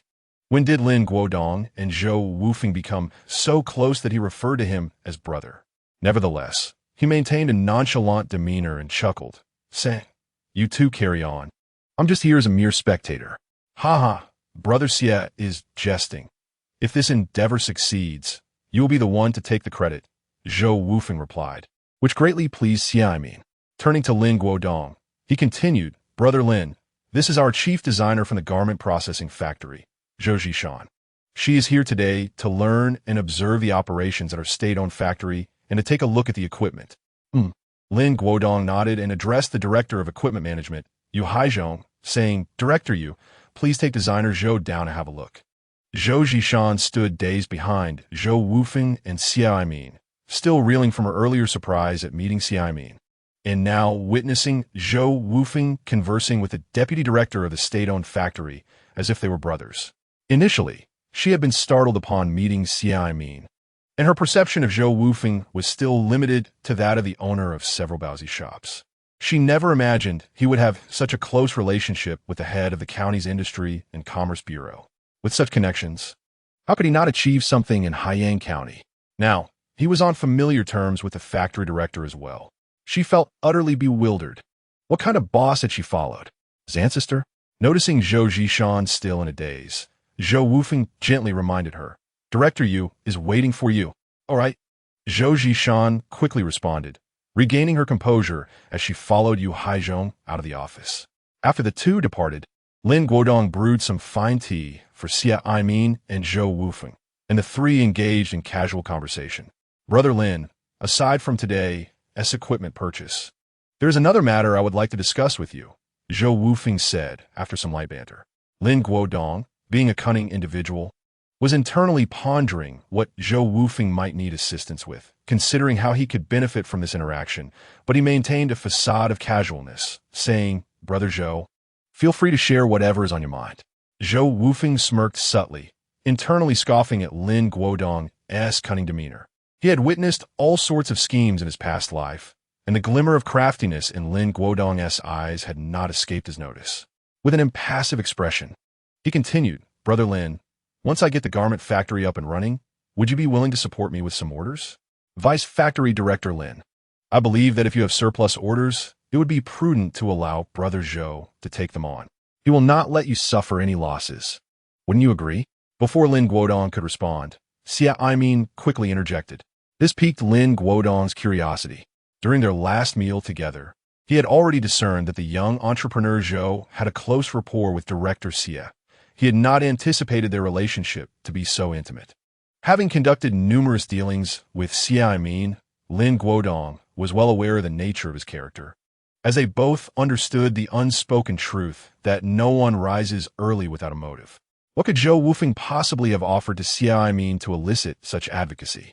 Yet, Lin Guodong knew he could not disregard Xia Imin's request. Moreover, Zhou Wufeng had privately secured a 5% profit margin for him in the equipment purchase, so he conceded. "Certainly, but the garments produced by Brother Zhou must adhere strictly to our specified standards and regulations. Of course, let us toast to a fruitful collaboration." Zhou Wufeng extended his hand for a firm handshake with Lin Guodong, both harboring ulterior motives. Lin Guodong contemplated how to extract kickbacks from the orders, while Zhou Wufeng pondered how to negotiate a higher unit price for the orders. Meanwhile, Xia Imin was meticulously calculating the potential profit from a 10% margin on the order. Zhou Wufeng was not a fool. He understood that there is no such thing as a free lunch. As the saying goes, the bustling world is driven by profit. Their relationship was merely founded on mutual interests. Following their conversation, Zhou Wufeng grew increasingly wary of Lin Guodong, for he found himself in a passive position. Should the latter employ any underhanded tactics, it would undoubtedly result in significant losses for him. Chapter 60. Zhou Meiwei arrives that day.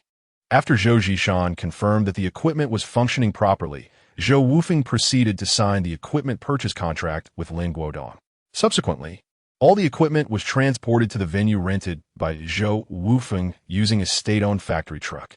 The partition at Su Songling's location would take an additional 2 days to complete, providing a timely opportunity for recruitment. Seizing the moment, Zhou Wufeng approached the collective leaders of the venue, requesting that they arrange for the collective's female workers to come for interviews the following day. After ensuring that Zhou Zishan would coordinate with them for the interviews and conveying some details, he prepared to return home, with his beloved wife newly pregnant. Zhou Wufeng was anxious and hurriedly mounted his bicycle, racing homeward. Dingling, as the bicycle bell chimed, Yaya eagerly opened the door. "Daddy, I knew it was you." Zhou Wufeng chuckled. "Of course it's me." In their village, only the village secretary, Zhou Zhengbang, on a bicycle, and his family lived to the north. Thus, Zhou Wufeng was the only one in the vicinity with a bike. "Daddy, Annie is making chicken soup. It smells so good. In truth, even without Yaya's words, Zhou Wufeng had already caught the enticing aroma of the soup. He scooped up Yaya and strode purposefully toward the living room. Su Yue was bathing Li Xiaoxia in the bathroom, while Zhou Meijing was busy in the kitchen preparing chicken soup. And in the living room, his second sister, Zhou Meihui, was tidying up the table. Sister, when did you arrive? Zhou Wufeng has already arranged the venue and equipment, and is now merely awaiting the recruitment of workers and the acceptance of orders. He was contemplating inquiring when his sister could come to assist, only to discover that she had already arrived. I came this afternoon, and you did too. You didn't even inform your sister that Yue is pregnant. It's hard to believe that Yaya will be 4 years old after the new year. In this day and age, who isn't having 2 children within 3 years? Zhou Wufeng's progress has long been significantly slower than others.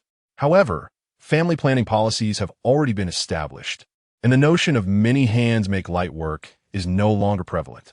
The idea that 5 children constitute a qualified mother and 8 children signify a great mother is antiquated.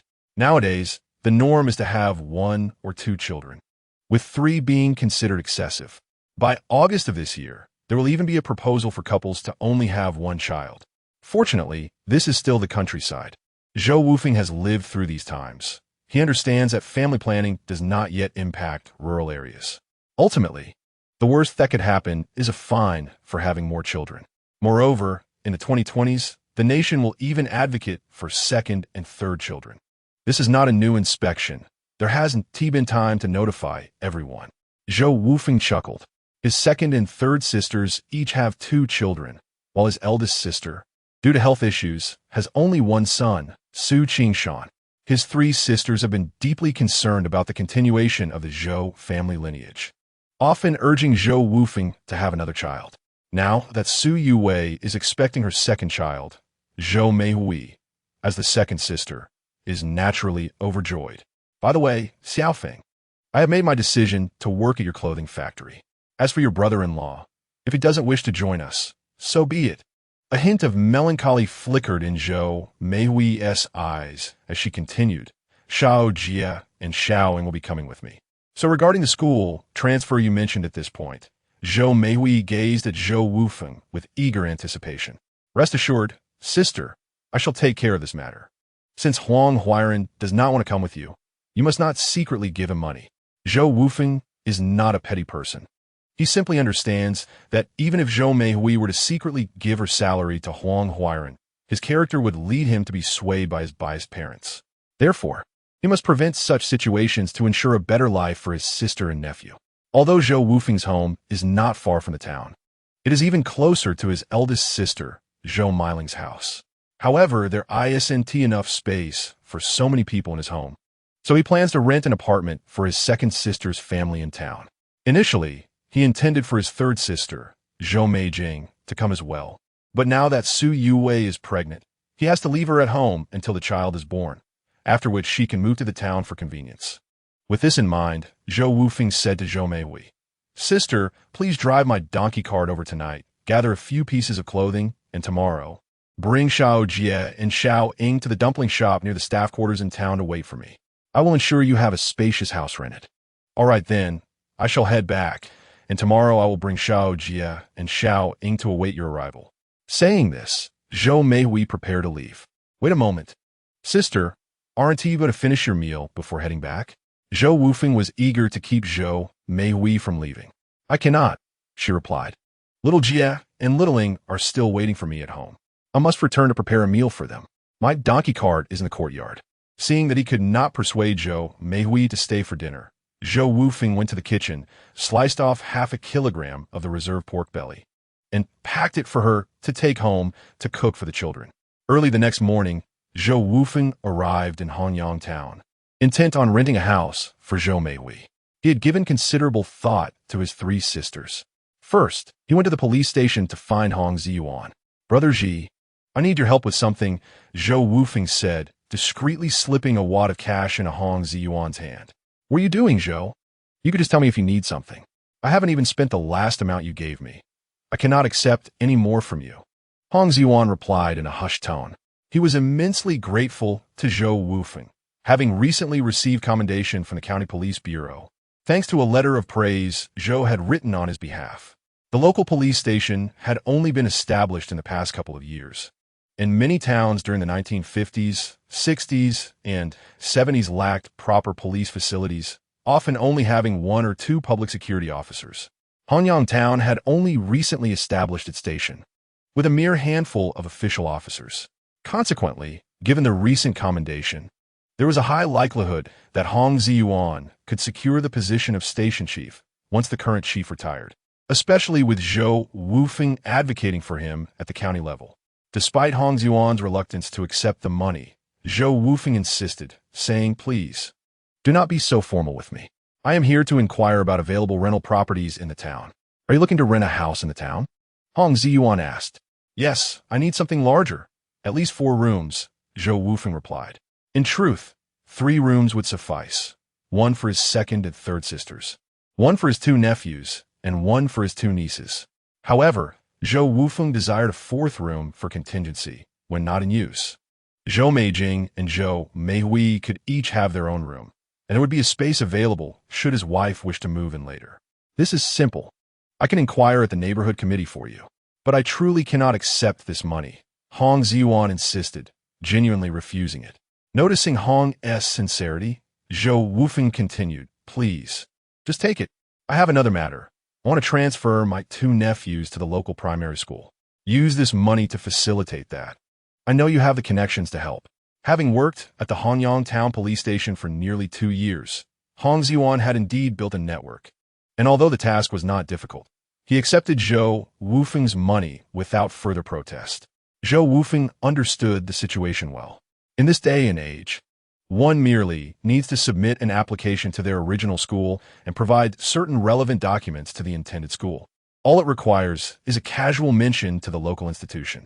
Furthermore, to speak candidly, the elementary school where Zhou Meihui's 2 sons previously studied resembled nothing more than a makeshift setup in a rural ancestral hall, with students carrying their own benches to attend classes, akin to the private academies of Europe. Therefore, obtaining a transfer application was not a challenging endeavor. However, he preferred to avoid unnecessary hassle and wished to reciprocate some goodwill towards Hong Ziyuan, thus delegating the task to him. After completing these arrangements, Zhou Wufeng took Zhou Meihui to the factory site from the Baozi shop. Su Songling and her team were already engaged in wrapping up their work, and Zhou Zhishan had arrived early, single-handedly moving tables. This was a task Zhou Wufeng had assigned in advance, intended for registering workers arriving for employment at the factory entrance. Initially, Zhou Wufeng did not plan to hire many individuals, limiting the total number of positions to merely 50. "Sister Shan, this is my second sister, Zhou Meihui. After today's renovations are complete, my eldest sister, Zhou Meiling, will also come by, and the 3 of you will be responsible for the registration of workers," Zhou Wufeng remarked. He then turned to his second sister, saying, "Erji, this is Zhou Zhishan, a skilled seamstress and designer I have invited." "Ah, relative. Greetings, Sister Shan." Zhou Meihui greeted warmly. "Hello, Meihui," Zhou Zhishan responded with a smile, acknowledging their newfound acquaintance. Zhou Wufeng encouraged the 2 to discuss the upcoming recruitment matters while he made his way to the county town. Xia Aimin had introduced him to a state-owned textile factory, where he intended to negotiate the procurement of fabric materials. After several days of ceaseless activity, by mid-March, Zhou Wufeng's Micro Breeze apparel processing factory finally commenced operations. The name Micro Breeze was a harmonious blend of characters from both Su Yuwei and Zhou Wufeng's names, symbolizing the gentle spring breeze of reform and opening. Thanks to Xia Aimin's connections, Zhou Wufeng secured several orders. However, challenges soon followed. Aside from the orders from Lin Guodong, which were somewhat satisfactory, the remaining requests were merely small orders from the supply and marketing cooperative. Although the quantity from Lin Guodong was acceptable, he severely suppressed the prices, resulting in minimal profit margins. Nevertheless, Zhou Wufeng had no choice but to utilize these orders to familiarize his workers with the craft before exploring other avenues. As time swiftly passed, 3 months elapsed. Throughout this period, the Micro Breeze apparel factory's earnings barely sufficed to cover wages and daily expenses. The only silver lining was that through the months of production, the workers' sewing skills had gradually improved. One day, Zhou Wufeng sat in his office, scrutinizing the financial statements from the past few months, his brows furrowed slightly. Of course, aside from the first month's financial report, which he had prepared alongside his sister Zhou Miling, the subsequent 2 months' reports were solely compiled by her, consisting merely of a straightforward tally of expenditures, revenues, and profit margins.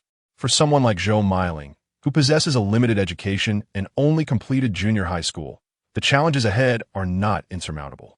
Zhou Wufeng understands that continuing down this path is untenable. After all, the current market is predominantly driven by a planned economy, with the individual economic sector just beginning to take root. He must devise a strategy to navigate through this transitional period. Otherwise, he risks becoming excessively passive. The substantial kickbacks that Lin Guodong is demanding cannot be overlooked, and Zhou Wufeng silently contemplates disrupting the market. At present, while he is not incurring losses, the outlook appears bleak. Over the past few months, Lin Guodong has profited handsomely from their collaboration, leaving Zhou Wufeng feeling deeply aggrieved. Initially, he had thought that since Lin was introduced by Xiao Min, allowing him to take a larger share of the profits would be a form of reciprocity. However, it has become evident that this ungrateful opportunist is insatiable. Consequently, any semblance of cordiality has been extinguished. After much contemplation, Zhou Wufeng resolved to unveil his ace. As someone reborn, he may lack a proverbial golden finger, yet he possesses an acute awareness of future trends and the fashion styles that will captivate the market. Although the prevailing attire consists primarily of Zhongshan suits and military-style garments, one must not forget that jeans are poised to dominate the clothing industry. With the onset of the 1980s and the advancement of reform and opening up policies, Western culture has begun to permeate China, and jeans, a quintessential Western garment, are gaining popularity in more developed cities. The durable and practical nature of denim makes it particularly suitable for laborers, as a single pair can endure extensive wear. After considerable reflection, Zhou Wufeng decided that once the current orders are fulfilled, he would decline all state-run contracts and focus on self-manufacturing and direct sales. With a clear vision in mind, he summoned key personnel from the factory, Zhou Zhishan, Zhou Miling, and Zhou Meihui, into his office for a 2-hour meeting. Since the establishment of the factory, their roles have become distinctly defined. Zhou Zhishan continues to oversee worker training and management.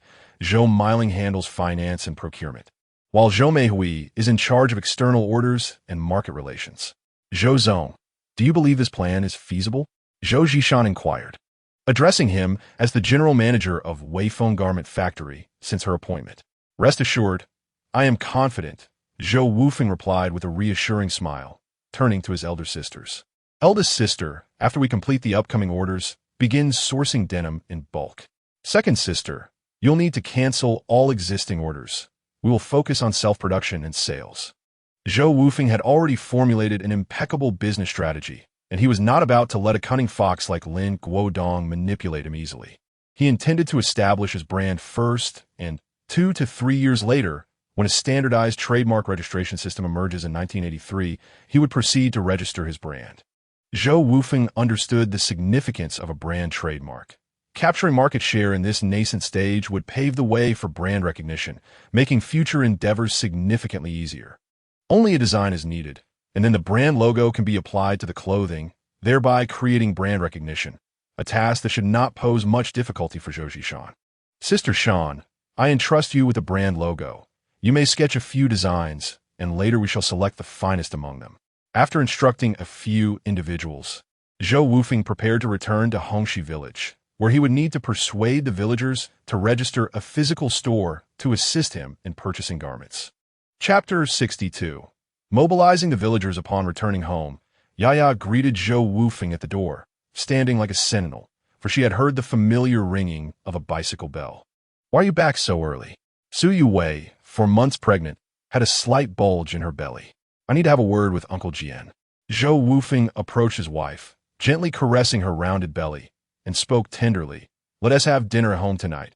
I'll prepare extra rice. Zhou Meijing was busy in the kitchen and remarked upon hearing the commotion. During this period, Zhou Wufeng had refrained from sending Zhou Meijing to the garment factory. instead allowing her to remain at home to care for Su Wei, providing her with a monthly allowance of 300. He treated his three sisters equally. All right, I'll head next door to find Uncle Jian and discuss this further. Saying this, Zhou Wufeng exited through the back door and made his way to Zhou Zhijian's residence. Over the past few months, land redistribution had been implemented in Hongxi village. The village, being small with a limited population, had completed the allocation of land 2 days prior. According to population and land metrics, each individual was entitled to 3 mu of land. Zhou Wufeng's household, consisting of 3 members, had received a total of 9 mu, which they chose not to cultivate, instead distributing it among their neighbors. Now, everyone had begun to allocate their time freely, unlike the previous collective farming, which is why Zhou Zhijian was at home. Uncle Jian, I have something I would like to discuss with you, Zhou Wufeng stated directly upon entering. Zhou Zhijian, seeing Zhou Wufeng, welcomed him warmly. Ah, it's you, Wufeng. What brings you here? Come in and have a seat. After sitting down, Zhou Wufeng continued. It's like this, Uncle Jian, during our last barbecue. We mentioned the idea of earning a little extra money together, right? As Zhou Zhijian offered him a cup of tea, Zhou Wufeng graciously accepted it with both hands and proceeded, well, an opportunity has arisen. I wanted to ask if you would be interested in opening a shop in the town or county to engage in a small business. Hearing this, Zhou Zhijian became increasingly excited. He had been awaiting the chance to earn money with Zhou Wufeng for quite some time and quickly inquired, what kind of business? How do we go about opening a shop? After finishing his tea and setting down the cup, Zhou Wufeng smiled and said, Uncle, don't rush. Let me explain. First, you need to find a storefront to rent for your business. Then, you'll apply for an individual business license at the county's Industrial and Commercial Bureau. So you want to be mistaken for a reseller. As for what business to engage in, it would be the clothing produced in my factory. You would come to my factory to procure goods and then sell them in your shop. Upon hearing this, Zhou Zhijian's brow furrowed further, and he asked, Wufeng, how do we register this individual business? Moreover, acquiring goods undoubtedly requires a considerable sum of money, and renting a storefront incurs expenses as well. Although I have managed to save some funds over the years, I fear it may not suffice. Initially, Zhou Wufeng observed Zhou Zhijian's expression, presuming there was a significant issue at hand. Only upon hearing his concerns did he realize it stemmed from a fear of insufficient capital. However, Zhou Wufeng had already anticipated this dilemma and interjected, Uncle Jian, do not rush. I will take care of the registration for the individual business. You need not worry about that. As for the cost of acquiring goods, I have considered that as well. When the time comes, if you or anyone in the village wishes to engage in commerce, you can obtain goods from me without needing to pay up front. Once the products are sold, you can settle the payment then. You will only need to cover the modest rent for the shop, which I believe everyone can afford. At this point, Zhou Wufeng added, however, from the second batch of goods onward, payment will be required, or else it could lead to complications down the line. I trust you understand the principle of mutual benefit and resentment, and I also have my costs to cover for materials and wages. Zhou Wufeng was not a benevolent philanthropist. Rather, he was quite ruthless. As the saying goes, compassion does not command troops, righteousness does not manage finances, emotions do not establish enterprises, and goodness does not govern. In his previous life, he had amassed a fortune exceeding $1 million through relentless competition. Nevertheless, he maintained his boundaries and was willing to assist those who had once aided him, albeit without allowing others to take advantage of his goodwill. Thus, he only offered the villagers this singular opportunity to obtain goods without immediate payment. That is splendid, Zhou Zhijian exclaimed with excitement. For him, the prospect of acquiring goods without upfront payment was already a significant advantage. As for the rent, it was relatively inexpensive in this era, essentially amounting to a no-investment venture. He paid little heed to the notion of a single opportunity. Once the first batch of goods was sold, he would have the funds to procure more, which posed no issue. Furthermore, Zhou Wufeng had articulated clearly that the principle of mutual benefit and resentment was something he had witnessed frequently at their age.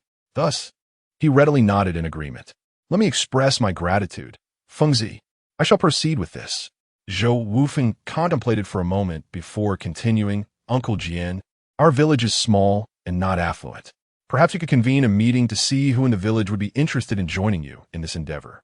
Given the chance, I am eager to help everyone profit together.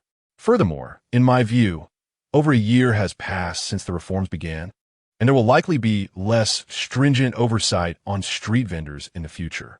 If some villagers cannot afford to rent a storefront, they could start by taking a smaller quantity of goods to set up stalls in bustling areas. Once they accumulate sufficient funds, they can then open a shop. As the captain of the production team, Zhou Zijian felt elated upon hearing Zhou Wufeng's words. In this era, who among the capable did not strive to earn a discreet profit? Zhou Wufeng's willingness to generously share his experiences and include others in the journey towards prosperity was truly commendable, especially in contrast to those who were wealthy yet unkind. Thus, he spoke, "Fengzi, it is truly wonderful that you can think this way. This matter is quite simple. All I need to do is broadcast an announcement within the brigade, create a notification, and post it on the notice board. Everyone will be informed. Rest assured, I will handle this task and compile a list of those who wish to participate, which I will then present to you." "Very well, Uncle Jian. I shall take my leave for now. I will have someone connect with you later. At that time, my team will inform you on how to apply for individual business licenses and coordinate procurement. I shall return now." With that, Zhou Wufeng departed from Zhou Zijian's home and returned to his own residence. If the number of individuals interested in opening stores or stalls becomes excessive, it will pose a significant challenge, and Zhou Wufeng must plan accordingly. Upon returning home, he retrieved the map of Haiyang County he had purchased a few days prior. Haiyang County governs a total of 19 towns. Aside from Honyang Town, there are 18 other townships, which can be assigned to villagers for setting up shops. Should the number of aspiring entrepreneurs be too large, he would need to arrange for others to establish businesses in the county seat or even in the coastal city area. After all, the population of a town, along with its purchasing power, consumption levels, and foot traffic density, can only support a limited number of retail establishments. Opening too many stores in the same location would only lead to fierce competition without enhancing purchasing power. Chapter 63. Passivity. Soon, more than a week had passed, and the garment processing factory finally completed all orders from the state-owned enterprise, turning down their new orders. In truth, this had minimal impact on the supply and marketing cooperatives and other collectives, as their orders were quite small. Even without Zhou Wufeng's assistance, it would not be a significant loss. For Lin Guodong, the situation was even less consequential. Being part of state-owned enterprise, they could produce and process on their own, with more advanced equipment. However, at that moment, Lin Guodong was fuming his office. The reason was simple. Over the past 3 months, he had grown accustomed to reaping substantial profits from Zhou Wufeng's factory. Zhou Wufeng's abrupt refusal to accept his orders made him feel as though he had lost a fortune. How dare he?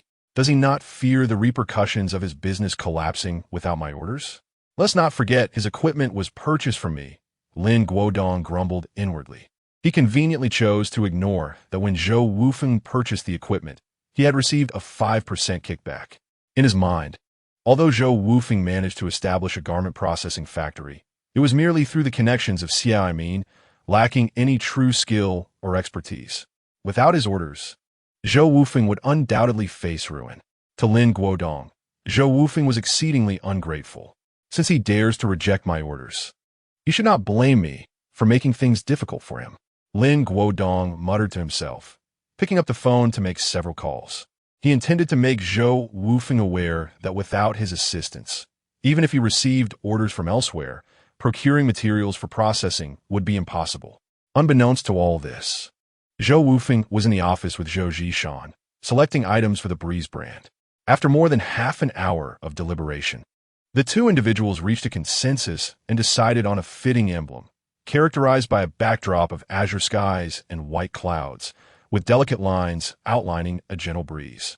At that moment, a series of firm knocks reverberated from outside the office. "Come in." Zhou Wufeng gestured for Zhou Zishan to step out, but Zhou Miling hurriedly entered. "Xiaofeng, something terrible has happened. The fabric suppliers and cotton mills we've been collaborating with have both refused to continue our partnership and will no longer sell us fabric." Zhou Miling exclaimed, hastily closing the office door behind her. It was crucial to understand that without a source of raw materials, Zhou Wufeng's garment processing factory would cease operations. Upon hearing this, Zhou Wufeng furrowed his brow. When did this occur? Just after we canceled all of our orders. We received a call from the suppliers, stating they would no longer provide us with fabric, she replied. Did they mention a reason? I inquired, but they didn't specify any particular cause. However, the implication was clear. They felt we were ungrateful, having canceled our orders, and thus, without orders, there was no need for materials, Zhou Miling recalled thoughtfully. Upon hearing this, Zhou Wufeng began to piece together the situation. I understand now. Don't worry, sister. I will handle this. Please step outside for a moment. Once the office door closed again, Zhou Wufeng's expression darkened. Sitting at his desk, he rhythmically tapped his fingers against the surface. He realized that Lin Guodong was undoubtedly behind this. Utilizing his position as deputy director of a state-owned factory and his connections to create obstacles for Zhou Wufeng. Initially, Zhou Wufeng had contemplated applying pressure through Xiaomin, but upon reflection, he deemed it futile. Firstly, the garment factory had not yielded significant profits in recent months, and the alleged 10% profit he had promised Xiaomin was nearly non-existent. Although Xiaomin had not openly complained, he must have felt some discontent. Secondly, the relationships they had were primarily established through Xiaomin's introductions. Zhou Wufeng had already extended sufficient avenues of support. To trouble him further over such a matter would only diminish his regard for Zhou Wufeng. A glimmer of determination shone in Zhou Wufeng's astute eyes as he resolved to procure materials from Yangcheng or Pengcheng. His rationale was threefold. Firstly, the state-owned factories producing denim in the entire Bianhai city were limited. Secondly, as the adage states, the wealthy do not contest with officials. Lin Guodong, despite being a deputy division-level figure, will be difficult to confront directly. Lastly, Zhou Wufeng was acutely aware of the developmental trajectory of the future. He understood that while Bianhai City would experience several years of rapid growth, it would ultimately face various constraints, most notably exemplified by the catastrophic fire in 2000 that obliterated the city's prospects. However, the more pressing issue was the region's deeply entrenched traditionalism and xenophobia, which led to unwarranted rejection and hostility towards many who sought to invest and conduct business there. Thus, this place can only serve as a base for production and processing, not as a long-term stronghold for endeavors. However, during these years, before accumulating sufficient capital, Zhou Wufeng must continue to operate locally. With this thought in mind, Zhou Wufeng summoned several key personnel from the factory, briefed them, and then returned to Hongxi village to pack his belongings in preparation for his journey to Yangcheng. He has always been a person of action, pursuing his thoughts with immediacy. As the saying goes, while it is easy to understand principles, it is far more challenging to put them into practice. Few are those who truly hold themselves to such standards. This is also why Zhou Wufeng was able to achieve remarkable success in his previous life. Upon returning home, Zhou Wufeng briefly explained to Su Yuwei the reasons for his trip to Yangcheng, fully transparent with his wife. How long do you plan to be away? Su Yuwei asked, clearly taken aback by Zhou Wufeng's words. In their years of marriage, this was the first time Zhou Wufeng was venturing far from home, although still within the same province. The provincial capital is over 400 kilometers away from the coastal city, which is considerable for someone who had never ventured beyond the county town. I expect to be gone for at least 3 to 5 days, possibly over a week, Zhou Wufeng replied uncertainly, aware that he could not afford to be away for too long given the factory's current situation. That's quite a distance. Make sure to prioritize your safety and be cautious in all matters, Su Yuwei advised, ever the understanding partner. She recognized that Zhou Wufeng was going to procure materials and did not press him to return early. Instead, she thoughtfully prepared a few changes of clothes for him. Rest assured, what kind of man do you think I am? I want to be deceived, Zhou Wufeng chuckled, recalling how in his previous life he was already well acquainted with Yangcheng by this time.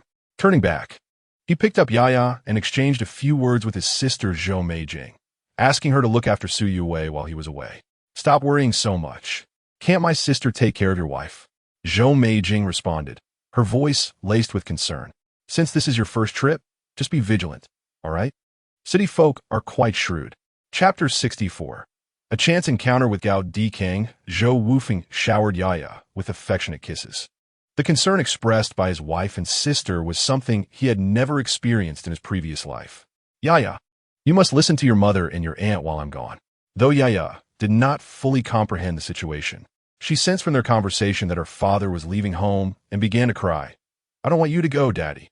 Please don't. Yaya, darling. I will only be away for a few days to take care of some matters. I promise to bring you back something delicious. Zhou Wufeng comforted his daughter as he noticed her distress. Please come back quickly, Daddy. I will miss you so much. Yaya, ever perceptive, calmed down considerably after her father's reassurance, though her voice still carried a hint of a child's sob. Father also misses Yaya and mother dearly. Father promises you that he will return as soon as possible. All right?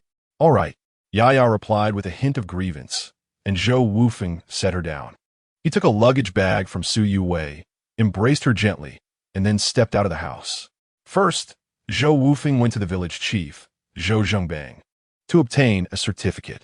In those times, without such documentation or a letter of introduction from the village, it was impossible to purchase long-distance bus or train tickets, and one could only check into a hotel or guest house smoothly with the proper credentials. By the time he arrived at the county's bus station, it was already past 1 in the afternoon. During that era, there were not many buses running from Haiyang County to Yangcheng, and it took Zhou Wufeng an hour to finally buy a ticket for the bus to Yangcheng. Long-distance buses at that time primarily ran on diesel, offering relatively low power. The seats were merely long, wooden benches with a thin layer of sponge on top, lacking air conditioning, and ventilation relied mainly on hand-cranked windows. Overall, the comfort level was quite poor. Coupled with the rough road conditions and slow speed, Zhou Wufeng endured over 8 hours on the bus before finally reaching Yangcheng. Upon arrival in Yangcheng, it was already past 10 in the evening. Zhou Wufeng first showed his certificate to check into a guest house, then went out to find a state-run restaurant to satisfy his hunger. Yangcheng, during this period, was still relatively dilapidated, with most buildings featuring arcades as their main architectural style. The ground floor of the arcade, facing the street, was predominantly a pedestrian walkway, while the inner part primarily housed shops, with the upper floor seeming to ride above the lower level, hence the name arcade. In addition, there were many single-story houses and some old residences, though new buildings had begun to emerge in various areas, such as the newly constructed Zinaken building in 1965 and the Yangcheng Hotel, standing as witnesses to the city's development alongside the ancient structures. As Zhou Wufeng walked under the uniformly warm yellow streetlights, which mingled with the glowing shop signs, the trees lining the road cast mottled shadows in the light. Observing the numerous individual stalls springing up on the streets made him reflect deeply. The night market of Yangcheng in the early 1980s was in its nascent stage, with many vendors selling fried dumplings, braised pork entrails, stewed beef brisket, and stir-fried snails appearing on the streets. There were also stalls offering trendy items such as sunglasses, leather shoes, denim jeans, and flared pants. People indulged in entertainment and culinary delights at the early night market, selecting their desired goods amidst the lively sounds of haggling. Infused with a rich atmosphere of life and vitality, it formed a stark contrast to the underdeveloped Haiyang County, laying the groundwork for the luminous and prosperous future to come. Everything felt just as it did when he first arrived in Yangcheng in his previous life. After all, a provincial capital is still a provincial capital. Zhou Wufeng sighed, enjoying a bowl of braised pork entrails before returning to the guest house. At that moment, the guest house's accommodations were still quite simple, furnished with a hardboard bed, basic tables and chairs, a wardrobe, cement flooring, and communal bathrooms and toilets. Zhou Wufeng casually selected a set of clean clothes and took a hot shower in the public bath before returning to his room to lie down. He was well acquainted with Yangcheng, fully aware of the location of the largest fabric wholesale market in the city, and he had already formulated a plan in his mind. The following day, Zhou Wufeng arose early, preparing to take a bus to Guangfu South Road in the Liwan district. Indeed, it was by bus. Yangcheng had introduced public transportation as early as 1923, and by the early 1980s, the city boasted 33 bus routes and 4 trolleybus lines. Guangfu South Road in Liwan district was renowned for its concentration of fabric shops from that era. Zhou Wufeng wandered around Guangfu South Road. Although most of the wholesale stores were state-owned, there were a few private entities engaged in the wholesale of denim fabric. However, Zhou Wufeng was not in a hurry. After familiarizing himself with the wholesale prices of denim jeans, he planned to visit Xintong Town that afternoon. Xintong Town would later become famous nationwide as the home of denim. It had been in its nascent stage by the late 1970s, and now, in June 1980, it was likely to have many denim wholesalers. Indeed, as Zhou Wufeng anticipated, he discovered several individual merchants wholesale denim that afternoon. He discreetly noted the addresses and prices of these fabric shops in a small notebook, but refrained from making any purchases. The vastness of Yangcheng necessitated further exploration before making comparisons and decisions. The following day, he visited the Gaudi Street Garment Industrial Market and the Jianglan Road Textile Specialty Street, both of which were also well-known fabric markets in Yangcheng. That night, Zhou Wufeng consolidated and compared the fabric prices he had gathered over the past 2 days. Seizing the rare opportunity to be in Yangcheng, Zhou Wufeng did not limit his research to the denim market. He meticulously documented details on cotton, linen, silk, and other fabrics. After compiling the statistics, he selected several reasonably priced and reliable fabric shops and returned to Guangfu South Road in Liwan District on the third day of his visit. As he passed by a cotton fabric shop, the sounds of an argument captured his attention. "Gaudi Kang, how many times must I tell you that I require cash transactions? If you lack the funds, there's nothing I can do," the shopkeeper asserted. "Bossly, it's not that I'm unwilling to pay. I simply wish to know if I can pay a partial deposit now and settle the remaining balance later," Gao Dikang replied. Zhou Wufeng paused, feeling an inexplicable familiarity with the name Gao Dikang. After a moment of reflection, he suddenly lifted his head, his gaze intensely fixed on the Gao Dikang inside the fabric shop. Could this Gao Dikang be the same individual who, in 1976, had assembled an 11-person team and embarked on an entrepreneurial journey with 8 sewing machines, ultimately founding a clothing brand and amassing a fortune of several hundred billion in later years? It was said that this mogul hailed from Shanjing village in Su province. What brought him to Yangcheng for business? Nonetheless, these details were inconsequential. Zhou Wufeng's mind began to race, contemplating how to orchestrate an unexpected yet foreseeable encounter with this esteemed Gao. Chapter 65. Communication. Zhou Wufeng had been attentively observing the conversation between Gao Dikang and the shopkeeper within the fabric store. It was only when Gao Dikang emerged from the establishment that Zhou Wufeng feigned passing by and accidentally bumped into him. "Are you all right, comrade? I apologize for the mishap." Gao Dikang brushed off his shoulder and replied, "I'm fine." However, noticing the troubled expression on Gao's face as he prepared to leave, Zhou Wufeng was unwilling to let him go so easily. He quickly added, "Hey, comrade, you must be in the clothing business as well. Given your visit to the fabric wholesale market?" Upon hearing this, Gao Dikang immediately became wary. Traveling alone across provinces and in a bustling metropolis like Yangcheng necessitated caution. Zhou Wufeng, sensing the apprehension etched on Gao's face, understood his instinct to be cautious. After all, he would likely feel the same in Gao's position. Thus, he continued, "Please don't misunderstand. My name is Zhou Wufeng, and I am in the garment trade. This is my first visit to Yangcheng, and I wish to wholesale some denim fabric, but I am uncertain about how to transport it back to my hometown." At this point, Zhou paused momentarily. "I noticed you just exited the fabric store, so I assumed you were also in the clothing industry. I would like to inquire if you know of any freight companies nearby that can assist in shipping fabric." Zhou Wufeng was quite familiar with Yangcheng in his previous life.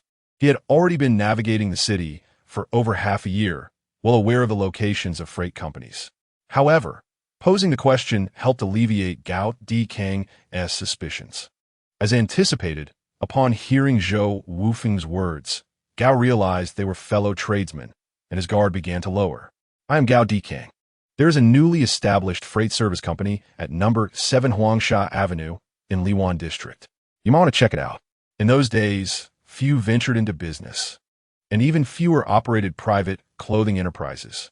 Encountering a fellow industry member was indeed a rarity. "You don't sound like you're from Guangdong province," Gao noted. "I appreciate your guidance. It's nearly noon. If you don't mind, let us share a meal and discuss the developments in the garment industry." Zhou Wufeng was aware that Gao was in the down jacket business and was currently engaged in processing both Western-style coats and traditional Chinese cotton-padded jackets. If he could establish a connection with Gao, it would seamlessly transition his summer denim production into winter clothing. Gao Dikang hesitated. He had been in the garment processing industry since 1976, relying solely on his relentless efforts and self-directed learning over the past 4 years. He was eager to engage with someone in the same field to explore future developments, yet he felt a natural reluctance towards this stranger, despite Zhou's amiable demeanor. "Come now, we are comrades. There is nothing inappropriate about this. I seek nothing from you. I will treat you to lunch. We are both adults, so why hesitate?" Zhou Wufeng endeavored to dispel Gao Dikang's doubts further, adding, "Are you concerned about being deceived?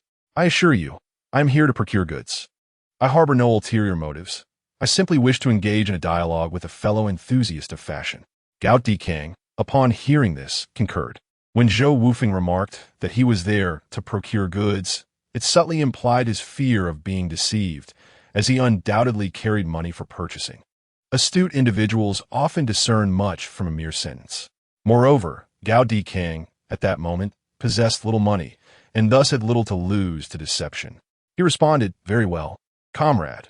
Let's find a suitable place to converse. However, I cannot allow you to treat me for lunch. We shall split the bill." "Agreed. I have no objections. And coincidentally, I wish to negotiate prices for a batch of denim fabric. If you have no pressing matters, it would be beneficial for you to accompany me. It is not far ahead." Although Zhou Wufeng had just stated he was there to purchase goods, he sought to further establish Gao Dikang's trust. He believed it essential for Gao to witness him wholesale purchasing denim, thereby validating his claims. Since Gao Dikang was indeed involved in fashion, particularly winter apparel, he expressed curiosity upon hearing Zhou mention denim clothing. Nodding in agreement, he proceeded with Zhou Wufeng.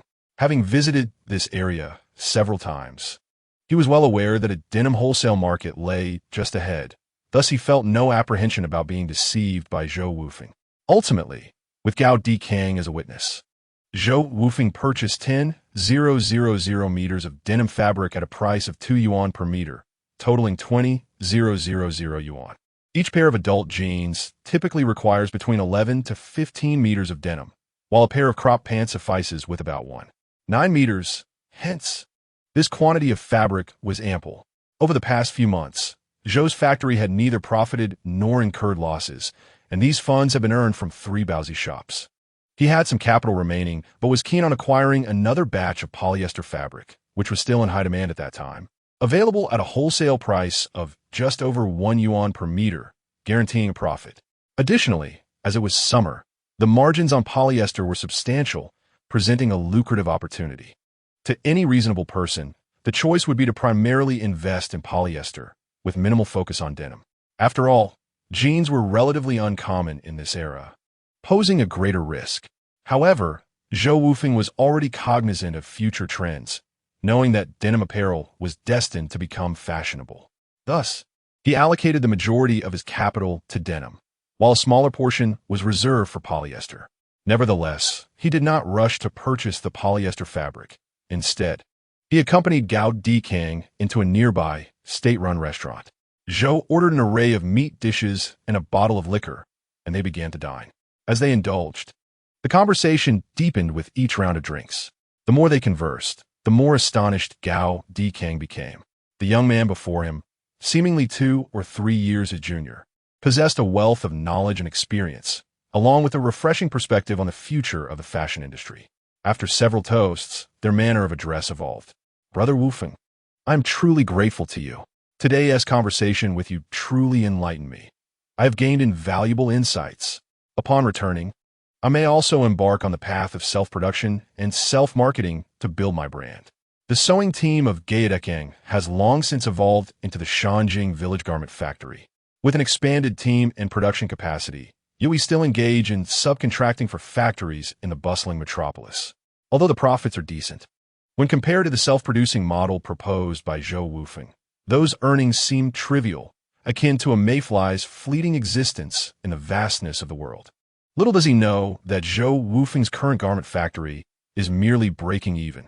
Zhou Wufeng, however, is exceptionally articulate. His theoretical framework, when applied practically, indeed commands Gaodekang's unwavering trust. Brother Gao, what is there to worry about? Come, let us drink, Zhou Wufeng responded readily. Gaodekang took a sip of his liquor and continued. I have adopted your production and operational strategies. Brother Wufeng, why do you not seem concerned? What does it matter? Brother Gao, our nation has such a vast market. Can one person truly capture all the wealth? As the saying goes, there is enough wealth for all to share, and in this era, we must engage in mutual exploration and promotion to elevate our garment industry to greater heights. To cultivate a rapport with Gaodekang, Zhou Wufeng has indeed exerted considerable effort, subtly unveiling notions from the future. Moreover, he recognizes that Gao is a paragon of integrity, a person of honor with a profound sense of social responsibility, a rare and genuine entrepreneur. A slight revelation poses no harm. Chapter 66. Return upon hearing these words. Gaodekang was further astonished. He had not anticipated Zhou Wufeng's selflessness and lofty vision. In his presence, Gaodekang felt increasingly diminished. I am humbled, Brother Wufeng. It is indeed a stroke of fortune to meet you today. In comparison, my horizons and aspirations are vastly inferior. Zhou Wufeng was taken aback. Gaodekang was indeed, as the rumor suggested. Despite some prior knowledge of him, their acquaintance was shallow. It was only through this interaction that Zhou realized Gaodekang's integrity. His manner of speaking is straightforward, unequivocal, and devoid of pretense. I am far behind you, Brother Gao. Come, let us drink and dine. The two enjoyed a splendid meal together, reveling in conversation, both feeling a profound sense of camaraderie as if they had long known one another. Eventually, Zhou Wufeng and Gaodekang exchanged contact information and addresses before parting ways. That afternoon, Zhou Wufeng returned to Guangfu South Road to order a batch of high-quality fabric. After coordinating with a transport company, he traveled back to Hainan County that very night. By the time he arrived home, it was already past 6 in the morning the next day. In these times, rural folk rise early, especially Zhou Meijing, who had already begun preparing porridge to care for Su Yuwei. Even the pregnant Su Yuwei was up early, freshening up in the yard. When Zhou Wufeng knocked on the door, it startled everyone. After all, who would knock so early without reason? Who is it? Su Yuwei, alone at home without any men, hesitated to open the door and inquired. It's me, Wufeng. Upon realizing her husband had returned, Su Yuwei hurriedly rushed to open the door. As the door swung open, Su Yuwei could no longer contain her emotions upon seeing the weary Zhou Wufeng. She rushed into his embrace, tears streaming down her face. Even during his most reckless days, he had never been away from home for more than 2 days. Yet this time he had been gone for 4 long nights. In rural areas during this era, telecommunication was nearly non-existent. Apart from the landline installed at Zhou Wufeng's factory, there was no other means of contact. The absence of news from him for several consecutive days had filled Su Yuwei with an overwhelming sense of worry, causing her to live in a state of constant anxiety, even losing sleep at night. Well, I'm back now, aren't I? Zhou Wufeng gently patted Su Yuwei's back with his right hand, speaking softly. Where's Yaya? She inquired, wiping her tears to avoid being seen by her sister-in-law, Zhou Meijing. In those times, rural women were still quite reserved, and she wished to spare Zhou Meijing any amusement at her expense. Following breakfast, Zhou Wufeng briefly updated Su Yuwei and Zhou Meijing on his trip to Yangcheng before hastily making his way to the garment factory. If all went according to plan, the shipping company would deliver the fabric materials by afternoon, and he needed to check on the designs created by Zhou Zishan. Zhou Zishan and Zhou Meiwei resided in the town, while Zhou Meiling lived in a nearby village, all in close proximity to the factory. By the time Zhou Wufeng arrived at the factory, the 3 of them were already at their posts. He promptly summoned them to the office for a meeting. Has anything happened to the factory during these days? He inquired. Nothing much, just as you instructed. We had the workers practicing sewing. However, with no orders coming in, some of them have started to gossip, fearing the factory might shut down, Zhou Zishan replied. It was not just the workers. She herself had begun to lose confidence. Although she had received 2 years' worth of wages in advance, Zhou Wufeng's kindness made her wish for the factory's successful development. Yet, She found it hard to believe that the unfamiliar designs he had asked her to create would attract buyers, coupled with the lack of raw materials and orders. Relying solely on her marketing efforts felt daunting. However, it was not entirely her fault for feeling this way, as Zhou Wufeng had not disclosed much about his plans, including the arrangements for villagers to sell garments or the procurement of supplies from Yangqing. Xiaofeng, how have you been managing your affairs? Zhou Meiling, aware of his mission to handle material issues, inquired, her expression mirroring the anxiety shared by Zhou Meihui. As his elder sisters, they were even more concerned about the factory situation than Zhou Zishan was. Noticing the worry etched on their faces, Zhou Wufeng couldn't help but chuckle, saying, "Everyone, do not fret. The materials should arrive this afternoon. Now, let's take a look at the designs I previously discussed with you." Upon hearing that the fabric issue had been resolved, the three women expressed their astonishment. It should be noted that during this era, whether for wholesale or retail, purchasing fabric required fabric coupons. Due to previous orders being sourced exclusively from state-owned stores, all fabrics were provided by them, supplemented by additional fabric tickets, which enabled the procurement of materials. Several individuals were intrigued by how Zhou Wufeng managed to acquire fabric without tickets. It was then that he regaled them with tales of the private fabric markets in Yangqing, including anecdotes about street vendors and various individual shops. Listening to him, they felt an overwhelming desire to visit the provincial capital. Well, in the future, whenever the opportunity arises, you all will need to liaise for fabric and raw material purchases. Now, let us examine the designs you have created for the garments. Consequently, the four convened in Zhou Wufeng's office, holding a meeting that stretched until after 3 in the afternoon, even having their lunch in the office.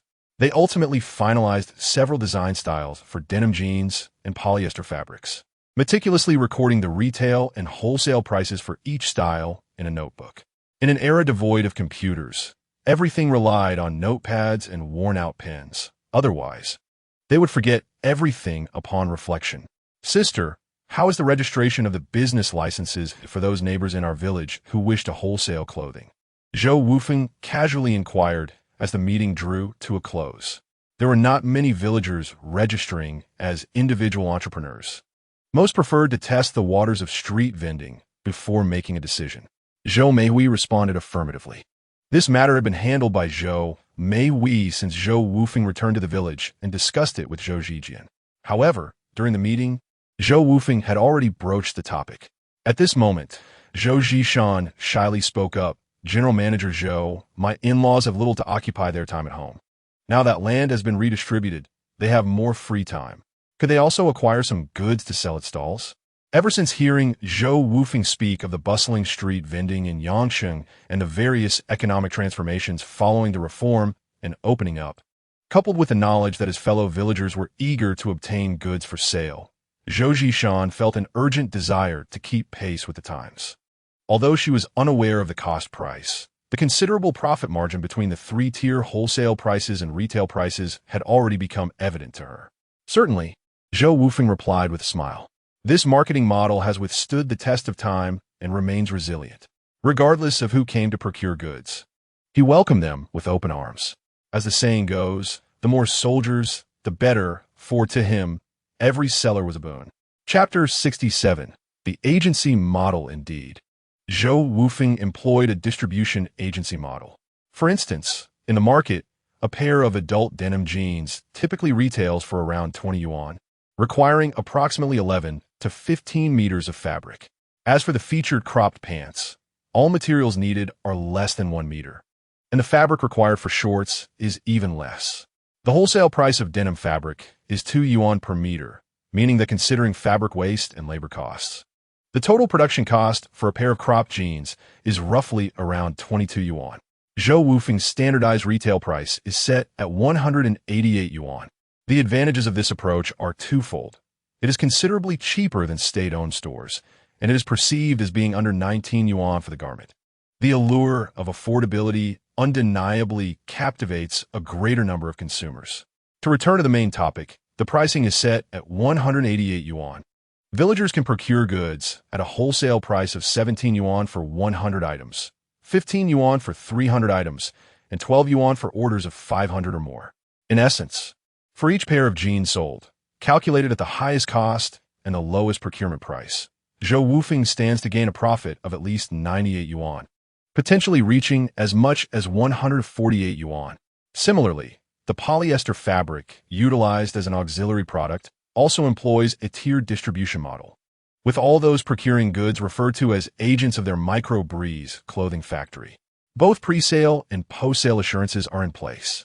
Speaking of agents, it is well known that this marketing approach, in today's era, serves as a formidable competitive strategy. Thus, it is not just Zhou Zishan's in-laws who wish to procure goods for resale. Even the families of all factory workers are welcome to do so without hindrance. Reasonable arrangements within the designated areas suffices. At 5 o'clock that afternoon, the transportation company in Yangqing finally delivered the fabric materials. The following day, Zhou Wufeng commanded all workers to commence full-scale production of the first batch of jeans.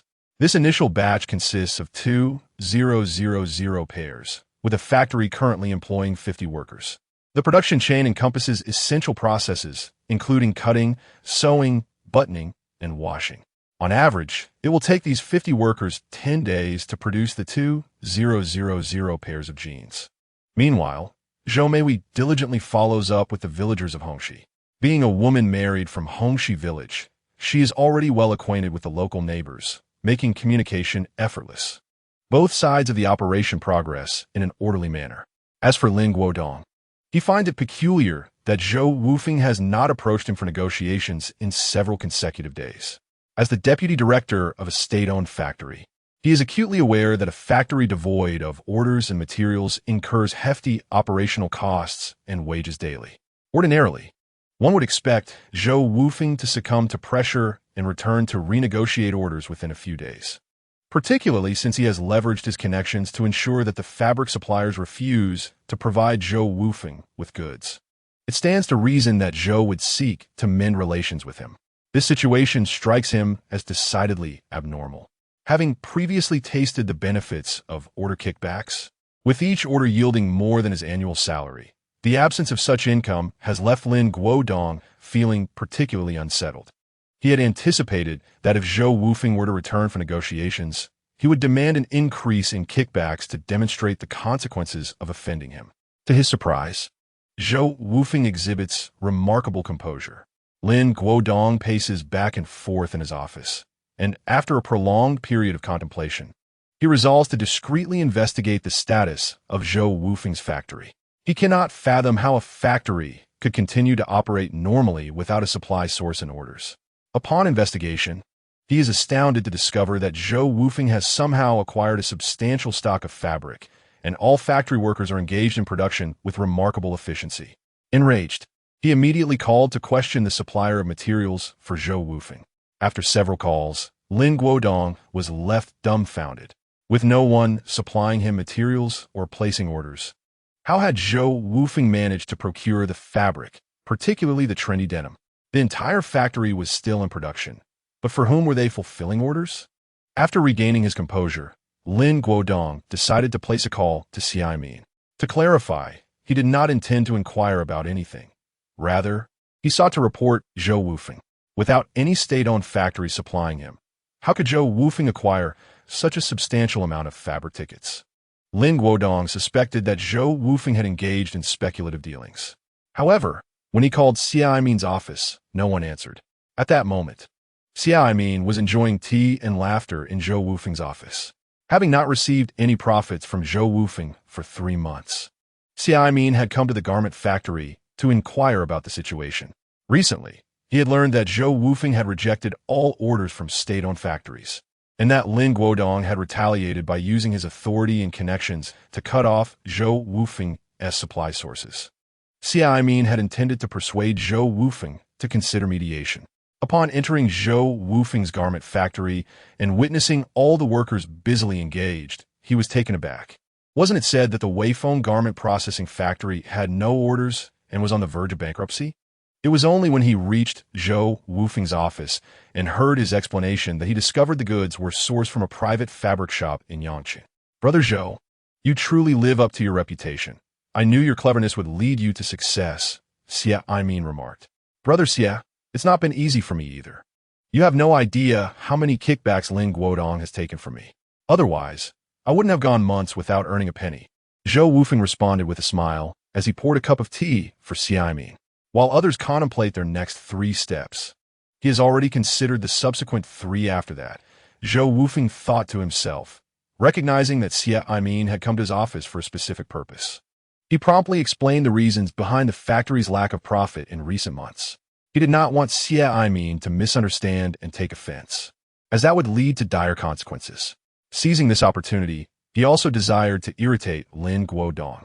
Logically, Zhou Wufeng should have clarified the reasons for the lack of profit in the first month. However, as the factory was just starting out, he did not wish to offend Lin Guodong and thus waited until the second month. Coincidentally, Xia Min had been on multiple business trips and had not met him. Now, Zhou Wufeng finally had the chance to explain the circumstances to Xia Min. That Lin Guodong truly has some audacity, daring to exploit his position for personal gain and pocket kickbacks. Don't worry, brother, I will certainly take care of this matter, Xia Min stated, though inwardly he thought, this audacious Lin Guodong dares to meddle in my affairs, unaware that 10% of the factory's profits belong to me. Upon hearing Xia Min's words, a habitual smile crept onto Zhou Wufeng's lips. Regardless of whether Xia Min was merely speaking casually, Zhou Wufeng intended to seize the opportunity. Brother Xia, I would appreciate your assistance. I have retained all the orders, amounts, and documents pertaining to Lin Guodong. These serve as evidence, and I trust you will ensure he faces justice. Xia Min merely intended to sound official, casually mentioning it without any real intention of getting involved in Lin Guodong's trivial matters, which would undoubtedly be a thankless endeavor. To his surprise, Zhou Wufeng took his words to heart, presenting various documents and receipts as proof. However, having collaborated with Zhou Wufeng for an extended period, their intertwined interests were quite deep, and Lin Guodong's actions effectively obstructed his financial gain. It is worth noting that Zhou Wufeng had promised him 10% of the factory's profits. Xia Min, recognizing the opportunity, acquiesced to Zhou Wufeng's request, accepting the evidence to administer a severe lesson to Lin Guodong. Subsequently, Zhou Wufeng discussed additional matters with him, mentioning a few neighbors in the village who wished to apply for individual business licenses and requesting his assistance in expediting the process. Brother Xia, prepare to collect your money next month, Zhou Wufeng asserted confidently. Impudent lad, what do you mean by that? My efforts in these matters are my duty. I am serving the people, Xia Min retorted. Indeed, I misspoke. Just remember to let my 10% shareholder receive their dividends, Zhou Wufeng grinned. Their partnership was not a fleeting affair. Zhou Wufeng knew Xia Min to be meticulous in his dealings.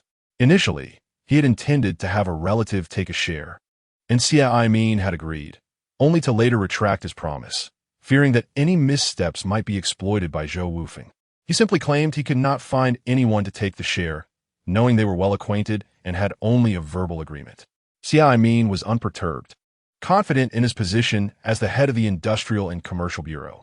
Unbeknownst to him, Zhou Wufeng felt even less apprehensive. Presently, however, he needed to produce in Hanyang Town under Haiyang County. To avoid unnecessary complications and to gain certain conveniences, he was willing to collaborate with Xia Min. Yet, Zhou Wufeng was meticulous. All procedures were followed scrupulously, especially since Xia Min had reaped numerous benefits from him. Not only did he retain the documents from Lin Guodong's dealings for several months, but he also meticulously recorded the gifts he had previously delivered to Xia Min, noting the details of each delivery. He had no fear of Xia Min causing trouble. After bidding farewell to Xia Min, Zhou Wufeng dialed a phone number for Gao Dikang, whom he had encountered a few days earlier in Yangqing. At that time, landline numbers were still 6 digits long, and Zhou Wufeng answered a landline in his office. After a brief wait, the call connected. Hello, who is this?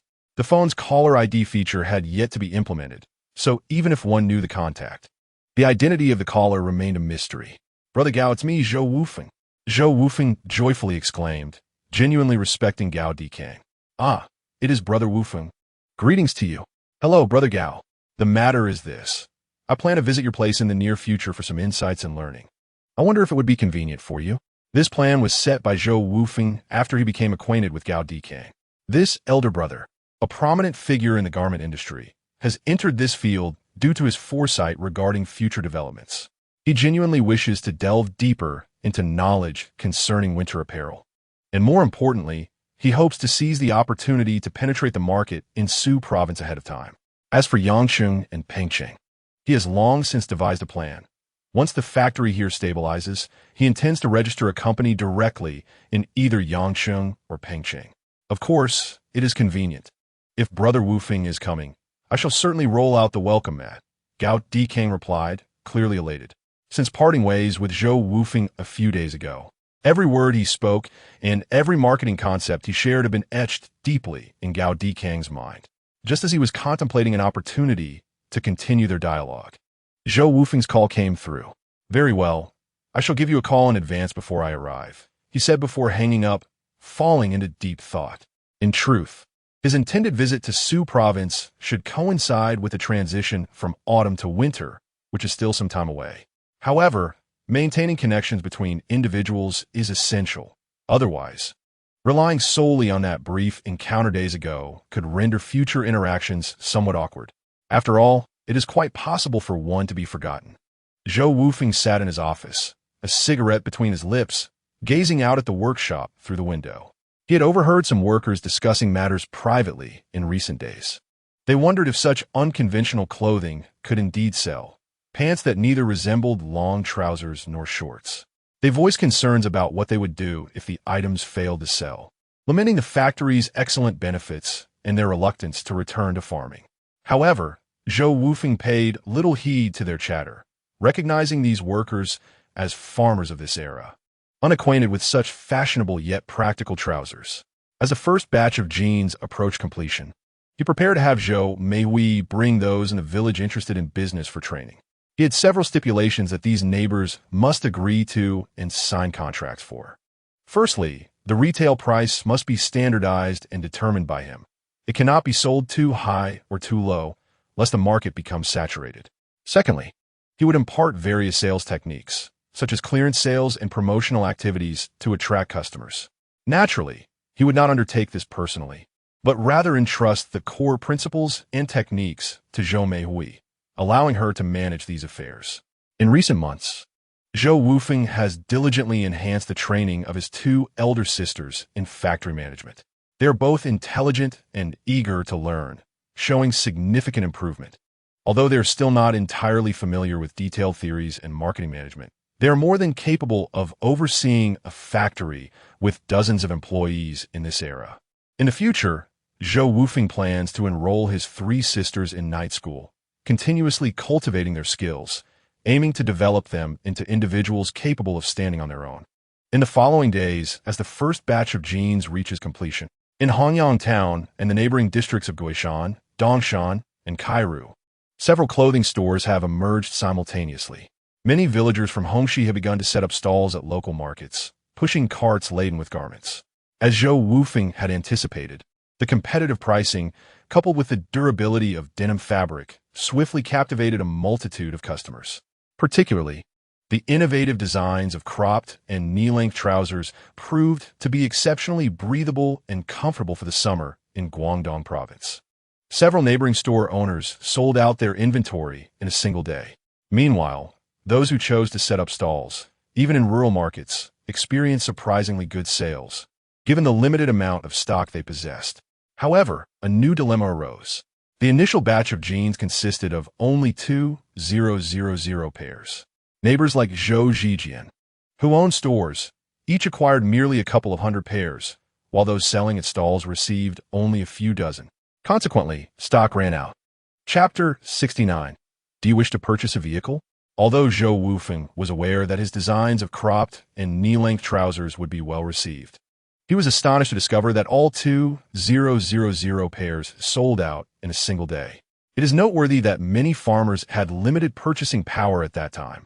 While it was understandable for the store owners in town to sell out, the surprising sales performance of those at rural stalls was indeed remarkable. Thus, there was no alternative but to halt sales temporarily. Zhou Wufeng promptly instructed Zhou Zhishan to expand recruitment and urged workers to increase their production efforts. The standard 8-hour workday transitioned to a 3-shift system, with seasoned workers mentoring newcomers, striving to produce a new batch of jeans in the shortest time possible. The priority was to manufacture enough to supply the store-owning neighbors first. When Zhou Meiling, Zhou Meihui, and Zhou Zhishan learned of the astonishing news that 2,000 pairs of jeans had been sold out in a day, they were utterly shocked. It is important to note that the first batch consisted primarily of cropped and knee-length trousers, a novel style that had yet to appear in their region of Haiyan County. They never anticipated that their factory's production would generate such a remarkable market response.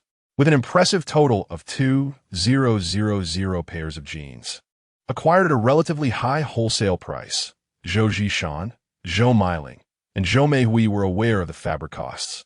Even Zhou Zhishan, having worked in a state-run tailor shop for many years, could not ascertain the precise costs but could approximate them. The cost of the fabric was slightly over 2 yuan, while most neighbors purchased it for 17 yuan. The calculation was startling. Profits soared to at least 20,000 yuan in a single day. In those times, how many households in Hanyang town could boast an income of 10,000 yuan? To earn over 20,000 in a day was truly extraordinary.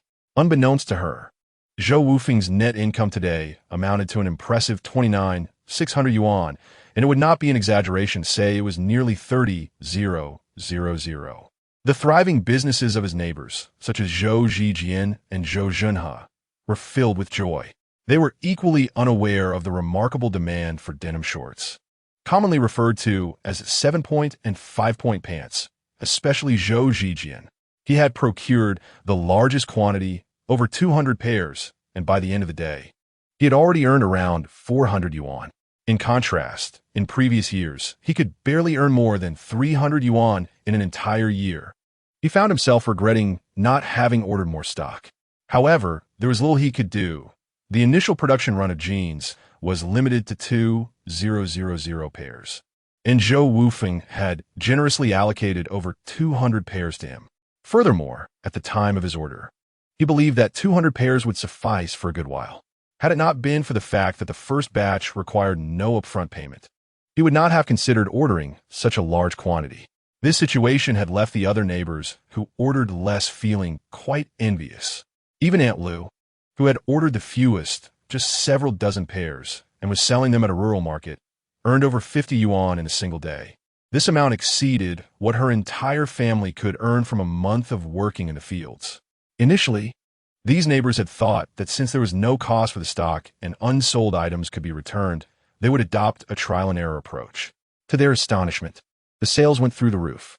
Everyone was grateful for Zhou Zhijian's advice and expressed their thanks to Zhou Wufeng. Reflecting on the past, they were well aware of the kind of person Zhou Wufeng was, having grown up in the same village.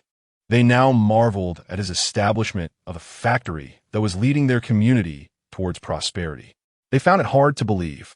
That day, the neighbors who had sold out their stock rushed to Zhou Wufeng's micro-breeze garment processing factory to settle their payments, eager to place their second orders. Unfortunately, the goods produced over the past 10 days had already been sold out, and Zhou Wufeng could only ask the neighbors to return home and await notification once production resumed. What Zhou Wufeng did not anticipate was that upon returning to the village, these villagers would spread the word, leading the entire Hongxi village to seek him out for stock. Upon returning home from work, he found his yard, living room, and even the courtyard filled with villagers from Hongxi. The micro-breeze garment processing factory was quietly stirring the development of the entire Hongxi village like a gentle breeze. However, Zhou Wufeng was overwhelmed with concern. What could he do? His current production equipment and efficiency were far inferior to future standards. Even with the initiation of a 3-shift system, it would take nearly 2 days to produce 2,000 pairs of jeans. He could only patiently explain to the villagers that the factory's production capacity was limited, and he would prioritize those who had already opened shops before accommodating others. Nevertheless, he understood that jeans, unlike other fast-moving consumer goods, are durable. The current demand situation might persist for some time, and once the market gradually became saturated, sales would decline swiftly. Therefore, it was essential to continuously explore new markets, encouraging the villagers to sell their stock in more distant towns. The bewildered Su Yuwei and Zhou Meijing were equally taken aback by the day's developments. At the onset, when so many villagers arrived at their home, the two women stood there, stunned like swans. It was only after comprehending the situation that they realized the nature of the remarkable deed accomplished by Zhou Wufeng. Had they known that he had earned nearly 30,000 yuan in a single day, they would likely have been so elated that sleep would elude them for 3 days and nights. Meanwhile, Lin Guodong had been keeping a vigilant eye on Zhou Wufeng's factory in recent days. Upon learning that Zhou Wufeng had adopted a self-produced and self-sold business model, he was consumed by fury. He had been awaiting a negotiation with Zhou Wufeng to place new orders and reap commissions. Yet he was taken aback to discover that Zhou had no need for the processing orders from their state-owned factory anymore. This revelation infuriated him. Upon returning home, he found his wife flaunting a pair of Breeze brand jeans in front of him, which only exacerbated his agitation. A few days prior, he had tried to reach Xie Aimin by phone, but to no avail. Lin Guodong had planned to personally visit him soon to report Zhou Wufeng. However, upon hearing his wife rave about the frenzy surrounding the jean sales and how fortunate she was to have secured a pair, he reconsidered his approach. Realizing that Zhou Wufeng's clothing line was thriving, he surmised that Zhou must be raking in substantial profits.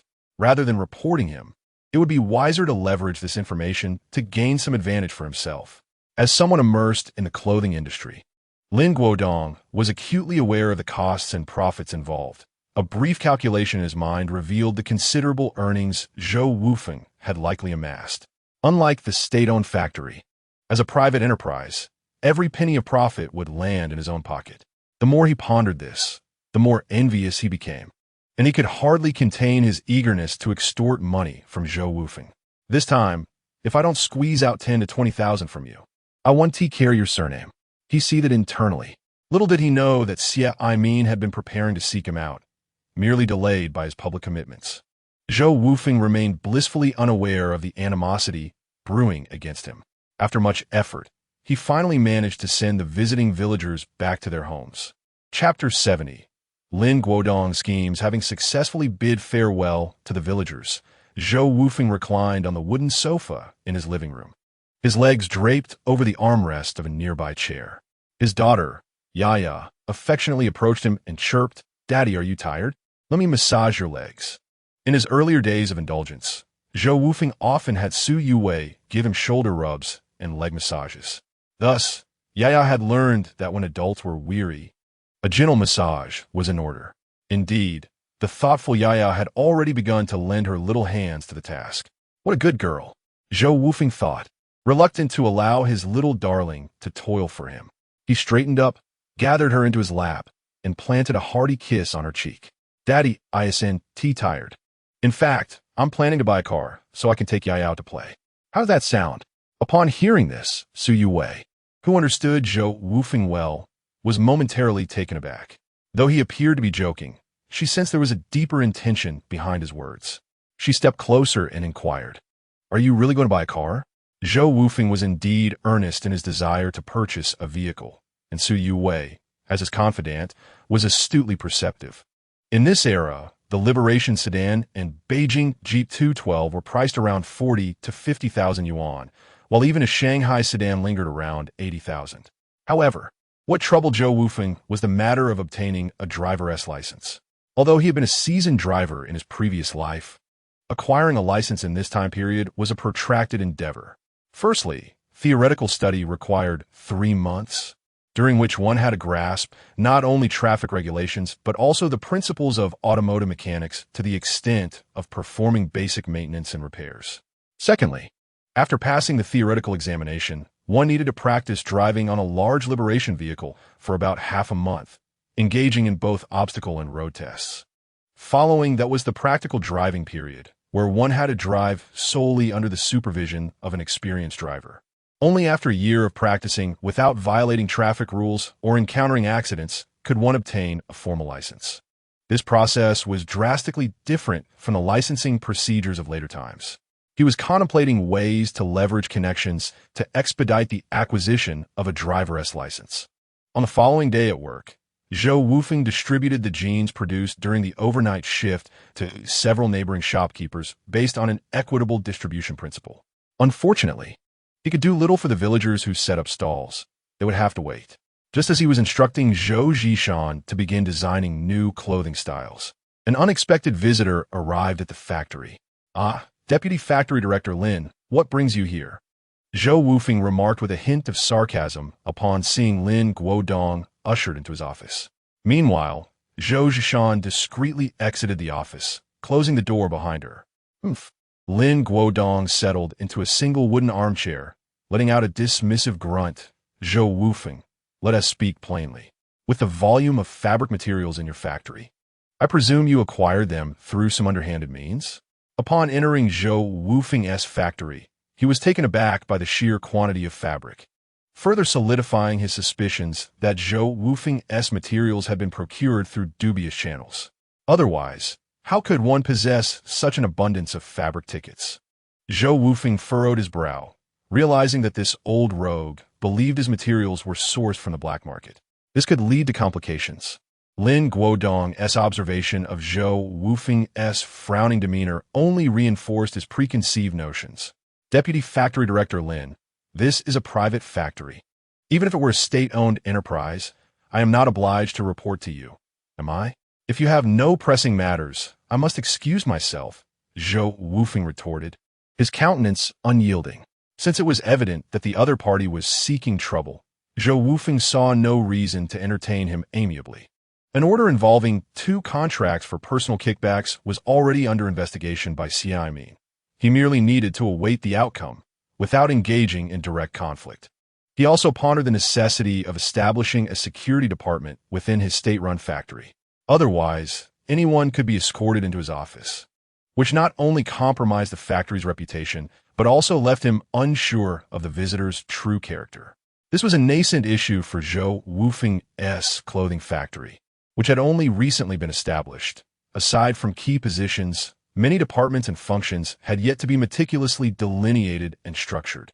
"Indeed, you, Zhou Wufeng, are not required to report anything to me."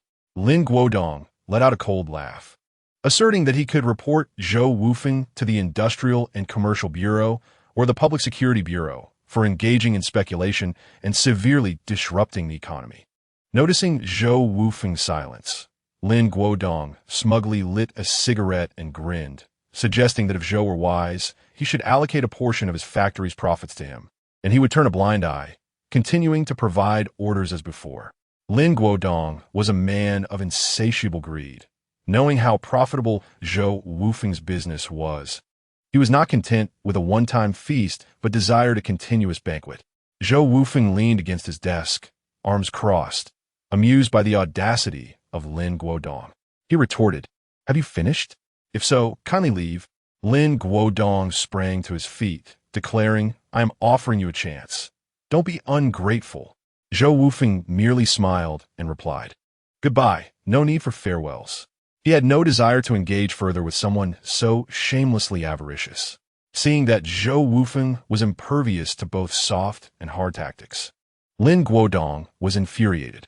As he glared at the arrogant Zhou Wufeng, he managed to choke out a warning, "You'll regret this," and stormed out of Zhou Wufeng's office. Departing from the Weifeng garment processing factory, seething with indignation, Lin Guodong chose not to return to the National Garment Factory, but instead made his way to the county's Industrial and Commercial Bureau. Intent on teaching Zhou Wufeng a profound lesson, he navigated confidently to Xiaiming's office, knocked, and without preamble, launched into his accusation. "Director Xia, I wish to report Zhou Wufeng of Weifeng Garment Processing Factory for economic disruption and speculation, as well as for purchasing fabric materials without receipts." Xiaiming, seated on a wooden sofa, glanced up at Lin Guodong, thinking to himself, "Ah, Lin Guodong, I have yet to seek you out for trouble, and here you are, slandering first. Do you not know the relationship I have with Zhou Wufeng?" He busied himself with making tea and said, "Deputy Factory Manager Lin, do you have evidence?"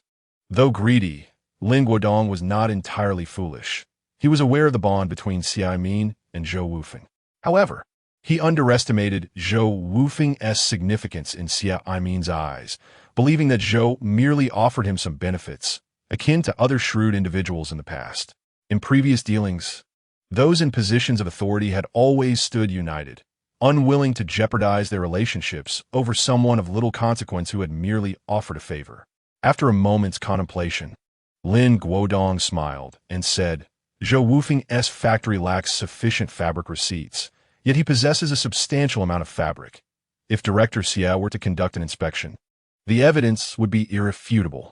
Xiaomin's gaze, sharp as a serpent's, bore into Lin Guodong's eyes as he warned, Deputy Factory Manager Lin, are you aware that falsely accusing someone is a crime? Lin Guodong felt a surge of anxiety under Xiaomin's penetrating stare. He was astonished by this remark. Did Xiaomin intend to protect Zhou Wufeng? How could that be? In the past, they had always united against such issues. Or perhaps Zhou Wufeng had provided this old fox with ample incentives. Chapter 71. Lin Guodong. Your affairs have been exposed. As Lin Guodong pondered further, he became increasingly convinced that his suspicions were indeed correct. Just as he intended to voice his thoughts, he was taken aback by Xiaomin, who had no intention of allowing him to speak.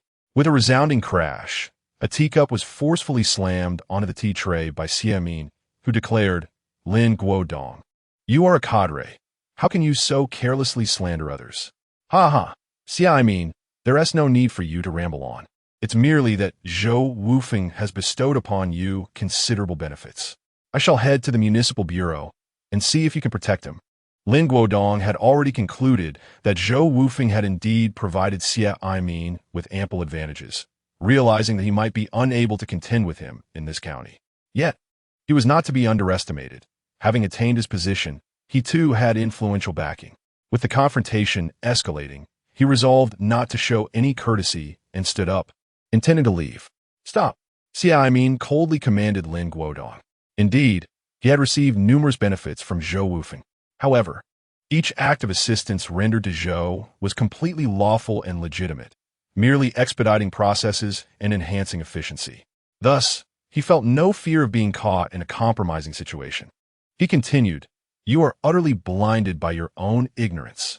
Every action taken by Boss Zhou adheres to procedure, being both lawful and compliant. The fabric was procured from his private textile business in Yanqing. As the director of a state-owned garment factory and a deputy-level cadre, instead of contemplating how to improve production efficiency and elevate standards, you only scheme to defame others. Is this your rightful role? Do not presume that your clandestine contracts and embezzled kickbacks remain unknown. The net of heaven is vast, yet nothing escapes its grasp. I assure you, Lin Guodong, your affairs have been exposed, and you shall not walk out of my office today.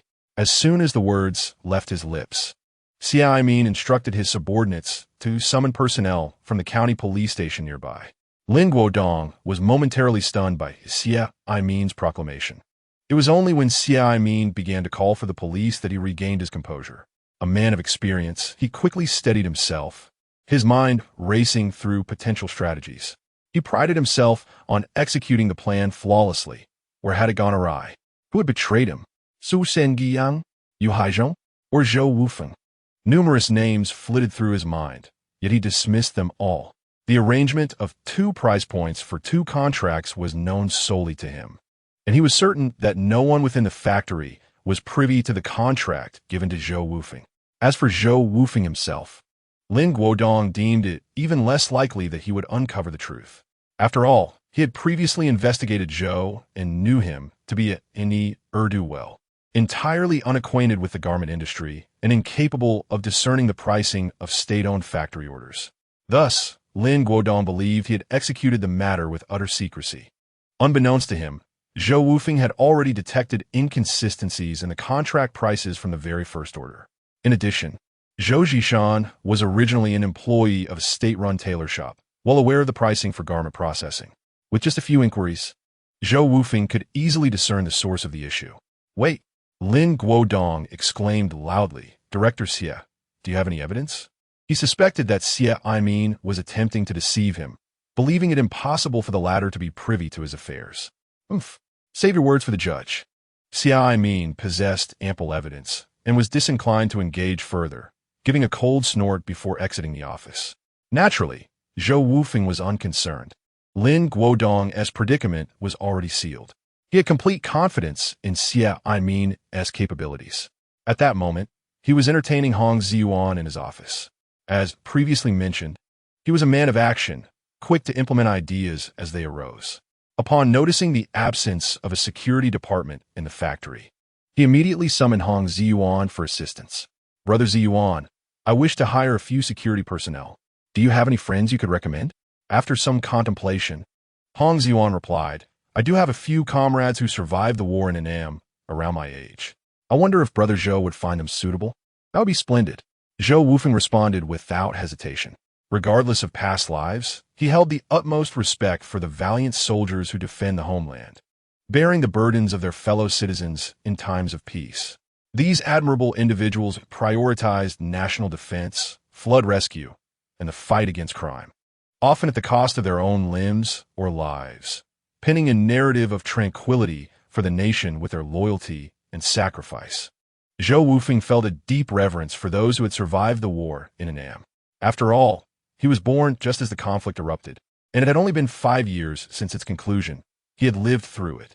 Had he not been the sole male in his family, he would have surely ventured to Annam to take part in the struggle. Although Zhou Wufeng had once been rather unruly, his father was a war veteran, and from a young age, he had absorbed a strong sense of patriotism.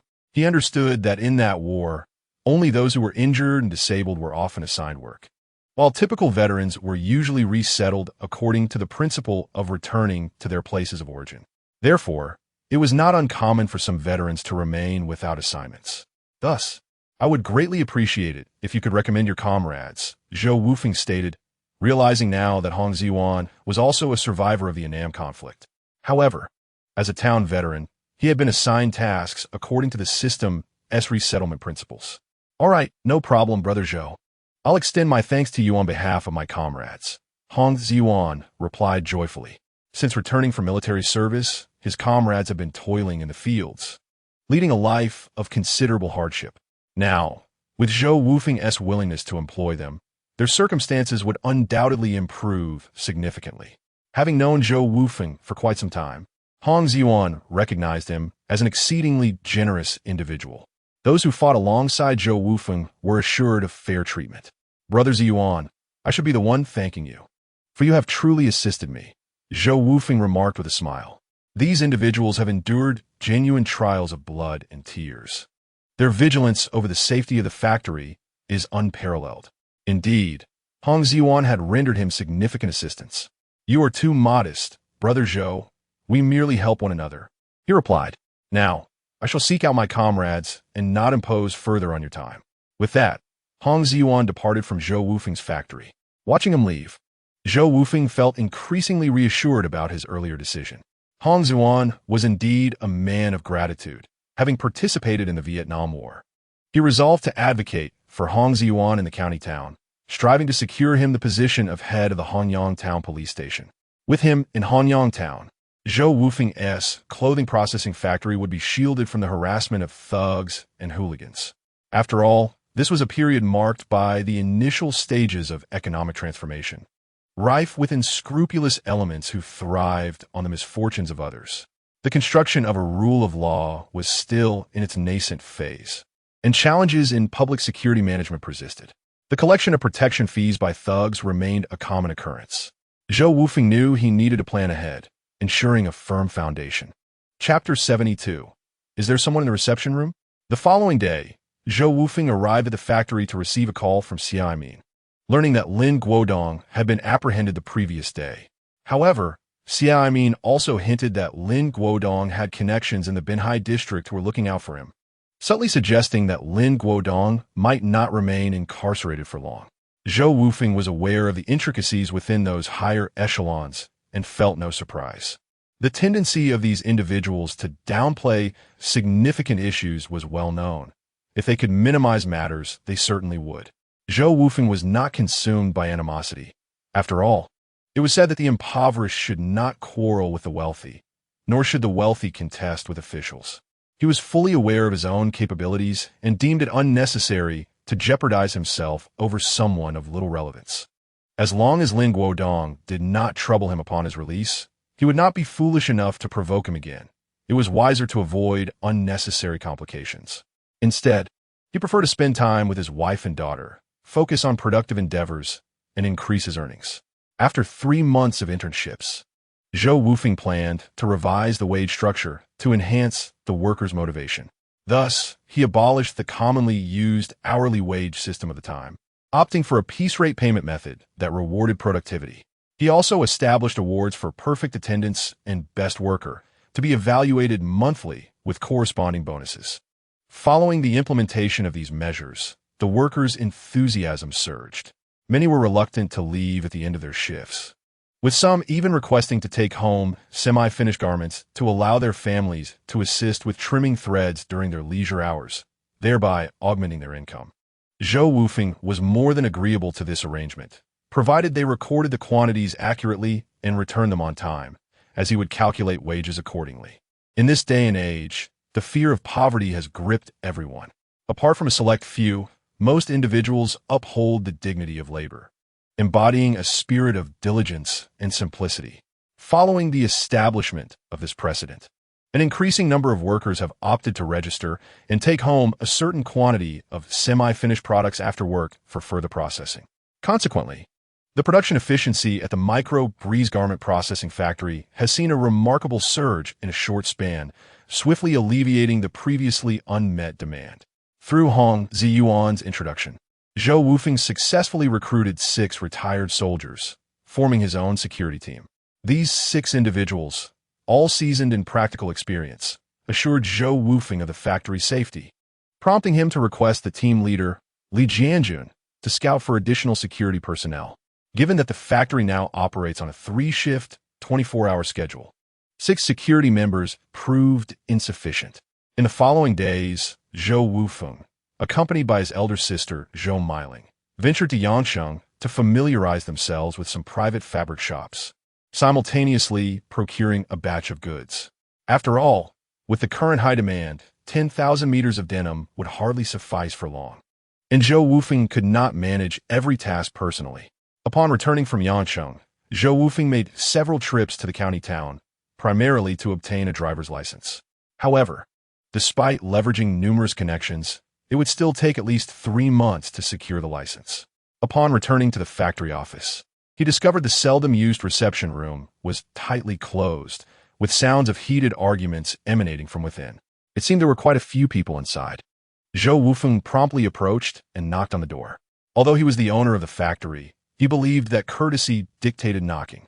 As soon as the knock echoed, the voices inside fell silent. "Who is it?" came a familiar voice, causing Zhou Wufeng's brow to furrow. It was his second sister, Zhou Meihui. "It's me," he replied. No sooner had he spoken than Zhou Meihui opened the door. Upon entering, Zhou Wufeng's expression darkened. Inside were his second sister's biased in-laws, Zhang Qiwenfang and Huang Fuguei, along with Huang Huiren and Huang Huai, as well as his elder sister Zhou Miling. Noticing the expressions on Zhou Meihui and Zhou Miling's faces, he began to piece together the situation and coldly inquired, "What brings you all to my factory?" He then turned to his sisters, asking, "Where is Li Jianjun? Did I not instruct him to keep questionable individuals out?" While this statement ostensibly questioned his sisters and the security chief, it was, in essence, a veiled reference to Zhang Qiwenfang and Huang Fuguei's family as questionable figures.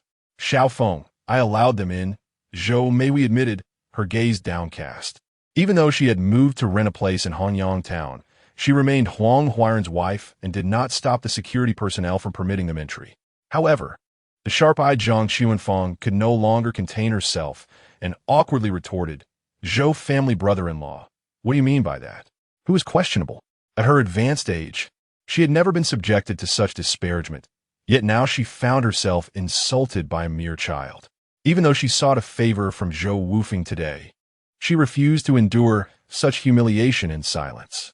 Zhou Wufeng raised his gaze towards the acerbic old woman, a sardonic smile naturally curling at the corners of his lips as he retorted, "Naturally, one speaks of those who are excessively biased, self-serving, and oppressive towards their children and daughters-in-law. Zhang Xuanfang was left speechless by Zhou Wufeng's sharp rebuke, her face averted, her chest heaving with agitation, clearly incensed. Observing the sudden silence among the group, Zhou Wufeng was uncertain of their thoughts, but deemed it inappropriate to inquire from his elder sister at that moment. Instead, he turned to Zhou Meiling and asked, "Elder sister, what brings them here?" Zhou Meiling cast a cold glance at Zhang Xuanfang and her family, then turned her attention to her unfortunate sister, exhaling a sigh. "What else could it be? They are here to extort money from your second sister." Upon hearing this, Zhou Wufeng furrowed his brow. He was already acquainted with the character of Huang Fugue and Zhang Xuanfang from his previous visit to Zhou Meihui's home. The inclusion of their son, Huang Huai, and daughter-in-law in their visit clearly indicated that their intentions were far from benign. Glancing at Huang Huiran, Zhou Wufeng disregarded Zhang Xuanfang and Huang Fugue, addressing his brother-in-law instead. "What is your take on this matter?" Huang Huiran exchanged a glance with his parents. Since his previous conversation with Zhou Wufeng, his mindset had begun to shift. The subsequent events, where Zhou Meihui moved to Hanyang town with her two sons to live and work under Zhou Wufeng's guidance, had prompted profound introspection on his part. He regretted having inadvertently revealed details about Zhou Meihui's earnings and living situation while under the influence of alcohol, which led his parents to track her down. It was only later that he learned of their intentions to confront Zhou Meihui, prompting his hasty pursuit from home. "I do not concur with my parents' actions." After a lengthy pause, Huang Huiran finally voiced his dissent. Upon hearing this, Zhou Wufeng smiled, feeling justified in his earlier address of him as brother-in-law. His conscience was intact, and the bonds forged with his second sister over the years remained strong. This declaration indicated a burgeoning dissatisfaction with his parents' behavior. Chapter 73. Huang Huiran's awakening with a newfound resolve, Zhou Wufeng offered his sister a reassuring glance. He then turned to Zhang Xuanfang and stated, "Madame Zhang, your two sons have already established separate households. My brother-in-law provides you with financial support that surpasses the required amount. On what grounds do you demand money from my sister? This is a matter of our family." Zhang Xuanfang scoffed, aware of her and her husband's untenable position, and was reluctant to engage in further conflict with Zhou Wufeng. However, Zhou Wufeng was not inclined to yield to her desires, retorting with a cold laugh, "Is that so? In that case, allow me to be frank. My sister's salary is dispersed by me. If you wish to extract money from her, I shall seize her salary and terminate her employment." Upon hearing this, Huang Fuqiang grew anxious and interjected before Zhang Xuanfang could respond. "How can that be? My daughter-in-law is your sister. You cannot simply abandon her. That is my concern. I simply cannot abide your biased demeanor. How dare you?" Zhou Wufeng expressed his disdain for the old man with unrestrained disdain. Upon hearing this, Zhang Xuanfang sprang forth, exclaiming, "Absolutely not. She may withhold funds from me, but only if you promise to allow Huai and his wife to work at your factory. Otherwise, I shall never agree." With this declaration, Zhou Wufeng understood the situation. It became clear that these two loathsome old codgers were seeking employment for their younger son and his spouse. How presumptuous! Although the factory was currently thriving and in need of workers, Zhou Wufeng was repulsed by the mere thought of these two old folks, particularly Huai Run, whose appearance was rather unsavory. "Huh, how navi! The factory is mine. I wouldn't even hire your son and his wife if I were to seek a dog. Big sister, won't you persuade your brother?" Zhang Xuanfang, realizing she could not sway Zhou Wufeng, turned her attention to Zhou Meihui. Under Zhou Wufeng's guidance, Zhou Meihui had not only ensured her two sons were well-fed and healthy, but had also enabled them to acquire extensive knowledge and advanced ideas. Disappointed in her husband and filled with loathing for her biased in-laws, she coldly replied, "My brother's opinion mirrors my own. Cease your entreaties. How dare you speak to your mother-in-law in such a manner?" Huang Fugue glared fiercely at Zhou Meihui. "And you, the eldest, how have you raised your wife to be such a rebellious woman?" "Father, Meihui is not in the wrong. You are," Huang Huai nearly shouted. "For years, you have shown favoritism towards Huai, and while we might have overlooked that in the past, your current unreasonable demands are unacceptable. Do you wish to sever our ties? In recent months, He had undergone a profound transformation. The absence of his wife and son had left him in solitary reflection during the long nights, leading him to realize how much he had neglected Zhou Meihui and their children. The more he pondered, the more he recognized his parents' excessive favoritism and the absurdity of his own sacrifices and filial piety towards them. Thus, he resolved to stand firm against his biased parents for the sake of his wife. As his words hung in the air, everyone was left in stunned silence, particularly Huang Fuqiang and Zhang Chuanfang, who appeared utterly bewildered. Was this truly the obedient and submissive eldest son they had known? Eldest brother, have you lost your mind? What are you saying? Huang Fuqiang snapped back to reality. Indeed, eldest brother, how can you speak in such a manner? Apologize to your father at once. Zhang Chuanfang felt a twinge of anxiety. She sensed that her eldest son was not jesting. She attempted to reassure Huang Huairan in a hushed tone. However, Huang Huairan remained unfazed. After expressing himself, he felt a significant weight lift from his shoulders, as if the accumulated frustrations of the past months had dissipated. He continued, "Have I spoken incorrectly? Over the years, my contributions to you have been evident to all, including our neighbors. Yet you persistently exploit our family. Am I not truly your own?" Upon hearing these words, Zhou Wufeng raised an eyebrow, a fleeting thought crossing his mind. Could it be that Huang Huairan is not the biological child of these two elders? However, upon closer inspection, Zhang Chuanfang and Huang Fuqiang displayed no signs of surprise, merely glaring at Huang Huairan in anger. "We have given you life and raised you to adulthood. As the eldest, is it not your duty to support your parents? You infuriate me with your rebellious words," Zhang Chuanfang exclaimed, pointing an accusatory finger at Huang Huairan, embodying a mix of disappointment and indignation, as if Huang had committed some heinous act deserving of universal condemnation. "Enough," Zhou Wufeng interjected, stepping forward. "Let's not sugarcoat this. Regardless of who you are, it is the obligation of children to care for their parents. Has my brother-in-law not supported you all these years? The money he has provided could sustain you for over a decade. Furthermore, since they have separated their households, he only needs to contribute half the annual expenses.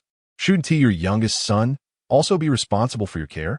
Being in his own factory, Zhou Wufeng wished to avoid airing these grievances publicly and sought to bring this farce to a swift conclusion.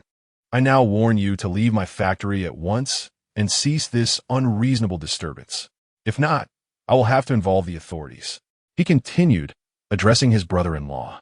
"If your parents intend to continue exploiting you, I suggest you report this matter to the neighborhood committee or seek assistance from the community legal advisor. I believe they can offer a fair resolution.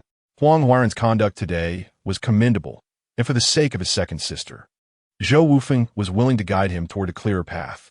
How can you treat us this way? We are relatives," Zhang Chuanfang exclaimed, alarmed at Zhou Wufeng's intent to expel them. "Relatives? With such distorted morals? I, Zhou Wufeng, cannot afford to associate with you," Zhou Wufeng replied, opening the door to the meeting room and summoning Li Jianjun. "Jianjun, please escort them out. If they refuse to cooperate, do not hesitate to call the police for assistance." With that, Zhou Wufeng left the meeting room, accompanied by his two sisters and Huang Huairan, unwilling to squander any more time on these individuals. In truth, Zhang Chuanfang and Huang Fuqiang epitomized the archetypal biased parents of their generation. Since Huang Huairan had awakened to the reality of their behavior, they were unlikely to stir up any further trouble. After all, these were merely trivial matters, commonplace in this era and easily resolvable. Once the others had departed, Huang Fuqiang and Zhang Chuanfang dared not linger any longer in Zhou Wufeng's meeting room. They were biased and parasitic, yet not entirely foolish. Unlike the foolish characters often depicted in novels Zhou had read in later years, who engaged in tantrums and unruly behavior. Moreover, they were genuinely apprehensive about Zhou Wufeng's threats to involve the police, fully aware that their actions were unreasonable. Thus, they obediently left the factory and returned to their village. Chapter 74. The notification from Zhou Wufeng led the group to his office. Facing Huang Huairan, he inquired, "Second brother-in-law, what are your plans for the future?" Huang Huairan sighed, glancing at Zhou Meihui, and replied, "What else can I do? I can only cultivate the land in the village, and when I have some free time, I can come to the town to help with the child. How about this? You could open a store in the county seat and sell the garments produced by our factory," he proposed. The county boasts a high foot traffic and a robust consumer base, making it an ideal location for a business. Zhou Wufeng himself also harbored ambitions to establish a presence in the county. Simply operating a factory was insufficient. He aspired to launch retail outlets across various regions, focusing on urban centers and county towns. Absolutely. Zhou Meijing interjected before Huang Huairan could respond. She was well aware of the market demand for the factory's denim, and had it not been for her commitment to the factory, she and Zhou Meiling would have already ventured into opening their own store. Huang Huairan was unaware of the garment's market success, gazing at Zhou Meihui in astonishment, his mouth opening and closing as he struggled to articulate his thoughts. "Trust me, there is no mistake," Zhou Meijing whispered to her husband, noticing his unease. She understood that Huang Huairan was concerned about the little land they owned, fearing it might go uncultivated. Zhou Meiling, standing nearby, remained silent. She felt immense pride in her brother's accomplishments and was content with their circumstances, especially considering Su Songling and his wife were managing 2 bun shops in the county, earning a staggering 600 yuan a month. A remarkable sum in an era when average wages hovered around mere tens of yuan. Thus, she was satisfied and held no extravagant desires, especially since both she and her husband had secure employment. However, Zhou Wufeng was not one to show favoritism. Owning a store and merely overseeing it were not the same. He had other plans for Su Songling. In the early stages of reform and opening up, economic development was in full swing, with extensive infrastructure, industrial, and urban construction underway. The construction sector was experiencing a surge in demand, prompting Zhou Wufeng to consider establishing a construction company for Su Songling to manage. Without hesitation, Zhou Wufeng instructed Zhou Meiling to return home and informed Su Songling to entrust the management of the 2 bun shops to his brother-in-law, Su Weijun. The following morning, both he and Su Songling made their way to the county's Industrial and Commercial Bureau to register a construction company. "Brother Xia, I hope to trouble you once more," Zhou Wufeng said with a smile, handing over a delectable cigarette. Feigning displeasure, Xia Aimin replied sternly, "What are you saying?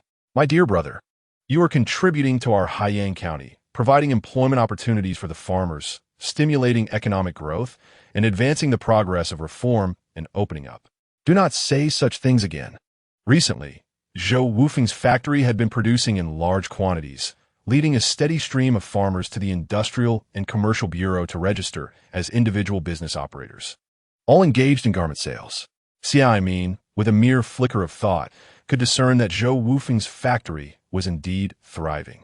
This implies that at the beginning of next month, a substantial income will be at his disposal. To say that Zhou Wufeng is merely legally and reasonably registering his business is an understatement. Even if faced with somewhat excessive demands, he would still ponder ways to assist in fulfilling them. Moreover, he has a backup plan. When Zheng Aimin initially introduced them, he encouraged Zhou Wufeng to facilitate matters as much as possible. "Brother Xia, you flatter me. I am merely adapting to the times while developing my own endeavors," Zhou Wufeng remarked with a smile. He was far from a grand figure that Xia Aimin described. His sole motivation was to establish a commercial kingdom for his wife and daughter. Alongside his capabilities, he possessed a fervent heart.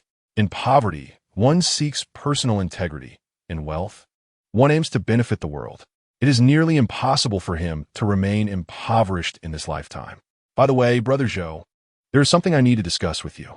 Xia Aimin's expression suddenly turned serious. Zhou Wufeng understood the gravity of the moment and exchanged a knowing glance with his brother-in-law, Su Songling. Su Songling, who had previously worked for wealthy clients, possessed exceptional perceptiveness. He found an excuse to leave Xia Aimin's office, discreetly closing the door behind him. "Brother, I have heard that Lin Guodong has been released. You must exercise caution," Xia Aimin stated. "What have you heard, brother?"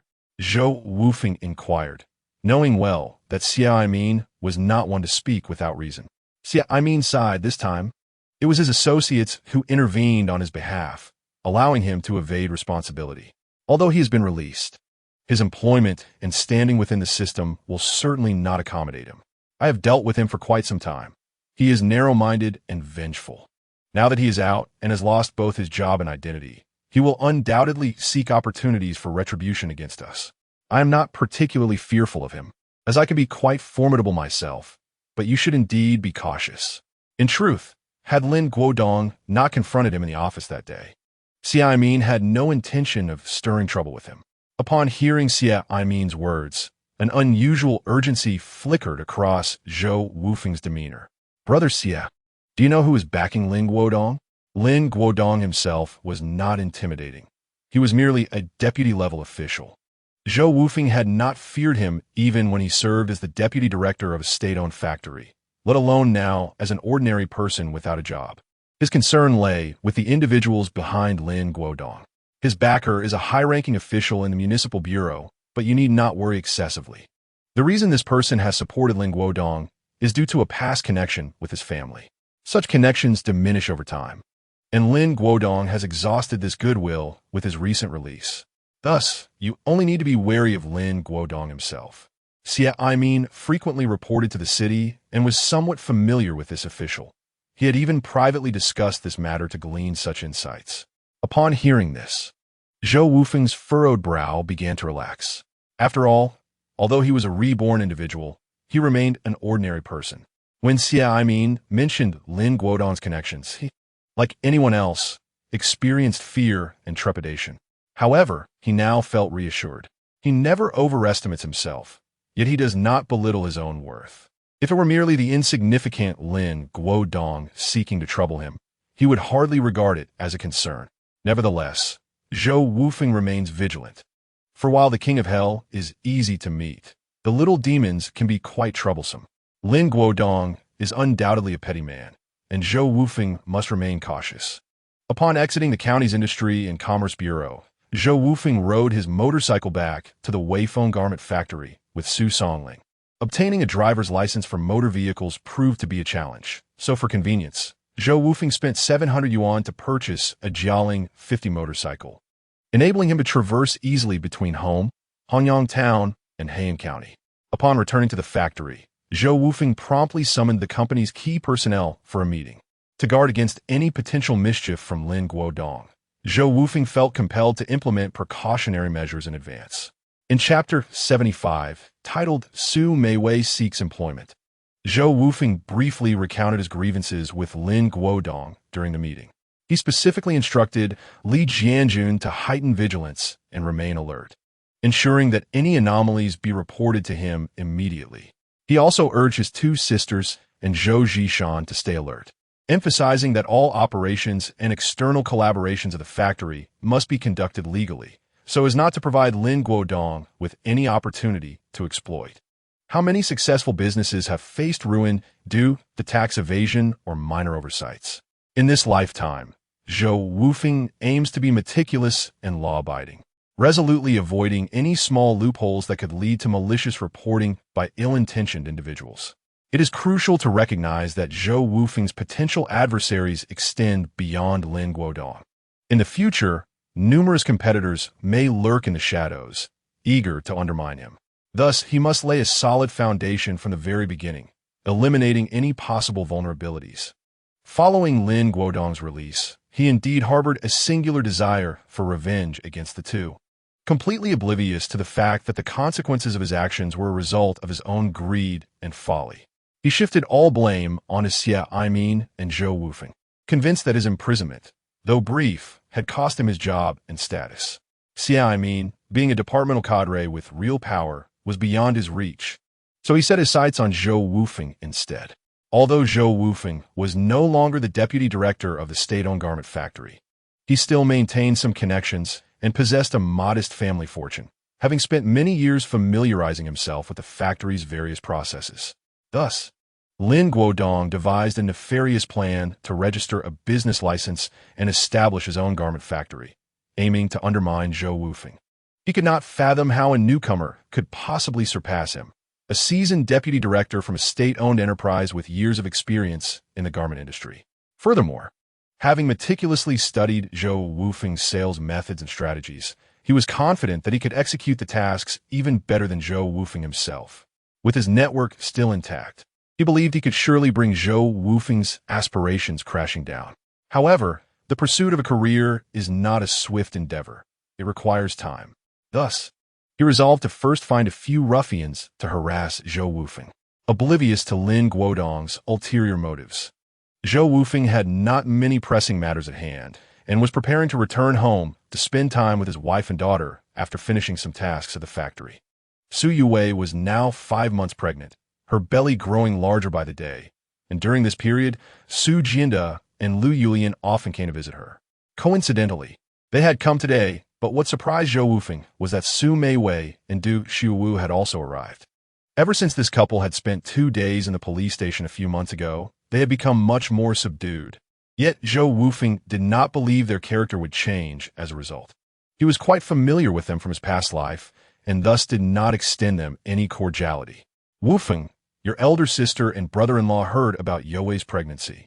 So they brought some pork to visit their sister, Lu Yulian explained with a smile, noticing Zhou Wufeng's gloomy expression. Zhou Wufeng found it rather amusing. To visit Youwei? She was already 5 months along, and this was their first visit. What a farce. Naturally, he had no desire for their presence, and would prefer to have no ties with them for the rest of his life. To maintain a semblance of decorum for his mother-in-law, Zhou Wufeng refrained from scowling and said, "Since you are here, let us have some tea." Tea indeed. Du Xiuwu and Su Meiwei replied awkwardly at Zhou Wufeng's invitation.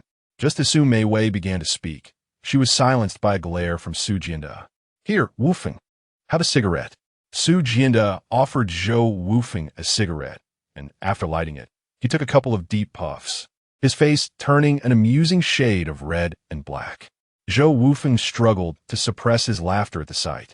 He remained silent, instead engaging in playful banter with his daughter, asking her whether she listened to her mother at home and if she missed her father, deliberately ignoring Su Jianda's attempts to interject. It was evident that Du Xiuwu and Su Meiwei had not arrived with good intentions, and Zhou Wufeng intentionally kept them in suspense. After a prolonged silence, Su Jianda finally sighed deeply, unable to contain himself any longer. It was Lu Yulian who could no longer bear the tension and spoke up. "Wufeng, the truth is, your elder sister and brother-in-law have come to a profound realization regarding their previous mistakes. They wish to inquire if you might allow your elder sister to work at the factory." In recent times, news of the clothing factory's booming success had spread throughout Hanyang town, and as Su Youwei's family, Lu Yulian and the others were naturally aware of it. The primary reason for their visit was that Su Meiwei and Du Xiuwu had been pressuring them, and ultimately, they had no choice but to bring the couple along. "Mom, Wufeng's factory has a contract with the local collective, employing a system of labor exchange for rent. All workers must be recruited from the collective, and other individuals cannot be hired at will." Su Yue interjected before Zhou Wufeng could respond. She harbored resentment towards Su Meiwei and Du Xiuwu for their previous behavior. It was one thing for them to treat her poorly, but it was entirely unacceptable for them to set their sights on her husband. Although Su Yue possesses a gentle and introverted demeanor, both Zhou Wufeng and the children represent her Achilles heel. An offense against them is unforgivable. Zhou Wufeng gazed at his wife, his eyes shimmering with surprise. He had not anticipated this side of Su Yue. Her adaptability and logical prowess truly astonished him. In his previous life, he had been a scoundrel, resulting in Su Youwei's untimely demise at a tender age, leaving him with a shallow understanding of her. It appeared he must endeavor to know her better in the future.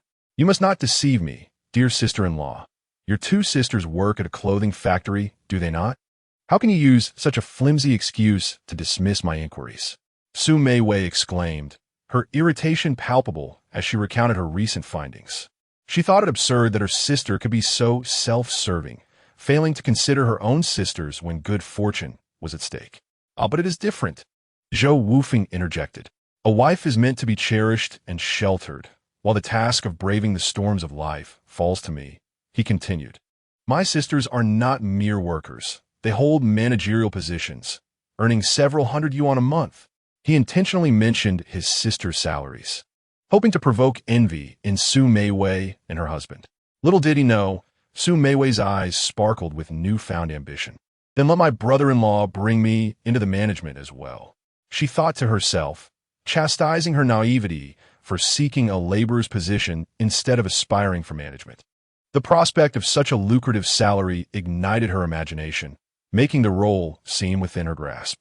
Regrettably, there are no managerial openings at our factory, Zhou Wufeng replied coldly, dousing her aspirations. Moreover, my requirements are quite stringent. My sisters have acquired extensive knowledge to attain their positions, so this is not a possibility for you. Suddenly, Sumi is kontinensdarkant. However, she dared not express her frustration. Zhou Wufeng had become a formidable presence, beyond her control. Though flawed in character, she was not foolish, and she cast a pleading glance at Lu Yulian. Is there truly no way, Wufeng? Lu Yulian inquired anxiously. In truth, while Zhou Wufeng's factory had signed a contract with the collective for labor leasing, it was still quite simple to arrange for a few workers. After all, the factory was in need of workers, and the collective lacked sufficient suitable female employees. Yet, one rotten apple could spoil the barrel. Zhou Wufeng was unwilling to permit such morally questionable individuals into his factory. However, he saw an opportunity for a small profit and proposed, there is a potential solution. If she is willing, she may learn from my neighbors and take some goods for me to sell. With that, Zhou Wufeng's expression turned serious. But let me make it clear. If you wish to sell goods from my factory, you must adhere to my rules. Should I discover any disregard for these guidelines, do not expect my compassion. Understood. I promise to follow your instructions, Su Meiwei quickly assured him. The garments produced by Zhou Wufeng's factory are exceptionally popular, a fact she had inquired about long ago. They are indeed in high demand, exquisite yet affordable. With such a splendid opportunity, she would certainly not decline. Zhou Wufeng, considering both Su Yuwei and his father-in-law, agreed to this arrangement, as it merely involved Su Meiwei assisting in selling goods, which would bear no adverse impact on him. By honoring his father-in-law's favor while simultaneously generating profit, he found no reason to refuse. As for Su Meiwei, the character of Du Xiuwu was of little consequence. Was it not? That afternoon, after Su Jinda's family departed, Zhou Wufeng took Iya and Su Yuwei for a leisurely stroll. In the early 1980s, the evening scenery of Hongxi village remained breathtakingly beautiful. Zhou Wufeng held Iya in his left arm and clasped Su Yuwei's hand with his right, ambling through the sunlit fields, feeling utterly relaxed and content. Initially, Su Yuwei was reluctant to allow Zhou Wufeng to hold her hand in public, as such displays of affection were quite rare in this era. However, after struggling to escape his grasp for some time, she eventually acquiesced. Over the past 6 months, Zhou Wufeng had been exceptionally tender towards her, his words imbued with unparalleled gentleness. The reckless man she once knew had been completely forgotten. Now, her entire being was filled with Zhou Wufeng, and she felt like the happiest woman in the world, with her daughter being the most blissful little princess. Why did you agree to let my sister sell clothes today?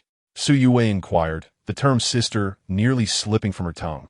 Yet blood ties are strong, and she felt compelled to voice her inner confusion to Zhou Wufeng. He gazed at her softly, replying, initially I had no intention of involving her, but she is, after all, your biological sister and our father's daughter. If I refuse, it may strain your relationship with your parents. Furthermore, as long as she behaves herself, her assistance in selling goods could be beneficial for the factory, so let us consider this her final opportunity. Besides, she is merely selling goods. As Deng Xiaoping once said, it matters not whether a cat is black or white, as long as it catches mice. If she can help me sell and earn money, that is what is important. The rest is inconsequential. With that, Zhou Wufeng dashed ahead to catch up with Iya, cautioning her to be careful and not to fall. Iya, having long released Zhou Wufeng's hand, frolicked along the muddy path, enchanted by the colorful butterflies, dragonflies, and the wildflowers blooming by the roadside. She gleefully chased after a dragonfly, lost in her own joyful play. Upon hearing Zhou Wufeng's words and observing the father and daughter playing joyfully in the distance under the setting sun, Su Yuwei's lips curled into a blissful smile. In truth, everything Zhou Wufeng articulated was merely to avoid placing himself in a difficult position. The underlying reason was solely for his own benefit. As he pondered, Zhou Wufeng returned to Su Youwei's side, cradling Yi once more, and took her hand again as they continued their leisurely walk. The evening clouds gathered, and the setting sun hung low, bathed in its golden light. The shadows of the three of them were stretched long, a testament to the sun's affectionate embrace. That day, as usual, Zhou Wufeng rode his motorcycle to the factory for work. As soon as he arrived at the factory gate, he noticed Li Jianjun waiting for him. "What is the matter?" Seeing the serious expression on his face, Zhou Wufeng parked the car and handed him a cigarette. A group of people just came by to collect goods, and they were clearly not of good repute, probably local thugs. Not only did they pick and choose, but they also refused to pay, claiming that since it was not their first time taking goods, they should not have to pay. When I tried to explain, they wouldn't listen. It was evident they were there to cause trouble, and in the end, they even attempted to resort to violence, which I and a few comrades dealt with. They ran off, shouting about reporting us for assault and demanding compensation for medical expenses, alleging that we discriminated against them. Li Jianjun appeared somewhat flustered. Although the other party had indeed initiated the confrontation, they had also resorted to violence, leaving him uncertain about potential repercussions. Despite being soldiers, one could say they were not well-versed in legal matters, which made them apprehensive about facing accountability from the other side. Upon hearing this, Zhou Wufeng began to speculate. He had been running a factory in Hongyang town for several months without incident, and now, with Lin Guodong released, trouble had come knocking at his door. It was quite apparent what was happening. However, he did not allow anger to surface. Instead, he spoke reassuringly. "It's all right. If anyone else comes looking for trouble, restrain them and report directly to the police. Though you engaged in a scuffle, it falls under justifiable self-defense, and you should not face any consequences. Even if there are repercussions, I will cover for you." At these words, Li Jianjun felt a slight relief. Zhou Wufeng patted Li Jianjun on the shoulder and proceeded to the office. Upon entering, he made a call to the police station, recounting the events that had transpired at the factory that day.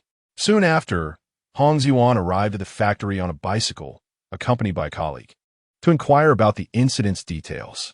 There were certain aspects that were inappropriate to discuss over the phone, and since the person who had answered was not Hong Ziyuan, Zhou Wufeng called him into the office upon his arrival. "Brother Ziyuan, let me be candid with you. This time, someone deliberately sought to provoke me and cause a disturbance. How do you think we should handle this?" Zhou Wufeng offered the two police officers a cup of exquisite honey-scented tea. Typically, households would not indulge in honey-scented tea as it is quite filling. Though it has a delightful flavor, rich aroma, and deep essence, it is known to induce hunger. He then shared the details regarding himself and Lin Guodong with Hong Ziyuan, as in a sense, Hong Ziyuan was one of his own, and he felt no need to conceal the truth. Only by confiding in him could they efficiently address the matter at hand. "Rest assured, Brother Zhou, maintaining public order is indeed our duty. Now that I understand the ins and outs of the situation, I have a general idea of how to proceed." After pondering for a moment, Hong Ziyuan continued, "However, our personnel are limited, so I may need to borrow a few security staff from your factory to assist." Since Li Jianjun and his companions were comrades of Hong Ziyuan, their assistance would significantly enhance the efficiency of the operation. Chapter 77. Journey to Su Province. Upon hearing that Hong Ziyuan merely wished to borrow a few individuals from Li Jianjun's group, Zhou Wufeng readily replied, "No problem at all. I only need to keep 1 or 2 people here. The rest are at your disposal." In recent days, following an expansion of the security department at his clothing factory, Zhou Wufeng had over 10 security personnel at his disposal. Thus, it was no trouble for Hong Ziyuan to borrow a few of them. Before long, after savoring a couple of cups of tea, Hong Ziyuan took his leave, having grasped the particulars of the situation. It was time for him to return to the office and file a report. After Hong Ziyuan departed, Zhou Wufeng, as was his routine, made his way to the workshop, where he coincidentally encountered a woman accompanied by a child of 3 or 4 years old, coming to collect goods. Zhou Wufeng recognized her as Zhou Mingxia, a neighbor from the same alley, a childhood playmate who had married and moved away from Hongxi village. It appeared to be her first time picking up goods, and without the benefit of training from Zhou Meihui, she seemed rather bewildered. Coincidentally, Zhou Meihui was at the Industry and Commerce Bureau with Huang Huairan to apply for a business license for their store in the county seat, leaving Zhou Wufeng to conduct the training personally. "Hello, Brother Wufeng. May I bring my son along for the training?" Zhou Mingxia asked, a hint of embarrassment in her voice. "He could be a bit mischievous, and I fear he may disrupt your work." Zhou Wufeng found her concerns valid and responded with a smile. "Of course, Mingxia. Let your son join us. His name is Li Weizhu, right? A charming name indeed. Come on, let Weizhu accompany us into the conference room." Just then, Zhou Wufeng's pupils widened in surprise. "Li Weizhu? Mingxia, your son is named Li Weizhu? If I recall correctly, you married into the Li family in Guishan town, right?" "Yes, that is correct. Why do you ask?" Zhou Mingxia looked puzzled, glancing at Zhou Wufeng while calling to her son, "Come, Weizhu, greet your uncle." In their region, children born to women from the same village often referred to familiar males of their generation as uncle. "Uncle," Li Weizhu called out obediently. Zhou Wufeng stood frozen, realizing that this little boy was destined to become a jewelry tycoon, the founder of Zhou Liufu. "Mingxia, your village doesn't have any other children named Weizhu of the same age, does it?" Zhou Wufeng sought confirmation, recalling that Li Weizhu was born in 1977, making him 4 years old, the same age as his daughter, Yaya. "What is the matter? Our village is quite small. There are no other children born the same year with that name," Zhou Mingxia replied, increasingly bewildered by Zhou Wufeng's peculiar inquiries. "How is this related to collecting goods?" "Oh, it's nothing important. Let us get started. For this style of cropped jeans, our retail price is 188 yuan, with wholesale prices divided into 3 tiers." Zhou Wufeng, while still astonished internally, confirmed that this Li Weizhu was indeed the entrepreneur he had heard of in the jewelry industry.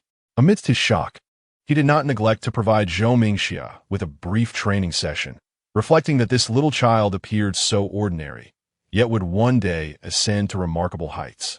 However, he found nothing peculiar about it. Their region seemed to produce entrepreneurs abundantly. The young Ma, already 10 years old, was indeed from the township of Changtian under their county's jurisdiction. Reflecting on this, Zhou Wufeng merely sighed in contemplation. It was uncertain why, but this land had given rise to countless commercial tycoons in later generations, yet very few had ventured into the realm of officialdom. Perhaps it was due to geomantic influences.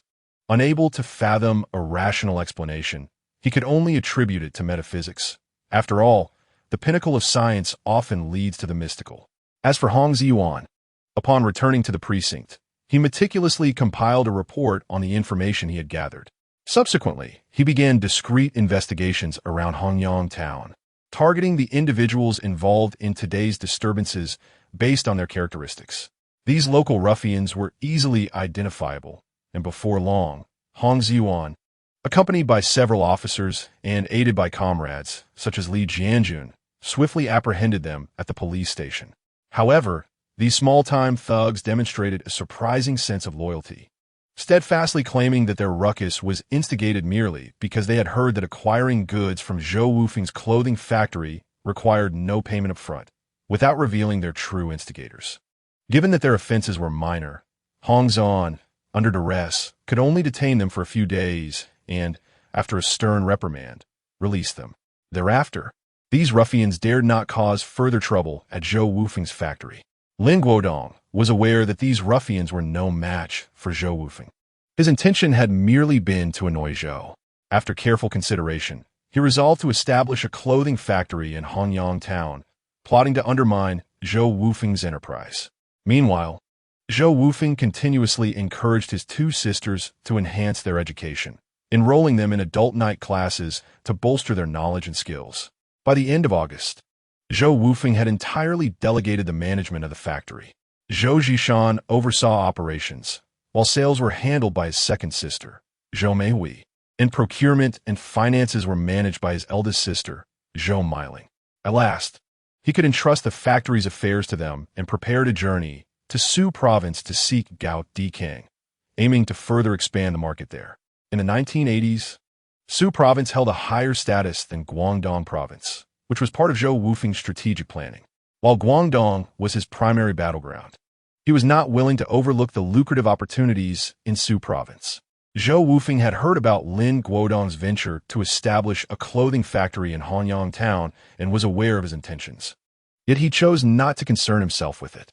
At the beginning of September, he provided Zhou Miling with Gao Dikang's landline contact information, instructing her to reach him through this number if needed, before embarking on a train to Su province. He had his own plans. He was determined to penetrate the clothing market in Su province within the year, especially with Su Yaoi's production scheduled around December.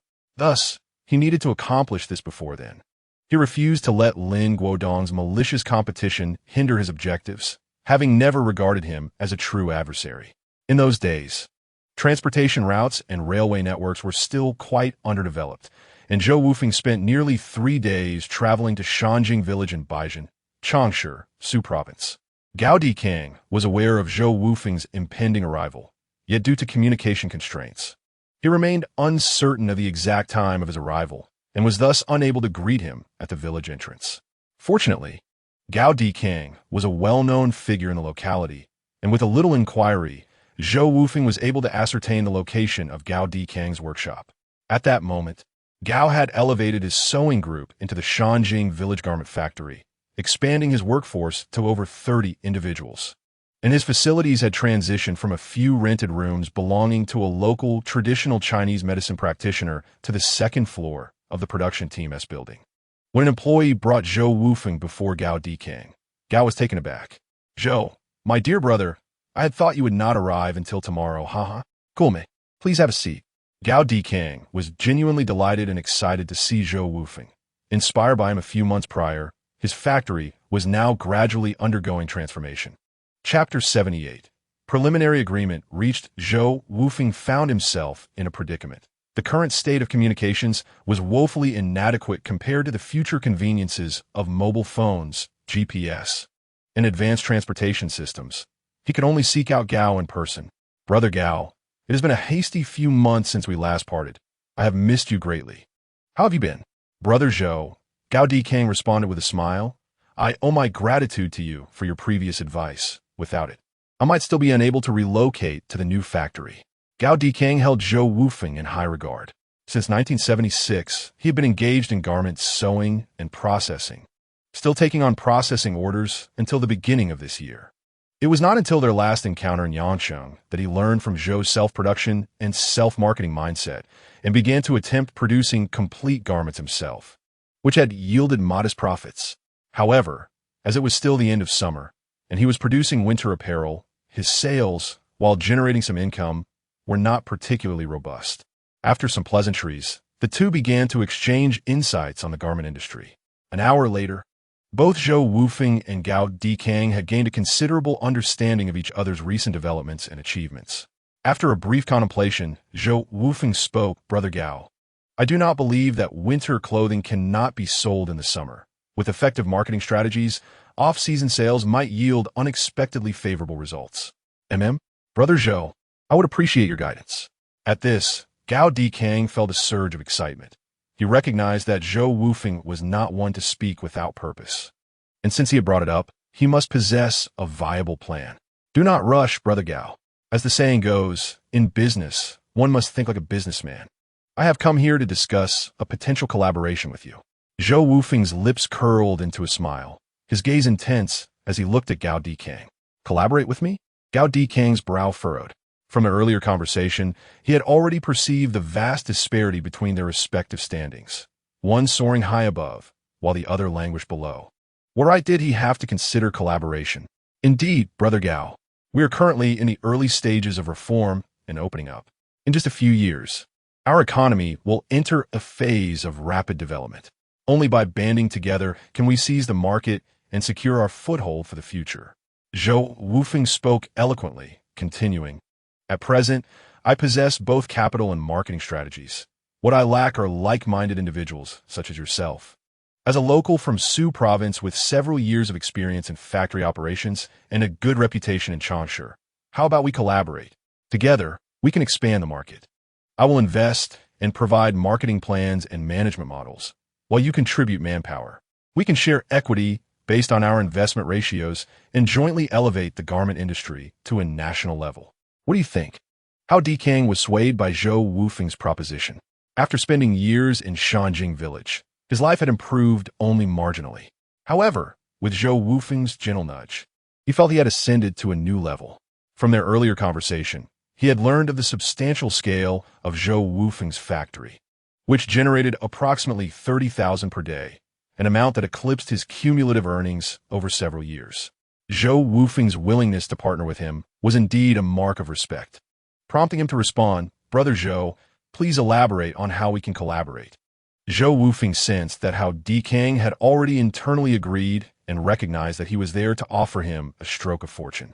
After all, he possessed a godlike perspective, unperturbed by the prospect of Hao Dikang declining. Given Hao Dikang's evident capabilities, their partnership seemed most fitting. After sipping his tea, Zhou Wufeng smiled and said, "Brother Gao, let me share my ideas. You can evaluate their feasibility.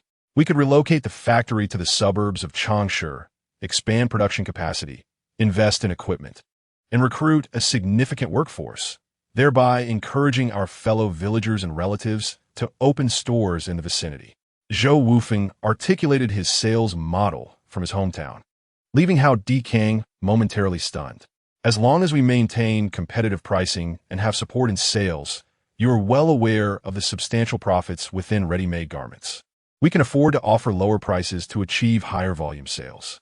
Gradually, we can extend our business to the surrounding areas of Changsha and then to the provincial capital of Su Province, ultimately reaching the metropolitan areas of Shanghai and Zhejiang."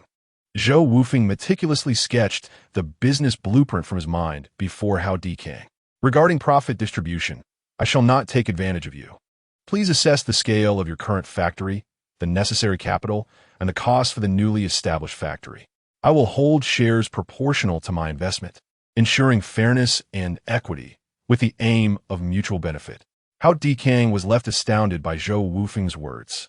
Not only had he labored for 4 years in the garment industry as a business owner, but even the most naive individual would recognize the profitability of such strategies. With such clarity in the proposal, failing to respond would have suggested ignorance on his part. Thus, he declared, "In that case, I shall rely on you, Brother Zhou. I shall follow your lead." Hao Dikang had always believed in undertaking endeavors commensurate with one's capabilities, fully aware of his own limitations. Given the scale of this operation, he recognized the necessity of Zhou Wufeng's guidance. After a moment of contemplation, Zhou Wufeng replied, "Let us first estimate the required capital, then allocate shares based on our investments. We can draft a preliminary contract before seeking a factory location, purchasing equipment, and hiring workers. What do you think?" "Indeed, as you suggested, the sky has darkened. Brother Zhou, allow me to extend my modest hospitality. We shall not return until we are thoroughly intoxicated." Hao Dikang nodded, glanced at the sky, and smiled as he spoke. "In that case, I shall graciously comply." Ah. Zhou Wufeng laughed heartily and, together with Hao Dikang, exited the second floor of the production team. That evening, following dinner, under Hao Dikang's arrangements, Zhou Wufeng took up residence at a guest house in a nearby town. The next day, Zhou Wufeng and Hao Dikang commenced their inquiries into the rental prices for factory sites in the suburbs of Changsha, subsequently visiting the second-hand equipment market and repair shops in the city to ascertain the prices of used sewing machines. By the third day, they began compiling a rough estimate, initially calculating the financial costs required to establish a factory accommodating 200 individuals. Ultimately, after budgeting, including site costs, equipment, and operational fund for the first few months, a total investment of approximately 200,000 yuan was necessary. Upon seeing this figure, even with prior mental preparation, Hao Dikang was taken aback. "Brother Zhou, my funds are likely quite limited. Do not worry, Hao Dikang. You currently possess some equipment here, along with these workers. How much more can you contribute?" Over the past 2 months, Zhou Wufeng's available funds had reached a staggering amount, just over 1 million. Although the daily profit of the micro breeze garment factory was about 20 to 30,000 at the outset, after a month, the market began to saturate. Yet daily profits still exceeded 10,000. After all, Zhou Wufeng was never one to be content with the status quo. He had already expanded his individual marketing stores to Haoying County and the coastal city district.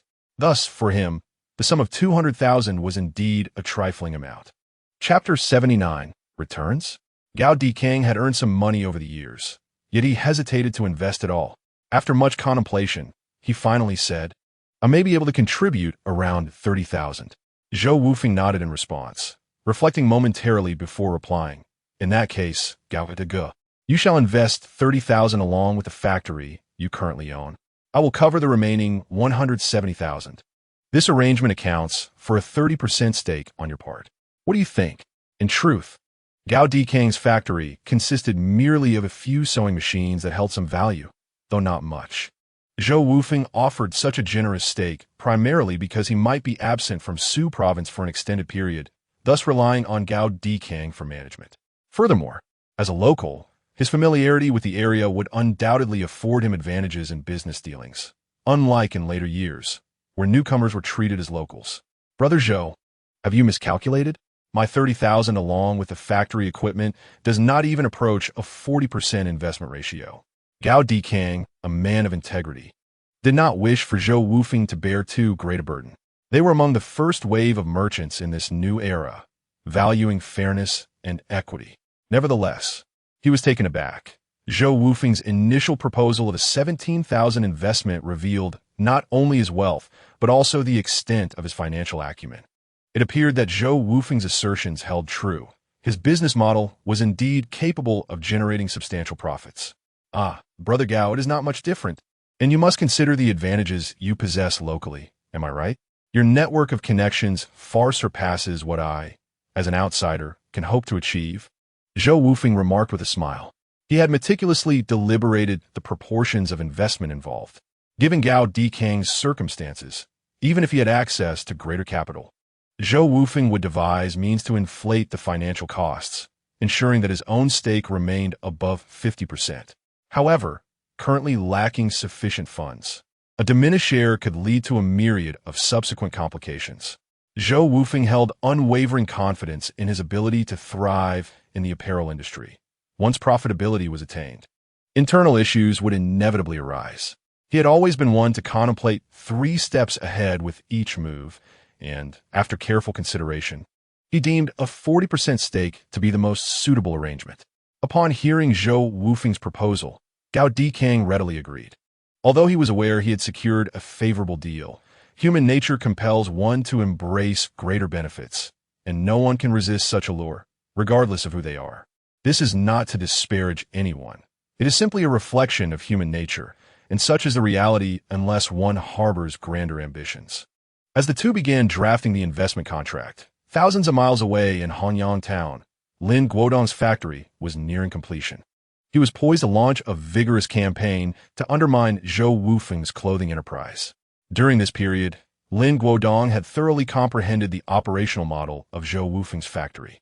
He intended to replicate it, aiming to strike a blow against Zhou Wufeng with higher labor costs and lower procurement prices. However, he encountered difficulties right from the outset in sourcing materials. Believing that Zhou Wufeng sourced his fabrics from Yangcheng, he assumed he could procure the desired clothing materials from the same city. Yet, he overestimated his familiarity with the fabric market in Yangcheng. After wandering for half a month, he managed to find only some common fabrics. The denim used in Zhou Wufeng's production remained elusive, forcing him to settle for some commonplace materials of the era. In his view, Zhou Wufeng's jeans sold well primarily due to their lower prices compared to state-run stores and their innovative styles. Thus, he believed that even with average fabrics, creating styles such as crop pants and shorts could lead to substantial market success. With lower material costs, he believed he was well-positioned for a price war. Consequently, Lin Guodong established the styles, materials, labor costs, and selling prices for his first batch of garments, entirely oblivious to the fallacies of his assumptions. Meanwhile, Zhou Wufeng's brother-in-law, Su Songling, due to his connections with Xia Aimin, saw his newly established construction company begin to receive official infrastructure projects. With Zhou Wufeng's financial backing and Su Songling's network in the construction sector, the company quickly found its footing. As for Zhou Wufeng's factory, under the leadership of Zhou Zhishan, Zhou Meiling, and Zhou Meihui, no errors occurred. The factory's safety was overseen by Li Jianjun, with additional support from the town's police officer, Hong Ziyuan, allowing Zhou Wufeng to rest easy. In Su province, He and Gao Dikang remained busy until they finalized the factory site and purchased the equipment, finally embarking on their journey back in mid-September. When Zhou Wufeng returned home, he discovered that the couple Su Meiwei and her husband were seated in his living room. "Ah, sit still," he admonished. Su Yuwei, who was hosting them, intended to rise and assist him with his luggage upon his arrival, but was promptly restrained. "You are 8 months pregnant now. Take care of yourself." "Oh, Wufeng has returned." Su Meiwei chimed in with a smile. Since their last visit to procure goods from Zhou Wufeng for resale, the couple's demeanor had undergone a complete transformation. Now frequently seeking excuses to cultivate familiarity and showering him with flattery during their encounters. Zhou Wufeng found their behavior distasteful. However, adhering to the adage that one should not strike a smiling face, he returned their greetings with a polite, "Yes, I'm back." Noticing that Su Youwei's countenance was less than cheerful, he furrowed his brow. After placing his luggage in the bedroom, he returned to the living room and sat beside Su Yuwei. "Where's Yaya?" he inquired. "She is playing with Zhuanzi and Xiaxia at the public park. Since you're back, you should speak. My sister has matters she wishes to discuss with you," Su Yuwei replied before retreating to the bedroom to help Zhou Wufeng organize his belongings. "What is the matter? Speak plainly," Zhou Wufeng said, his expression stern. After a long and tiring journey, compounded by Su Youwei's dismal demeanor, he surmised that the couple's visit was unlikely to bear good news.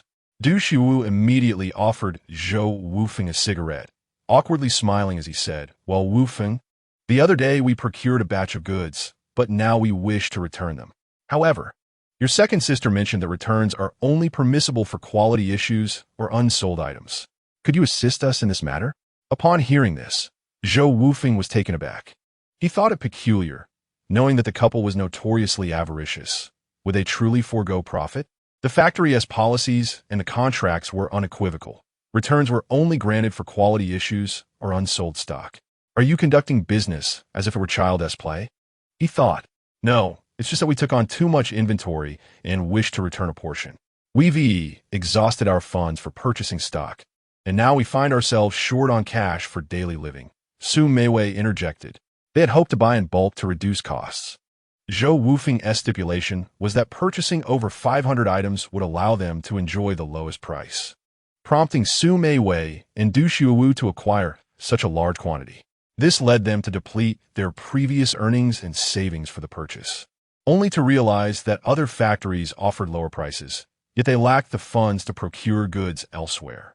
Zhou Wufeng, having listened to their explanation, recognized that Su Meiwei's claims were unfounded. The garments sold in their shop were generating cash flow daily. In this era, how much money did one truly need to get by? The notion of acquiring excess inventory and then seeking to return some for daily survival was ludicrous. Nevertheless, Zhou Wufeng refrained from exposing their deceit. He was curious to uncover the true reasons behind their desire to return the goods. Chapter 80. Dawn breaks. Dreams must end. Casting a glance at Su Meiwei and Du Shiwu, Zhou Wufeng spoke calmly. "That's simply one to do. Rules are rules. If everyone were to act as you do, what would become of my factory? If one wishes to return goods, it must be done in accordance with the established rules. Only full returns are permitted, and upon reimbursement, our garment factory shall cease all future collaborations with you." This stipulation has been firmly established by their factory from the outset and is explicitly stated in the contract. Should you choose to withdraw, retail stores or stall vendors may return goods as well, but the factory will likewise refrain from supplying them in the future. Otherwise, we would be inundated with returns every few days. Can the factory sustain itself under such conditions? Upon hearing this, Su Meiwei and Du Shiwu were immediately alarmed. Although they had heard rumors of a new factory in Hongyang town offering goods at lower prices than Zhou Wufeng's factory, they had yet to verify this information and were uncertain of its authenticity. Thus, they had contemplated returning a portion of their goods to free up some capital, intending to procure items from the other factory for trial before making further decisions. However, Zhou Wufeng left them no opportunity. The option to return goods came with the caveat of no future supplies. Such a predicament was a risk they dared not take. After a prolonged contemplation, Du Shiwu and Su Meiwei exchanged glances and spoke. "Wufeng, we shall return and consider our options." They dared not reveal their true intentions, planning instead to gather more information and deliberate before proceeding. That evening, Zhou Wufeng disclosed all that he had undertaken in Su province to Su Yue, holding nothing back from his wife. Upon learning that Zhou Wufeng had invested a staggering 170,000, Su Yue was taken aback, but quickly reconciled the figure with her understanding of his burgeoning success. Over the past period, from the first day Zhou Wufeng brought money home to now, his wealth had surpassed 1 million. To think that from last year's National Day until now, just half a year remained until the anniversary. What an extraordinary achievement. This was the year 1980. The concept of 1 million in savings was monumental. Her faith in Zhou Wufeng had become utterly unwavering, no matter his actions. Su Yue offered her unconditional support. The following day, Zhou Wufeng returned to the factory and promptly convened a meeting with several key personnel. He had learned from his sister, Zhou Meijing, the reasons behind Su Yue and Du Shuo's visit to request a return. Although Zhou Meijing had spent her days caring for Su Yue, she attended night classes with her 2 sisters every evening after Zhou Wufeng returned from work. They often discussed factory matters, and she gleaned insights about events occurring in the town from Zhou Meihui and Zhou Meiling. Zhou Wufeng had also discovered that this predicament stemmed from Lin Guodong's machinations. However, Zhou Meijing's knowledge was limited. Through the meeting, Zhou Wufeng was able to ascertain the developments that had transpired since his departure. It appeared that Lin Guodong was attempting to replicate his strategies, aiming to undermine his factory through a price war. A habitual smirk curled at the corners of Zhou Wufeng's lips, a wicked smile forming. In a later era, engaging in a price war would indeed require careful consideration. Yet in this era, Lin Guodong's attempts to compete in the business arena were tantamount to courting disaster.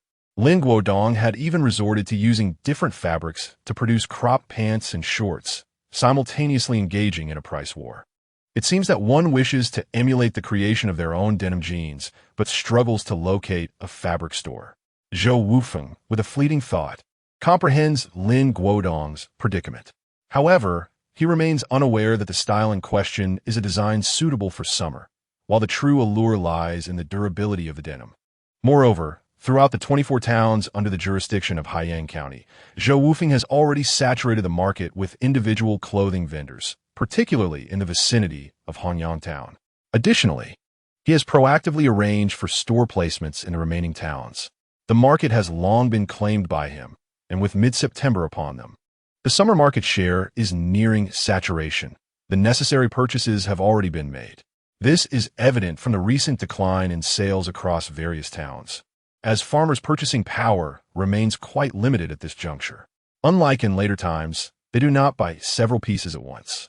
Furthermore, as the focus shifts towards autumn and winter apparel, Lin Guodong's continued mass production of capri and shorts appears to be a grave miscalculation. Nonetheless, many in the lower-tier retail sector remain oblivious to these circumstances. Zhou Wufeng has no intention of alerting them. The outcome rests in their hands. He is acutely aware of the principle of mutual benefit and resentment. He does not wish his goodwill to be misconstrued as self-serving. Those unaware might speculate that Zhou Wufeng is apprehensive about his clothing not selling, prompting him to persuade others. Since these individuals have chosen to operate their own stores, they possess the right to source goods from other factories and bear the responsibility for their profits and losses. Although most vendors sourcing from Zhou Wufeng's factory are from the village of Hongxi, human nature dictates that many prefer to exploit opportunities. He is curious to see how many merchants are drawn to Lin Guodong's factory for supplies. As for his own factory, it has already commenced the design of autumn and winter clothing styles, and the production of jeans has yielded a partial inventory. Zhou Wufeng does not intend to continue producing them. In Guangdong province, autumn is notably brief. There is a saying that winter arrives in an instant. Consequently, in terms of clothing styles, Zhou Wufeng has opted to focus primarily on winter apparel designs acquired from Gao Dikang in Su province. Zhou Wufeng is aware that Lin Guodong has likely dispatched individuals to discreetly investigate the status of his factory. He plans to turn this knowledge to his advantage, publicly claiming that his factory is producing a substantial quantity of capri and shorts, preparing to compete for market share with Lin Guodong's establishment.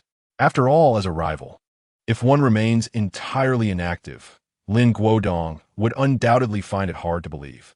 On another front, Zhou Wufeng intends to leverage the individual stores cooperating with him, directing Zhou Meihui to conduct a thorough investigation.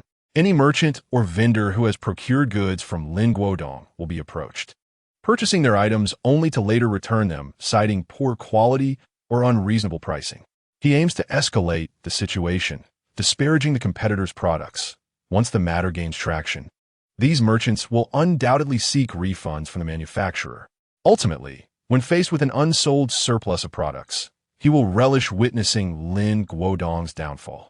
This time, Zhou Wufeng is resolute in delivering a decisive blow to Lin Guodong. Otherwise, day by day, one would only invite trouble upon oneself, akin to a fly buzzing incessantly. Utterly irritating. The marketplace resembles a battlefield, and against his adversaries, Zhou Wufeng shows no mercy.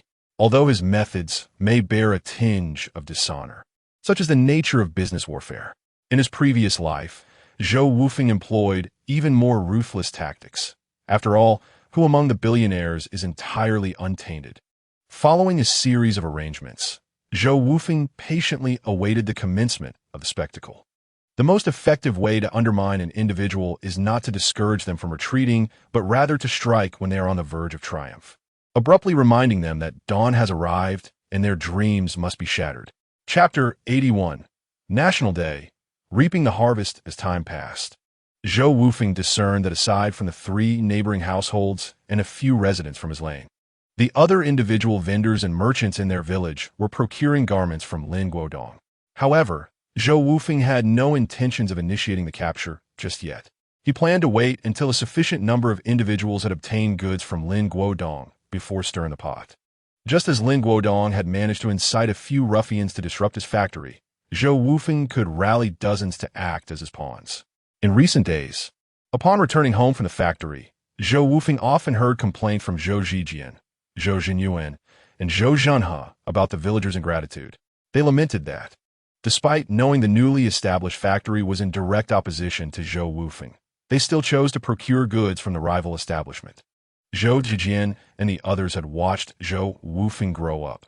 The success of his enterprise, which provided livelihoods for so many in the village, should have been a source of communal joy.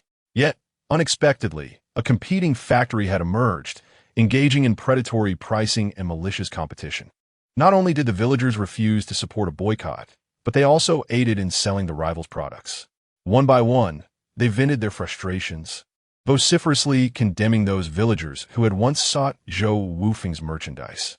Yet, Zhou Wufeng remained unfazed. As a businessman, he understood that everyone delights in seizing opportunities. Some may prefer trifles, while others crave substantial rewards. It is merely a matter of differing approaches, a common human inclination. For instance, Zhou Wufeng himself favored the latter. The real drama was yet to unfold, and he was not in a hurry. As the saying goes, one must ride the donkey while reading the score, waiting to see what transpires. Additionally, Zhou Wufeng encouraged several of his uncle-like neighbors to procure goods from Lin Guodong's factory as well, albeit in moderation. He advised them not to impede the villagers from obtaining goods from the rival factory, for he had his own plans in mind. Time swiftly advanced to October 1st, 1980. It was yet another national day, marking a full year since Zhou Wufeng's reincarnation. In his factory office, Lin Guodong gleefully pored over the recent accounts, laughing heartily. Zhou Wufeng.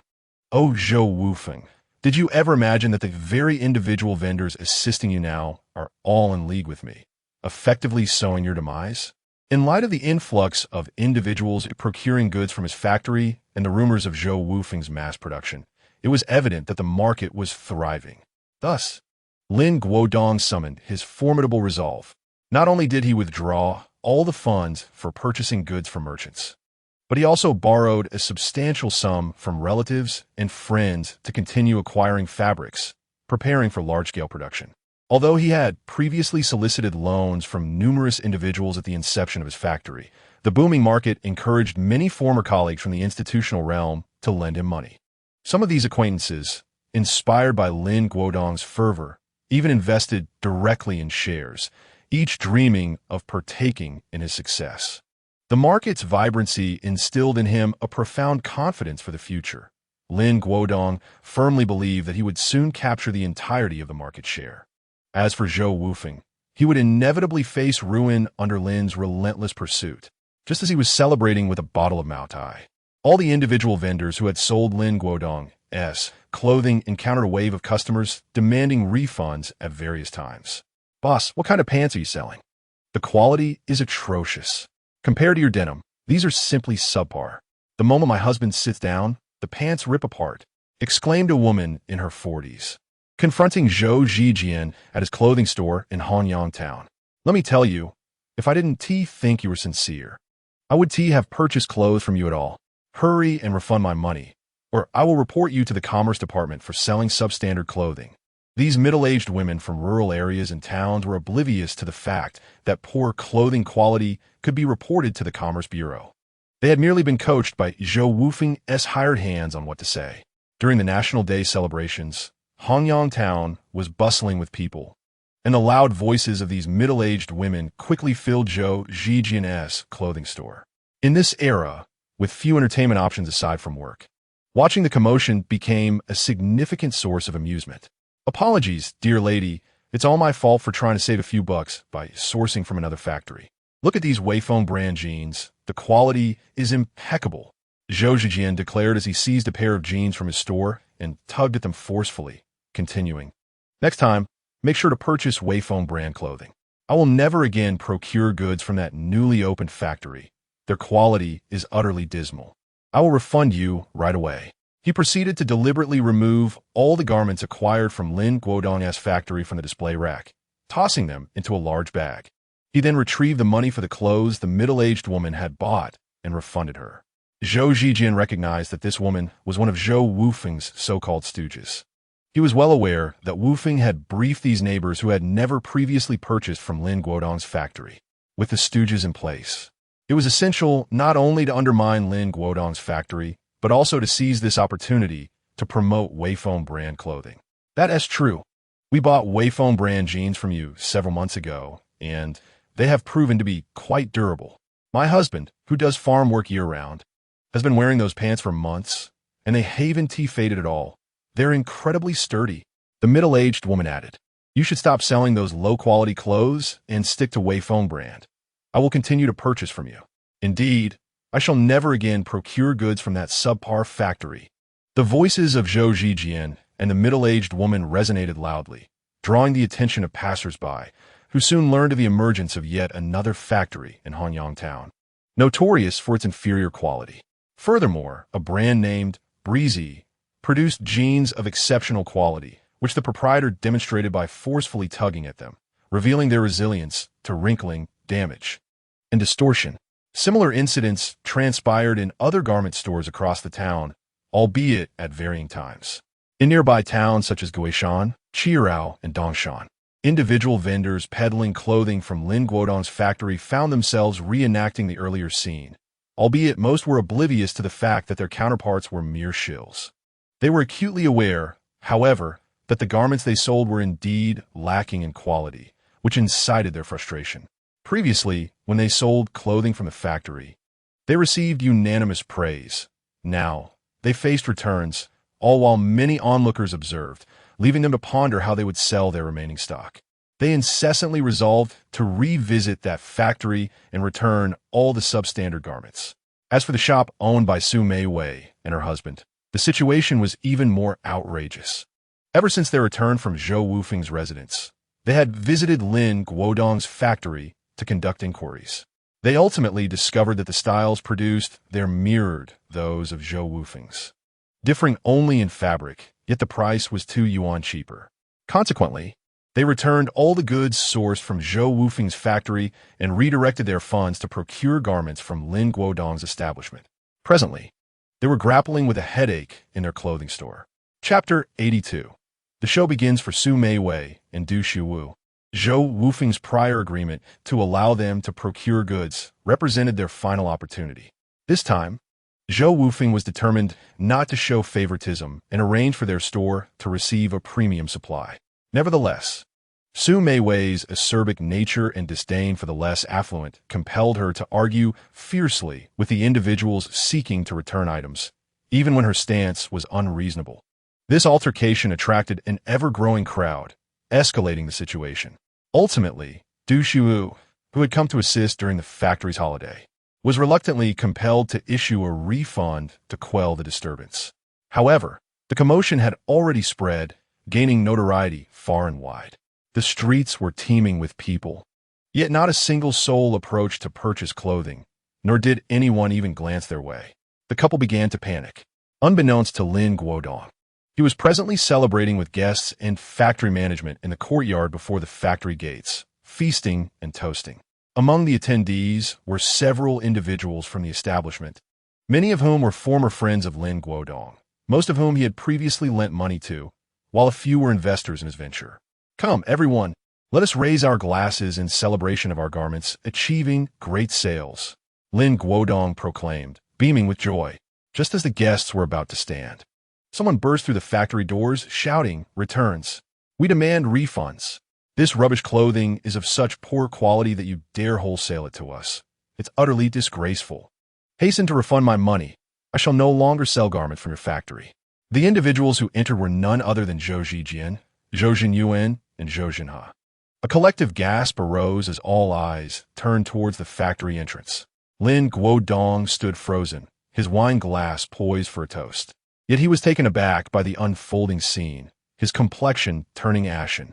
He subtly gestured to a manager within the factory, who promptly departed from the dining table to escort the trio to a conference room. Lin Guodong, striving to maintain composure, declared, "Come, let us continue to drink." Though the guests felt a twinge of dissatisfaction, they nonetheless raised their glasses. The raucous entrance of Zhou Zhijian and his companions had been unmistakably clear. They were there to return goods. Particularly those who had lent money to Lin Guodong wore expressions of dark foreboding. Their restraint stemmed from the fact that only 3 individuals sought to return items. With many more having purchased goods, a few returns seemed commonplace. Before long, the manager who had been dispatched to handle Zhou Zhijian and his companions returned and whispered a few words into Lin Guodong's ear before resuming his seat. Upon hearing this, Lin Guodong's spirits lifted, and he reassured the gathering.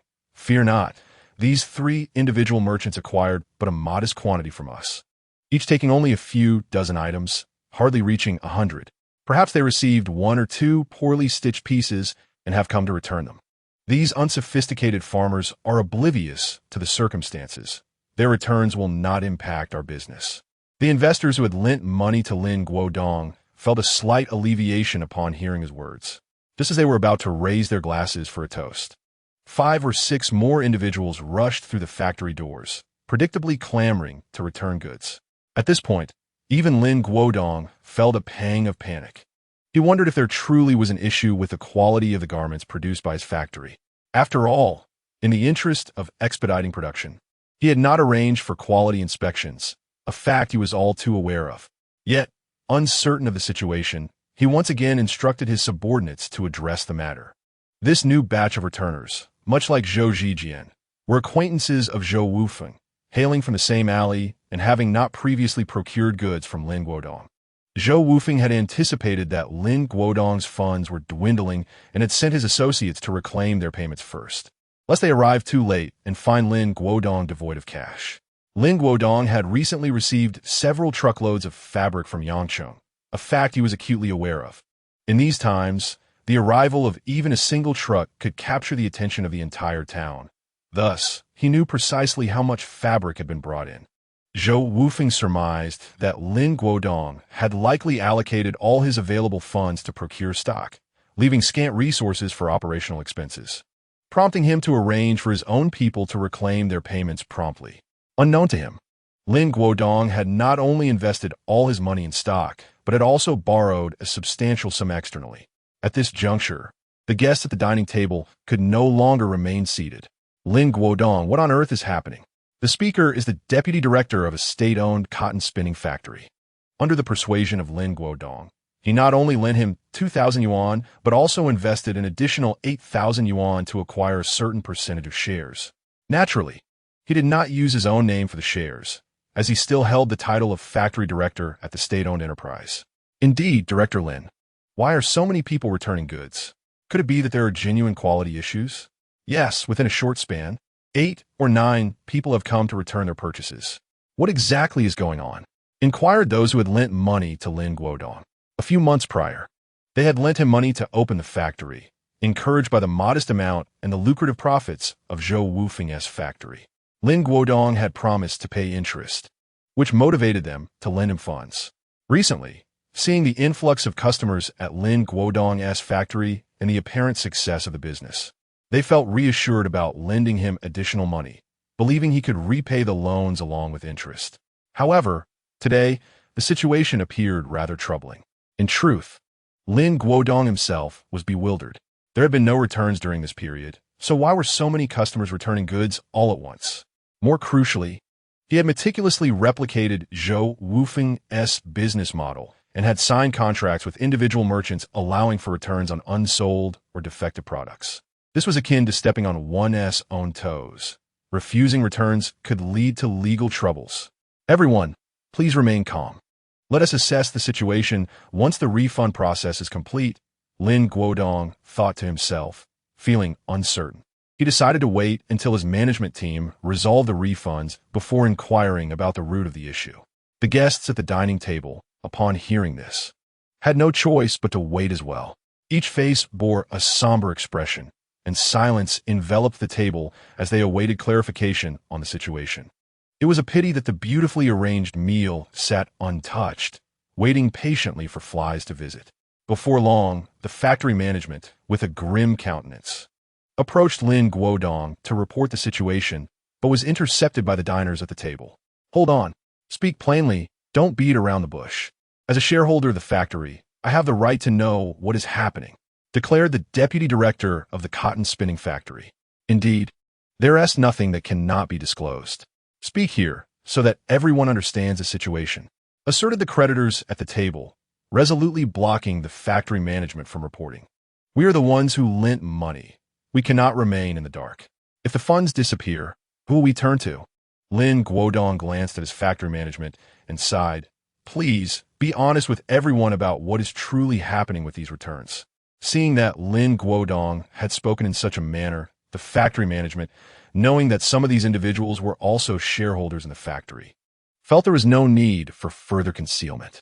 As the daily manager and financial overseer of the factory, it was indeed imperative to clarify the situation to everyone involved. He proceeded to explain to everyone that these individuals were returning items due to the poor quality of the clothing sold. Some came to the store to return items, causing a commotion that adversely affected the store's reputation. They remarked that today, being National Day, most people on holiday were out shopping, and the poor quality of the garments had become common knowledge. Consequently, they would refrain from sourcing products from this store in the future. They reiterated their stance, expressing that they would no longer procure goods from this establishment. Fortunately, the quantities they had taken were not substantial, and they were all first-time buyers, which should mitigate any significant impact, as stated by the factory manager. How could you let such issues arise, Lin Guodong? Is there no one assigned to quality control? Coldly inquired the deputy director of the state-owned cotton spinning factory. If this matter is not handled properly, I wonder how you intend to continue your operations or repay us. Indeed, Mr. Lin, how can you be so irresponsible? Let us not forget that you still owe us money. Do not ruin this. Those who had lent money to Lin Guodong chimed in, pressing him with their concerns. Lin Guodong shot a glare at his factory manager. Damn it. I instructed you to be forthright, yet you divulged everything without discretion. Could you not have chosen your words more carefully? He cursed the manager, considering him a fool. Had it not been for the fact that he was the brother-in-law of Lin Guodong's wife, he would have dismissed him long ago. Yet here he remained, managing both operations and finances. Reflecting on the manager's previous comment, Lin Guodong's mind sparked with a sudden idea. Everyone, please remain calm. Did you not hear him mention that these individuals are first-time buyers? Moreover, they did not take many items. Is it not evident where the issue lies? Lin Guodong, somewhat anxious due to the absence of quality inspections and his haste to meet deadlines. Feigned confidence as he continued, "I suspect this is a deliberate attempt to undermine us. It is not a matter of the factory's production quality. Otherwise, why have those who have sourced from us previously not returned any goods?" It must be noted that Lin Guodong's intuition was somewhat accurate, albeit based on mere speculation without concrete evidence. The individuals at the table pondered his words, finding a semblance of logic in his argument, yet their expressions remained grim. Unbeknownst to them, another wave of individuals was en route to return items. Zhou Wufeng, meticulously strategizing, had already dispatched Zhou Zijian and others who had just completed their refunds to persuade other merchants from their village. He was currently in his office, enjoying tea and casual conversation with Xia Min. Under the pretext of discussing last month's 10% profit share, Zhou Wufeng had summoned Xia Min, anticipating the upcoming climax of their scheme, ready to involve him in the final stages. "Brother Xia, here is your earnings from last month." Zhou Wufeng presented a large bag filled with 10 yuan notes. Xia Min glanced at its contents, yet his face bore no trace of joy. In previous months, Xia Min had consistently received income ranging from 50 to 60,000 yuan from Zhou Wufeng. This time, only over 30,000 was involved.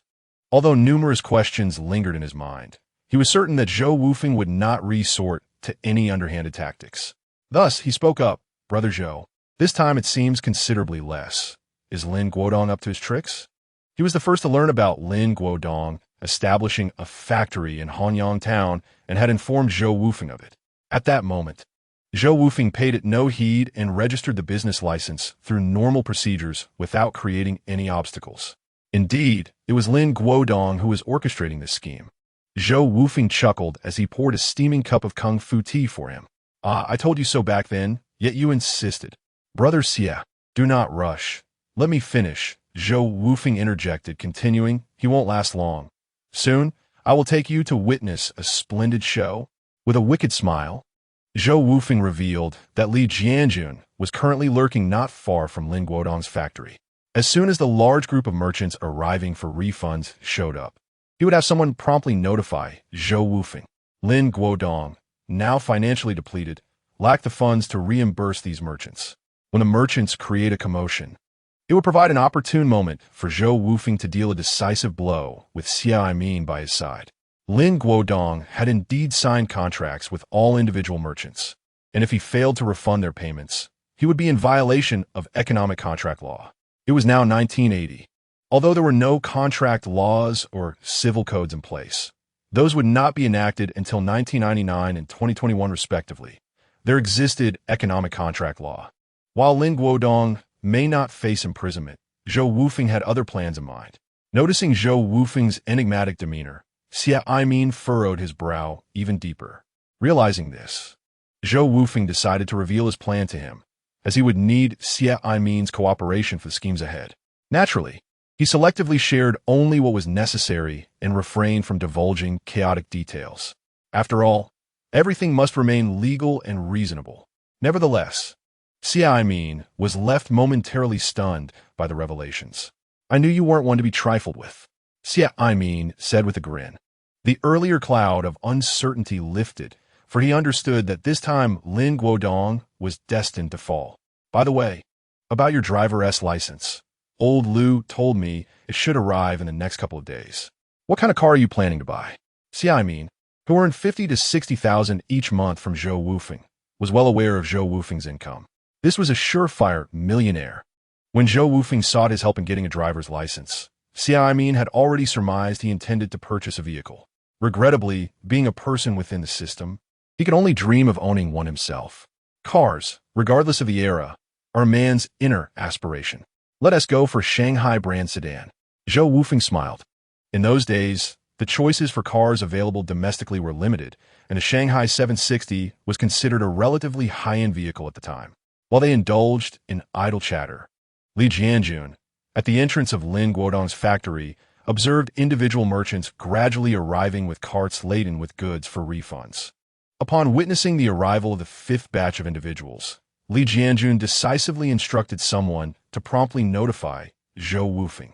Meanwhile, Lin Guodong found the banquet set up in the factory yard to remain untouched, with the food and drinks still as they originally were.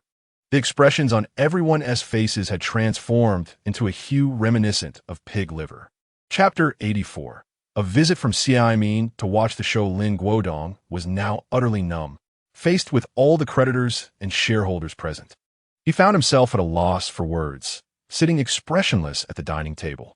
Although each individual merchant seeking a refund was ushered into the factory's reception room, he was acutely aware that the factory's accounts were already depleted. He could only buy time with them. Lin Guodong was no fool. It was normal for 1 or 2 customers to seek refunds, but now nearly a third of them were demanding their money back. Anyone could discern that someone was orchestrating this, and that someone could only be Zhou Wufeng.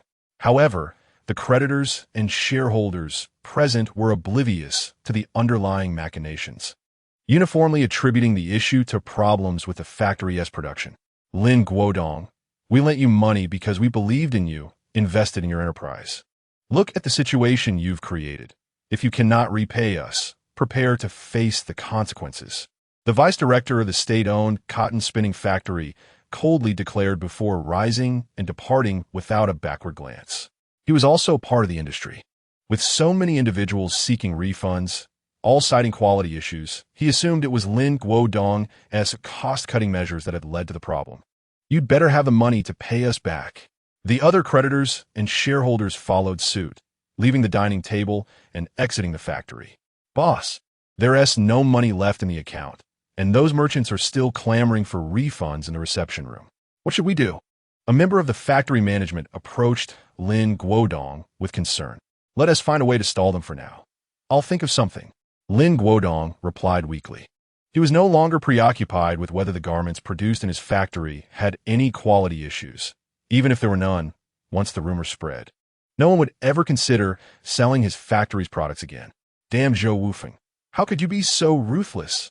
Lin Guodong seethed inwardly. Now, no one was willing to lend him money.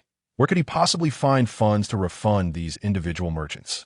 More critically, those who had just departed were all from the system. Failing to repay them could lead to dire consequences. In the midst of his troubled thoughts, Zhou Wufeng arrived at Lin Guodong's factory on a Jialing motorcycle, accompanied by Xiai Min. Boss Lin, dining so lavishly? It seems business is thriving lately, Zhou Wufeng remarked, grinning at the sight of the bountiful feast laid out before them. Lin Guodong's eyes burned with fury as he glared at Zhou Wufeng, wishing he could eliminate him on the spot. Zhou Wufeng, why are you determined to drive me to despair? Food can be savored in abundance, but words must be wielded with caution. Mr. Lin, who has conspired against you with such fervor? I assure you, I am but a law-abiding citizen, having committed no transgressions. Zhou Wufeng gestured repeatedly, chuckling as he spoke. His presence today, accompanied by Xiai Min, was intended to exert pressure rather than to mock. Such childish antics were beneath him, merely a matter of seizing the opportunity without intent to offend. Could it possibly be your machinations that have led to my partners raising complaints about returns? Zhou Wufeng, how dare you? Lin Guodong thundered, his voice strained as he unleashed a colorful expletive from the depths of his being. At that moment, the individual merchants, escorted by factory management into the reception room, burst forth in a frenzy. Mr. Lin, what is the meaning of this? Why must we wait for a refund? I assure you, our agreement is crystal clear. Should we return goods, you are obliged to refund us immediately. Mr. Lin, if we do not receive our refunds today, I shall not leave. Indeed, you must provide us with an explanation today. The merchants clamored in unison, most hailing from Hongxi village. This predicament was largely of Lin Guodong's own making. In his quest to undermine Zhou Wufeng, he had poached all his merchants. Observing the tumult, Zhou Wufeng instinctively smiled, realizing it was time to intervene. He approached the agitated merchants, raised his hands to signal for calm, and spoke. Please, everyone, let us pause. Your current approach will not resolve this matter. His unexpected gesture left Lin Guodong speechless, filled with perplexity. What was Zhou Wufeng up to? Shouldn't he be reveling in this misfortune rather than endeavoring to assist? Casting a sidelong glance at Lin Guodong, Zhou Wufeng seemed to confirm his thoughts with the next statement that left everyone in shock. Ladies and gentlemen, This esteemed individual beside me is Director Xie from the Bureau of Industry and Commerce. Should you encounter insurmountable issues during your commercial dealings, feel free to approach Director Xie, who will ensure justice is served." With those words, Lin Guodong finally grasped Zhou Wufeng's intentions in bringing Xie Aimin along. This was indeed his ultimate objective. "Zhou Wufeng, how ruthless you are!" Lin Guodong nearly ground his teeth to dust in frustration. Yet, he was mistaken. This was not Zhou Wufeng's final aim. "Wufeng, you must assist my sister and brother-in-law. All our funds have been invested in these goods. If we cannot secure a refund, how will they survive?" Su Meiwei and Du Xiuwu, upon recognizing Zhou Wufeng, rushed to him, pleading desperately. As the merchants congregated, it became evident to all that the factory was in dire straits. The likelihood of receiving refunds was increasingly uncertain. Zhou Wufeng cast a disdainful glance at the pair, coldly stating, "Address your concerns to Director Xie. Do not seek me out." He resolved not to entertain them further, adhering to his principles. She was Su Youwei's elder sister, and while Zhou Wufeng had been willing to extend them an opportunity before, that was no longer the case. However, if you do not cherish it properly, you cannot blame others. Had it not been for Zhou Wufeng's greater ambitions, necessitating the cooperation of all merchants, he would not have uttered a word to Su Meiwei. "Director Xie, you must stand up for us." "Indeed, Director Xie, we have all been deceived." Zhou Wufeng surveyed the disorganized individual merchants, and the words deceived escaped his lips. Goodness, such extraordinary cooperation. He hastily proclaimed, "Everyone, please remain calm. Form an orderly line, one at a time." There was a table and a long bench. 2 individuals were dispatched to bring them over so that Director Xie could sit down and gradually comprehend your situations. Zhou Wufeng acted as if he were a steward of order, enthusiastically guiding the merchants, treating Lin Guodong's factory as if it were his own. Even Xie Aimin was taken aback. He thought to himself, "Is this level of enthusiasm truly necessary? Is he bringing me here merely to watch a show? He is simply causing me trouble. Now, please provide your basic information, where you're from, your names." Nonetheless, Xie Aimin still earnestly complied with Zhou Wufeng, as they had just received tens of thousands of yuan from a moment ago. Chapter 85. The ultimate goal. Xie Aimin diligently recorded the circumstances of all the individual merchants, while Zhou Wufeng approached the dining table and sat beside Lin Guodong. Without uttering a word, he propped up his legs, lit a cigarette, and alongside the ashen-faced Lin Guodong, observed Xie Aimin as he sought to ascertain the facts. The situations of all were similar. Thus, Xie Aimin's registration proceeded swiftly, and before long, he completed the entries. Lin Guodong, all merchants are seeking refunds due to quality issues, which is both lawful and reasonable. Please adhere to the contractual stipulations and immediately return all payments to the cooperating merchants. Xie Aimin cast a subtle glance at Zhou Wufeng beside him and sternly addressed Lin Guodong. Lin Guodong raised his gaze to Xie Aimin, suddenly at a loss for words. He was not unaware of the relationship between Zhou Wufeng and Xie Aimin. Upon their arrival at his factory today, he had already grasped that this matter could not be delayed any further. From the initial trio, demanding returns to the subsequent groups, and now this situation, Lin Guodong had come to terms with reality. "What do you intend to do?" After a prolonged silence, Lin Guodong sighed deeply, refraining from responding to Xie Aimin's query. Instead, turning his attention to the nonchalant Zhou Wufeng beside him. "Ah, Boss Lin, if that is how you wish to interpret it, you have misunderstood me. I am here today to help resolve your issues." Zhou Wufeng uncrossed his legs and continued, "How about I assist you with the refunds?" "You would help me with the refunds?" Lin Guodong gazed at Zhou Wufeng in disbelief, searching his expression for a hint of insincerity. However, he found Zhou Wufeng's demeanor utterly serious, devoid of any jest. This left him profoundly astonished. "Speak, what is it that you require of me?" Lin Guodong understood that there is no such thing as a free lunch. He was aware that Zhou Wufeng would have ulterior motives, yet he was uncertain about what scheme Zhou Wufeng was concocting. In his view, Zhou Wufeng's actions were merely a form of retaliation against him. Let him suffer disgrace and be imprisoned, Today undoubtedly presents the most opportune moment. However, to his bewilderment, Zhou Wufeng not only refrained from complicating matters for him, but even offered to assist in clearing his debts. Transfer your factory to me, and I shall settle all outstanding payments to your suppliers. What do you say? Zhou Wufeng finally unveiled his true intention. It turned out that what he sought all along was Lin Guodong's factory. What a fanciful notion! Lin Guodong exclaimed as he sprang to his feet. At last, he comprehended Zhou Wufeng's desire. Yet, all his capital was invested in the factory. The mere act of settling his debts could not suffice for him to relinquish his factory. Calm down, Mr. Lin. Zhou Wufeng waved his hand dismissively and continued. You must understand your current predicament. Without my assistance in clearing your debts, your factory could be disposed of at any moment. Being part of the system, you should be well aware of this. Moreover, even if your factory is seized, securing it would not pose a challenge for me. You must concede this point. Zhou Wufeng smiled confidently, knowing well that his connections in Haiyang County would facilitate this. However, such a process would be lengthy, and Zhou Wufeng could not afford to wait.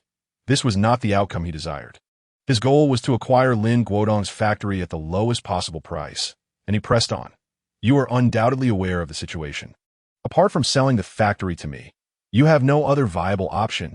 Upon hearing this, Lin Guodong regained his composure. He recognized the validity of Zhou Wufeng's assertions and understood that selling the factory to him was indeed the most prudent choice. Yet, he was reluctant to accept an unfavorable price. After some contemplation, he proposed 150,000. Offer me 150,000. And I shall sell you the factory. Mr. Lin, are you perhaps dreaming? Zhou Wufeng's expression turned icy.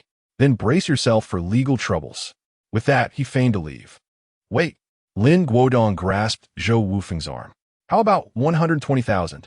He calculated roughly. He owed nearly 60 to 70,000, all spent on equipment, premises, and initial materials for the factory. Additionally, the suppliers had advanced him several thousands, but all were utilized in purchasing materials. Without 120,000, he cannot clear his debts. Mr. Lin, it appears you still do not grasp the severity of your situation. I can offer no more than 80,000. Ask for a penny more, and I shall withdraw my offer. Think carefully. Zhou Wufeng was unwilling to waste more time with Lin Guodong and presented a firm offer. Prior to this, he had assessed the total value of all equipment and materials within Lin Guodong's factory. All the factory's equipment was the latest and abundant. The premises were expansive and the workforce substantial, with ample raw materials and finished garments. The estimated value was around 150,000.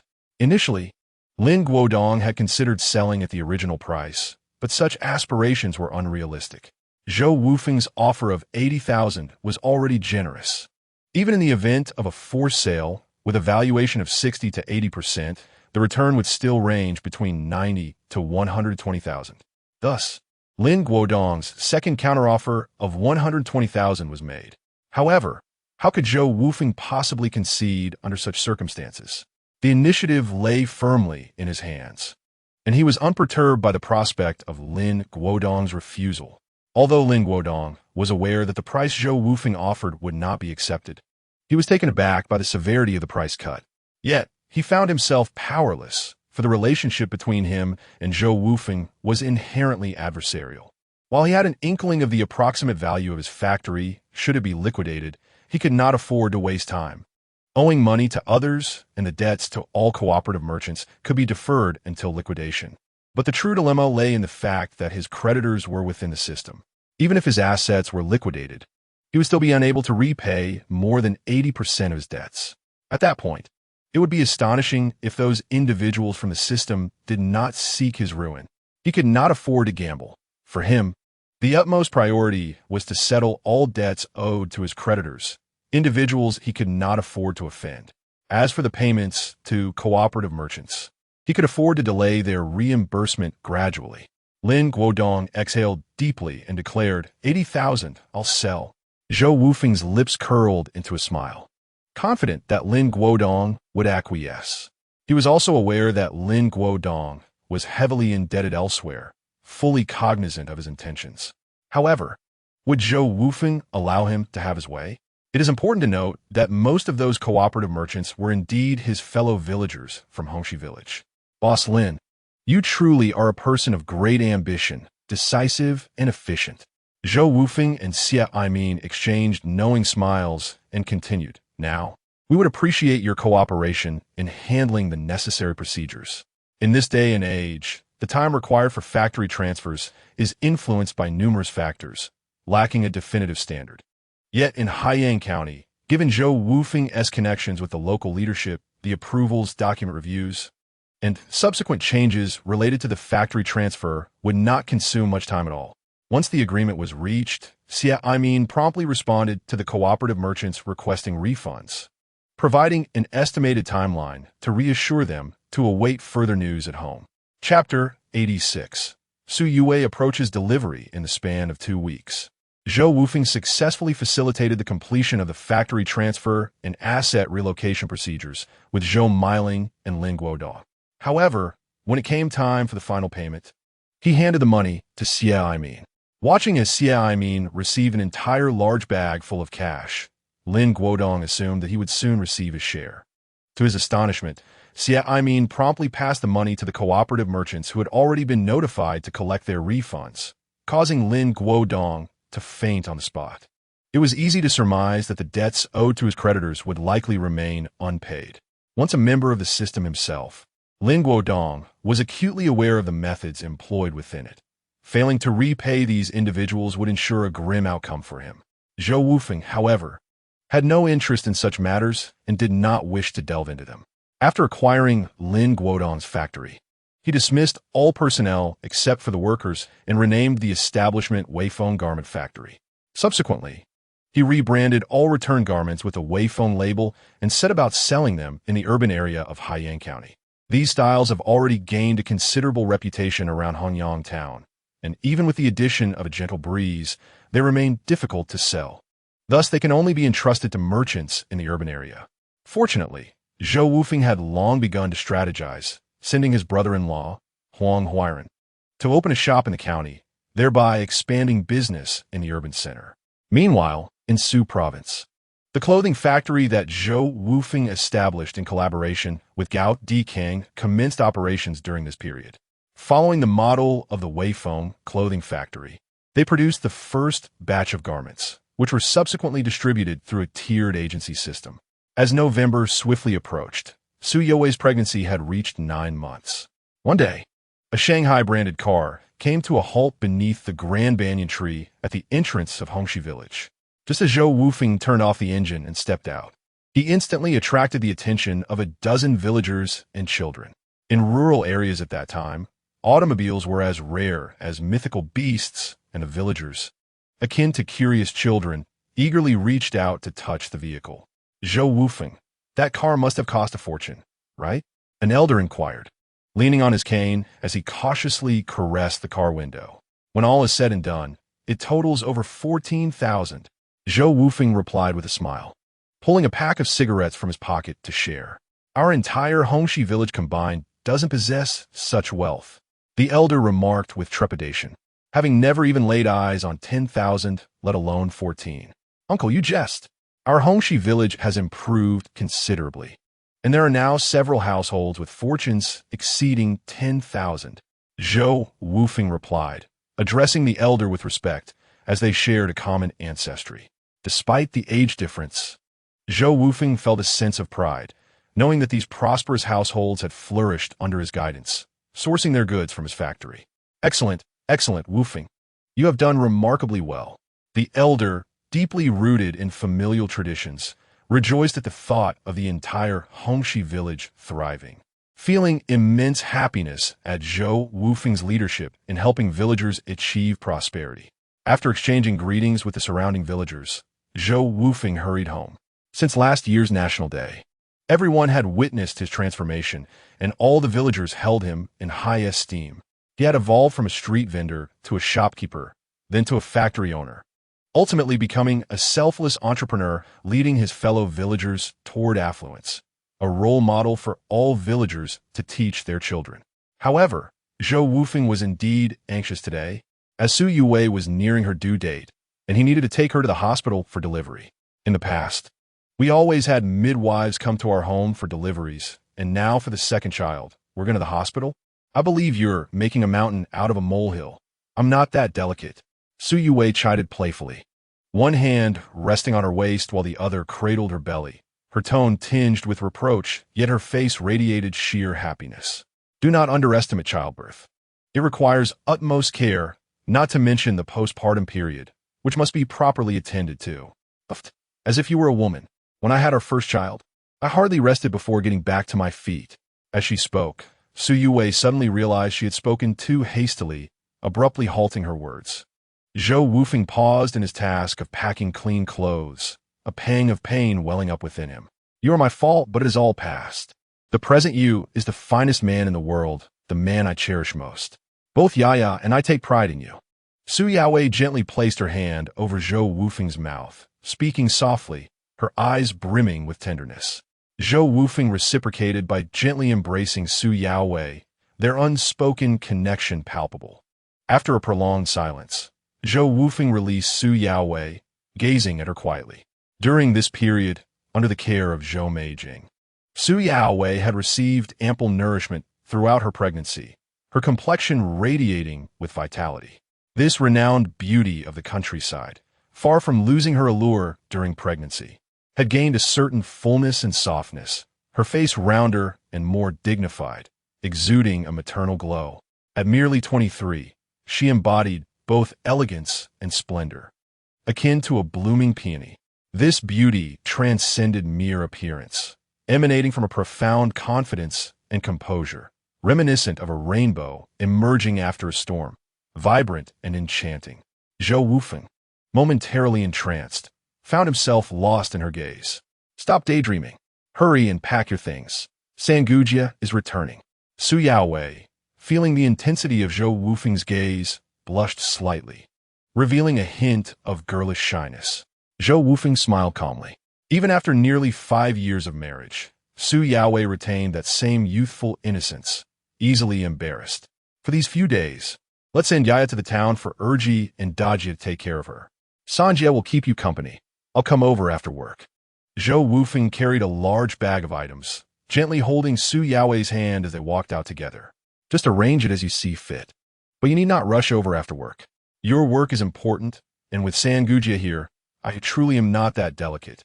Su Yue typically adhered to Zhou Wufeng's wishes, yet she felt he was overreacting. In this day and age, how many rural women go to hospitals to give birth? Isn't it customary to call a midwife only just before labor?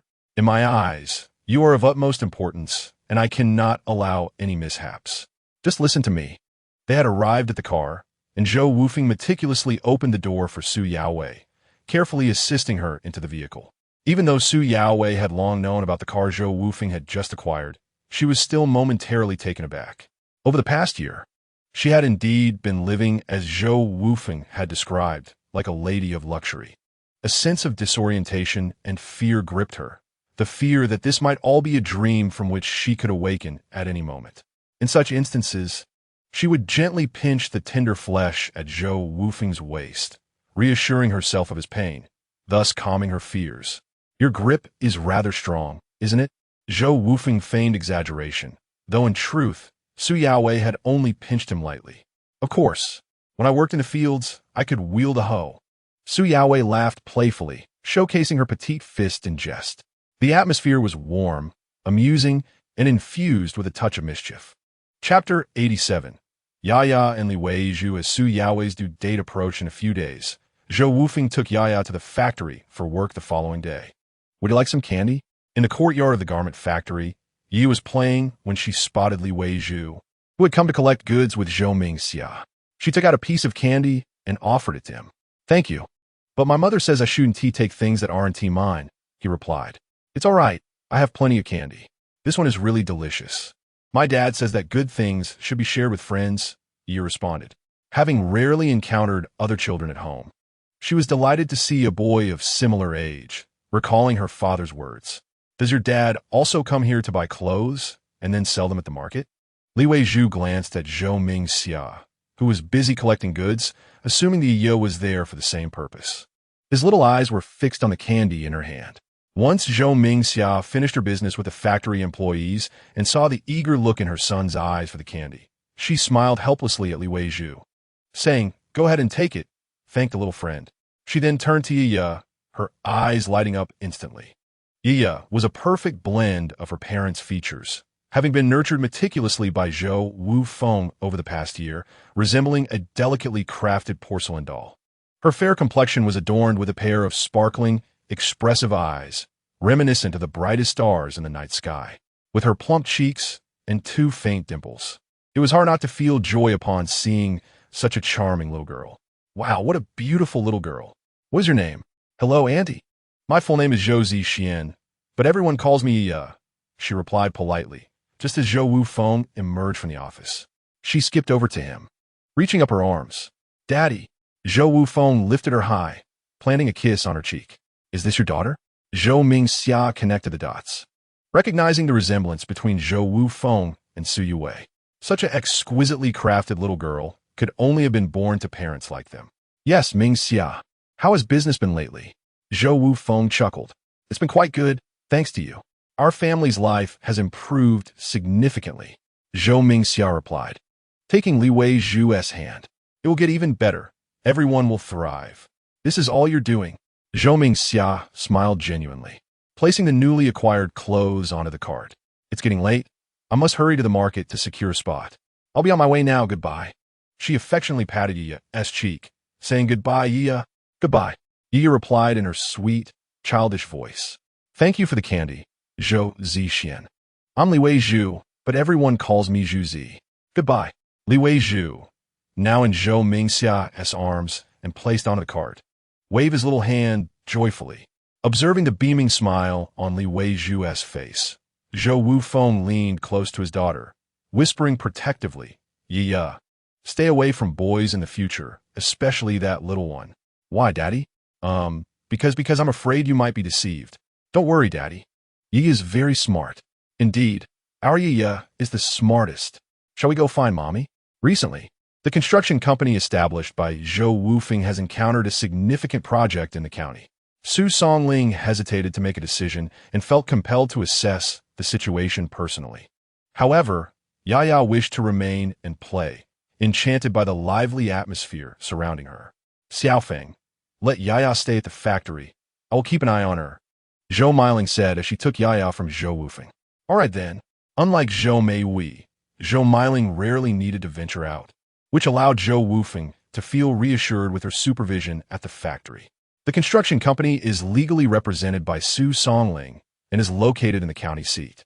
Zhou Wufeng drove from the garment factory, reaching his destination in no time. The project at hand involved the construction of a segment of roadway commissioned by the county. Thanks to Zhou Wufeng's connections with the Haiyang County government, Su Songling was often granted priority for numerous infrastructure projects. Wufeng, this stretch of the ring road connects several well-developed towns, totaling over 30 kilometers. Our workforce and the allotted time frame are far from sufficient, and the materials required are substantial. Moreover, what is the potential profit? Zhou Wufeng interrupted Su Songling with his inquiry. The cost per kilometer, including labor, is approximately 230,000 yuan. If we adequately supply materials, we could earn about 3,000 yuan per kilometer, Su Songling replied, having already discussed the pricing with several construction experts prior to Zhou Wufeng's arrival. If we take on this project, you must recruit additional manpower from the major towns, and as for funding, it should not be an issue. Zhou Wufeng was cognizant of Su Songling's hesitation, primarily revolving around financial concerns. After all, the initial investment for over 30 kilometers would be quite substantial, likely exceeding 700,000 yuan, and the disbursement of project funds would not be immediate. Although Zhou Wufeng's factory business was flourishing, the scale of investment was considerable. He understood that while he had funds, he lacked a clear perspective on the finances. Even though Zhou Miling managed the factory's finances, she had never disclosed any details regarding the accounts to Su Songling. One crucial point to remember is to avoid cutting corners, Zhou Wufeng cautioned. He had been appalled by countless reports of shoddy construction in his previous life, harboring a particular disdain for contractors who compromise quality. He He would prefer to earn less than to engage in such risky projects. Any mishap could endanger lives, and negligence was not an option. Currently, most projects are contracted for labor without materials. However, due to the timeline and financial constraints of this particular project, the construction company would directly handle both labor and materials. This was another significant reason why Zhou Wufeng's engineering company, despite its insufficient qualifications, could still secure this project. The county government, aware of his tax contributions, recognized his financial capacity to undertake this comprehensive project. Understood? Su Songling nodded in agreement. As long as funding was assured, with several months before the commencement of work, he had ample time and confidence to recruit the necessary laborers. After all, labor costs represented a considerable expenditure. Zhou Wufeng nodded again, suddenly recalling Huang Chulong, who had built his fortune through engineering ventures. At the tender age of 19, he ventured to Shaoguan, and by 20, in the year 1979, he arrived in Pengcheng, embarking on a career as a contractor with a group of 120 fellow townsmen, engaging in labor without providing materials. It is worth noting that this young man is 4 years junior to Zhou Wufeng and has scarcely pursued formal education. Yet, through his indomitable spirit and relentless perseverance, he established a significant enterprise in Pengcheng. The name Xinghe, now synonymous with success in Pengcheng, is a testament to his endeavors. Reflecting on this, Zhou Wufeng's mind was flooded with thoughts. In comparison to his own hometown, Pengcheng, as another special economic zone, undoubtedly surpasses his coastal city by countless measures. It was time to journey to Pengcheng, he mused inwardly. Chapter 88. A Joyous Birth at 11 a.m. On November 11th, in the maternity ward of Haiyang County Hospital, Zhou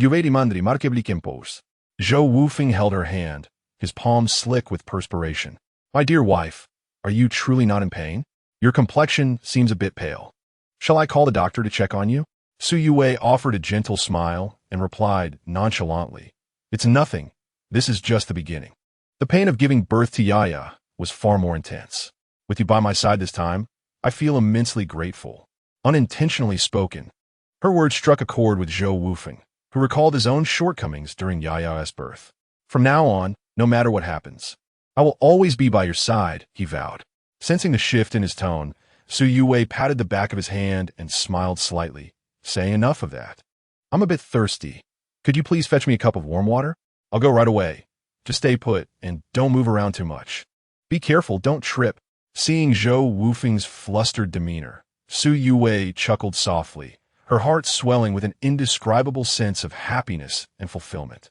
As she listened to his hurried footsteps retreating from the delivery room, she gazed at the doorway, a smile gracing her lips as she tenderly caressed her belly, whispering, Baby, your father is the best dad in the world.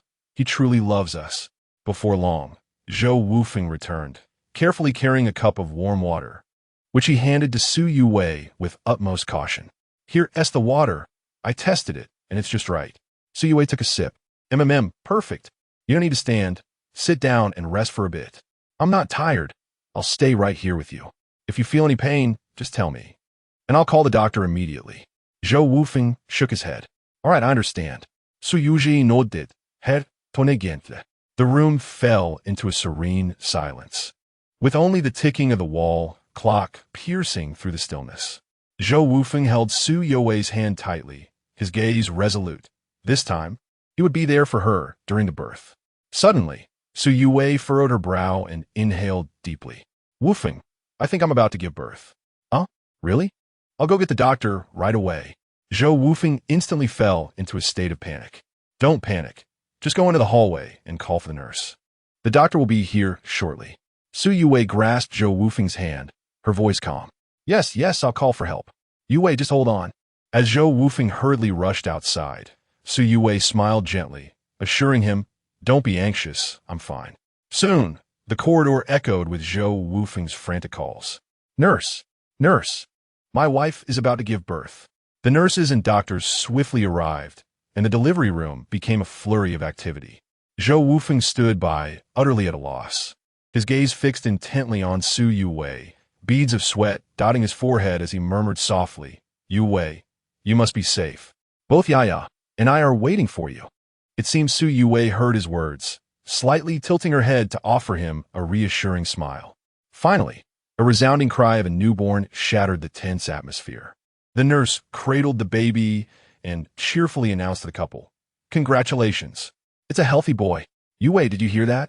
Our child has been safely born."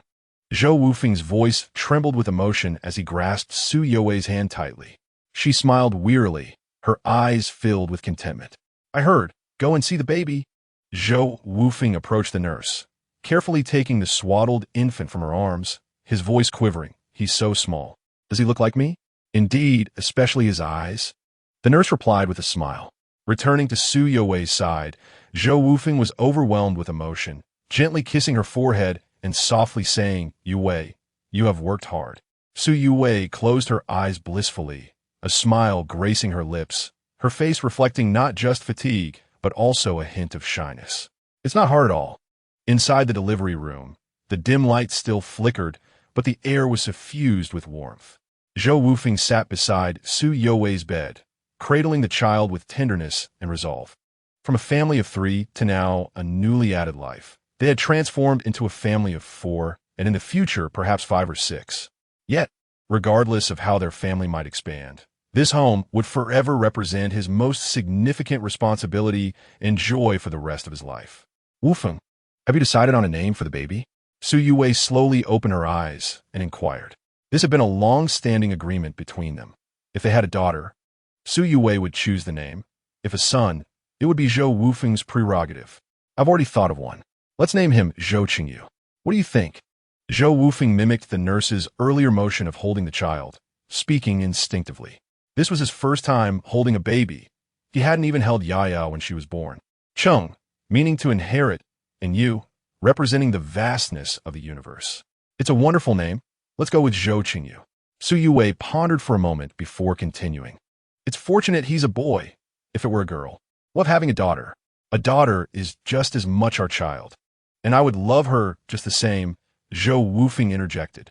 Su Yue pouted, recalling Zhou Wufeng's disdainful expression when Yaya was born.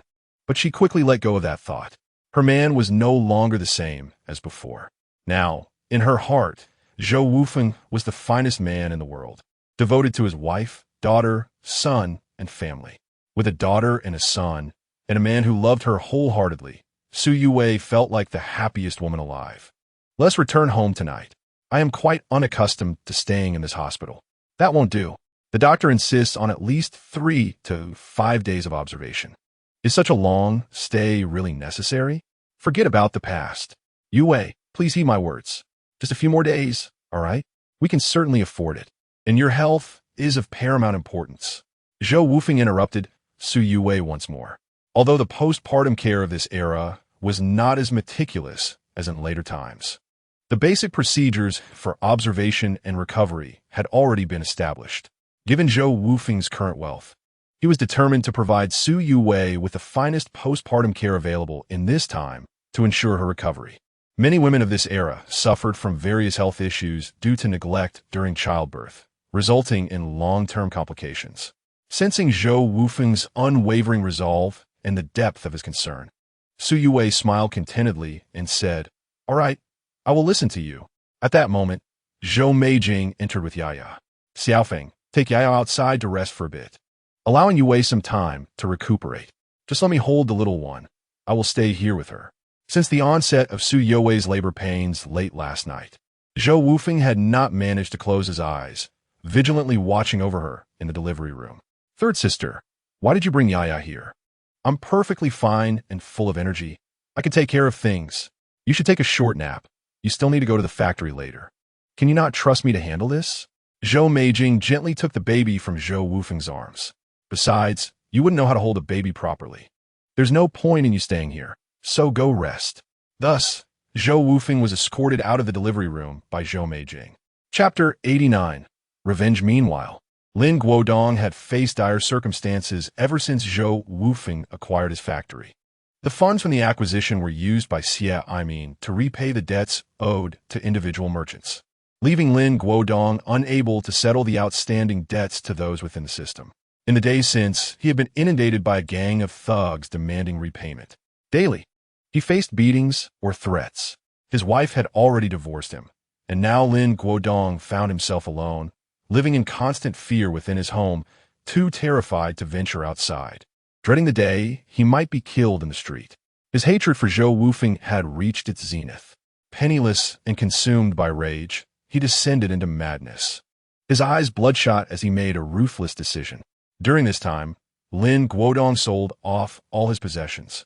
Yet the money he obtained was not used to repay his debts, as it was far from sufficient. Instead, he found a place to hide, plotting a lethal blow against Zhou Wufeng, intending to exchange life for life. In recent days, he learned that Zhou Wufeng frequently traveled between the county hospital and his home in Hongxi village, aware that Su Yuwei was nearing her delivery. This prompted him to conceive a sinister plan.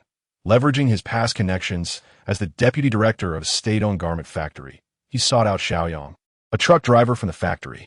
As the saying goes, money can make the devil push the mill. Even though Lin Guodong's reputation has become notoriously foul, he has managed, through the sale of his assets, to bribe Xiaoyang and secure the use of the factory's delivery truck for a few days. Meanwhile, Zhou Wufeng has come to the hospital today to escort Su Yaowei home. Upon arriving at the second floor, he was startled by the sound of hurried footsteps echoing from the stairwell. Looking in that direction, he saw Zhou Meihui, her face marked by anxiety. "Second sister, what brings you here?" "Su Yaowei is being discharged today, and I can take her home," Zhou Wufeng remarked, assuming that Zhou Meihui had come to join him in picking up Su Yaowei. With the rapid development of the factory and the recent acquisition of Lin Guodong's factory, he had chosen not to involve his other sisters in this task due to their increasing busyness. "Xiaofeng, there has been an issue at the factory. Yaowei requested us to pick her up. You should return to the factory immediately to address it," Zhou Meihui replied urgently, promptly informing him of the situation. Over the past few days, inexplicable rumors had spread, claiming that the clothing from Weifeng Garment Factory was toxic, resulting in several customers who purchased garments from boutiques experiencing skin allergies. Zhou Wufeng had been preoccupied with Su Yaowei's recent childbirth and had not attended the factory, thus remaining unaware of the troubling developments. The situation had escalated to a point where it could no longer be contained, leading to a significant drop in sales for various vendors over the past few days. Once Zhou Meihui had relayed all the information, she let out a long sigh of relief and continued, "Leave the task of picking up Yaowei to me and our third sister. I've already called for a tricycle waiting outside the hospital, and I've laid down 2 layers of cotton blankets in the vehicle. It will be perfectly fine." In Haiyang County, there are primarily 2 types of tricycles. One is a human-powered tricycle, quite common, equipped with a rear compartment that can seat 2 people side by side. The other is a motorized tricycle, powered by a diesel engine, typically covered with canvas over a metal frame, capable of accommodating 4 to 5 people on the sides, with an additional standing space at the back. The latter is the type Zhou Meihui had summoned. But there are no buts, Wufeng. The factory matters are of utmost importance. You must go and take care of it. Su Yaowei, who had been resting in her hospital room for 5 days and had recovered remarkably well, overheard their conversation and opened the door.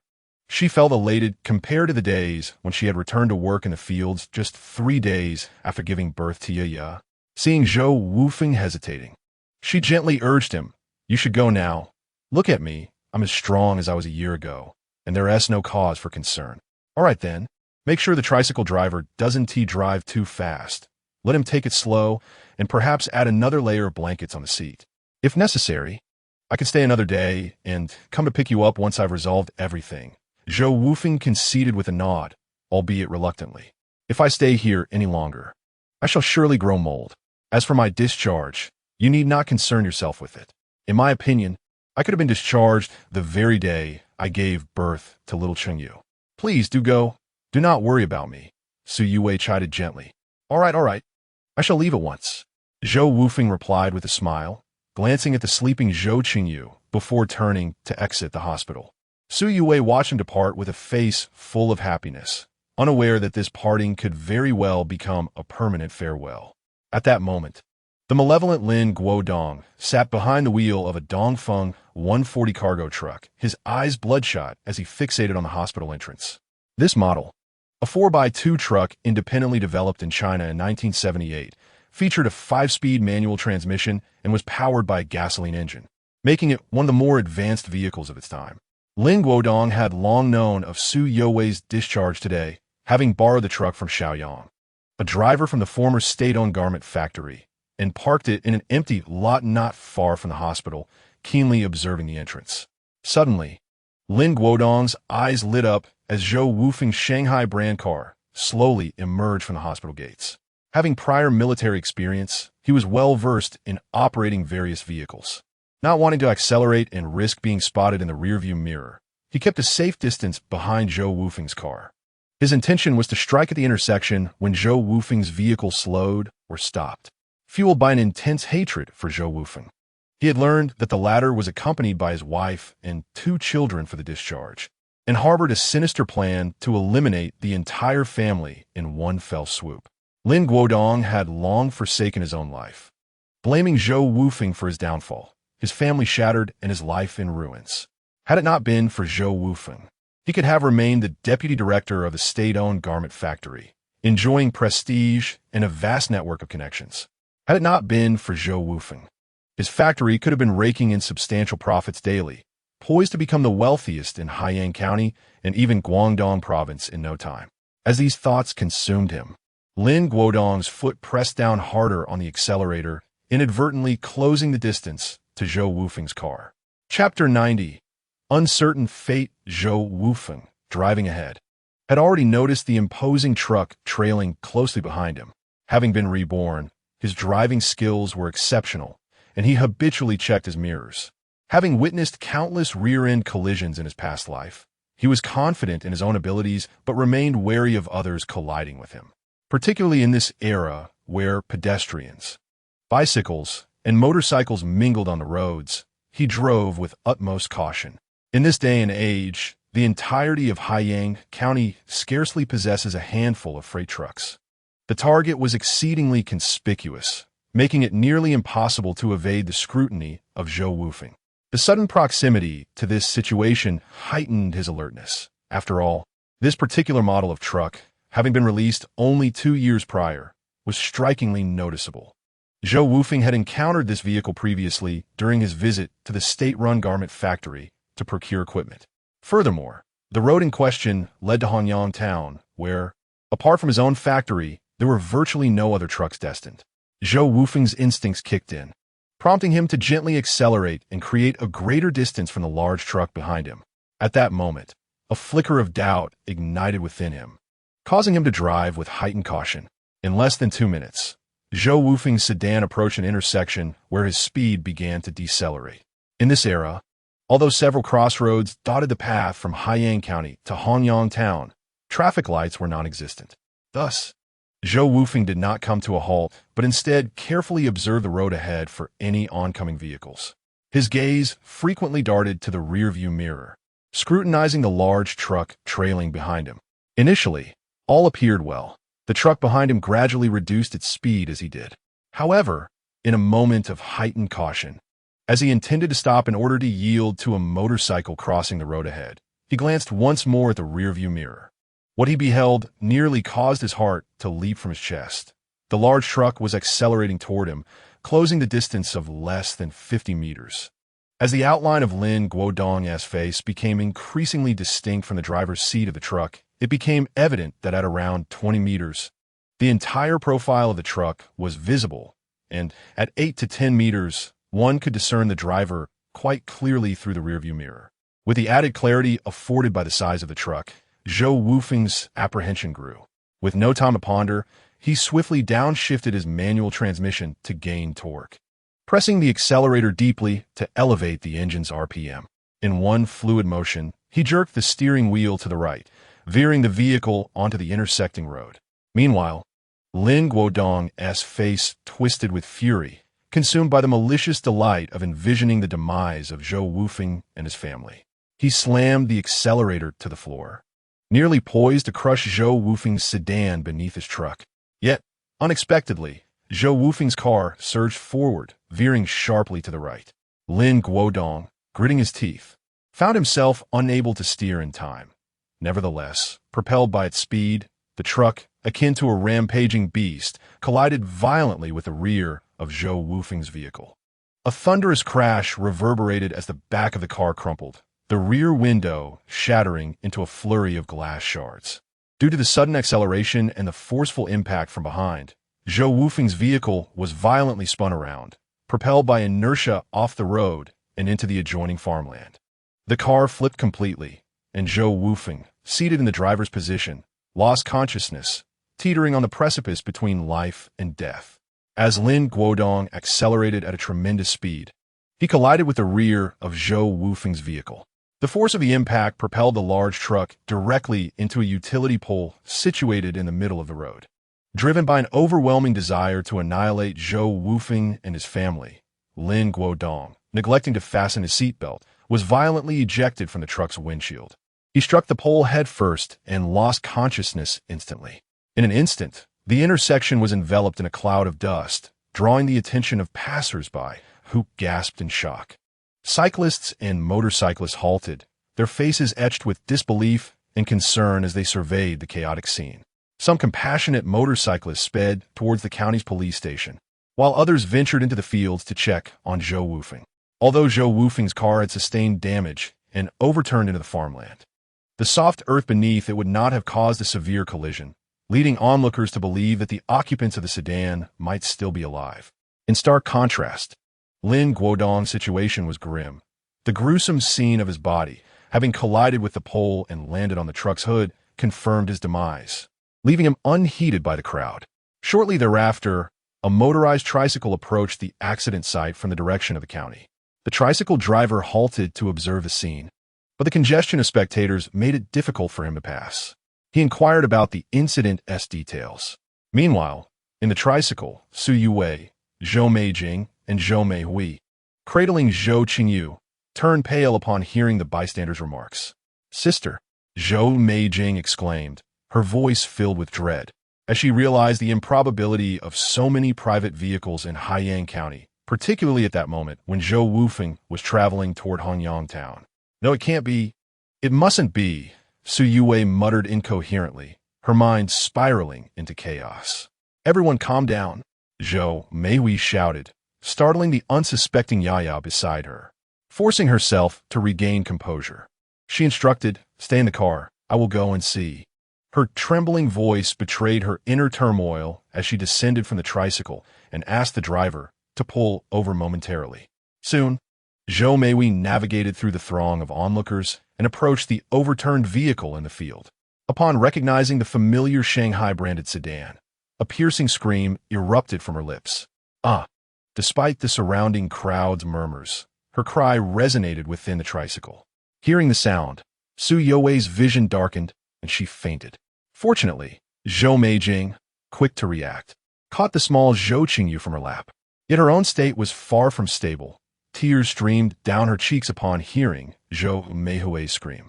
Ignoring the unconscious Su Yuwei in the tricycle, Zhou Meijing clutched Zhou Qingyu in one arm while grasping Yaya's hand with the other, descending to the ground with the aid of the tricycle driver.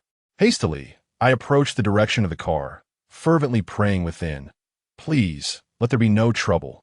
Let there be no trouble." Chapter 91. The arrival of the rescue team, the gathering crowd, though well-meaning in their concern for Zhou Wufeng, had never encountered a car before and were at a loss as to how to extricate the unconscious Zhou Wufeng from within. The vehicle had overturned. The door locks were damaged, and professional rescuers were needed to effectuate a proper extraction. Zhou Meijing cradled her newborn, Zhou Qingyu, in one arm while guiding her stumbling daughter, Yaya, to the scene. Observing Zhou Meihui desperately tugging at the car door and pounding on the still intact window in an attempt to rouse Zhou Wufeng, it was evident that her efforts were in vain. No matter how hard she pulled, the car door remained obstinately shut. Through the window, they could see Zhou Wufeng, his forehead smeared with blood, already reduced to tears. Yaya, upon seeing her father unconscious in the vehicle, burst into a heart-wrenching wail, repeatedly calling out, "Daddy, Daddy." Zhou Qingyu, who had been peacefully quiet, suddenly sensed the turmoil and joined in the cries. Zhou Meijing, overwhelmed by the cacophony, nearly succumbed to faintness, akin to Su Yuwei's earlier state. Fortunately, The wailing of her son jolted her back to reality, preventing her from losing consciousness. She rushed to Zhou Meihui's side, both sisters now pulling at the door and pounding on the car's body. Perhaps it was the insistence of their efforts that finally stirred Zhou Wufeng from his stupor. Hanging precariously inside the vehicle, he felt the sharp pangs of pain coursing through his body, unsure of the extent of his injuries. Desiring to use his left hand to unlock the door, he quickly discovered unbearable pain, rendering it immobile, forcing him to rely on his right hand. He managed to unfasten the seatbelt binding him, then, with great difficulty, began to move his right hand towards the door lock. At that moment, the sole ambulance from the county police and hospital arrived at the scene of the accident. "Make way quickly." The police swiftly cleared a path through the crowd and approached the vehicle. Just as Zhou Wufeng summoned his last ounce of strength to unlock the door, the officers promptly yanked it open. Fortunately, the front of the car had sustained minimal damage, and the door was not completely jammed. As Zhou Wufeng unlocked it, the police were able to pull it open in response. "Xiaofeng, are you all right?" Zhou Meihui and Zhou Meijing hurried forward to check on him. "Please step aside. The driver is trapped inside. Allow us to rescue him first," instructed an officer in uniform, gently ushering the sisters away so that the medical personnel could assess Zhou Wufeng's injuries and determine the best course of action for his extraction. After nearly 20 minutes, Zhou Wufeng was finally rescued from the driver's seat by trained professionals. Meanwhile, Su Yuwei was roused by Zhou Meihui from the tricycle, and both she and Zhou Wufeng were taken to the county hospital by ambulance. Inside the ambulance, Su Yuwei, upon seeing the injured Zhou Wufeng, felt lightheaded numerous times during the brief journey. Heaven has shown mercy, allowing Zhou Wufeng to transform into a devoted husband and family man. Yet it is utterly cruel that he should suddenly face such a calamity. "You mustn't cry, Yuwei, I'm fine," Zhou Wufeng managed to utter with great difficulty upon seeing Su Yuwei sitting beside him, silently weeping. "I'm not crying. Please don't speak. We'll be at the hospital shortly," she replied hurriedly, wiping away her tears, her voice slightly hoarse. How she wished she could endure the pain instead, fearing that his words might aggravate his injuries. Despite her sorrow, she fought hard to suppress her emotions, striving to appear composed and untroubled so as not to burden him. Before long, Zhou Wufeng was rushed to the county hospital for emergency treatment. Su Yuwei, along with Zhou Meihui and Zhou Meijing, anxiously awaited in the hospital corridor, cradling the newborn Chenyu and Yaya. Soon, Zhou Meiling, Su Songling, and Huang Huaran arrived at the hospital, and even Su Yuwei's parents, Su Jianda and Lu Yulian, made their way there. What could have possibly transpired to lead to such a situation? Zhou Meiling cast a worried glance towards the emergency room, helplessly asking while tightly embracing Su Yuwei, gently patting her back for comfort. The doctors report multiple fractures and head trauma. He is currently undergoing resuscitation. The driver responsible, Lin Guodong, has died at the scene, Zhou Meihui informed them, having learned the details from passers-by and the local police. It was deemed unlikely to be an accident, with initial assessments suggesting deliberate intent to cause harm. But further investigation was necessary, particularly awaiting Zhou Wufeng's awakening for more definitive conclusions. At that moment, Zhou Meihui and Zhou Meiling felt the greatest urgency.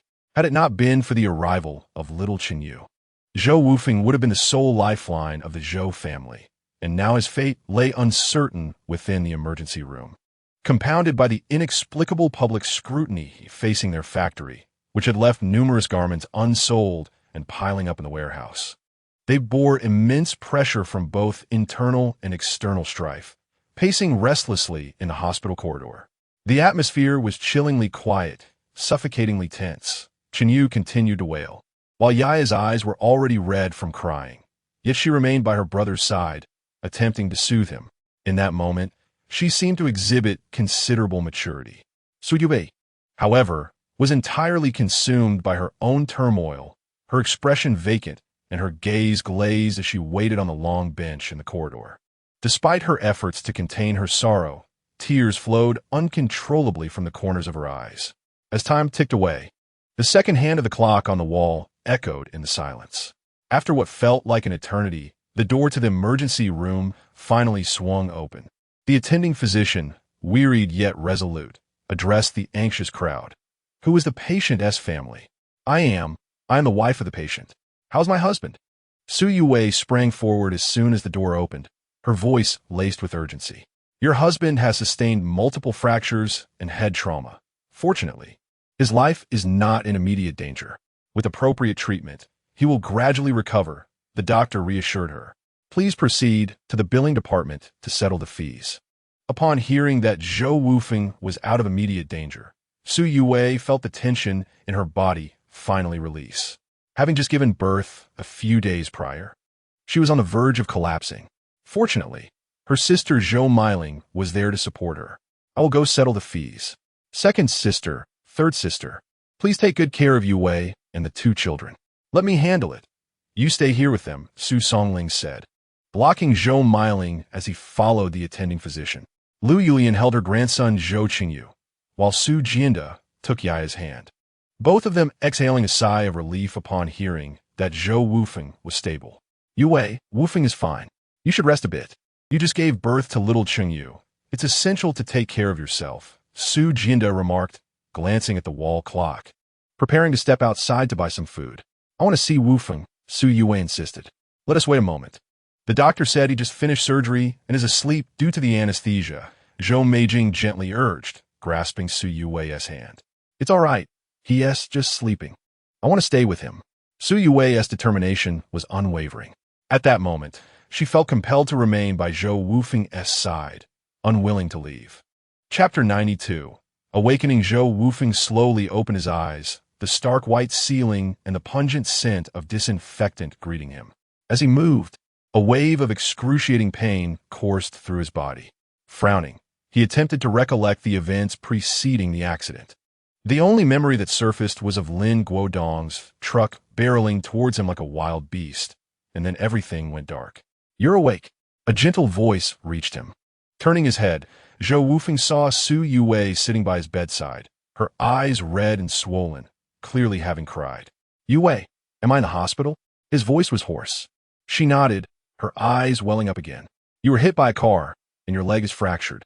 The doctor said you need to stay in the hospital for a while. As Zhou Wufeng looked at Su Yue, a wave of guilt washed over him. Recalling the horrifying events, he was suddenly gripped by a chilling sense of dread. Thank heavens! Zhou Wufeng silently expressed gratitude to the heavens, relieved that he hadn't insisted on bringing Su Yue home from the hospital. The consequences could have been dire. He realized that his accident must have caused his wife great distress. Gently taking Su Yue's hand, he said, I'm sorry for worrying you. Su Yue shook her head, tears glistening in her eyes. Wufeng, don't say that. As long as you're all right, that's all that matters. The doctor said you have multiple fractures and a head injury, but nothing life-threatening. You will recover soon. A warmth spread through Zhou Wufeng's heart. He understood that Su Yue had been holding back her tears to spare him further concern. With great effort, he extended his relatively uninjured right hand and lightly patted the back of Su Yue's hand, offering reassurance. Don't worry, I will recover quickly. You and Yaya wait for me at home. I promise I will return soon. Su Yue shook her head, tears streaming down her face as she tightly grasped Zhou Wufeng's hand, as if fearing he might vanish at any moment. No, Wufeng, I wish to stay in the hospital with you. Please do not refuse me. Her tone was resolute. She already sensed the words Zhou Wufeng was about to utter and continued. This is a shared hospital room. I will sleep in the other bed. I will spend this month here. So please do not send me home, all right? A wave of emotion surged within Zhou Wufeng. Gazing at the breathtakingly beautiful Su Yue, he found himself unable to utter any words of refusal. Very well, but you must promise me to take good care of yourself. Do not worry about my health. I will recover swiftly. Zhou Wufeng silently vowed to regain his strength quickly, determined not to let his beloved worry about him. Yue, please summon my elder sister and second sister. All right, do not move. They are waiting in the corridor. Just a moment. After speaking, Su Yue promptly opened the door, calling in Zhou Miling and Zhou Meihui. Naturally, upon hearing that Zhou Wufeng had awakened, others also entered the room. Everyone began to chatter about Zhou Wufeng's condition. But Su Yue interjected. Wufeng has something to discuss with our elder and second sisters. Please hold your questions until he finishes. As a devoted partner, Su Yue understood Zhou Wufeng's thoughts. It was merely a matter concerning the factory. She wished for him to rest more and not to overexert himself. The amount of money earned was inconsequential as long as Zhou Wufeng was present. Nothing else mattered. However, she was acutely aware that if she attempted to obstruct Zhou Wufeng's determined course of action, he might not express anger, but would undoubtedly feel troubled. Thus, from Zhou Wufeng's perspective, she halted the other speakers. Elder sister, second sister, I am fine. Please allow me to speak.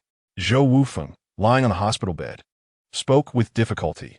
The negative public sentiment surrounding the garments produced by our factory must be addressed. Otherwise, the clothes made by our workers will not only fail to sell, but will also result in an accumulation of unsold goods, dampening their morale. He paused momentarily, perhaps to catch his breath or alleviate some pain, then continued, Our factory's garments have quality inspection reports. You simply need to take these reports to the police station and report the rumors, tracing their origin.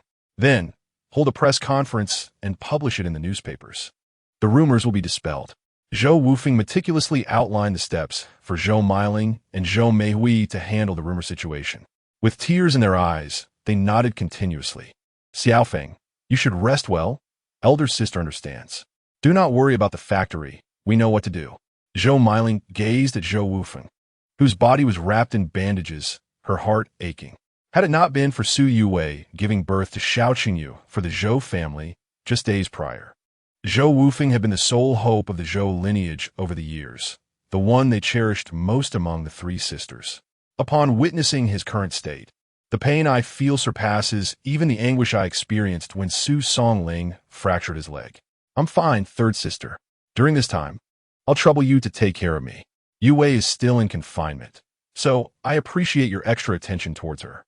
Zhou Wufeng said weakly, gazing at Zhou Meijing, before turning his attention to Su Jianda and Lu Yulian. Dad, Mom, I'll be relying on you to look after Yaya these few days. Xiao Qingyu still needs milk, so he can only temporarily stay in the hospital with Yue. Su Yue was resolute in her decision to care for him at the hospital. Thus he had to make such arrangements. Wufeng, don't worry about Yaya. We have plenty of people here. Focus on your recovery. There is no need for you to be concerned about anything else. Su Jianda felt a wave of emotion. Now, Zhou Wufeng was entirely bandaged, yet he still worried about the factory, the family, and the children. Not to mention comparing him to the past. Even now, one could hardly find a man in Haiyang County more responsible than him. Zhou Meijing looked at Zhou Wufeng, tears streaming down her face. But she could not utter a single word. Zhou Wufeng had always shared a close bond with her since childhood, and seeing him so gravely injured, she empathized deeply. In the following days, Zhou Wufeng underwent treatment in a hospital. Su Yue rested on the adjacent bed, although Zhou Meijing was there to care for them both. She found it difficult to relax. She remained vigilant regarding Zhou Wufeng's condition. Had it not been for Zhou Wufeng's insistence that she lie down and rest, she would have been by his side at all times. Zhou Meiling and Zhou Meihui visited the hospital daily, and even Su Songling and Huang Huiran came by from time to time to check on Zhou Wufeng. Over these few days, Zhou Meiling and Zhou Meihui had, as per Zhou Wufeng's instructions, approached the Public Security Bureau and the Industrial and Commercial Bureau to submit the factory's quality inspection report and clarify the situation. The various departments in the county had always maintained a close relationship with Zhou Wufeng, especially the Industrial and Commercial Bureau, with Xiaoming's assistance.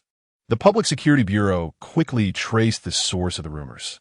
To everyone's astonishment, the two individuals responsible for spreading the rumors turned out to be those close to Zhou Wufeng. Chapter 93. A confounding adversary in the county hospital during the late summer and early autumn of 1980. The green paint on the white walls peeled away in mottled patterns, while the old ceiling fan creaked overhead, stirring the mingled sense of disinfectant and sweat in the air. Zhou Wufeng leaned against the headboard, his gaze drifting over the dappled light cast by the sycamore trees outside the window. As he heard Zhou Meiling's hushed voice, the Public Security Bureau has clarified that the rumors were spread by Su Meiwei and her husband. The enamel mug in Su Youwei's hand clattered to the floor, and she clutched the hem of her floral shirt, her knuckles turning white. Elder sister? She is my biological sister. The old fan continued its creaking, yet the atmosphere in the ward felt as though the very oxygen had been siphoned away. Over the past few days, Zhou Wufeng's health and complexion had improved significantly, and he calmly stated, "It's quite normal. I should have suspected it was them long ago." After the last return of goods from the factory, once the funds were transferred to Lin Guodong for procurement, the factory ceased to supply them based on the contract terms. Pausing for a moment, Zhou Wufeng continued, "Everyone knows what kind of people they are. The factory has ceased to supply them, and their resentment towards me is entirely justifiable." They mentioned a man wearing frog-eye glasses. Zhou Miling poured half a cup of water from a tin thermos, the steam blurring the fine lines at the corners of her eyes. It was said that they first encountered him at the Shiguan Video Hall, where he handed them a wad of foreign exchange vouchers. She gestured to indicate its thickness, the cold light refracting off her old Shanghai watch. Zhou Wufeng suddenly straightened up, a sharp pain stabbing at his ribs. In the 1980s, foreign exchange vouchers were a rarity. Anyone able to casually throw around thousands was certainly no ordinary character. He recalled the Hong Kong merchants he had seen in Pengcheng before his rebirth, their slicked back hair and gold watches flickering in his memory like silhouettes viewed through frosted glass. "Yue, this time I may not spare your sister." "Wufeng, don't say any more. This time I will personally ensure they pay for their actions." Su Yue suddenly interjected, her voice as chilling as ice, causing her 3-month-old son Qingyu to wail as if sensing something amiss. Su Meiwei and Du Shuo have gone too far this time. If it weren't for their slander, Zhou Wufeng would not have driven to the factory alone, and he would not have endured this calamity. Though Lin Guodong had premeditated this incident, the Su couple could not escape culpability. Su Yue had genuinely come to loathe Su Meiwei and her husband. No sooner had her words fallen than the creaking of rusty door hinges sliced through the stagnant air. Lu Yulian entered, carrying a bamboo basket filled with muddy eggplants, wilted greens, and 2 eggs wrapped in old newspapers. "Yue," she began, but was immediately halted by her daughter's piercing gaze. Su Jianda's liberation shoes were still caked with mud from the fields. He pulled out a crumpled pack of economy cigarettes, recalling the hospital's smoking ban, only to tuck them back away. Mei Wei, he thought, his murky eyes fixating on the corner spittoon, his throat feeling as if choked with a fishbone. After all, they were blood sisters. "Father." Su Yue abruptly threw aside the thin blanket covering Zhou Wufeng's legs, exposing the grotesque plaster cast to the oppressive August heat. When they spread rumors that nearly cost Wufeng his life, did they ever consider that he was their brother-in-law? Before Zhou Wufeng could respond, Su Yue interrupted Su Jianda. Lu Yulian looked on in astonishment at her once gentle and compliant daughter, utterly unable to fathom such words coming from her. "Father, mother, please cease your words. This time, let Wufeng handle the situation as he sees fit. They have harmed him so grievously. If you continue to speak on their behalf, do not blame me for